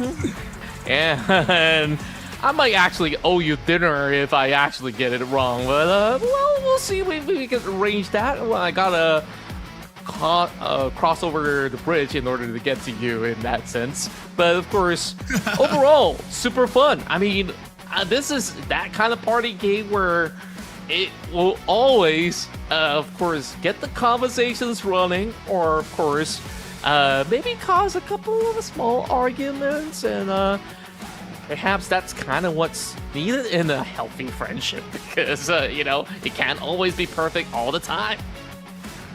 Yeah, I mean, this brings out the best and the worst in people. I mean, WASD, you know, when you play games like party games, you know, you play like Mario Kart, you play like other games as well, like you play all these kind of small little party games, it brings out the worst in people. And, you know, there is going to be a game that brings out the absolute worst in people as well. It's going to be Pico Park, but it's not going to be played today. So look forward to the global stage because, man, oh man, Pico Park brings out the absolute worst with the people that I've played with. Yeah, you know, the early levels are going to be pretty friendly until you hit those later stages, and it's like, oh boy, how are we supposed to even cut across some of these obstacles? So yeah, I can't wait to see that unfold. But of course, we've already completed WASD, or of course, have them go far enough. And with the socials on your screen, you could basically follow all the action here in the World Cyber Games Festival 2025. And if you guys are kind enough, you could also follow us here on our social media platform, ideally Instagram probably. So that's it. I wonder who's going to be ending up on the top 4. I think like LaCTR so far has been consistently, if he's not number 1, he's always number 2. So that still gives him a lot of the edge of getting the power rolls. But who's going to join alongside LaCTR is going to be the question, right? Because I'm kind of undetermined. I think like there's a couple of teams that did make it to stage 3, 4 somewhat. So yeah, I wasn't too sure. Where was Team Anna? Because they were really good at the rest of the games. This time, it's the first time that we're seeing them struggle a little bit more than usual. Yeah, I mean, for sure, Team Archer was the top with the least deaths.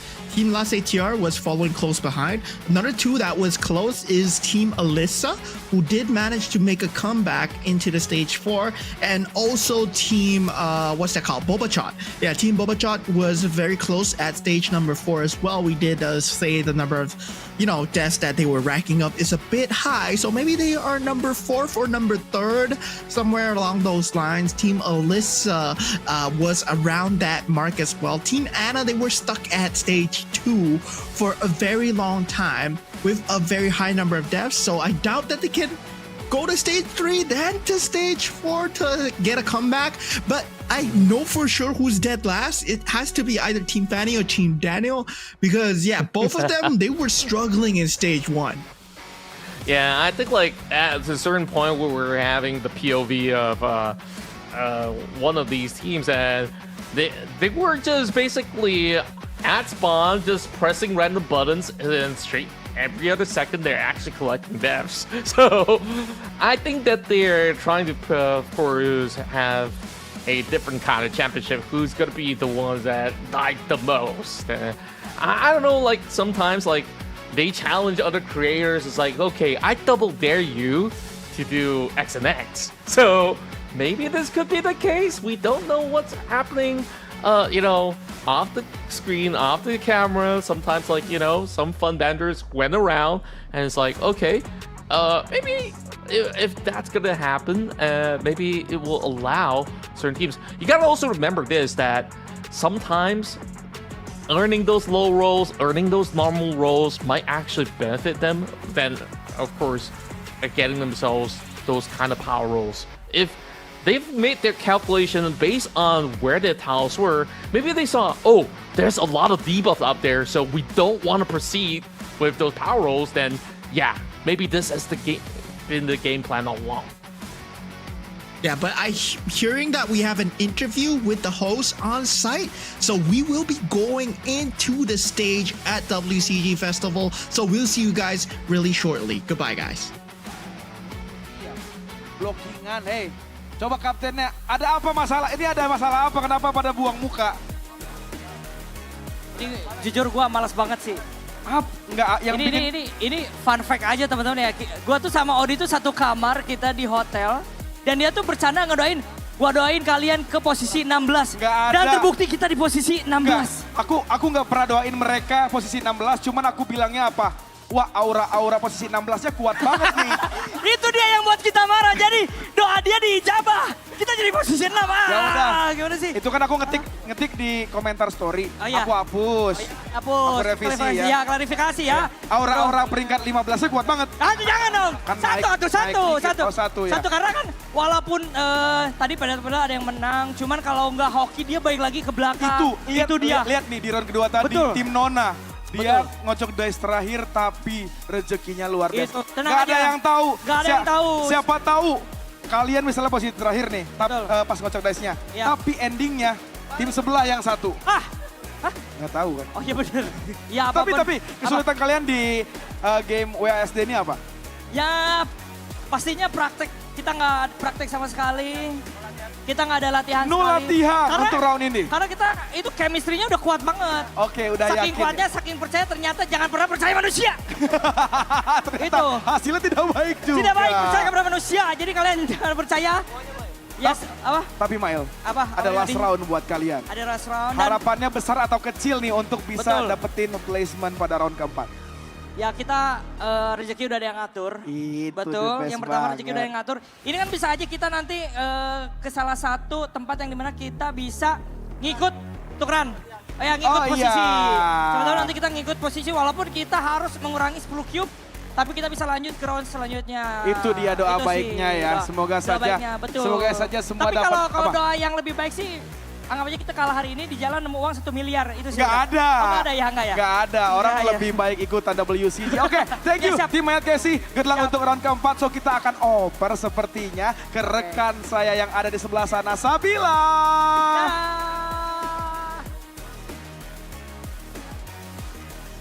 Oke, terima kasih banyak Odi. Dan sekarang aku sudah bersama dengan kapten tim dan juga teman-teman dari tim Sidaipan. Ayo dong, mana semangatnya teman-teman semua? Gimana, masih pada semangat kapten? Masih. Kenapa masihnya panjang ya? Masih gitu. Masih semangat. Masih semangat. Walaupun Semangat. tadi kayaknya di game yang ketiga itu agak sedikit berat ya untuk. Iya, ini Gimana coba boleh nggak dikasih tahu kenapa sih? Ada apa sih sebenarnya? kebetulan tadi ada trouble juga pas main di stage kedua itu kita gamenya mesti ngulang. Oke, baik. Jadi kita udah nyesuaiin tiap tombol masing-masing. Terpaksa ngulang lagi, jadi acak lagi tombolnya. Oke, jadi trouble-nya salah satu itu ya. Cuman gimana semangatnya kan tadi bilang oh masih semangat. Apakah sudah ada percikan-percikan sebelumnya satu sama lain? Percikan emosi, percikan kayak halo bisa main emosi nggak? sekali, Gitu. dari awal. Oh dari, kita ama udah- yang mana? Ama yang mana yang emosi? Yang paling bikin emosi yang mana? Ayo jujur. Ayo jujur, kaptennya langsung bingung. Ama Waduh. ini, emosi, parah banget. Kenapa? Ngawur dia gak mau dengerin aku. Gak mau dengerin kapten, Iya. kenapa kamu gak mau dengerin Ya, kapten? mau kapten juga katanya. Iya. Aku mau mendominasi tapi dianya mau yang mendominasi jadi aku nggak bisa. Ya bentrok. Bentrok, betul. Nah penengahnya siapa kalau lagi bentrok biasanya? Cewek-cewek dua yang cantik-cantik ini. Kan? Ketawa loh kaptennya. Ini maksudnya apa ya Cap? Ketawa penuh makna ini maksudnya. Berarti kamu. Oh gitu. Iya. Pak iya pas banget Karena ada di kan tengah. katamu dua cewek. Dua cewek. Dan kamu di tengah. Oh iya benar. Iya, enggak salah Cap. Terima kasih Cap. Ini Iya. tapi kan saya nanyanya ini ya Cap. Saya nanyanya kira-kira nih buat di next game-nya gimana? Di next game-nya gimana Cap? Next gamenya pasrah sih. Ya udah. Tapi kami udah latihan, iya. Jadi berserah ya. Berserah aja. Oke, baiklah kalau gitu terima kasih banyak teman-teman. Good luck. Thank you udah boleh ngobrol-ngobrol bareng. Boleh dada-dada semuanya ke kamera. Luar biasa sekali. Oke, aku boleh pinjam untuk mic-nya. Thank you. Boleh bergabung bersama tim yang lain. Dan sekarang pastinya kita akan ngobrol-ngobrol lagi di sini. Halo. Sampai gemeteran loh. Boleh berdiri, boleh duduk. Senyamannya aja. Mungkin berdiri biar semangat ya. Berdiri boleh ya. Oke, baiklah. Tengah gini ya? Iya, permisi Pak. Apakah saya boleh menyempil di sini Pak? Boleh Iya, Kak, boleh Kak, Terima silakan, Kak. kasih. Oke, gimana nih? Belum ditanya, mohon maaf. Sabar ya. Gimana kalau misalnya dari tim Alvin? Dari tim Daniel kita, Alvin ya, gimana? Dari tim kita sih kita So far, so strateginya good. itu nge-fur dulu. Oh, baik. Nah ntar kita main dadunya itu kita bakal paling depan tapi. Oh, kayak tim Nona berarti ya? Betul. Kurang lebih kayak tim Nona ya? Iya. Berarti kurang lebih ingin mengambil strategi dari tim Nona atau memang ya nggak bisa main aja gitu? Soalnya aku dengar katanya tim Daniel Alvin nggak bisa main. Tadi aku dengar kayak gitu. Sejujurnya itu Hah? cuma permainan psikis doang sih. Oke, permainan psikologi ya. Iya, psikologi Oke, yang lain aja. mungkin ada yang Ya kita hanya sengaja kalah bukan berarti kalah tapi mengalah. Betul. Nah, jadi bukan kalah. Ingat ya teman-teman, bukan kalah tapi mengalah. Yang lain mungkin Jagoan datangnya belakangan. jago datangnya belakangan selanjutnya. Iya setuju. Setuju. Boleh lebih kreatif dikit satu aja kata lagi. Ya ngalah dulu aja deh. Ngalah dulu aja, tapi jangan ngalahnya kelamaan ya. Karena ingat tinggal satu game lagi. Gimana nih satu game terakhir nanti setelah ini? Satu game lagi? Iya. Dua sama Creator Rumble. Kan Creator Rumble, habis itu ada lagi satu lagi. Oh iya ya, Gitu aman kan. sih aman. Aman. Semua masih dalam plan kita sih itu masih Iya.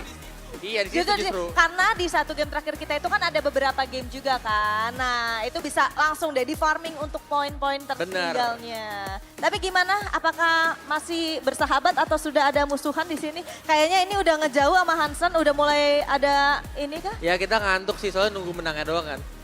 Oke, baik. Last question. Kira-kira nih, siapa tim yang paling dikhawatirkan? Yang paling menakutkan? Yang paling bahaya ya? Yes. Tim kita lah, gak ada lagi selain tim kita yang bahaya. Saya setuju dengan kapten saya. Ya tim kita lah. Kalau harus khawatir, tim kita yang paling mengkhawatirkan. Kalau khawatir tim Daniel Alvin yang paling mengkhawatirkan. Tapi tenang, kita akan melihat bagaimana keseruan mereka di next game. So kita akan langsung saja memberikan kepada caster yang sudah bersiap di sana. So casters, take it away. It's very interesting to see what the players have to say, what the content creators always have to say. They have a lot of trash talk actually prepared, right? There was a lot of banter going on between the teams, and of course, we talked with the winning team, Team Archer, and they were surprised that they won, and yeah, a few of the teams as well. They were like, yeah, why, were you guys giving up? I mean, we talked to Team Fanny, were you guys giving up? What happened along the way? And they were like, we're just having fun.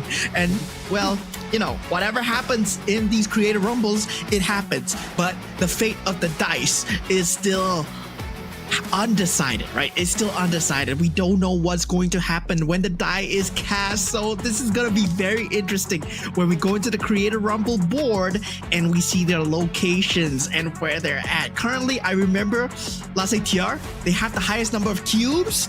Yes, but right now they are also one of the top few to start rolling the dice. Yeah, hopefully the luck will still be running well for the side of LaCTR, because moving into the upcoming Creative Rumble round, that's where almost every other tile has either a buff or a debuff right now. So nothing's all too safe. So whatever the role is right now, they just gotta ensure that if it's gonna be empty, that's good news. If it's gonna be, a power-up that lends them into a bad tile, that's not good as well. So, oh boy, it could be anyone's game still, because we saw what really happened to Team Anna. From the top to the bottom they go, but there's still opportunities out there, despite them being maybe a little bit further behind. And earlier in the interview, there was also, a little bit of a chat with Team Daniel, which we saw what happened. They weren't really all too successful in Lost D, but they were just saying, oh, you know what? They were being asked, oh, who do you think is the most notorious team, the most dangerous team? They say, oh, you're talking to them right now. We're the most dangerous. We're the most notorious, because you can't predict what we're going to do next, because who knows? They might be the ones surprising everybody to make the sudden surge, even from the dead bottom, to bounce back on top. Yeah, so far there's still a lot more tiles that we have not unveiled yet. The +10, -10 roulette that hasn't been unveiled yet. So someone could step on that roulette tile. Someone could step on, let's say, the special mission tile as well, right? The special mission tile, well, they will have to complete a mission, but they can get 10 bonus cubes into their bank accounts. So now there is also a bonus tile as well, where they will be given a bonus cube, and yeah, you only receive them once. So if another team goes to that bonus zone, well, they don't get the bonus cube. I'm sorry, you pay the toll like every other normal person. Yeah, and that is just gonna be that huge swing onto whoever actually lands on that bonus first and foremost, and then after that, they can basically pull off a LaCTR, pull off a Papulong, just collecting more and more of all these cubes from the rest of the players. So I'm looking forward for this one, because right now, the stakes are really high. I mean, if you were to land on the warp tile and go all the way backwards as well, it really feels like they need more rounds. And let's also be honest here, there's only another set of challenges in the form of games that they will have to play there. So they just gotta ensure that they keep up with that momentum. They just have to slowly proceed ahead, no matter what happens from here on. Because one wrong move, one bad -10, that really sets them from maybe a top 3 to be headed to the global runs of the Rumble into 0 chances at all. Yeah, I mean, this is the 3rd round, so with that, they are only going to have one more roll left. So there's going to be a lot of power tiles in front. There's going to be a lot of bonus tiles in front as well. And for Team Anna, who's all the way at the back, well, there's still a chance, because you can warp to the first player, right? There is always a chance in these kind of games. You never know what might happen. Now that I said it, maybe someone else might do it. You don't know, because, well, the dice is always random. And yeah, even with the paradise in play, there's still a chance to roll 10, an 11, or a 12. You don't know where you're going to end up at. Yeah, and that's just, the kind of carnage that will unfold later on. I'm just thankful that nobody's been, breaking the monitor so far in WASD or even Paddle. And I guess, down to the dice roll, you just gotta accept it. It is just fate written all over the screen that, okay, if that's what you get, you gotta, of course, swallow it in. But at the end of the day, even if they're bottom or even at the top, you also gotta remember that all these creators, they're already a winner when they participate throughout this Osaka Games festivals. So with that being said, we still want to take a look at the standings though. Right now, sitting at the top with the least amount of deaths, as they've been able to proceed all the way down to stage 5, is going to be Archer. Like you've mentioned before, they have lesser deaths as compared to Lazetir, which really puts them pretty much ahead. And Lazetir is going to start on second. Meanwhile, Alyssa did manage to also make quite the splash. 124 deaths, and they are the third team that makes it to stage 5. And Boba Chot alongside Mesa, they will be the ones to claim the last few power rolls. Yeah, I mean, I'm surprised Team Archer, Lazetir, and Alyssa, they may get to stage 5 there. So yeah, that's good. And Boba Chot, yeah, team 4 as expected. But looking at Team Fanny, 187th. And Team Arul actually had more deaths than Team Fanny, which is surprising. 208 deaths. Wow. 208. Wow. That is this the world record for the most deaths? I am unsure, but in WCG, I guess this is definitely a different section of a world record. So 208 deaths, and of course, I guess they will definitely have to go back on the drawing board. It's huddle up and start saying, guys, we gotta work a little bit sharper all together. But of course, up next is gonna be the team relay of games that they really have to play through. So we got the web relays with Walk the Store, Slither.io, Fruitbox, as well as Tetri.io. So they just really have to plant the right players in the right spot. But of course, we're preparing ourselves for the dice roll. And what's also interesting is the fact that Boba Chot as well as Team Mesa, it's actually a tie. 99 deaths, and both are actually at stage 4. So I think it's really down to the kind of tiebreaker. Maybe the amount of coins that they collected on the very final round kind of determines who actually gets the priority here. And that has been Team Boba Chot that's going to be at least starting off 4th to kind of steal away the chances of Mesa getting those power rolls. Yeah, I mean, at this point, deaths, well, wow, how could they be so similar, right? Team Boba Chot and Team Mesa, 99 deaths, stage 4.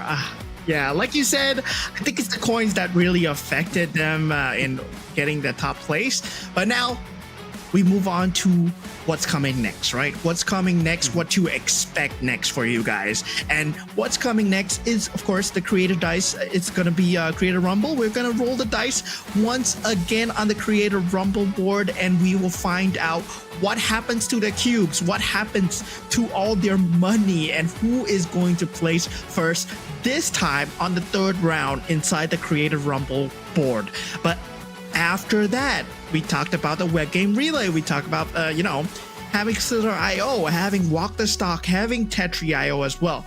And Tetri.io is a very technical game. Slither.io is also a very technical game. I know people that are extremely sweaty at it, but whether or not these content creators have what it takes to be one of the top few, that's gonna be very interesting, because 4 members are going to go head to head against each other, right? And who's going to be standing at the top after all this will get to roll the final die first. And that's going to be the last round, ladies and gentlemen.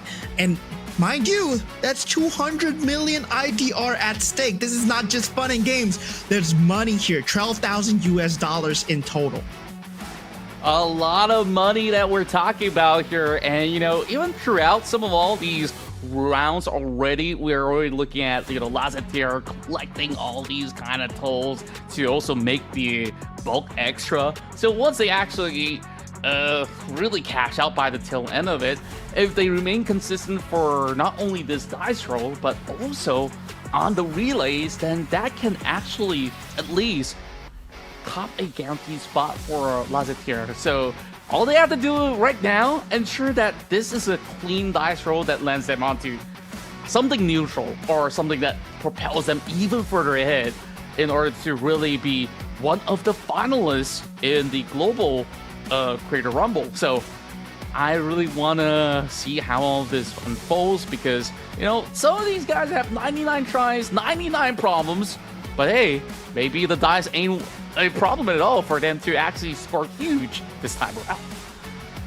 Yeah, I mean, look at Team Nona. They were the last to roll, and they are currently first in standings in terms of dice placement alone, right? They're number 23rd on the list, and they've been kind of low-key, right? They've never been at the bottom. They've never been in the middle. They've just been around. But Team Nona somehow managed to pull all the way in front. They're number 23 right now. They rolled a natural 12, which is crazy, right? It's like you rolled a double 6 on the standard dice. You could have rolled anything else. And meanwhile, for Team Melkasi, they were not so lucky. They rolled a natural 2, which is 2 nat 1s. So they rolled 2 natural 1s, and yeah, they're like, oh no, they went from 5 to 7.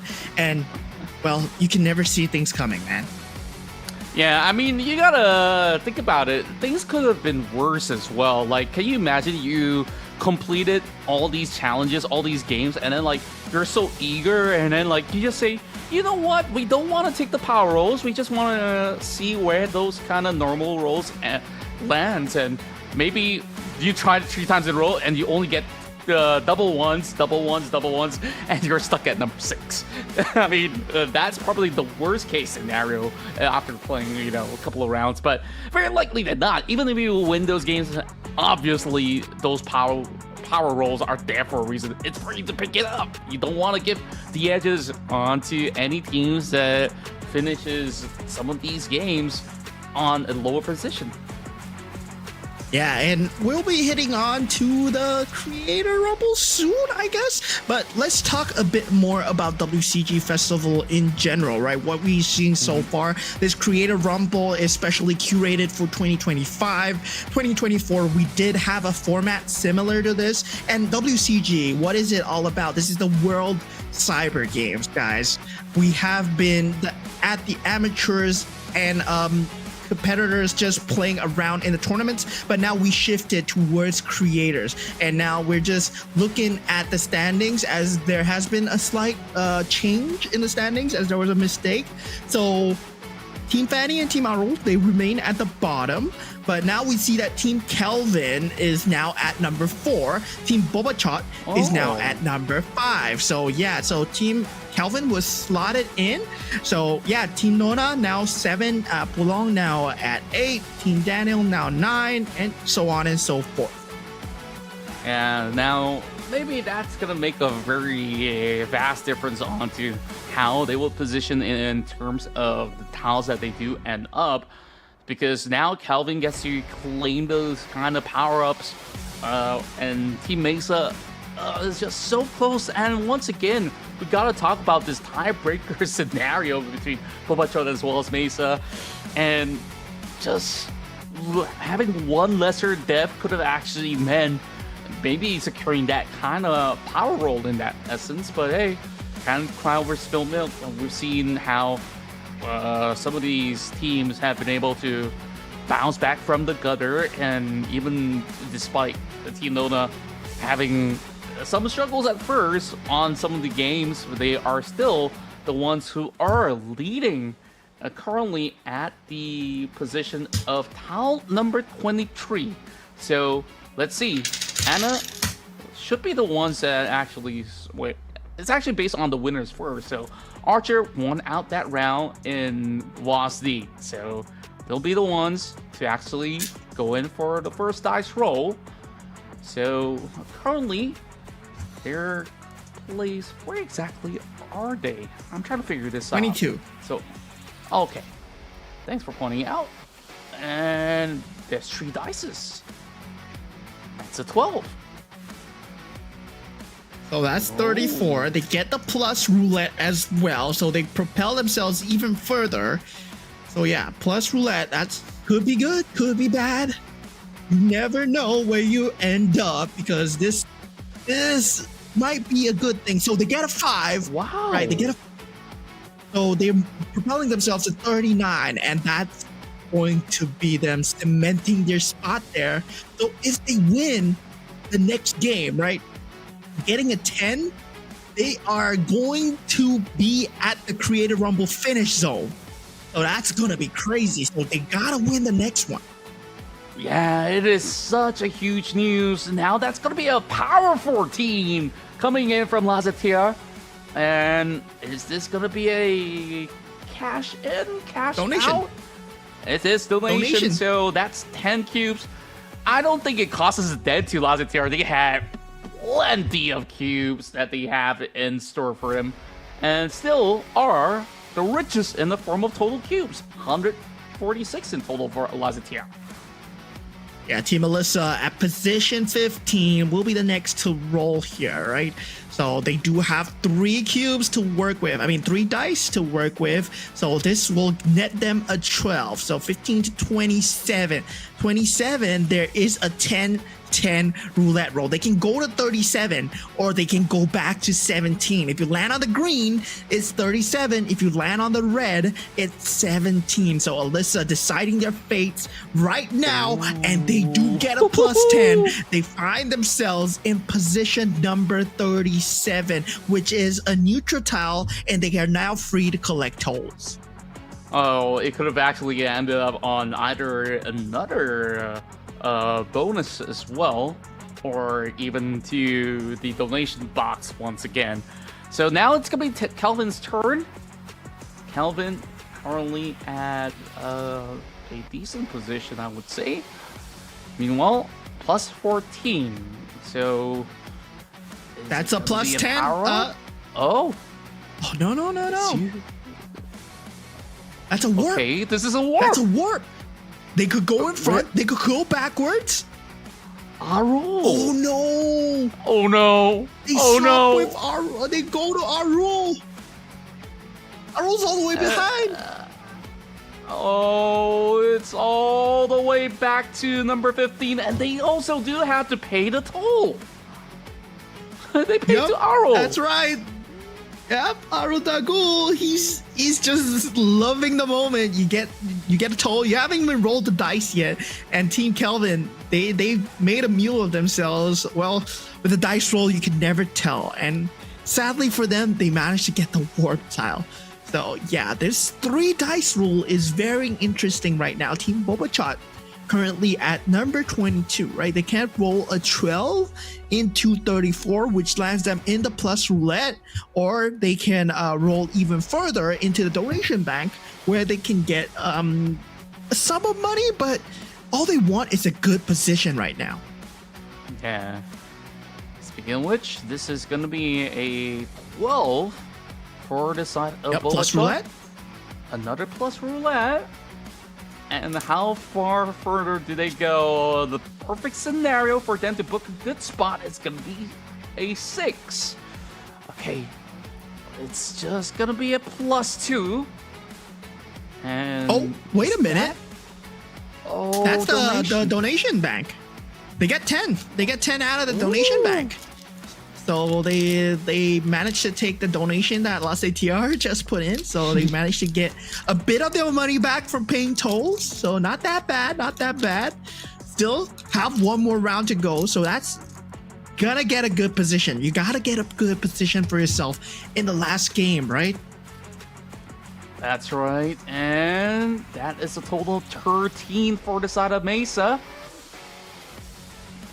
There's a neutral tile that they just landed on, just right behind Lazetia, so it's a decent position for them to still surge ahead in the final game relay. Oh, they did manage to move into potentially a top 5 for the moment, and now on to Team Nona. Oh, no. They roll a 7, so they will be landing on tile number 30, which is a neutral tile. So no problems there. they're satisfied with it, but they only had 3 standard tiles to work with. They had to require a high roll. Now turn for Mr. Pulong to roll, Team Pulong. So they will be rolling a 10 here. They're currently at 19, so they will be going to 29, where they will have to give donations. Oh, and on top of that, is there also going to be a toll on the donation tile that's been landed by Lazatir as well? I guess it's only going to be the donation, which, you know, it could have been a big claim for somebody else if they do end up onto the bank later. So for now, we move over to Team Daniel. We've seen them trolling around Wasti earlier, and perhaps this is where they mean serious business, but it is a slightly lower roll on these 3 dice. It's a 7, and it seems like it lands them onto another donation. So losing 10 cubes. I'm not too sure how many more cubes do they have at the moment for Team Daniel. Okay, gotta check for real quick. Meanwhile, there's a lot of discussions going on. Team Daniel's only left with 16 cubes at the moment. And they are broke as a piggy bank at this point. And right now, we see them rolling. Oh, this is the bonus cubes. So you get the bonus cubes, and you get 30 bonus cubes for yourself. So Vincent doing well for themselves in terms of the cube department. Well, not too far ahead, but they do get 3 million IDR in the bank here. Now, Team Anna all the way at position number 6. They need a high roll, or they need a bonus warp here. They roll a 13 at number 6. That brings them to 19, which is a neutral tile. So that means nothing is going to happen. It's still status quo. But it's not over yet, girls. It's not over yet. They look crestfallen, but things can change in the last round. Now, Team Milkasi, similar situation. They're at number 7 here. Yeah, and you know, remember when we first started off, Team Anna has such a great vibe to it. Everyone's smiling, dancing, and it's kind of sad to see the smiles got wiped out of their face ever since they got that warp tile. Meanwhile, it is a spin minus roulette. I think the best case scenario is -1. It's a warp. Oh. It's a warp. The best case scenario is a minus warp, but they don't get it. You need a -5 to get a minus warp. Huh. And into the donation they go as Malakasi loses under 10 cube. I love that they're actually vibing and just recording what's going on. Perhaps even live streaming. I mean, some of these guys, they do it for a living, and you kind of want to, of course, get the best reactions out of your teammates that's been trolling the entirety of the day. And this is a +9 for Kwachi. Yeah, Kwachi will move to 31. That's a minus roulette as well. But this is an interesting minus roulette, right? If you land on a certain number, you can land on another roulette, or you can land on the warp as well. So let's see what number she gets. She gets -5. So -5 from here actually lands you on the steel tile, which gives you 30 bonus cubes, where, yeah, it's not too bad. You get some money out of it, which is not bad at all. Yeah, pretty decent, I must say, and they're not too far off from some of all these other teams who is just a couple steps in front of them. And now on to Sidaivan. They still have 44 cubes. Can't afford to lose too much of it. Of course, for them to gain, this is going to be a +8. All right, and that is going to be a plus spin on the roulette. Okay, how much further did they end up? Okay, we gotta see how this one plays, and it's gonna be a 4.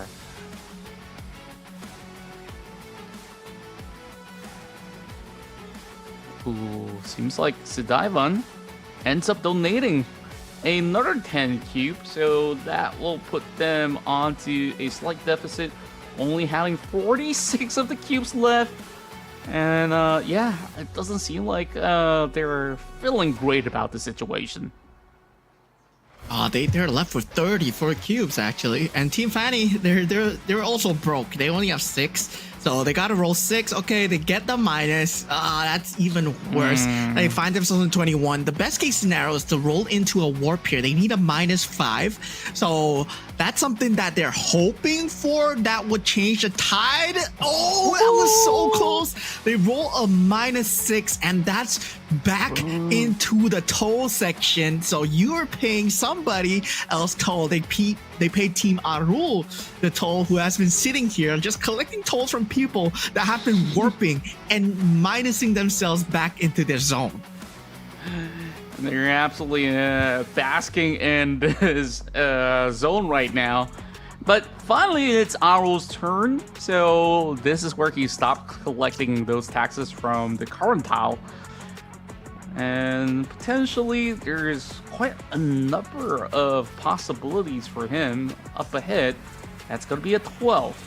So they're going to be moving into tile 27, and it's either plus or -10. We've seen this play out very well for those who did manage to land on the green, but the red, we'll see them basically go even further behind.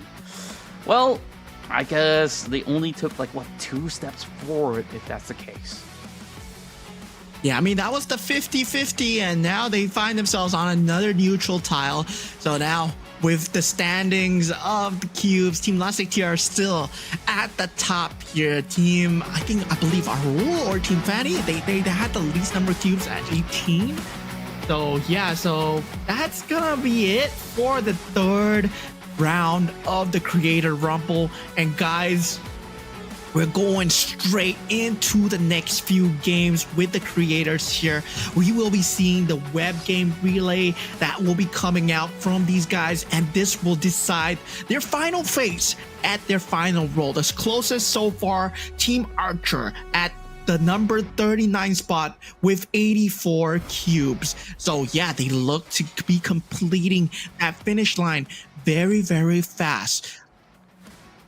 Wow, then of course with that, I want to see whether if they can continue with this kind of momentum that they've finally gotten, well, not only on the games that they played out, but at the very same time, a really great role that really sends them currently in the spot where they could just make their way to the global runs of the Creator Rumble. So hopefully there's not going to be any bad news on the final roll, but first and foremost, they got to complete this web relay. So we got Walk the Stork and then into Slither.io, and we've got Fruit Box for one of the challenges where, to explain Fruit Box, you just really got to, well, of course, look for number 10. You got to merge numbers together, and the more numbers that they merge, they will be able to, of course, clear out more of that space. The more they clear, the more points they get. So I think for the rep relay, it's all about scoring the best possible points. Whether if it's Walk the Stork, where they try to balance themselves, Slither.io, where they want to eat as many food as possible, or even maybe send out other players by bumping in it, let them bump into their bodies. And of course, there's Tetri.io, the most technical one of it all. So out of all 4 of these games, man, like, you've probably tried some of them. Like, which one do you think that you're best at if you were to place yourself in the games? I mean, I'm a Tetris freak, so I would play Tetri.io. Yeah, I'm definitely way more into Tetris than anything. Fruit Box, well, kind of, I like it, but, you know, Slither has been around, right? From the old Nokia phones, you know, you've been playing Snake for a very long time. Well, this is the main evolution. Now you got PvP Snake, and this is PvP Slither.io, right? You're playing against each other. And yeah, this game has been on edge. It's been viral for so long. Tetri.io, Walk the Stork, Fruit Box, all these games, they've been viral on social media. We've seen our creators play them, but have the Indonesian creators try them, right? They have strategies? Do they have them in hand? We saw a bit of the runs yesterday during the rehearsals. Some of them do got the moves, but hopefully it's competitive. Yeah, and you also gotta consider that the bigger they grow, the harder or slower they do turn as well. So sometimes certain obstacles are unavoidable that you can grow as big as you want, and then like suddenly you just bump into this tiny little other snake, and then you gotta go for a restart. So hopefully somebody sets a crazy high score that's unbeatable. But let's talk about Walk the Stroke a little bit, because it has to do with a lot of balancing, where they have to keep tapping some of these buttons to get the stroke walking as far as they can. So it definitely takes a lot of practice. I hope that these teams, they have already had, designated each player to train throughout the course of the week, or maybe even the month or so. So we gotta find out how well will they cope with these scenarios. Meanwhile, Tetri, like you said, it's a lot of practicing. It's definitely about reaction as well, where you gotta not only stockpile some of all these Tetris, but at the very same time, knowing when to clear it and also looking for the right moment to do so is going to be quite vital. And if you can get that T-spin going, that is going to be an icing on the cake. I mean, I don't think we're gonna see any T-spins today. That's if you can do a T-spin, you shouldn't be on the Creator Rumble, right? You should be on the Tetris main stage, playing and representing your country. I believe a lot of people that can do the T-spin. Most of them, well, yeah, they're out there. They're fighting the good fight. They're representing their countries. They're being competitors. And WCG, well, right now we are at the Creator Rumble, and we will see what your favorite creators they can do on the stage here. And after all this, after all the games are played, what is set in stone is, of course, there's still a 200 million rupiah prize. I nearly said $200 million. So $200 million is a bit too much, but it's still $12,000, right? $12,000 is a lot of money for just one day's worth of playing some board games and playing some games with your friends. And these guys, they're living the dream right now. Hopefully, I mean, at this point, we do know who's at the top, but a lot of things can change here. With these 4 games that's going to happen, it's going to decide who rolls the dice first. And now we know that there are 3 dice rolling. What might change after round 4? Who knows? It might be 4 dice rolling as well. And if you have 2 power dice to help you along the way, well, you're definitely gonna get a high roll no matter what. There's a certain number of combinations that you can get no matter what.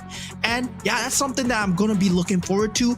Who wins at the end? Who represents Indonesia? Because tomorrow is the Creator Rumble Global. Yeah, that's right. And of course, the stakes only get higher and higher. And of course, that also goes with the reward, because if they manage to perform well, if they manage to qualify to the WCG Global Showdown, then there is a prize pool of potentially up to 1 billion rupiah to be won. I'm not even making conversions. I don't really have, all these currency converter with me at the moment, but I'm just thinking about the possibilities that it could potentially be, life-changing money that you could basically go on the cruise for months alongside with your teammates if you really want to, if you are going to secure that #1 spot. So we'll have to, of course, discuss with those players who does actually achieve great results by the end. But we also gotta think about some potential scenarios as well, because Team Archer currently on the forefront. All they really have to do is to really complete this relay in the top 4 potentially to get those power dices to just confirm it right now. Yeah, I mean, at this point, Team Archer, Team Melissa, Team Bobachot, 39, 37, 36 respectively, right? If they can keep their locations and if they don't roll into a warp tile, well, they are going to be secured that finish spot. And what happens, right, when we have 2 teams finishing? Well, if you have multiple teams finishing, after all that's said and done, it's gonna be decided by a dice roll. So Yeah, that's gonna be crazy. Where if there's multiple teams, like for example, 4 teams in the top, it's gonna be decided by a dice roll. So in the end, everything just leads back to the dice, leads back to number 1 to 6, and see what high roll are you getting. Oh man, and of course they're just leaving everything to Lady Luck and that potential tiebreaker. You don't want to really end up on that spot, so to of course give yourselves a good shot and I'd run for the money or even to the global showdown in specific, just guaranteeing, you know, a top 3 finisher on that relay is going to be of utmost importance because this is their last shot. One opportunity for them to really represent Indonesia and, of course, play with some of the best in the world as well. I think that is an experience that money cannot buy. Yeah, at this point, it's not about the money. It's not about, you know, winning. It's about the friends you make along the way. And hopefully some of them has made like lifelong friendships, because for the content creators, I believe a lot of them, they know each other for a very long time, but they have not like maybe cross mingled about, you know, with the global content creators as well, getting a chance to just meet the global content creators, making some cross-country content as well. That could really diversify your fan base. At the end, it just makes for better content to watch overall. And hopefully along the way, it will spur on new achievements. It will spur on new content creators. It will spur on new content as well. It definitely will. I'm definitely sure that they have editors on the standby for them to clip any crazy moments that happen. And I think like even back in Paddle, like we saw how well some teams have done and some are just straight up trolling. I think like one of these guys were just spinning round and round at that same spot for, I don't know, half an hour, I would say, because that lasted for like 40 minutes and he couldn't really clear that stage. So I think like some of these guys, well, you know what the saying has been for some of these guys that's been spending on TikTok. It's either your aura farming or your content farming. There's no in between.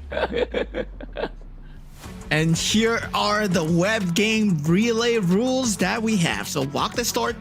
We all know how hard it is to balance a stork. I barely can get 50 meters. So longest distance within 10 minutes, they win. Slither.io is gonna be highest score within 15 minutes, they win. Food Box is gonna be highest score within 10 minutes, and Tetri.io it's gonna be highest point within 15 minutes. So winning condition, it's all the points added together is highest total point, accumulated points from each game, and the scores will be ranked from the 1st to 15th, the 16th position. And if there is ever a tie, there's gonna be an additional game that's gonna be added in, and we don't know what the additional game is. So hopefully it doesn't get to that, but if it does, we will find out.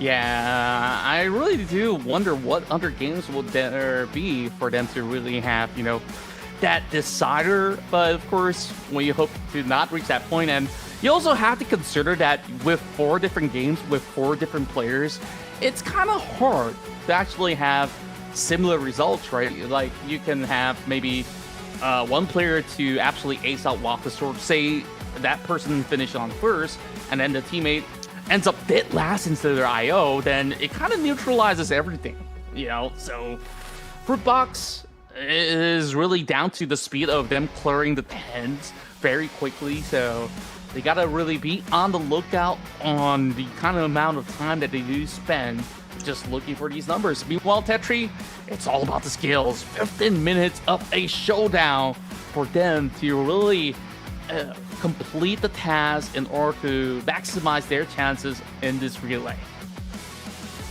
I mean, there's gonna be a lot of action here. I mean, a lot of banter between the players themselves, but let's take a look at the stage. Let's take a look at the content creators one final time as we will be heading into the final game of today, ladies and gentlemen.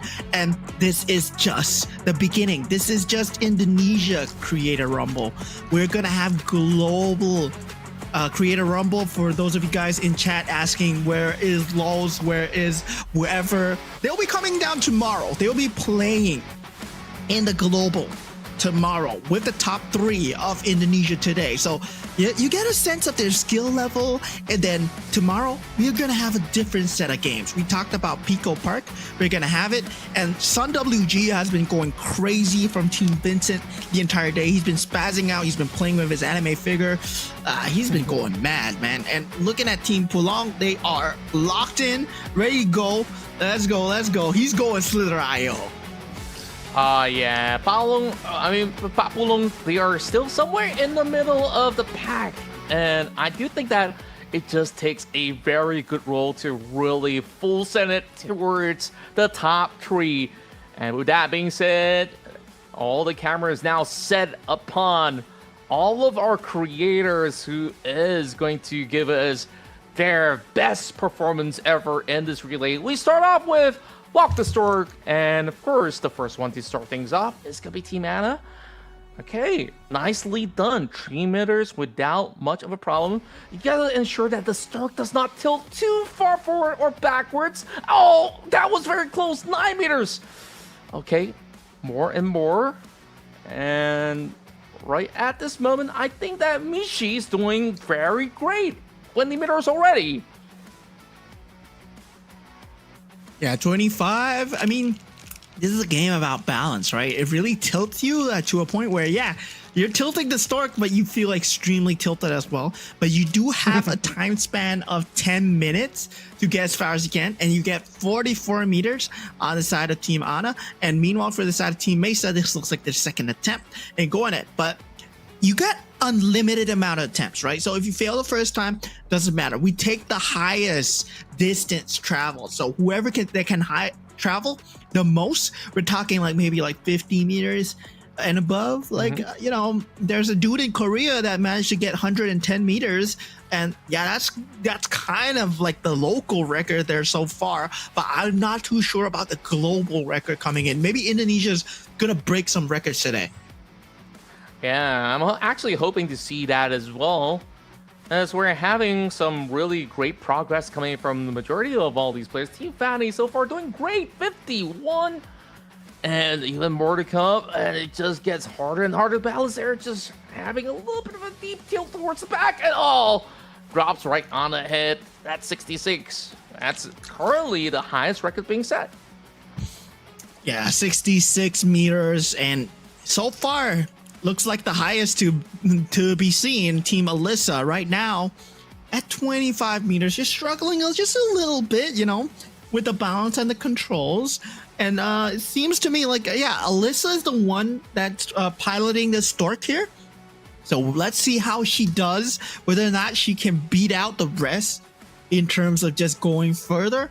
Meanwhile, for Team Fanny, KK was the one that managed to reach 66 meters. Now, Team Alyssa, very close. Cross the 66 meter mark. They're holding the lead so far. Alyssa pulling in the 80 meters, going into 83 meters. That's really good. Yeah, I'm actually impressed with how well these players are actually performing. Meanwhile, we're going over onto who I do believe to be Dalo Parker, who's currently on the keyboard. Okay, nice and steady. Oh, a little bit of backwards tilt right now. Keeping things in check.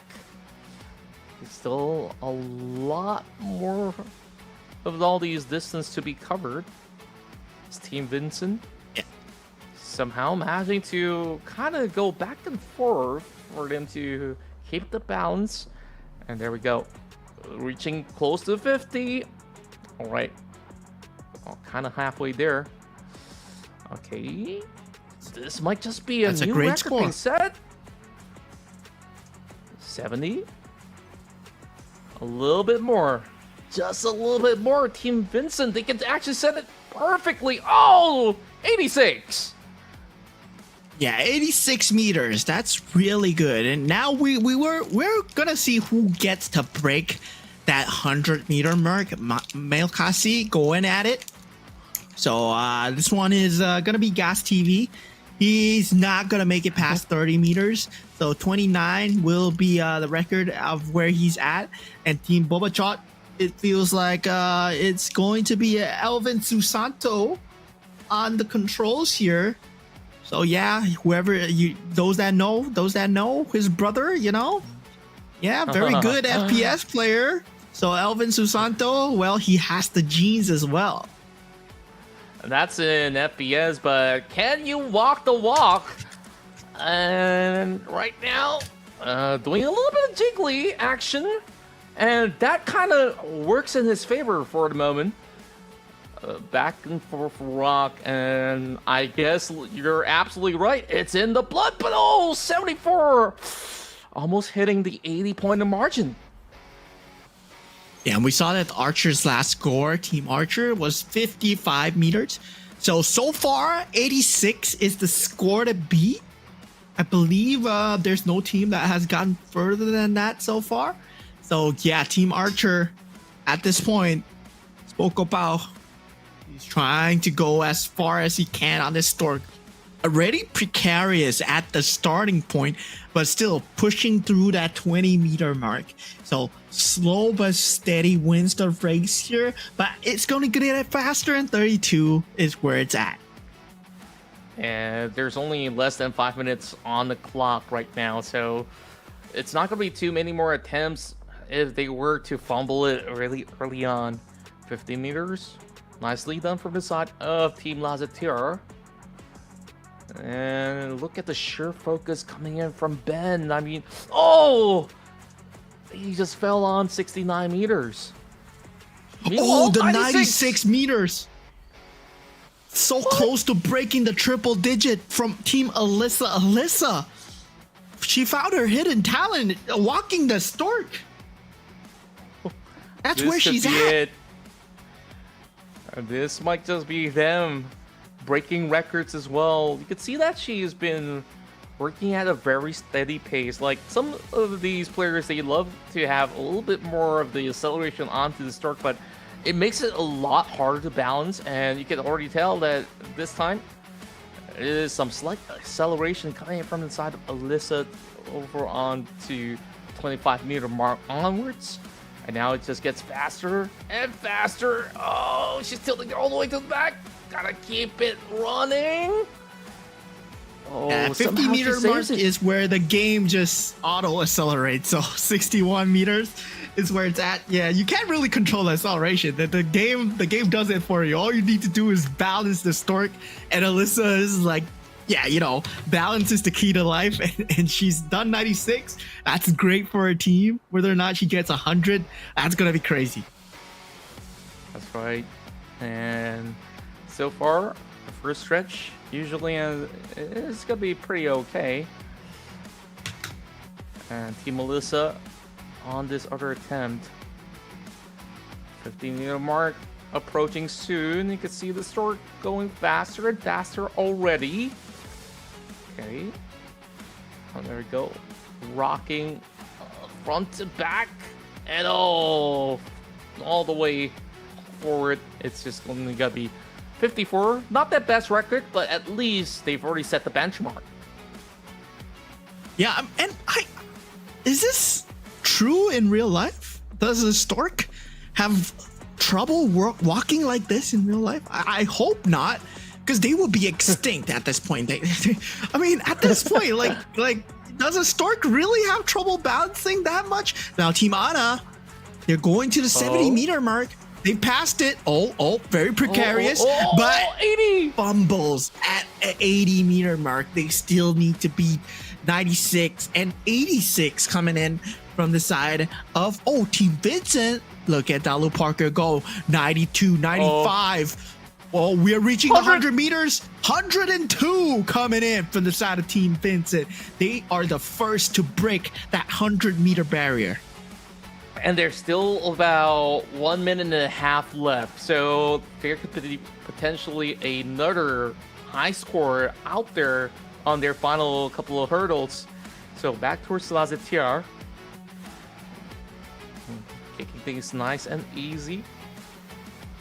So far, Benjiro have been able to land onto somewhere around the 70-80 pointer margins. And now we're having the comparison between Malkasi as well as Lazatir.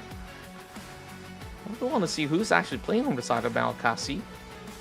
I've got to zoom in a little bit. I believe that to be... Gas. It's Gas TV. Oh yeah, Gas. Okay. It seems like there's a little bit of fumble that causes Lazatir to, of course, go in for a reset.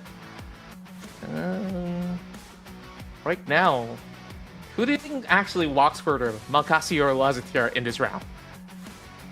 I mean, Malkasi is already further, but he looks more unstable than Benjiro, right? But Benjiro is known to make fumbles like this. So yeah, Benjiro, very stable, but he fumbles always at the 50 to 80 meter mark.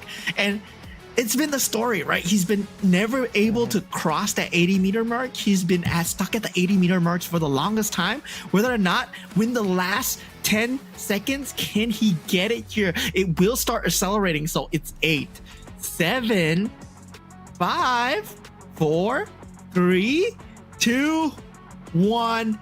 And yeah, he's stuck at the 88 meter mark. Team Vincent pulls ahead with the 102 meters, and close behind is Team Alyssa with 96 meters. So yeah, I mean, at this point, it's anybody's game, and we do know that there are some 82s, 86s, but they were done by Team Alyssa and Team Vincent. So yeah, I don't know who's third, but top two, I'm pretty sure.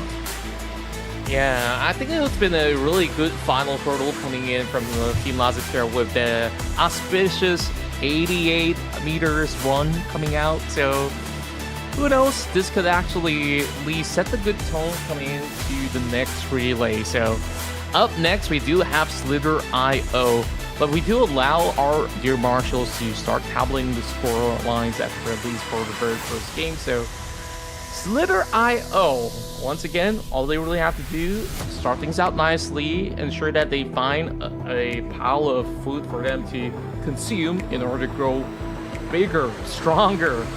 And I believe there's also power-ups involved in Slither.io where maybe it allows you to boost in terms of speed so that you can react faster to make those kind of turns.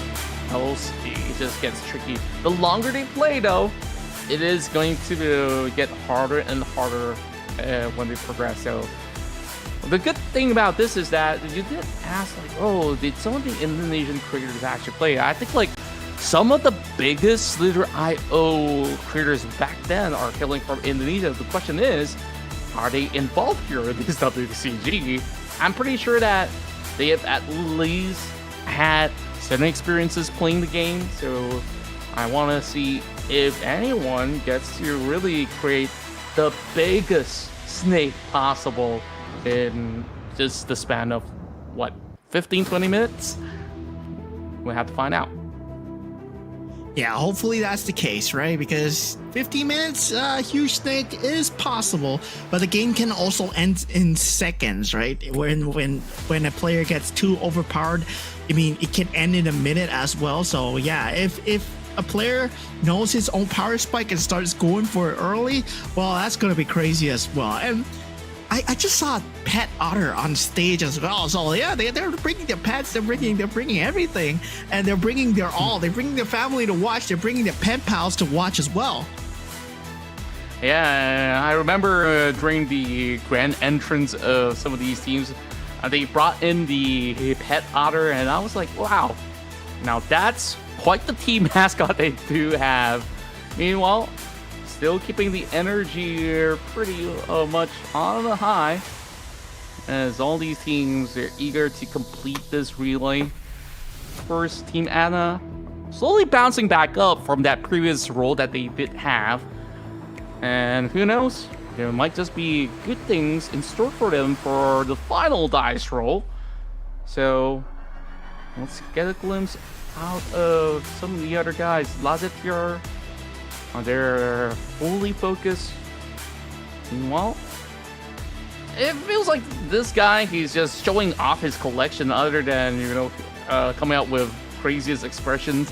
He's got a bunch of all these kind of figurines and now a small little hello. I wonder what's the name of the otter though. And you know, certain places it's illegal to adopt otter as a pet, but I guess we found out today that it is legal in Indonesia. So cute, man. It's crazy to have a mascot. Yeah, it's crazy to have this kind of mascot. Oh man, that's crazy. And Team Archer looking ready as well. Yeah, the rest of the teams, well, they are bound to go, right? A few more games. This is the last round. Only one more roll. Team Mesa was there. Now Team Vincent looking very serious about who's gonna play Slither IO. They're still deciding their players, and yeah, maybe they haven't decided who's gonna go where. Maybe they have a good Slither player who's good at Tetris as well. And looks like Anastasia from Team Mesa is falling asleep. Hello. She's got to charge up before the next game, so they've only got maybe a couple of minutes to do that if they really want to. And of course, for some others, they're already fully charged up. I'm pretty sure that there's a bunch of like snacks, drinks, and stuff that they could basically get themselves pretty much up to the pace. And in one of the interviews as well, like I remember, was it Team Mile that says, "Oh, in game 2 we were actually very sleepy, so we were not even trying at all during paddle." So maybe that explains it for a little bit, that they did struggle for a little bit. Meanwhile, we got the world's biggest game festival first currently happening in GIExpo, as we've got the crowd all built up onto the side stages where they're just playing some of the challenges. I do hear that there are also competitive categories with MLBB. There's also eFootball running, and I do believe there's also Call of Duty Mobile. So definitely very interesting of what's really going on there in the GIExpo that you guys don't want to miss. Yeah, and there's a lot of fan signing going on as well. So yeah, all the fans are here getting their autographs from their idols. Of course, your favorite creators here, they will have their own respective fan signing meet and greets as well. So, but first, we're gonna watch them, see them play some games. So if you're there in Jakarta, well, good for you, I guess. I want to be there. I'm very jealous. So sadly for us, we're in all our respective home countries as we're casting this from home. But sure, the rest of the creators there, they're having the fun for us. But looking at the standings coming through right now for the first game, for Walk the Stork, Team Alyssa first, 144. Ooh. Wow, we didn't actually see this on camera. That is absurd. They didn't catch it. Is that the current record now being set? Because you mentioned in Korea that was like 120 over. So 144, this is one of the high scores out there. So Team Alyssa is just absolutely showing what they're made of. So 15 points. Now, they are currently in the lead. Kelvin comes in very closely with 112. Meanwhile, Nona, Bobachot, as well as Daivan, alongside with Team Vincent, they have been able to at least reach the triple-digit club. So they start off really good in the first relay. Okay, so I just checked for the records, and yeah, it turns out that the world record when it first came out was 110.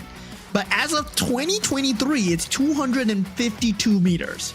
So they doubled that, 252. So yeah, as long as you're not breaking the 200 meter mark, you're not even close yet. So 144 is the best we've seen so far. But now we'll be hitting on into Slither IO as the players are ready to go. And let's see some snakes eating each other.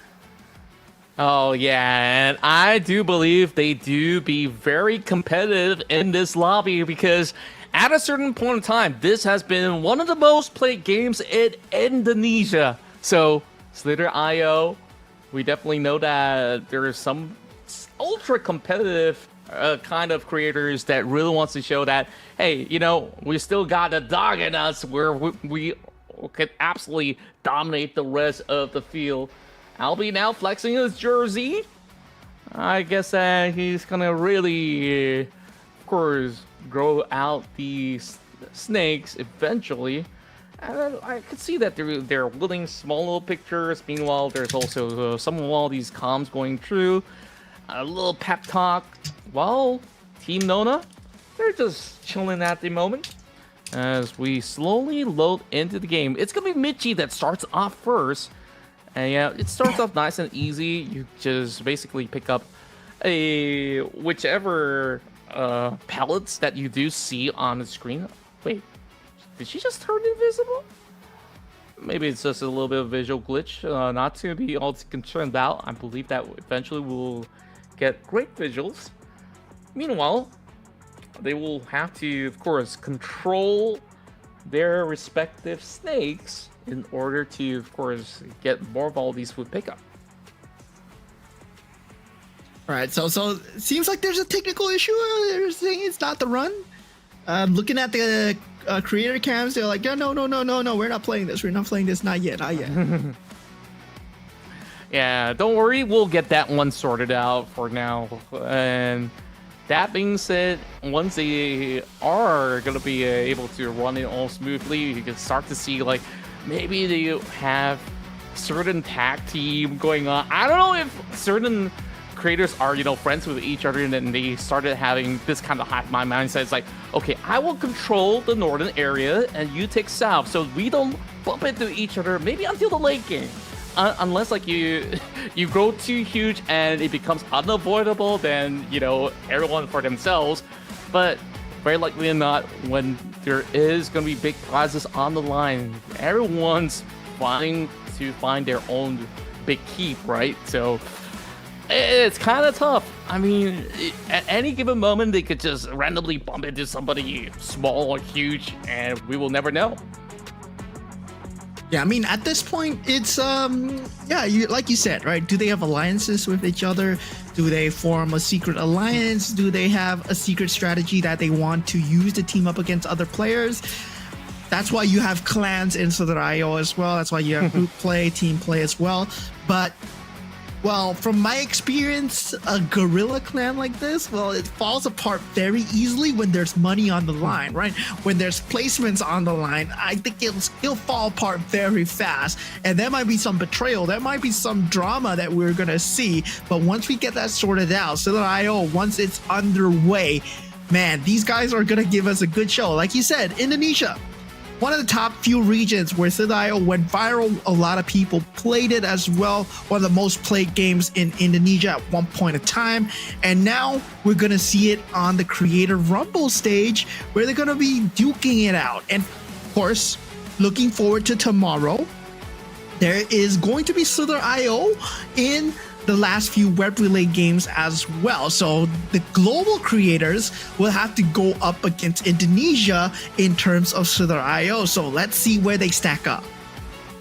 Yeah, I really want to see, some of all these giant snakes where they just absolutely occupy spaces. And usually when you grow that huge, you want to start controlling the center as well by slowly sweeping from the edges, and then you just have everybody else on that chokehold. But there's going to be a certain point in time where you also grow so huge to the point that you kind of have to wrap around your own body to try to stay afloat. And eventually, if they do actually bite onto somebody else, and that's a little unfortunate, but very likely not, the more of these opponents that you absolutely get them ramming onto some other snake bodies or even onto yours, then there's more spaces for them to play out. So the longer this game progresses, the harder it actually gets. Yeah, and there's a possibility that you bite yourself as well. So there's a way that you loop and you just self-exit from the game. So there is a possibility of doing that. And if any teams are out there trolling, well, they'll be out of the game extremely early because Southern.io, well, there is a big map space, yes, but the snakes can grow extremely huge as well. So you're going to see possibly the entire screen, right? it's gonna be entire snake bodies just going left and right of each other, trying to find their headway into these nooks and crannies, making sure that they can actually progress, making sure that snakes goes forward, because the snake for Slither.io is always moving, just like its predecessor. That snake will always be moving no matter what. All you need to do is control the directions, and the speed can change according to the power-ups, according to the food that you get as well. So not too sure whether power-ups are activated for this game, but if they are, it's going to be very interesting. Yeah, it definitely will be. And you gotta also keep in mind that, some of all these creators sometimes, just for the sake of fun banner and stuff, if they do see someone familiar on the map that they want to take out, they can absolutely gang upon him. It's like, oh, this guy's going too big. It's like, I don't care. Maybe I'll just look for the hit, let him ram onto me, and he has to go in for a reset from ground zero. So that could absolutely be a tilt as well. So it'll be super fun. And of course, once you actually be the biggest snake on the block, then definitely there will be targets set upon your back if that's the case. Yeah, I'm wondering who the representatives are from each team. Well, we know that LB is playing from Team Vincent, so yeah, that's gonna be him. But I'm wondering who the other representatives are, right? Because there's gonna be a lot of drama, yeah, but there might be a lot of friendships, secret alliances as well. Like we know some teams are friends with each other. Hopefully they do have some alliances going on. And if they don't, well, it's gonna be a hard game because it's every man for himself. Imagine 16 snakes on the battlefield just going at each other. Just now we did have a case of disappearing snake, but right now, I mean, I'm pretty sure, right? Once the players have gathered up, I mean, maybe they might be discussing alliances right now. Who knows? Behind the camera, they're just like, yeah, hey guys, let's team up on, Team Vincent today. I like how you're so specific with that. I mean, it could be anyone. If there's gonna be anyone out there, I think like naturally a lot of teams are targeting onto Lazetier as well, because the entire team has been phenomenal today, from Paddle to Walk the Stork, and even for the first game that we've played out so far. I think like Lazetier, they've had this very consistent trajectory, and at any of these games realize that they start sabotaging other players, you're definitely going to be seeing them trying to negate any possibilities for them to win. So I really want to see if that is going to be the case, or, everyone's just going to play it nice and easy, be a little bit more of a, considerate player, then it'll be a slow farming kind of angle that we're looking at as well. But eventually, once everybody grows and there's just not much else of a space to play, then that's where we start to see some of all these crazy takedowns happen, and maybe some clutch moments as well. One of my favorite moments in Slither.io is like when a giant snake gets KO'd, right? And suddenly there's just so much food left that everyone's fighting around the carcass of the dead snake. Yeah, I mean, that happens. That happens. But, I mean, while we're waiting for the technical issues to end, we're still trying to fix the game as much as possible. Well, huge shout out to our WCG Festival partners, and of course our presenting partners as well, Big Picture, and our founders as well, Smilegate, for having us and for having this WCG Festival. It's come a very long way from where it first started, but I believe right now we're looking at the stage. We're still not in the game, so don't worry about it too much. This will be the same stage that we will use for tomorrow as well. So it'll be the Creator Rumble that's going to be happening since 2025. It is the first format, is the first ever iteration, the first official iteration as well. And also, for the next one, we're gonna have global creators coming in. So tomorrow, your favorite global creators, they're gonna be here representing your countries on the stage in the World Cyber Games while fighting Indonesia, the host country, who gets 3 slots. And that's gonna be very interesting, right? Who's gonna come out on top? It's like World War III, but online edition. Ooh, I do see one of my favorite creators out there actually on Slither.io. Mada is going to be representing Team Alyssa in this round, and it's going to be Team Captain Daniel that actually gets involved. Wait a second, it's switching over to Fruitbox. I guess we're skipping Slither for the moment. We're going to play it a little later on. So Fruitbox, well, you do see numbers on the apples. What you have to do is hover around the apples that collectively adds a 10 to clear those apples. The more apples you clear, the more points you get. Yep, so yeah, Team Melkasi going for 2 numbers at a time. So yeah, it gets the 7-3 clear, and there's a 7-3 right there as well. If you're going for the 2 numbers, there is a 9-1 across as well. You can go for 3 numbers, I believe. So yeah, he does get the 7-2-1 combo at the bottom side. Already a very good pace coming out from Melkasi. And yeah, there is a time limit on the right side. You can see the green bar running down. That's right, and you just really have to do it super quickly within the time frame of a minute or 2. And so far, I would say Melkasi's doing quite a decent job, because I had to go at it yesterday night, and I absolutely sucked, because even back in school, I have much on my math exam. So yeah, I am absolutely slow with numbers, but these guys, they're absolutely acing it. Take a look at Team Anna. Wow, that's more than half the board cleared up already. Yeah, Fruitbox, very technical game when it comes down to identifying numbers. You got to be very good with the numbers. You got to be very good with what's available on the board. They got 102 combinations so far. It seems like they're running out of combinations, but there's actually another one. Yes, they managed to spot it out. So far, the time is still running low. There is a 5 and 2 and 1, but he cannot find another 2. Needs to get rid of that 4, but with that, they find a straight line through. There is a 5-1-4 straight line as well, but it's unable to see that. Now Team Archer, 101 combination, just slightly behind. Time is running low, and their score will be 101. The highest score wins, so you get to keep going and get the highest score.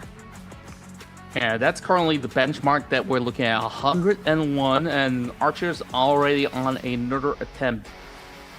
Gotta quickly spot that one out. And sometimes, like, they miscalculate. They absolutely hover into more than 11 or so, and then they gotta start from scratch again. And the beauty about this game is that the more you clear, you will find even more of those possibilities. So you can stretch that hover from one end to the other, but it has to be in either a rectangle or even cube form. So long as it adds up to a 10, it clears. Yeah, 6-4, 9-1. There's another 6-4 on top. Doesn't see it, but goes for the 9-1 at the bottom. 1, 8, and 1. So that is a nice number 10. 74 so far. That's the number of points that he's gotten. 3, 3, 2, 2. That's a 4 apple clear. Wow, this is amazing pace coming out from Team Archer. They seem like they're experts at this game. 4 and 6, 5 and 5. There's a 4 and 4 on top, but there is no 2 in sight. So does need to ignore that. Go for the bottom left instead focuses on the top left, and now we see the 171, but it is a 2 that is required and does find it. Now with that 8 and 4, that is a very hard clear. You need a 2 for that clear, and all the 2s are at the bottom. Now with that, does manage to find that 7-3-1 total clear, but now with that bottom at side as well. Now 3, 4, and 1. Once again, you require 2, so you need to remove the 4 first. Instead, goes for the straight vertical line clear. Very well done so far, coming out from the side of Christopher Devon, looking like a complete engineer of this game. 127. Ooh, wow, he's so proficient, and it's just so fun to watch as well on how well he actually executes all these calculations. Meanwhile, back towards the side of Team Alyssa, it is Mada currently on the board. He's trying to navigate around. He's got himself into 86. Gonna go ahead for another run. Okay, so it's gonna start from scratch. Meanwhile, Lazatier gets to a 50% mark. A total of 64 points. Okay, finds a tree apple picker down to a 9-1 as well. Now looking towards the bottom side of the pit. It's going to have a little bit of struggle, but that's going to be a good stretch over onto the 4th row. And I'm trying to find a way to eventually clear out the bottom. It's only 72. A little bit of struggle for the side of Lazatera in this round.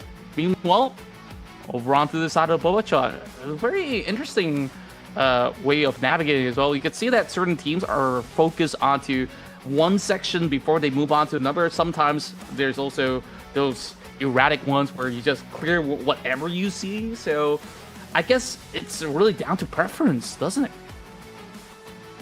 Yeah, now 4 and 6 vertical coming out for Team Bobachot, but still, with 1/4 of the time left, can they beat that score of Team Archer? We have the fastest pace so far, 130, right? 86 points, 88. Does have a bit of time limit to work with, 7 and 3. Very well done. There is other combinations on the board, but you can't go diagonal. You have to go straight line here. So there is all straight line thinking that is required. 8 and 2 on the top left. Does not see it. Goes for the bottom one. 5, 2 and 3. Triple clear. Coming in very hot, but 6 and 4 could have been cleared, but instead goes for the triple on the top here. The 5 and 5 is there, but goes for the 7, 2, 1, 8 and 2. Finally cleared on the top left. Team Bobachot right now 105. Time is up, and that was close. That was a close attempt. Yeah, 105 is a really good score. So long as they beat their own record right now, they might actually be going for gold. All right, perfectly executed right here. Already at the 100-pointer for the side of Team B. Add up, baby. So far with 102. That will put them in the top 5 at the moment. Yeah, Team Vincent right now struggling to find these numbers, and right now they're at 50 points with so little, and they need a super fast APM if they're gonna get all these points out of the way. And this is a game of map. I mean, in terms of like arrow accuracy, you know, it's like crosshair placement, all of these at once. And at the same time, it's like your reaction speed to your overall map perspective, right? Whether or not you see those numbers, whether or not you can add them up, this is also important. Yeah, I do think that the Susanto brother might be pretty good at this game, but he's already played the other relay. So, first, it also depends on whether they're great at calculating as well. So, a lot of mental gymnastics happening right here alongside with hand-eye for you to really hover onto the right numbers at the very same time. So that's a interesting way to clear out the first sector right there for Team Vincent. And so far, finding a bunch of 9-1s and already working his way towards the middle. A bunch of 9-1s already being secured. Meanwhile, there's a 6-4 just by the edge there. So now it opens up a couple of plethora of options on the table.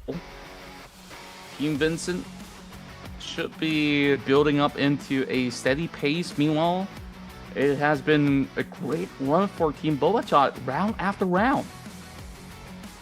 Yeah, 75 points, but still not besting their top score of 102. That is their top score so far. And meanwhile, it's 130 for the side of Team Archer. I think they can rest on the laurels given the speed that the other teams are playing. Doesn't seem as if they're going to beat Team Archer at this point. 68, the final point coming in for Team Alyssa. Now, with 1 minute 30 seconds left on the clock here. I mean, this is going to be a very hard fight. To reach 130 within that 1 minute span, you require a super fast APM. And none of them are moving their mouses fast enough to be able to actually match up to those points. So, yeah, I don't think anyone is going to match that so far. Team Archer, they seem like they're the most nuanced. They seem like they're the most professional at this game. Yeah, it really boils down to how much practice you actually put in the game on top of how well do you actually spot out some of all these numbers that actually adds up to 10. Okay, we're seeing a head-to-head between Team Archer versus Team Pulong. Pulong's well, 62 points so far, but Archer is still ahead slightly, currently sitting at 7D. but the timer's running down. I don't think they're beating the high score yet, but hey, so long as they secure themselves somewhere in the middle pack, we're talking about maybe 70, 80 pointer margins. That's going to be a healthy number where, assumingly, maybe certain teams do struggle, then it will still put them into a decent position once they complete this section of the relay, and then later we move on to Tetri.io as well as Slither. Yeah, so Team Archer looks like they will be the ones on top. 130 points. I find that very hard to beat. So time's up right now. So Team Archer, 130 points. I guessing they're the first. While they tabulate the scores, we will have 2 more games. It will be Slither.io and Tetri.io. And yeah, that's Marcel, right? Marcel's again with the Otter. So yeah, it's looking so cute, the Otter. And Team Anna Baby, well, the morales are still up. They still have 1 more roll left. They might be kind of low in the board placements, but there's still 1 more roll. Anything can happen. Yeah, it's definitely plenty of possibilities, and they will only find out in a couple of moments on where would they position right after this completion of the fruit box. So definitely we'll be seeing a shift of the standings with this completion of fruit box. Meanwhile, I'm just really impressed that, you know, after a long day out, I mean, they've probably been around the venue since the early mornings, right? And their energy levels are still peaking right now. And there's still 2 more games for them to, of course, complete their hustle. End of the day, they still walk away with some bulk of billions of rupiah. So I think that's definitely motivating them to, of course, earn a whole lot more.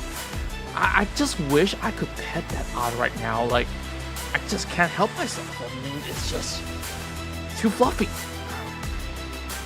Yeah, it's so cute. And now they're tabulating the scores. The referees on site, they're looking at the scores. They're setting up the next game as well. So yeah, it's gonna be very interesting. From the side of Team Mesa, they look super hype going into the next round. Still looking pretty fine, still looking pretty energized. They're ready to go into the next one. And looking at Team Vincentius, finally the man himself behind the screen.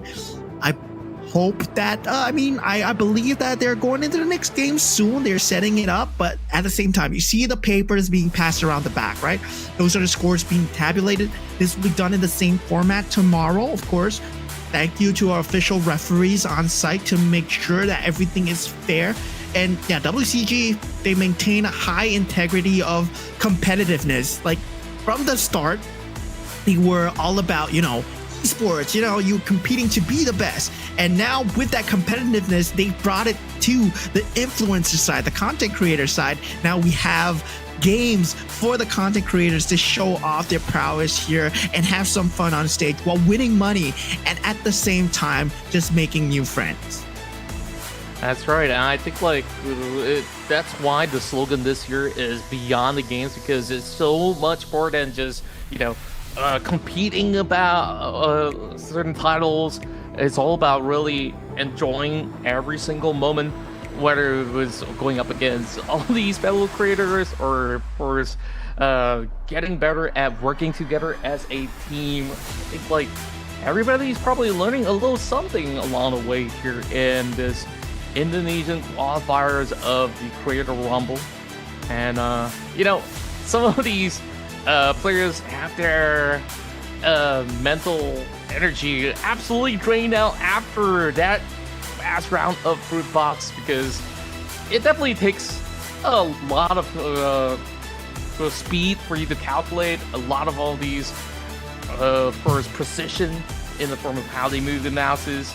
And still, there's 2 more challenges up ahead, and I believe that they're just gonna either wing it or absolutely ace it. Team Las ATR looks hyped as ever, but we'll find out, right? We'll find out about their standings. We'll find out whether or not they'll be the first to roll the dice here. So that's what's the important thing here is it's all about rolling the dice first, and there's a tabulation happening at the back here. Meanwhile, teams, well, they're ready to go for the next game. I'm wondering what the next game is. Are we going back to Slither.io? Are we going back to Tetri.io? But for Team Mesa, it seems like Anastasia Yasmin is going to be the one playing the game. And yeah, it's time for her teammates to nap. So yeah, the rest of the teammates, well, since she's the one playing the game, she has napped enough. And yeah, they've been taking turns. Maybe that's why they're so energized. They've been taking turns, right? Yeah, I definitely do think that it helps them a lot as well to really get themselves charged up. Meanwhile, Pak Pulung definitely sending some salam to you guys. And even if he's feeling a little bit of that fatigue right now, he definitely hasn't had some great games throughout the past couple of all these runs. Ooh, we got an Eevee. Somebody caught a Pokemon.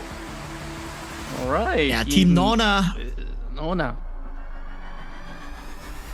on the stage right now. I mean, on the camera right now. They seem to be sharing secrets and talking about the Eevee right here. And yeah, so we do have Team Kwachi as well.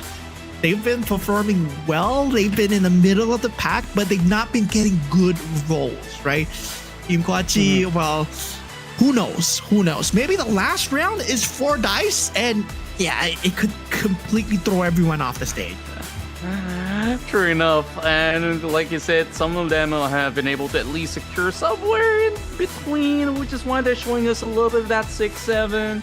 Meanwhile, first, with a lot of all these players spending so much time, they're starting to, of course, keep themselves entertained in order to, of course, complete the run. So Team Anna still feeling good about this situation.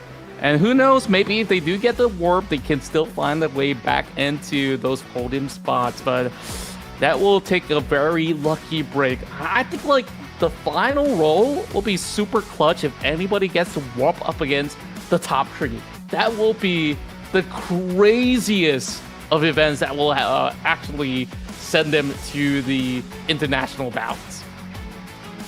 Yeah, I mean, that warp tile is going to be crazy. And yeah, definitely that high roll, right? When we see that, if you're going to be at the end, well, you are going to just battle it out with dice. So if you finish the board, if you're at the end of the board, since you all rolled at the same time, it's the same turn. It doesn't matter who get that first. You still need to roll the dice once again to decide who gets the winning first place as well.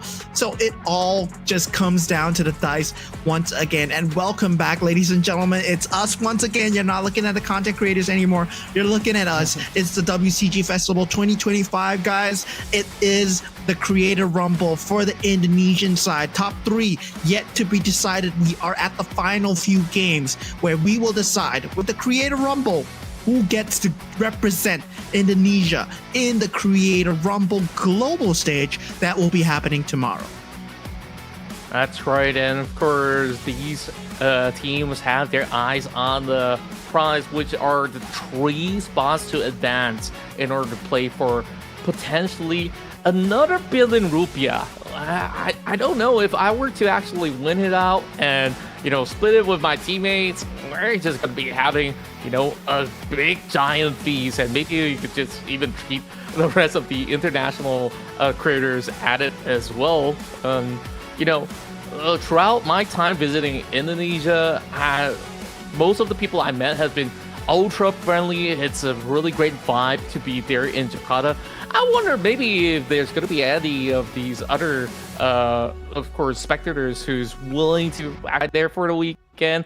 You know, it's going to be a great time. You guys want to, you know, make some last-minute flight plans right now. I don't think it's too late. Maybe you guys could absolutely book it in order to enjoy yourselves at the GIExpo. Yeah, I mean, Indonesian people are the best. I mean, when I went there just earlier this year, right? Jakarta itself, they have a very welcoming culture. The people themselves, they are very welcoming. I believe they paid for all my meals. I offered to pay. To pay, guys. But yeah, Pak Pulong, you know, Lim Ko Chuo, the guys that you see there in Team Pulong, well, those guys, they were there with me every single meal. I mean, Pak Bulong, he bought me this nice duck rice where it's like, he told me there's a famous comedian that make the duck rice. So yeah, there's like cool food over there as well. And I would love to be in Jakarta, but yeah, WCG Festival is there this year. So it's at the GIExpo. It's at Hall 2. Of course, there's two stages. There's stage W and stage CG. There's a lot of performances. There's a lot of game releases happening there as well. Fan signings that we saw on the drone shots at WCG Festival. If you are there, you have to be there live. You have to catch it. Maybe not today, right? Maybe go to tomorrow. It's still happening the day after tomorrow as well. It is a 3-day festival. And the Creator Rumble itself, for the global, it's going to be over a span of 2 days. So we're gonna have a cliffhanger of a series tomorrow where they're gonna end off in game 3. Then we move on to game 4 and game 5 on Sunday. Yeah, I believe it's going to be absolutely epic. We already saw how it went down for today. Of course, there will be different sets of games to be played out as well. We did feature GeoGuessr for this afternoon, and of course on day 2, just to give you guys maybe a little dose of what you guys could basically be watching, is that we're gonna have Pico Park 2. We're seeing Paddle again, and we will also feature Rubber Bandits on day 3 and Lost the Party Animals to also complete the run for us to see who will be the grand champions of the Creator Rumble by the tail end of it all. So now we're still setting things nicely. I believe that we're getting all of our players ready, on top of getting the lobby set up for either Slither or even Petri.io. So of course it will definitely take a little while, so why not we go ahead and get a glimpse of the standings real quick once again. Team Archer, so far, they've been able to score 130 points. They're still leading in the Fruitbox matchup.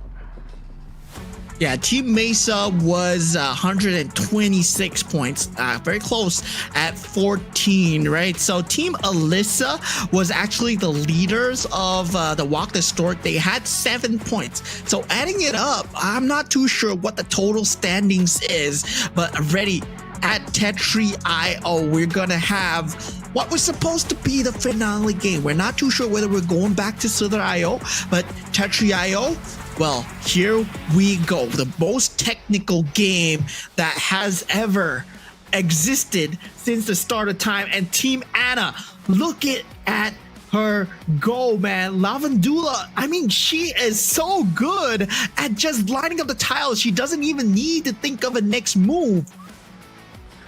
Absolutely lovely. You can see that they've already set the tone really nicely with the triple clear starting things off. That's going to be 2 empty lines for them to actually fill up. And just like that, they do cash out. And that's going to be a quick clearance coming from the side of Team Mesa.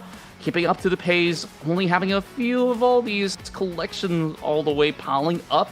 Meanwhile, slow and steady for the side of Team Daniel. And who's exactly the one piloting this round? Believe this to be Hansen that's currently having a go at Tetri.io.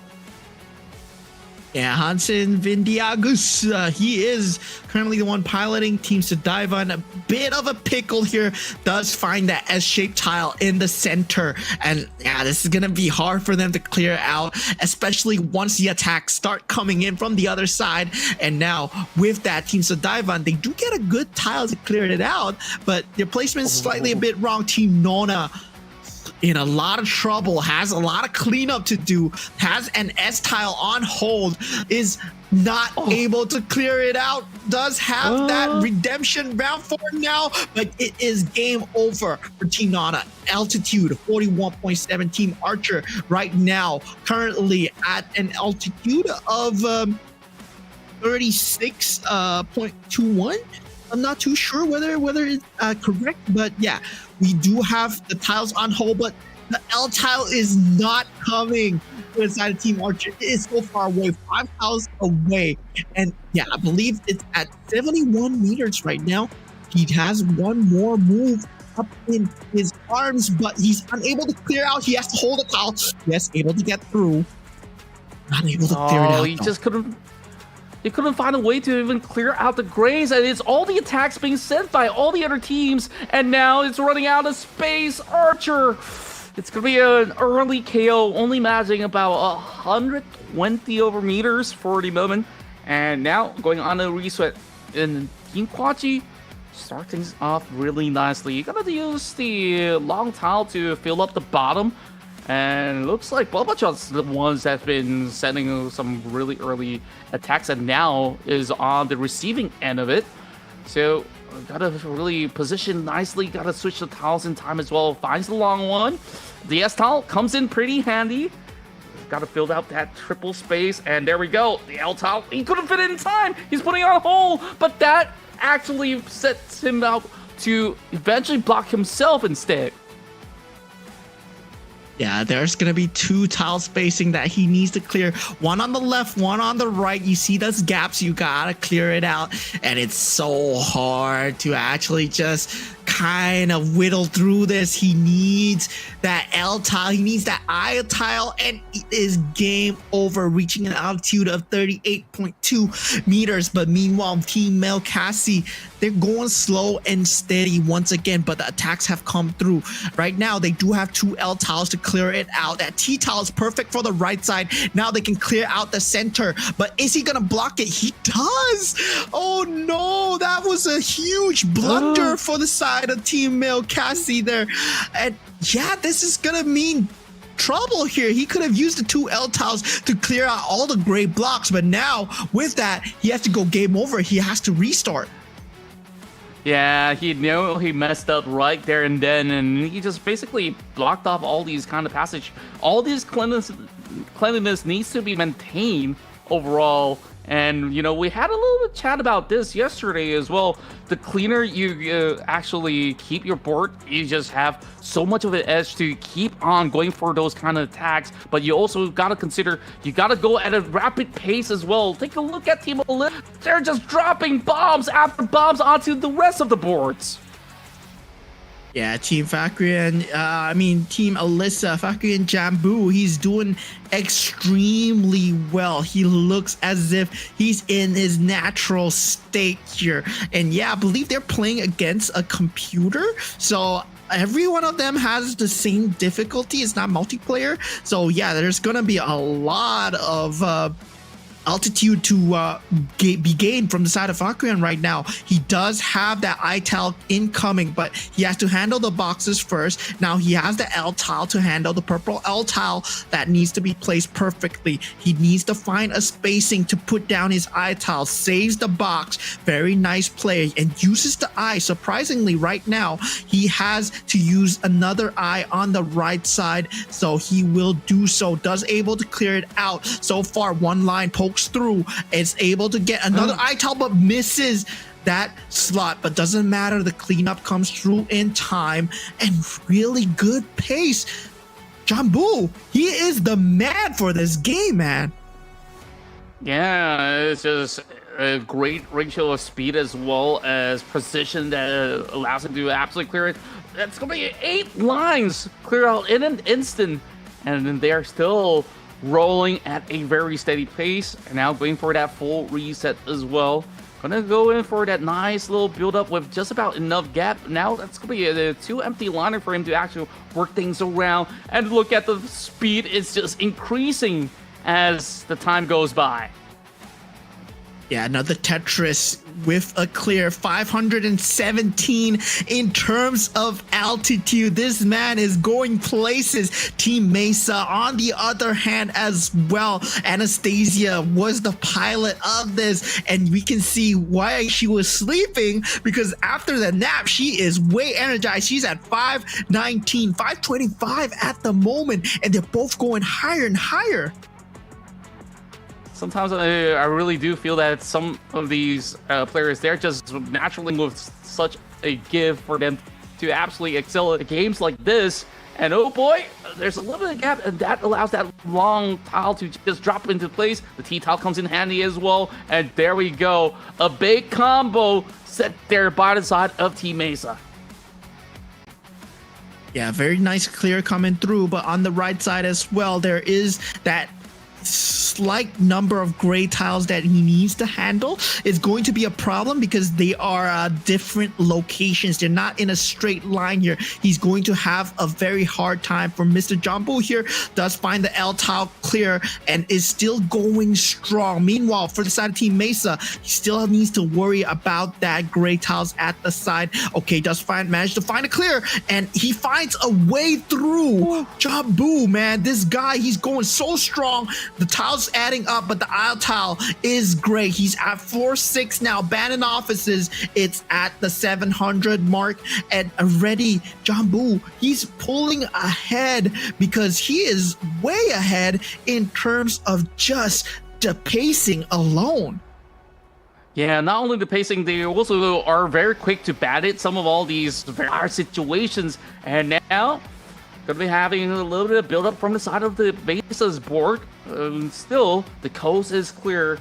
They did manage to clear it out, but Team Alyssa now having some slight struggle with the speed of it dropping so rapidly. And now the long towel comes in just in the nick of time. So it's still going to be a great run of survival for Team Alyssa. Wow, I couldn't have said so better myself, but look at that at 700. Does manage to get the T in through the L's on the side. Very nice spin on that side, and already game over. It's at 754 now. He needs Anastasia needs to beat this. Very good pace coming in from Anastasia so far. 754 meters is going to be that score to beat here. Yeah, it's going to be a tough feat. I think Mesa actually stand a chance because we're taking a look at a very nice ratio of clearance coming in from the side of Team Mesa. Ooh, where's the long one? There we go. The T comes in perfectly as well, making a little bit of that space, but I don't think it might actually work out. It does though, and there we go. The quad comes true. Yeah, now needs that I-tile, clears out that space. I-tile Tetris has been spotted. Now there's 2 dead tiles at the bottom, reaching the 800-meter mark. Anastasia has done it. She's going to be that top dog coming through for the side of Team Indonesia in terms of Tetri.io. Man, she is killing it. Wow, that nap really helps, huh? And now we do see that the L tile coming through at the side, T at the wall, but now already very close, and it's game over at 843, almost 90 meters ahead of Team Alyssa. And there's still 5 more minutes to go, so they can afford for another big round as well. Team Alyssa so far leading the pack. And that T-tile does not really seem to fit either corner perfectly, so perhaps there will be some gaps to be created right at this moment for the side of Team Bobachut. A lot of all these tiles are being put on hold, and still it is kind of rough for Lazetier. Okay, the T gets one line being cleared, and they are still managing the storm, waves after waves. It's only a single though, and oh, the block absolutely blockades them, and now it gets a little awkward. Yeah, I mean, they're just playing with death at this point. And yeah, the tiles just keep stacking up, but he's still surviving somehow. He should be dead. And already 145 meters will be that high score coming through for the side of Team Lustig. Team Kelvin, on the other hand, they don't have the similar pace, but they're still fighting for top 4, right? Getting a top placement for your dice, very important at this point. But maybe if you end last, you can warp your dice to out as well, but there's still one more game. There's gonna be Slither.io as well, so hopefully we get that going for you guys. But already we do see Team Kelvin, they are at 400 at this point. Does get the I-tile to clear it, clear on the left as well. Very good clear, making the way, and now needs to place up these tiles in accordance waiting for the eye tile to come true, but a mistake on the space bar has to really slot things through. Will be able to get the cleanup through, but the attack is coming in from the robots and the AI is striking back. Wow, Team Kelvin, they still manage, but it's finally game over. Ooh, I would still say that is a very strong attempt with 500 meters being achieved now. Back towards Team Mesa, we're seeing the proficiency coming out of Mesa and Co. Meanwhile, it's only about the beginning right at this moment with 190 over meters of altitude. There's 2 empty spaces for them to just slot it if it's necessary. But usually you don't really have to rush it all too much since this stage is still considered very early compared to what Mesa has been able to accomplish early on. So we're going to be able to just stack it up high for the moment. Gets those double combo going through. This could be the S-Tile. And now it gets a little rougher from here on. Those double L's not really working into... Double I's, excuse me. Not really fitting all too perfectly for Pulong. Yeah, Pulong struggling at the 100-meter mark. It's going to be hard. There's no way that the placement is coming through. Yeah, it's going to be game over for the side of Pulong.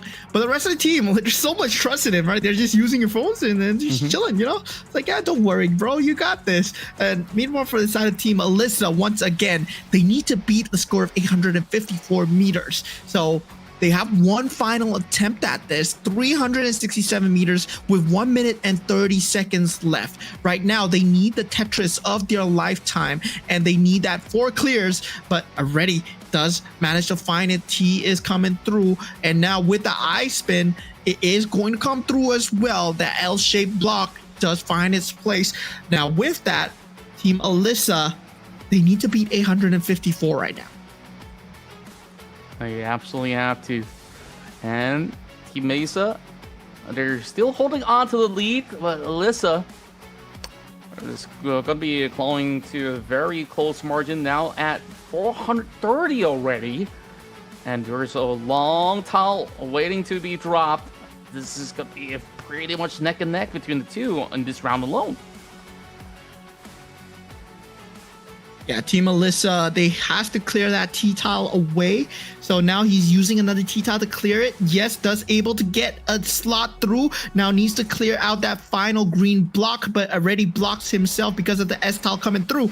Now, with that, the L-shaped tile does actually save him. But with that, he is not able to get the I-tile into the right position. Now, with the S-shaped tile, it is going to cuck him a little bit, but he missed the T-spin. He is not able to get it through. And I'm saying, if you can do a high-level T-spin, well, you're going to be representing your country, but it looks like Alyssa. Team Mesa, Anastasia, representing their Tetri.io stage. They get the first place, and my man Jambu here gets the second place. It's not a bad finish. These guys were neck and neck. Yeah, it's been incredible of what they've been able to really pull off and basically strut moves in Tetri.io. And you can absolutely see how excited they are watching their teammates absolutely acing out this round. And my, Team Mesa, Team Alyssa, they both perform incredibly well throughout this span of the game. Yeah, both teams, they were neck and neck. And it feels to me like everybody else was left in the dust, right? Nobody could cross that 200, 300 meter mark. And yeah, Jambu, well, this man, right? Fucking Jambu, he is so good at Tetrio, and Anastasia as well. These guys, well, now you can see the power of sweatiness from your creators. And yeah, these guys, they've shown it on the big stage, right? 800 meters, that's no small feat. Not at all. I will struggle from, 300 onwards, but these guys absolutely took it long way mile. And oh boy, either she's telling everyone that she's sleepy, or she's hoping to put the rest of these creators to sleep once they do get their way onto the dice roll. Now, the big question remains, are we going to be playing through Slither IO, since they were having some technical errors early on that kind of delayed the start for Slither IO? I believe that we will still be going for the full relay. And of course, we also want to tabulate the results of who would be the ones to top out the charts of this Tetri IO bout. Yeah, our responsible marshals on the ground are doing their ground checks right now. They're doing their referee checks, making sure that all the scores are tabulated perfectly so that the creators, of course, there's money involved. And yeah, Sun WG, we see you, man. He has so much merch to show off, dude. He has the figurine, he has the cards, now he has stickers. Man is getting merch everywhere, man. And yeah, it seems like maybe the fans are just passing him the merch, but look at the figurine just sitting there beside his webcam as well. He has been like this the whole day, so much energy. And despite the fact that we started at like maybe like in the early morning, until now, this guy still going at it. And of course, the later it goes, I think that it's just going to be a prime gaming hours, right? Because like more often than not, some of these guys may not be all too active in the afternoon, because usually they prefer gaming in the evening, at night even. So I think that we're about to see some big clutches there in Slither IO later on to complete our Indonesian Creator Rumble. And of course, we will set our eyes on who could be potentially the top 3 teams that will play on the international stage tomorrow. So I'm absolutely looking forward to this, and to tabulate this result coming in for Tetri IO, we will already solidify the standings a little bit further on who actually gets to roll first later on the Creator Rumble board. Yeah, the rolling, not too important right now. I feel like whoever rolls first is whoever rolls first. It's more of the number that comes up, right? Whether or not you get the warp tile, whether or not you get the bonus tile, whether or not you get the finish tile as well. If you get the finish tile, there's still the wild card where you need to roll against another player if they land on the same finish tile as you. So I don't know how we're going to decide this, but there's going to be a lot of rolling for dice, and we'll find out when the time comes to roll for the dice. Yes, who's going to win, who's going to represent Indonesia in the global stage. But at the same time, there is also a prize pool of 200 million in Indonesian rupiah here at stake. So that's 12,000 US dollars. Tomorrow, there is going to be 1 billion rupiah at stake, which is around 59,000 US dollars, right? So 59,000 US dollars, you can do a lot with that money. You can visit every single country that you saw on the GeoGuessr earlier today. So you can just visit every single country, right? You can visit like every single state in Indonesia. You can go island hopping. You can just retire for maybe like a few months. You can just jump around the islands, and yeah, that'll be okay. Yeah, I think that's almost like a really solid plan, Mo, because these guys, they've been hustling throughout this evening, and once they do qualify for the international stage, then there's just so much more to be earned. There's going to be a lot more hard work to do. At the very least, like, you know, they get their engines running. This is just the kind of prerequisite for them to, of course, prepare for the grand stage, which will involve, instead of 50 tiles, a total of 60 tiles in order to be crowned as the grand champions of the WCG Festival. So, I'm absolutely looking forward to that, because we got creators from all around the world, which can absolutely match up to even some of the best here from Indonesia. So, we'll see. I think there's a lot of things to play for. The pride and glory of Indonesia as well. I mean, that definitely puts either a little bit of pressure or, of course, motivation for these players to really put out their A game. Yeah, there's going to be creators from all over the globe coming tomorrow, like a lot of prominent names. So they got to put on their A game. Here, Team Indonesia, well, they are practicing right now, I guess, but it's still a competition at the end, right? There's still money to be fought for, but at the end of time, it's always beyond the game that we're talking about. And for WCG this year, it's really beyond the game because it's more about the camaraderie that you build along the way while playing with your team. And you can see the rest of the teams, even though they might be losing, they're still having fun. They're still having a great time. And it's not just about winning here, folks. It's all about the atmosphere. It's all about the camaraderie. It's all about the bonds you build along the way. And it seems like they built like teamwork. They built a lot of friendship. And yeah, you can put that on your resume. Yeah, and of course, I do feel like their influence is starting to rub on me because look at Team Alyssa and a few of all these notable names that perform so outstandingly well in Tetris.io. Makes me feel like, you know, maybe it's about time I jump back into Tetris.io and start going on the grind again. So it's always a fun time. Overall, I remember even a couple years back when, you know, everyone's in the lockdown and you spend so much time with your friends, whether you're playing with all these games that were displayed right here on the relay. And I felt like, oh, it just reminds me of those good old days where, you know, you hang out with those friends. And you can also load up on the lobby of your own, but of course, now we fixate our eyes onto some of the golden moments in Tetris.io. And of course, Mesa as well as Alyssa, they've been impeccable on their performance. Yeah, this was the winning moment, right? 840 meters. They already secured it, so she just let the blocks fall. And Alyssa, Team Mesa, Anastasia, she did it so well.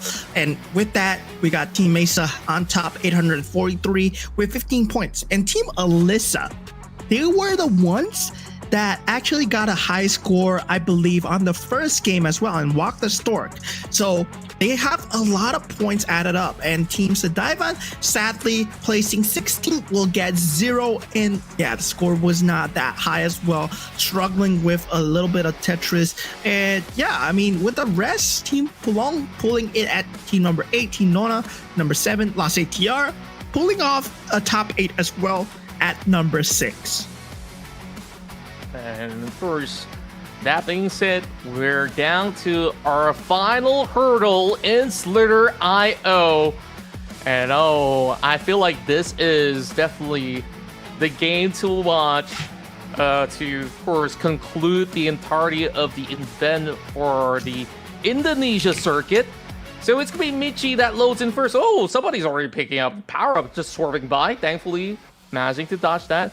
I do believe that they load into a public lobby or so they might or might not bump into each other. So we gotta see how this one plays out.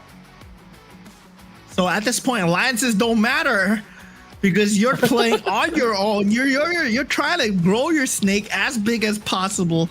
You're playing against pubs at this point, so it's all about individual skill. It's all about the pub mentality. 15 minutes to get your snake as big as possible, to get the score as much as possible as well.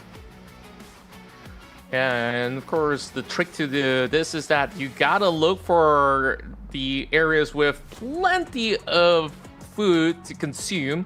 And you could also bait the rest of all these other snakes into a trap, which is already being set up. It seems like they do load in the same lobby. We see Madara on the other side. I think that might just be Mada that's currently playing. I'm just taking a wild guess. There is an off chance that they do end up in the same space. Shell on the other corner. And it seems like they found themselves a target. They want to aim at the rest of the competitors. And now that's a little bit of a barricade now formed up. A couple of all these other snakes are also in the way, so it is rather rough to actually look for the knockout this early on. Yeah, Team Kelvin showing their prowess here, trying to wrap around the bigger snakes, but it's going to be a bit hard.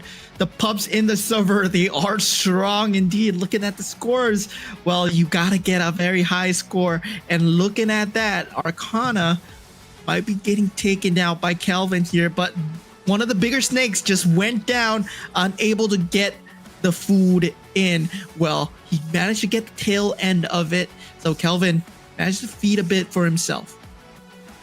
Man, that's a really nifty trick where you could just basically slither and crawl into a ball so that you could save plenty of volley space to keep yourself alive for most part. So some people say greed is good, but it's not always the case when you're playing Slither.io. Yeah, it's you're being a snake, right? You gotta stay alive as long as possible and get the remains of people that are fighting. So sometimes, you know, the strategy is just stay away from these fights and just get food on your own. Ooh, it seems like a trap was perfectly laid out from the side of Team Fanny.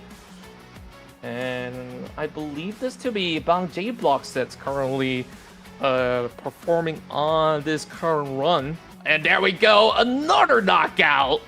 This guy's so good at setting up traps. Yeah, Daniel, it's Daniel that's playing. So yeah, for Team Aru as well. There are a lot of huge snakes in the lobby. So yeah, this is something that you need to watch out for. But the huge snake just passed out. So there's a chance to take it. Oh, yes, he got another one as well. Just like that, you saw they almost lock heads, and thankfully, he's the one that actually survived the brunt of it. And he's going to continuously grow. Meanwhile, tries to escape over onto the outskirts to avoid any form of trouble. You can already see the giant bodies of other snakes make it a little bit difficult to navigate their way around. Meanwhile, Lazatir, not exactly the giant snake that we're seeing so far, but hey, they've been doing a decent job at keeping themselves afloat. And just like that, you can see it is a very crowded space that Team Kelvin's working on right now. Yeah, Team Kelvin has strats, right? Go north to south and make sure that you don't get into any unnecessary fights. Meanwhile, don't get wrapped at the same time. Yeah, look at that. Going north to south, making sure that you just collect the food, scavenge, and just stay alive. Right now, Team Kelvin sitting with 3,000 over points, and that's already placed at 6th best in this current lobby. And currently holding on to number 1 is a snake that is over 20 over K points. I believe that is one of the public players out there. We gotta also take a look at the rest of the field, how they are holding up for the moment. And this is gonna be Archer, just trying to wrap his way around as well. And for the moment, sure focus, not too many food left with plenty of competing snakes. Oh, that was almost him getting taken out. Very close, very close. It could have been. But Team Archer looks like they're in the same lobby as Team Kelvin because, yeah, Team Kelvin is on the leaderboards on number 7. And, oh, man, he passes out. Final length was 4.578. And it seems like it's the biggest score so far. But look at that. Instantly gets taken out. Yara Ye not doing too well. Gotta go in for that quick restart. The earlier you go for the restart, if you are running out of good spaces for food, I think like it's a good call for you to try to get any form of advantage that you could. And for Team Archer, they're gonna go on that slow, steady build up again. Whereas over onto Pak Pulong and Co. Is it Pulong himself that's currently playing right now? I want to get a little bit of confirmation. It looks like it's Geo Joshua that's actually the one piloting this snake right now. Yeah, it's Geo Joshua that's playing the snake. So Pulong actually played just now already. He played Tetri.io. See, I think like he did decently back in Tetri.io, securing a top 8 finish. Ooh, that's a floating power-up, I do believe. Meanwhile, over onto the side of Team Vincent, I kind of like that there's a little bit of aesthetics that goes to show that he is a veteran in this game itself. Yeah, man has cosmetics, right? So Team Vincent, well, He's been playing this for a very long time. LB, well, it's time to see whether you can walk the talk. He was talking a lot of smack about being good at Slither.io. Oh yeah. And I think like it really goes to show he knows when exactly to, you know, turn the other way around. And you just really want to form a little bit of barricade onto some of all these congested areas that they're playing on. Ooh, Vincent unfortunately bumped into somebody else and now gotta start from scratch again. I think that's a decent record that he had so far. It was around 3,000 something, not close to 4,000. So I believe Team Kelvin are still in the lead. Oh, but passes away there. 2,847, not close to the previous record, but there's still 7 minutes to rack it up. 7 minutes to go. So much to be accomplished. And they just gotta, of course, get a good one. Team Archer, they are leading the pack on the Creators Rumble on the best tile possible. So they need to ensure that this finishes strong for them to be the first team to qualify for Indonesia. Oh, they found a hit? Is he going to be able to really stop this giant snake? He's trying to bump him into the corner. And there we go, forcing him into his own body. But instead, the giant snake is the one that's trying to really put a firm chokehold. It is not a comfortable spot for Team Archer. Yeah, Team Archer. Right now, they find themselves in a bit of a pickle. It's able to get the power up so far, but slowly getting squeezed to death. Gotta find the breakout moment. Oh, but it looks like the red snake has left. Oh, perhaps it's just really not worth the cause. Now opening up a lot more of that space, but I think it's just going to be a bait there. It's actually going for another turn, and it really is a long battle between the two of them. Meanwhile, Kelvin just found a little bit of opening space, almost butting into another snake itself.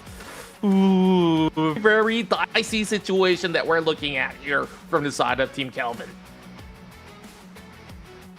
Yeah. Kelvin, currently the highest score so far. Chasing the power up, unable to get it so far.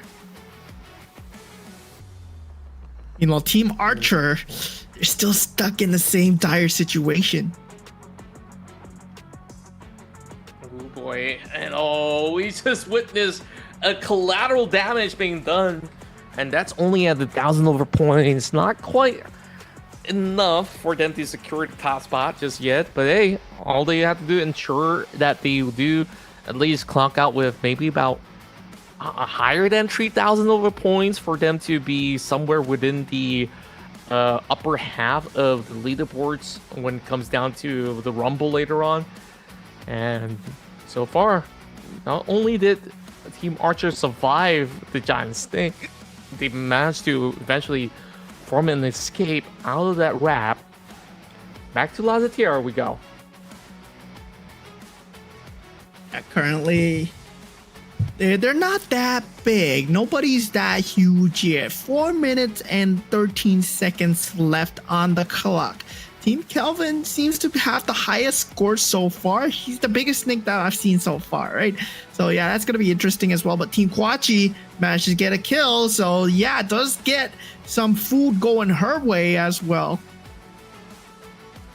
Yeah, just loving the kind of techniques that they're pulling out in order to not only survive, but to also ensure that they are very, very well fed.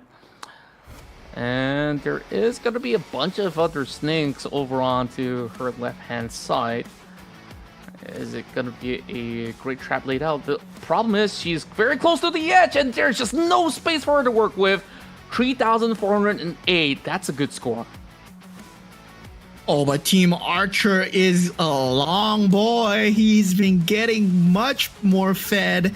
And yeah, looks like he's coming up. He's currently at 4,853 points. So he's going to be in the lead really soon. Yes, he is in the lead. So currently, Team Archer has the biggest snakes, has the biggest point in. And there's only 3 minutes left for the rest of the teams to catch up.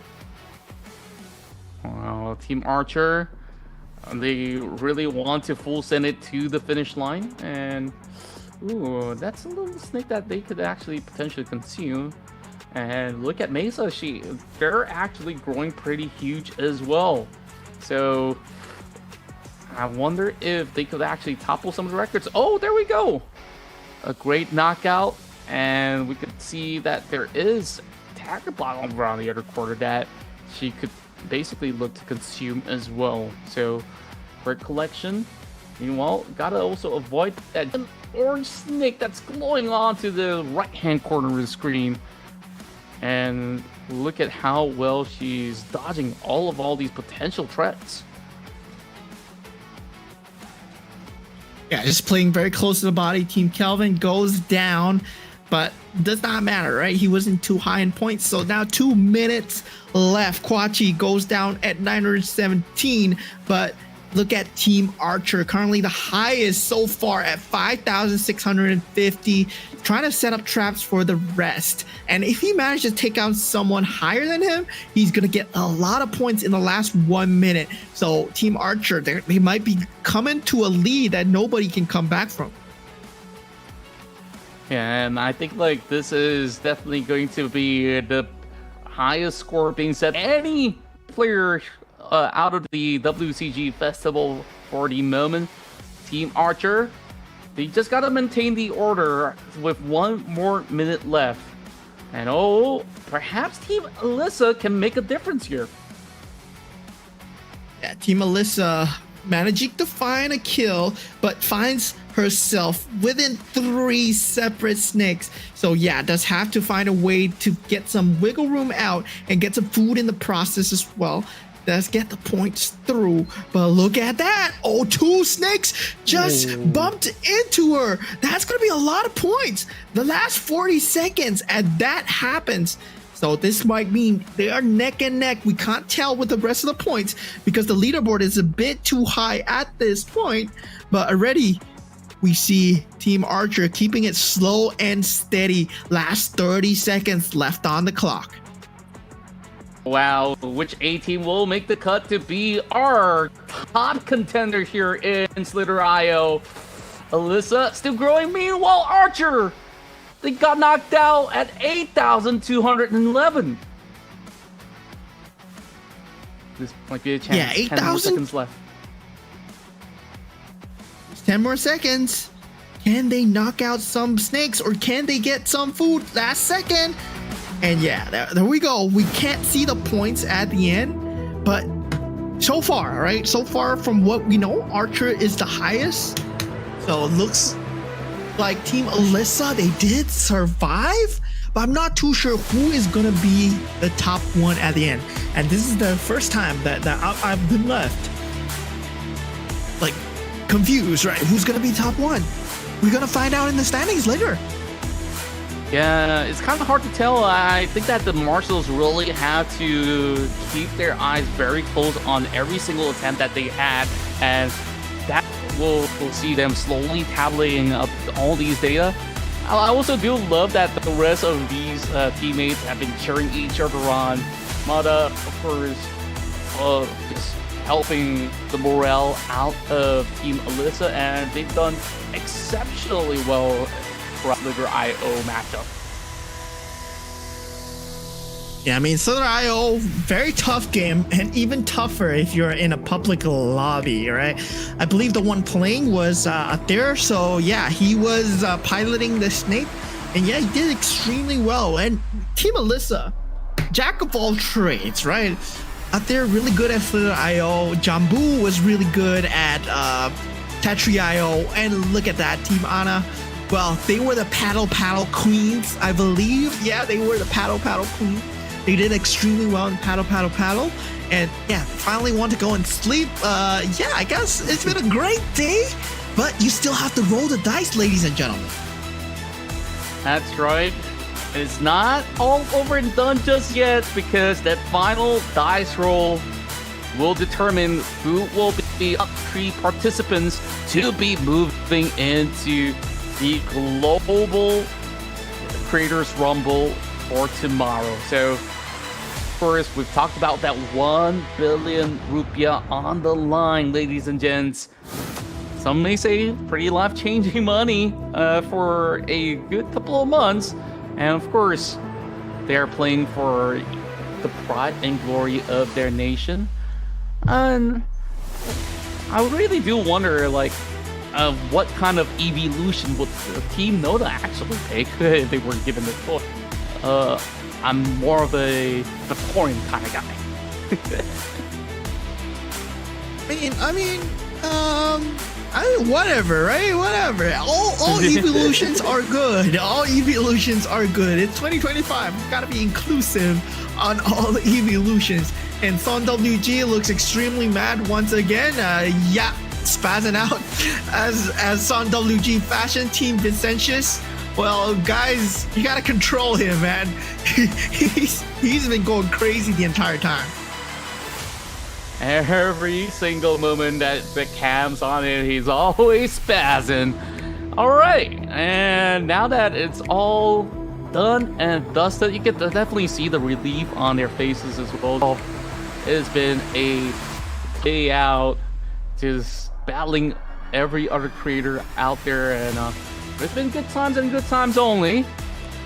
Well, everyone's in good spirits right now. For great jerseys coming from Todak as well. Something that you guys could also check out if you want to get some cool WCG merch. The Sleepy Girlies. Totally perfectly for the camera. I love the synergy that they've always had every single time they're being featured. Yeah, they always have group poses, group dance, group sleeps, group naps as well. And yeah, looking at the side of team, this is Team Mesa, if I'm not wrong. No, this is not Team Mesa. Yeah, Team Mesa is 4 girls. That's Team Alyssa. Yes, this is Team Alyssa. Always get confused between two. Team Alyssa is the one that does so much. And yeah, they're promoting their own stores at WCG. Well, go ahead, man. Content creators, well, go ahead. If you got anything you want to promote, if you got anything you want to say, please go ahead as well. I mean, Team Sadivan looking all swagger, looking all done from the day. They just want to roll the dice and just like, yeah, just be like, give me my money. Yeah, and our store is also part of our partners here in WCG. And it seems like Papulong's side is just saying, que sera, sera. Whatever will be on the very final dice roll. I think it's poetic enough, right, on how the day went out. It's been a roller coaster ride when it comes down to the roll down. So one final roll to determine who's going to be representing Indonesia. And I think like there's definitely a lot of highs and also some low lows for the side of Bakulong, but I think that's just the nature of every single competition. Yeah, Team Lasse TR, they were off to a stellar start, right? They still have the highest number of cubes when we go back to the board. So yeah, they'll be going home. They'll be eating good. They have a lot of plates of pagi sore tonight. There's gonna be a very good nasi padang on the table. They can have great supper. But yeah, looking at the rest, whether or not this last dice roll changes their fate here. A lot of life-changing money at stake. Absolutely. And I think like some of all these participants are also feeling a little bit of stress as well, because so one of them have to make that click onto the dice roll, and I don't know if there is a certain kind of a lucky charm that they do have that they cling on to, or if there's going to be some kind of certain superstition that you do not want to do something before you go in for the roll in order to maximize your potential on the rolls. But if you're going to be the top 3, you're pretty much well sorted with the power dices. These are some of the highlights of Super IO. We've seen some great sneaky action coming in from Team Archer as well as Team Vincent to, of course, end it on a high note. But last we saw, I believe Archer, they've been able to really build quite a lead in one of their rounds played out. It's funny, right? When the production does these highlights, it's all blunders that the teams are doing. And yeah, this is them messing up, right? This is them messing up. And like, Team Archer, eventually, I believe they won, but I'm not too sure about Team Alyssa. Whether or not they will be in a top place, they did survive the longest, but I'm not too sure how much points that they ended up with. Team Archer was also very high, so yeah, we're gonna have to see the final standings once all the scores are tabulated from all 4 games. Who is at the top of the standing, who's at the bottom, who gets to roll first, who gets to roll last. That's right, and you know, at a certain moment of time, we even see some of our creators actually reach the top 5, even despite them really joining, you know, a public lobby, and then you have so many other contestants that you're going up against, and you know, they've been able to really grow with pretty much a whole lot of great patience of plays. And there were even certain moments where you saw one of the creator was absolutely being withheld with one giant snake wrapping around him, and eventually that snake kind of had to tap out and say, okay, it's really not worth the time to wrap this snake that does not want to give in. So I think like there's just so many great ideation, and that goes to show that they've been absolute pros in Slither.io. Yeah, that was Team Archer, and they were the top team. So yeah, they had the top points. Now we're finding out whether Team Alyssa does go ahead of them in terms of points, whether or not they're staying or not. But yeah, like you said, great plays coming out from all the games today. We had GeoGuessr to start, and of course afterwards we had even more games. Paddle the paddle queens, Team Anna, they did come out on top ahead of everyone else. They almost completed the game, mind you. And finally we had WASD Tori, and then we had the web relay race where we saw Walk the Stork coming out. Team Alyssa was on top. Next up we did have I believe it was, the order was slightly changed. It was supposed to be Slither.io, but instead of Slither.io, we played Fruitbox, where Team Archer came out on top with 130 in terms of score. So they did extremely well. And then we had Tetri.io, where Team Mesa with the likes of Yasmin, who pulled ahead with the 840 meter altitude, level 8, mind you, in Tetri.io. That's respect right there. And Slither.io finally, neck and neck between Archer and Alyssa at this point. We don't know who's what. Yeah, and I think like it really is gonna be very, very close when you actually tabulate the relay, because you gotta ensure that every score is being added from all 4 of your teammates in order to form, you know, the end result. So it is gonna be kind of tough to really determine the ranking. So a lot of calculations have to be done from the back end, which we will allow as much time as possible for the marshals to be very precise on these measurements, because it could easily mean that, you know, whoever gets the top priority on this very final relay to, of course, set the tone of how the rollouts go. Because last we checked, Team Archer, they only got maybe a couple of all these games to be aced out in the relay, so that might not really see them to really hold on to the kind of power dices, so to speak. But if they do end up with the power dices, they could very well be the first team from Indonesia to qualify. Okay, so we're gonna find out who is the top of Slither.io. The standings will be coming in, and it will be Team Alyssa. They actually pulled ahead 7,152. They have been one of the top few for all these web games, and it feels like they were practicing all these web games. And sadly, in the number 16, it's gonna be Team Arul once again. So I believe Team Arul is going to be the last to roll the dice, because they've been at last multiple times. So that's 0 points. And yeah, being last to roll the dice, well, not too bad at the last part, but you can still walk forward. Yeah, we want to see whether they do actually end up on the warp tunnel, and that could absolutely change the fate. imagine if somebody reaches, on top 50 already, and then you swap and suddenly you're the champion? That will be the wildest warp ever. So I don't know if that actually works out, but of course it'll be crazy to witness. So that being said, really boiling down to this final few rolls. So gotta see if they're gonna mix it up as well. For those who have the power dices, they can opt to go for the maximum of, potentially 11, 12, 10 on the roll downs. So we, of course, wish them all the best in this final roll. Yeah, am I hearing that there's gonna be a tiebreaker? There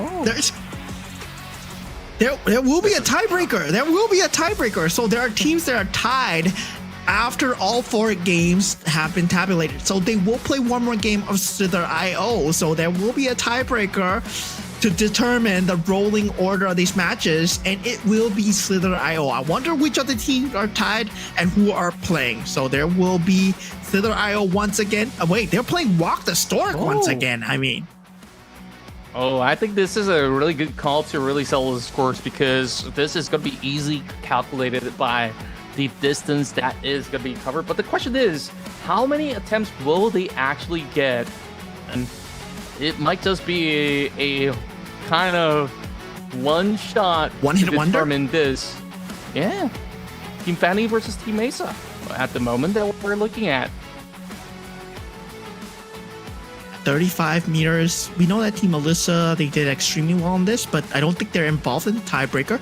So Team Fanny, Team Mesa, they're involved. We saw Team La CTR as well. 3 lives.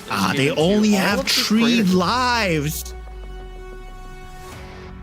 Wow. Yeah, I understand. 3 lives. So 75 meters. First life gone for Team Fanny. They're the ones taking the lead right now. Mesa has got to top this record. They're slowly building this one up, but remember this, the further they go, the faster it gets. And Boba John with 110. Yeah, 110. The one playing this is, of course, I think it's Elvin Susanto on the control. So yeah, FPS player in the gene, the reaction speed must be there as well. So yes, we're looking forward to his reaction speeds indeed. And slow and steady for now. Alvin, all hopes now onto this gentleman to pull a clutch moment for Team Boba Chat. Already reaching 40 meters at the moment. How many more lives does he have? Is it at least 2 more intact, or is this going to be the final hurdle? All right, we're reaching on to 65 already. 65 is the record so far for Boba Chat. But on to Lazet. 102. They got 102 first before they did a 65. So I'm guessing they take the higher score. So 102 is the last score that they got. Last ATR currently at 47, 48. Yeah, going into the 50-meter mark. We talked about Benjiro being very stable when it comes to this, but he always fumbles when it reaches this mark. And so far, he's holding steady. He's holding through 75 meters. A bit of a stumble. Once again, he cannot cross that 80-meter mark curse.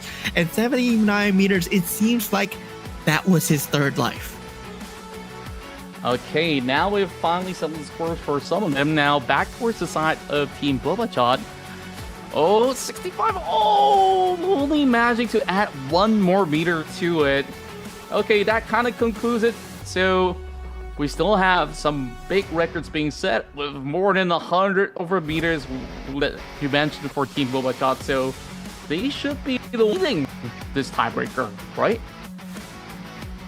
I think so. We did not see the rest of the attempts from the other side, so I'm not too sure, right? With Walk the Stork, you will never know whether or not the other team did extremely well, especially if we didn't see the footage. So yeah, hopefully it's Boba Chat at 102. But the last time we thought Alyssa was leading, it was actually at 144 meters. So that was kind of a new record set by them as well. It might be an Indonesian record, who knows? But at this point, I believe as of now, I checked, was like 252 meters. I believe people have gone further in different areas. They might not have recorded it, but I believe like a lot of good players have walked the stork out there. True enough, and of course, keeping the balance in check, and now it's also down to whoever gets the priority of the dice roll right now.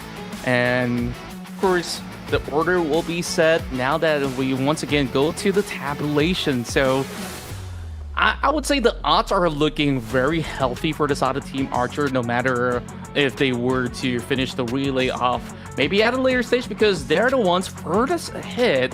All they have to ensure is that they don't end up on a super low roll, or all they really need is anything above 7 in order for them to really complete the run. So if they do end up onto a detractor though, that could easily change things.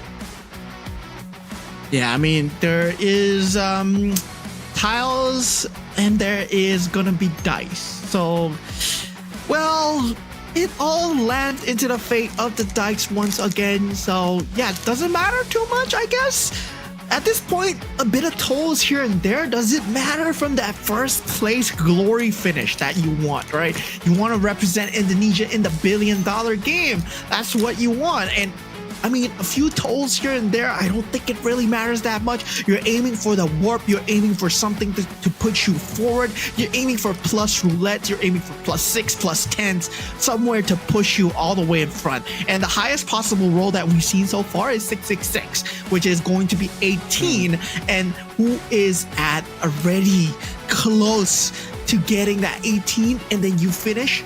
Well, that could be the Cinderella story coming in for a lot of the teams here, but it's all down to the dice, and this is just for 200 million rupiah here. But 200 million rupiah is no small amount to scoff at. It's still 12,000 US dollars. Yeah, that's a whole lot of money, and on top of, you know, whatever other cubes that they can gain from their opponents as well, it's gonna be, you know, some slight bonuses here and there. So I really do want to see where if Lazit here could still maybe tax some more people, so that even if they don't end up first, they could still walk away with quite the bulk of income. And, you know, 2 to 3 million rupiah is a really good session of Pagisori, if you ask me. So if I were them, I mean, like, I'll be counting in the form of Pagisori currency in that sense.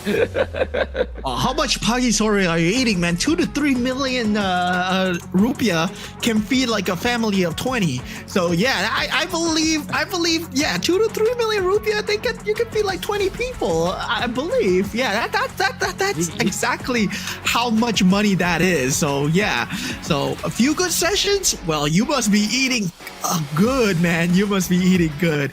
And definitely for the rest of the content creators, well, they've come a long way. They've been through the entire gauntlet of games. We had great games for you guys. Hope you guys enjoyed it so far. But finally, we are at the culmination. We are at the end. We finally come down to the final roll. And guys, look forward to what we have tomorrow as well. It will be the Content Creator Global at the WCG Festival.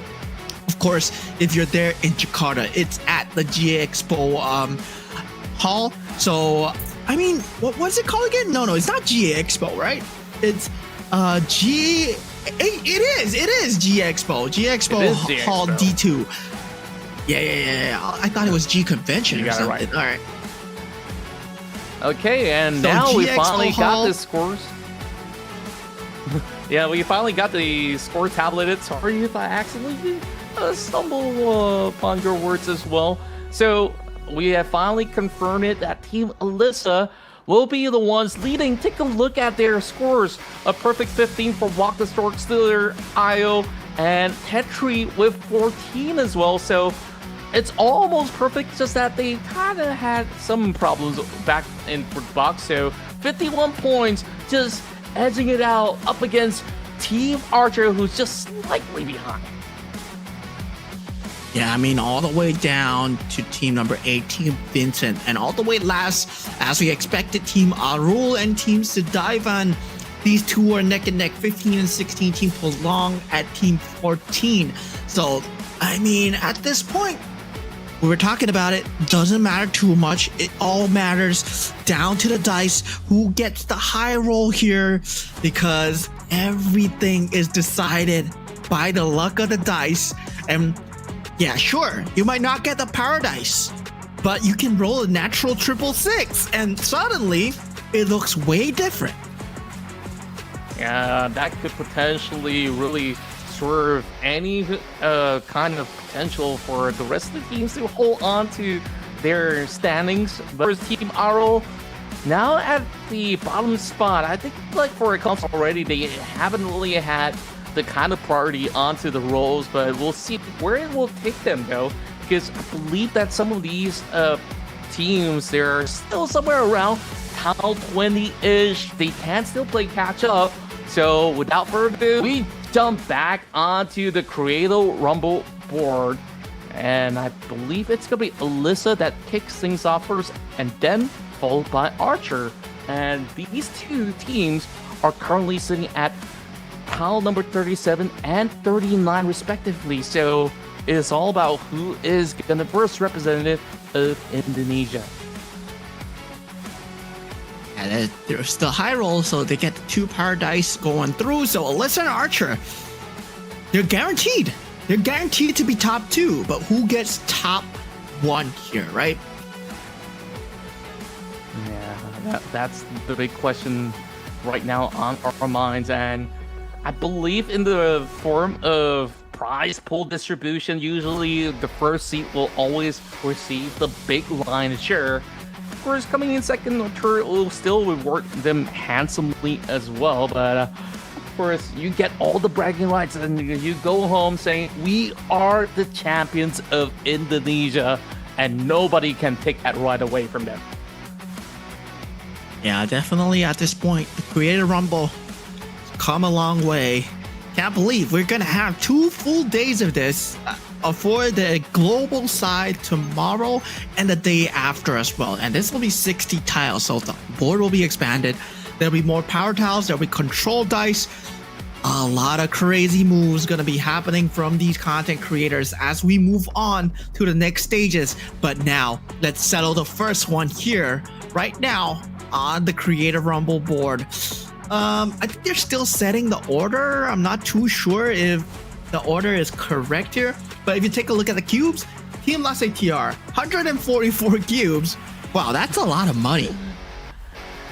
That's a whole lot. Each cube, once again, is 100K. So that's already like 14 million.4 rupiah that's currently in their bag. And I believe Alyssa finally get to go in for the dice roll. We do have the player cams right at the bottom, and oh, you can see how excited they are. The power dice should be loaded up. There's only 1 power dice, and oh, it's gonna be a 9. Okay, where does it go? Is this enough though? Oh, it's a neutral tile. Neutral tile. Oh. Okay, But Team still Archer very close. going up against X. Do they have a power dice to 46 work with? is number lead. Okay, everybody only gets 1 power dice. Oh, it's a 7. The double 1 kind of hurts the chances. And is it gonna be the same? Oh, it's a tie. Are we gonna get a tiebreaker later on? Yeah, we're gonna get a tiebreaker later on. We're gonna get a toll. Unless 3 other teams, they overshoot them. You know, it's still possible. There's still a chance of that happening. There's still warp happening as well. So, yeah, that could mean that, you know, someone warps there. Hopefully someone lands on the warp, lands onto Archer and to Alyssa. Now, Kevin, spinning. Getting a 14 here. That'll work. 14? Oh. No. It's a donation. He ends the day with a donation. Okay. Well, at least he's donating for a cause.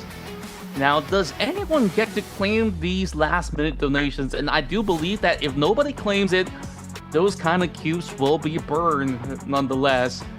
And unfortunately for Kevin, he's only left with 4 cubes after that roll. Oh man, that's just gotta be sad. Now that's a 14 coming in for the side of Anna. Dude, they land on a neutral cube. They were 1 away from the warp. That could have changed things for Team Anna, who has performed so stellarly on the stage here. But sadly, they're gonna be landing on a neutral tile. Now Team Bobachot, one chance to turn things around. They roll a 12. Oh, this is a solid chance. They Puts do them ahead. overtake it, and they will end up at tile number 48. And it's an instant donation into the pool. But hey, this is as close as it gets for them to be crowned champions. Now, down to Mesa. There's still warp tiles happening left and right. There is a warp tile on 32. Mesa is on 28. There is a possibility she lands on that and she gets a 1-1-2, but she does not get it. It's an 11 here. So it is going to be on 39, which is a neutral tile. Nothing is going to happen. Yeah, just in between the bonuses as well. Ooh. So close yet so far. And now down to Nona. This is only gonna be 7. And is it gonna be That's a neutral tile. Another as well? 37. That's just unlucky. No one's getting any power-ups. And this is uncharacteristic of the last round. I mean, there's still so much more teams to do it. Team Vincent on the roll right now rolls a 17. That puts them into 37. That means they need to donate. They need to pay the toll. They're not going to get top 3. End up paying the toll. That's going to be the last roll of the day. Losing 1 million IDR. I'm sorry, guys, Team Vincent. Oh boy, you could hear him yelling from a distance. Now we go over on to Team Fanny. All right, Fanny still got 14 cubes at the moment. Oh, this isn't the biggest of rolls. They only get a 6, but is there a bonus? No, wait. it's a detractor. There's a chance. There's a chance. If they roll a -5, if they roll a -5 into a warp, yeah, there's a chance. No, there's no chance now.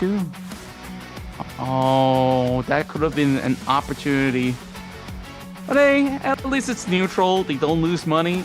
Now, on to the richest team on the board, Lazatier. Okay, they're sitting at 29 at the moment.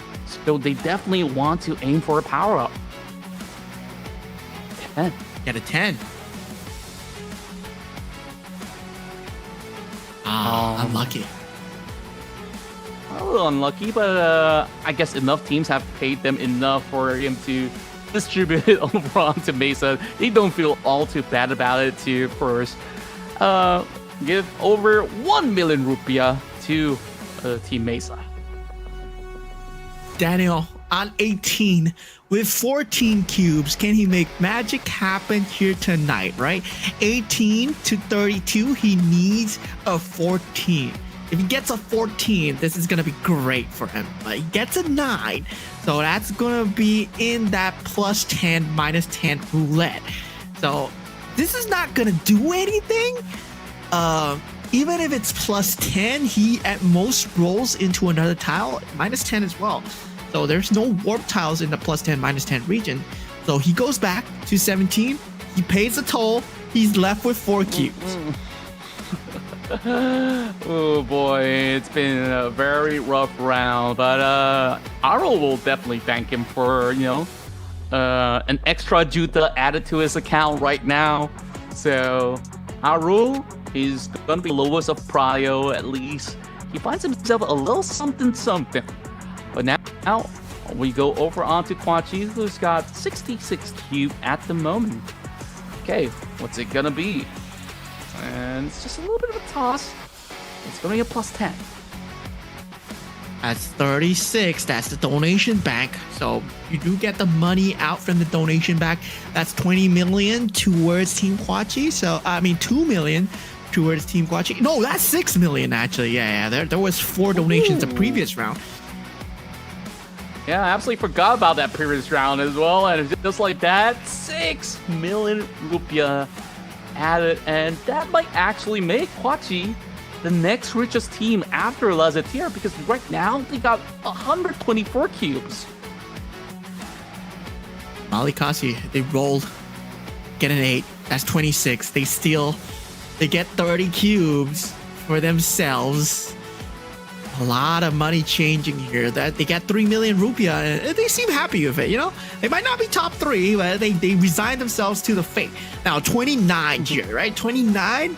There's a very interesting rhetoric where they can roll a 29. They can roll an 18 into a 47, but they don't. All right. So they roll an 8. Where does it land them? Neutral tile. They're paying the toll. Nothing happens.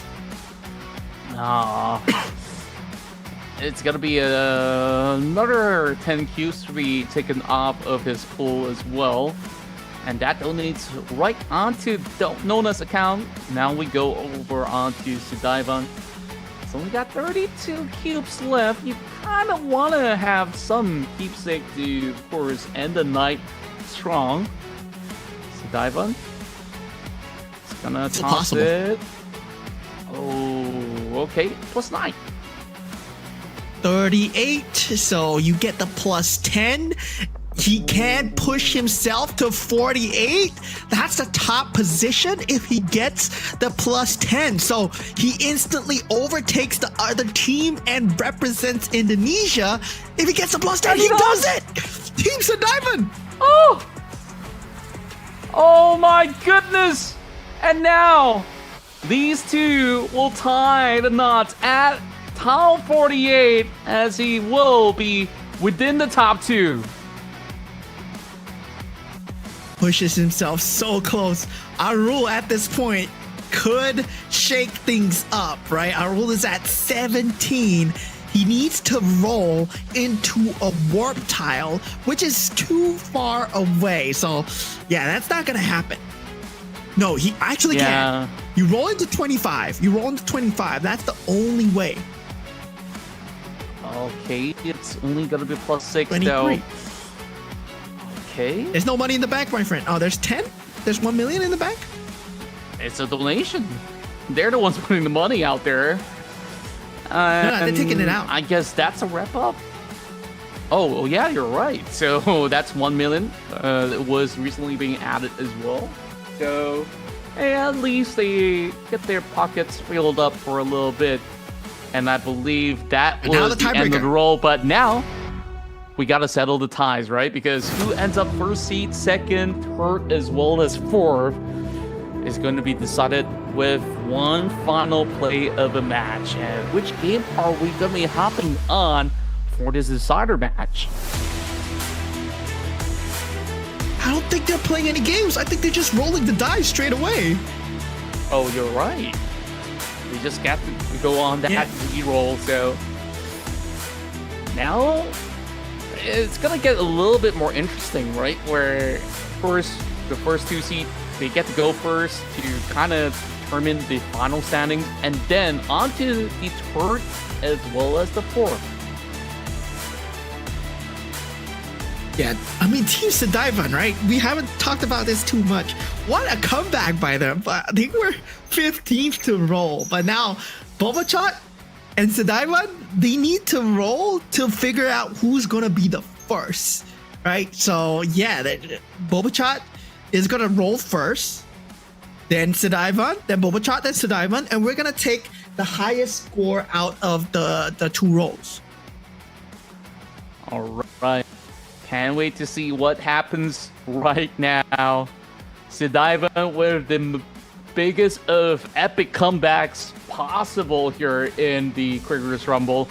You know, we have never even counted them to be enlisted as, you know, some of the top dogs that we've discussed about, because it was looking very likely for some other names like maybe Lazetia or even the rest of the party.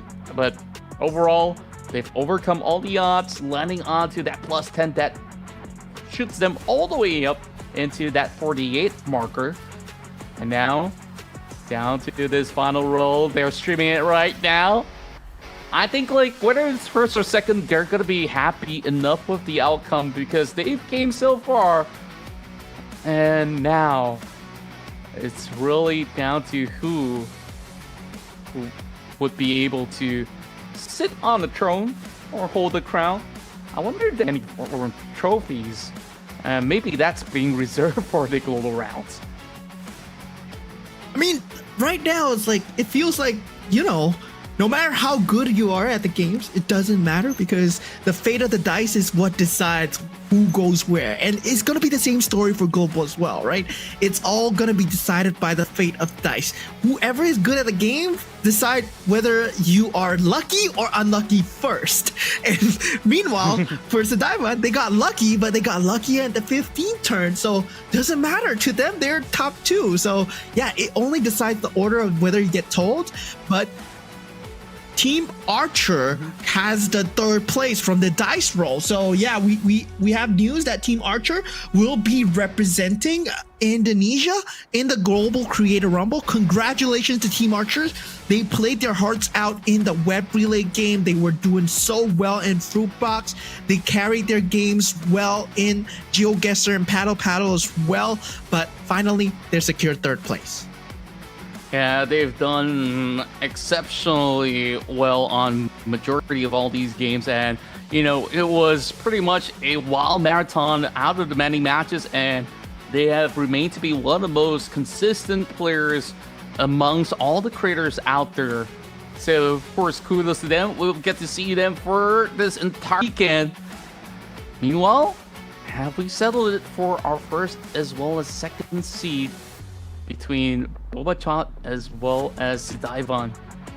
I think everyone's waiting for this golden moment of a roll to absolutely determine our champions of Indonesia.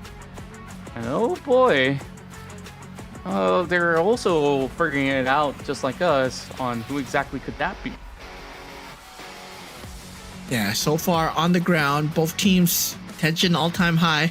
Rest of the teams, they know, yeah, they're not making it, but they're counting their cubes, right? And for tomorrow, so I believe the cubes are even, or the worth even more. So in terms of currency, in terms of global, it's 500,000 rupiah per cube. So it's $50 per cube. So yeah, there's gonna be a lot of cubes to be played for here. Oh, I don't want to be paying a lot of tolls, man, if I were to be in these global rounds, but oh boy, I think like they're absolutely going to be opening their calculators if they were to be ending up on the donation bank to see, oh, how many people have already been taxed earlier to be on that donation pile, and they could absolutely cash out huge as well. So definitely a lot of interesting stuff that will go on for tomorrow's 60 tile board. Okay, a little bit of a dance before we actually hit right into the final roll. For some reason, it's actually taking quite a while for them to actually roll the dice, it seems. Yeah, I mean, it's just rolling dice, man. Just roll the dice, dude. Yeah, but I'm pretty sure they're getting the referees in order. Hopefully, making sure that the results are tabulated so that we can announce the champions properly. But still, right? It's been a long way. We know the top 3 representatives already. Congratulations to Team Archer. Congratulations to Team Bobachat. Congratulations to also Team Sedaivan, who came all the way from behind at 15th place to make it to top 3 to represent Indonesia in the Global Creator Rumble here. And of course, a good game to the rest of the teams. Of course, Last ATR, they're eating good. They will be getting the bulk of the cubes. They're getting bulk of the prize money. I believe it's like 134 cubes that they got. So it's like, yeah, that's like, how much is that? It's like 13 million. 1,300? 13 over million. Oh, yeah, that's $1,300. Wow, so much money all acquired through all these kind of tolls that they've been able to tax out of all the other players, and also some of them they've earned rightfully so from those kind of bonus tiles that they landed on as well. So I think that everyone had an absolute immaculate time throughout the course of what played out in the W stage, and finally we're here to determine who's going to be the grand champions of Indonesia. So without further ado, we go in for our first rollout, as it starts off with Sidaiban.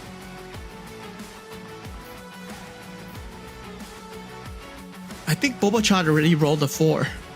So Sidaiban is going to be rolling now. We're still waiting for Sidaiban to roll. I'm guessing they're doing a little bit of a pep talk, like just talking about, yeah, you know, our lives depend on this, whatever. So 132 on Last ATR, Kwachi 124, Aru 104 cubes. So Sidaiban rolls a 3. All right, we still got one more roll to work with, right? So it's the best of 2 rolls added together. If Bobachad rolls a 6 right now, it will just guarantee their spot, because that will set Sidaiban with a deficit of 1 regardless of whatever they roll out next. And I think Lesser does allow a chance for Sidaiban. And now the tension is building up. And finally we get the roll. Oh, it tumbles from the 5 into a 4. Still a strong record with a total of 8 for Bobachad. Yeah, Sidaiban has a 1 out of 2 chance. No, 1 out of 3 chance, right? Rolling a 5 or a 6. Rolling a 5 would put them in a tiebreaker once again. But rolling a 6, Sidaiban would instantly just jump to the #1 spot. Oh, the 6 is showing. It's Sidaiban! Cinderella story out of nowhere. This man from 15th place got the 10-10 roulette, jumped all the way to the top 2, and now they are your champions for your Creator Rumble with a dice roll. This is all the power of the dice. Glory be to the dice here, ladies and gentlemen. Unbelievable! Another epic clutch to secure that #1 spot, like you said it. A Cinderella story. And now we'll get to see them bear the flag of Indonesia tomorrow as your top dogs of our Indonesian circuit of the Creators Rumble. Yeah, so I believe they get the gold cubes, which is going to be 800 cubes. So 800 cubes will be given to them. That's 80 million rupiah. So they win the prize money of an extra 8,000 Singapore dollars added to them. So it's like, yeah, maybe 6,000 US dollars added to them. Wow, that's a lot of money that they just won out of nowhere, thin air. They were last place, dead to last, 15th. And then now they're first. It's all about the patience and the climb. And of course, we should never count out any participants from 15 to first.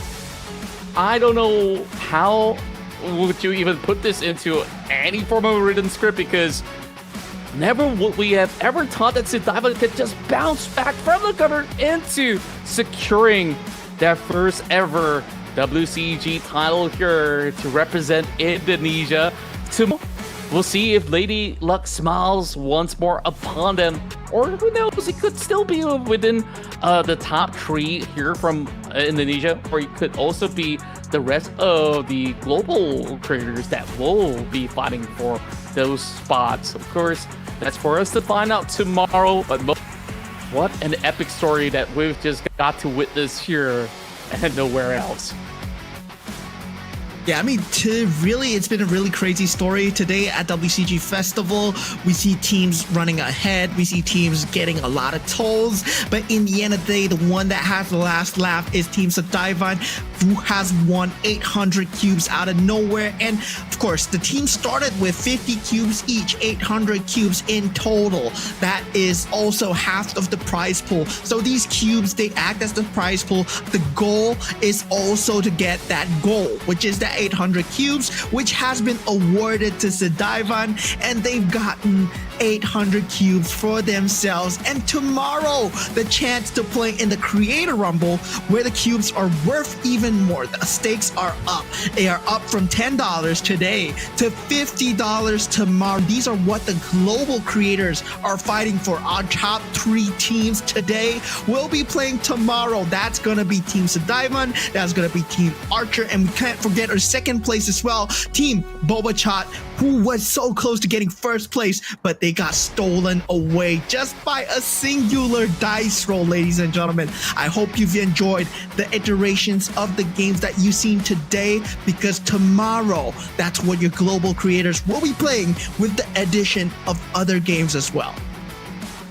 Wow, what a day it has been, Mo. Like, overall, we've got so many of all of our favorite creators who will still be performing. That's definitely something to look forward to, so you guys keep on supporting them. And if you've been able to for some of all these creators or influencers that have participated today, so make sure that you guys drop by to their social media platform, give them a follow. Also give WCG Festival a follow on social platforms as well, because all this won't be possible without, of course, of our dear founders, Smilegate, and of course the ones that have been presenting these grand stages and everything else. Of course, it is big picture. So that being said, we're already at the tail end of our Indonesia edition of our Creator Rumble. So we absolutely want to thank you guys so much for tuning in for today, whether if you guys are on ground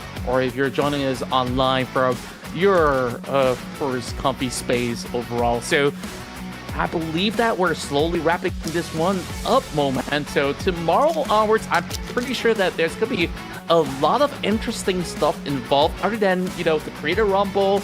Probably there's going to be a lot of all these interesting events that will be featured in the WCG Festival. So it's absolutely worth checking it out in GIExpo Jakarta itself. If you guys happen to be around the township, if you guys are already in Jakarta, I don't think you guys have much of an excuse. Clear out your schedule and maybe you can even take your date alongside with it. So with that being said, it's Contra here who will be signing out. Any last words, Mo Man, before we toss it to the host? Nah, it's all right, guys. Let's go back to the host and let's see you guys tomorrow. Goodbye, guys. Akhirnya kita sudah mempunyai top 3 yang akan melanjutkan perjalanannya di Creator Rumble Global di esok hari sampai dengan di hari lusa. Betul sekali, dan kita akan mengundang langsung saja untuk top 3 bergabung ke tengah-tengah kita. Yang pertama, ini adalah posisi ketiga, yaitu adalah tim Archer. Yap. Yes, luar biasa sekali. Ini adalah tim Archer yang berhasil menempati di posisi yang ketiga dan berhasil juga melaju untuk berjuang lagi di hari esok dan juga di hari lusa. Sekali lagi ini dia, congratulations untuk tim Archer. Yes, kapten mereka Jeremy Archer, ada Poco Po sebagai anggota, lalu ada Christopher Devin dan juga Kenji akan slide terlebih dahulu pastinya untuk bergabung bersama kita tengah-tengah kali ini. Betul sekali. Teman-teman, yes boleh langsung slide teman-teman dari tim Archer dan juga langsung menuju di area kanan stage ya. Ini dia, kita sudah melihat ya. Happy sekali terlihat ya karena sudah berhasil mengamankan setidaknya. Oke, besok bisa berjuang lagi gitu kan. Betul. Oke, let's go teman-teman tim Archer. Boleh langsung bergabung, silakan ke sebelah kanan stage. Dan ingat, total yang akan mereka perebutkan adalah 1 miliar rupiah di Creator Rumble Global besok. Yes, luar biasa sekali. Dan ini dia, kita sudah lengkap dengan line up dari teman-teman tim Archer. Untuk itu langsung saja kita sambut, ini dia yang berhasil mengamankan di peringkat yang kedua dari Creator Rumble Indonesia. Marilah kita berikan tepuk tangan yang paling meriah untuk Bobachat! Yes, dramatis sekali pastinya setelah tiebreaker tadi dengan tim Sedivan. Hanya berbeda 1 angka saja. Bobachat harus berjuang lagi betul, ya langsung di berjuang lagi ya. Yes, betul sekali. Oke teman-teman dari Bobachat boleh langsung slide di sini. Sudah ada ada Kitty, ada Hamdan dan juga ada Alvin. Silakan. Ini dia. Kita sudah melihat luar biasa sekali kaptennya yang turun duluan ya. Teman-teman boleh berada di sebelah kanan, boleh bergeser sedikit. Perhatian banget kaptennya. Waduh luar biasa. Gak mau selanjutnya bergabung. Gak mau anggota yang kenapa-napa tadi. Dipasang lagi spons. Yes, betul sekali. Oke, let's go teman-teman. Ini dia untuk teman-teman dari Bobacon, kita sudah melihat untuk line up-nya ya. Sambil menunggu ada Rizky cantik ini untuk bergabung bersama teman-temannya. Langsung saja kita invite, ini dia yang berhasil mengamankan di peringkat pertama dari Creator Rumble Indonesia. Marilah kita berikan tepuk tangan yang paling meriah untuk si Daivan. Yes, yang berhasil melangkahi perolehan dice dari tim Bobacon. Berbeda satu angka saja, 9 tadi yang kumpulkan pada tiebreaker. Dan akhirnya si Daivan berhasil menjadi champion kita pada Creator Rumble Indonesia. Baiklah teman-teman, boleh langsung meluncur dan berada di depan sebelah sini. Oke, ini dia kaptennya, kita sudah melihat sudah meluncur. Dan dipersilahkan untuk selanjutnya, silakan. Yes, kapten mereka. Oke, Cap, boleh sebelah sini Cap. Oke, baik. Selanjutnya, oke, hati-hati ya, hati-hati kepada teman-teman creators. Oke, baik. Boleh bergabung maju ke depan sini. Wow, semangat yang luar biasa sekali yang diberikan oleh teman-teman dari si Daivan. Silakan. Boleh bergabung. Oke, wow. Sini luar boleh bergabung, biasa. teman-teman. Boleh maju ke depan? Boleh maju ke depan? Oke. Boleh maju ke depan teman-teman dari si Daivan? Oke, oh sepatunya nyangkut. Jalan. Sabar. Sepatunya Tadi nyangkut. ketinggalan ternyata ya di sini. Oke, boleh maju ke depan kalau sudah ready. Dan pastinya kita juga ingin mengucapkan terima kasih banyak kepada teman-teman dari tim lainnya yang sudah bermain dengan luar biasa sekali. Dan marilah kita berikan tepuk tangan untuk top 3 kita yang akan melanjutkan perjuangan mereka di Creator Rumble Global di hari esok dan juga di hari lusa. Baik teman-teman, untuk juara kedua, juara ketiga boleh bergabung semua, boleh maju? Boleh maju, kita bergabung semua di sini. Oke, boleh merapat lagi? Oke, luar biasa sekali ini dia. Sekali lagi, marilah kita berikan tepuk tangan yang paling meriah untuk top 3 kita hari ini di Creator Rumble Indonesia. Alright. Nah, untuk teman-teman yang lain, ayo boleh yuk kita turun ke bawah, kita seru-seruan bareng, let's go. Karena tidak terasa sudah Odi kita berada di penghujung acara. Sekali lagi kami ingin berterima kasih kepada seluruh sponsor yang telah mendukung berjalannya rangkaian acara kita pada hari ini, yaitu untuk WCG Festival 2025 presented by Big Picture, Funded by Smile Gate, and government support by Pemprov DKI and PBSI. Official partner Bank Jakarta, eFootball, Games Plus, and Biznet. Dan juga ada Todak, Unitech, Aura Stores, Multi, Gatsby, dan juga Maya pada Hospital. Yes, tentunya juga untuk para official media partner, terima kasih analis esports, Creative Fox, Duniaku, Dunia Games, Dreamers, Esports ID, Esports Indonesia. Ada GGWP, ada Games Staffy, Kotak Games, Kumparan, Revival TV, Spin Esports, dan juga Upstation. Sekali lagi kami berdua pamit undur diri dan ingin mengucapkan terima kasih banyak kepada seluruh pihak yang mendukung berjalannya rangkaian acara yang luar biasa kita hari ini. Jangan lupa untuk hadir di hari esok karena pastinya akan lebih seru lagi. Baiklah kalau begitu saya Sabila April ya. Saya Odi dia, tentunya dengan kerabat kerja yang bertugas. Mohon maaf kalau ada salah-salah yang mungkin tidak disenangi, tapi wajar lah. Ya, yes, betul. Kalau begitu kami berdua pamit undur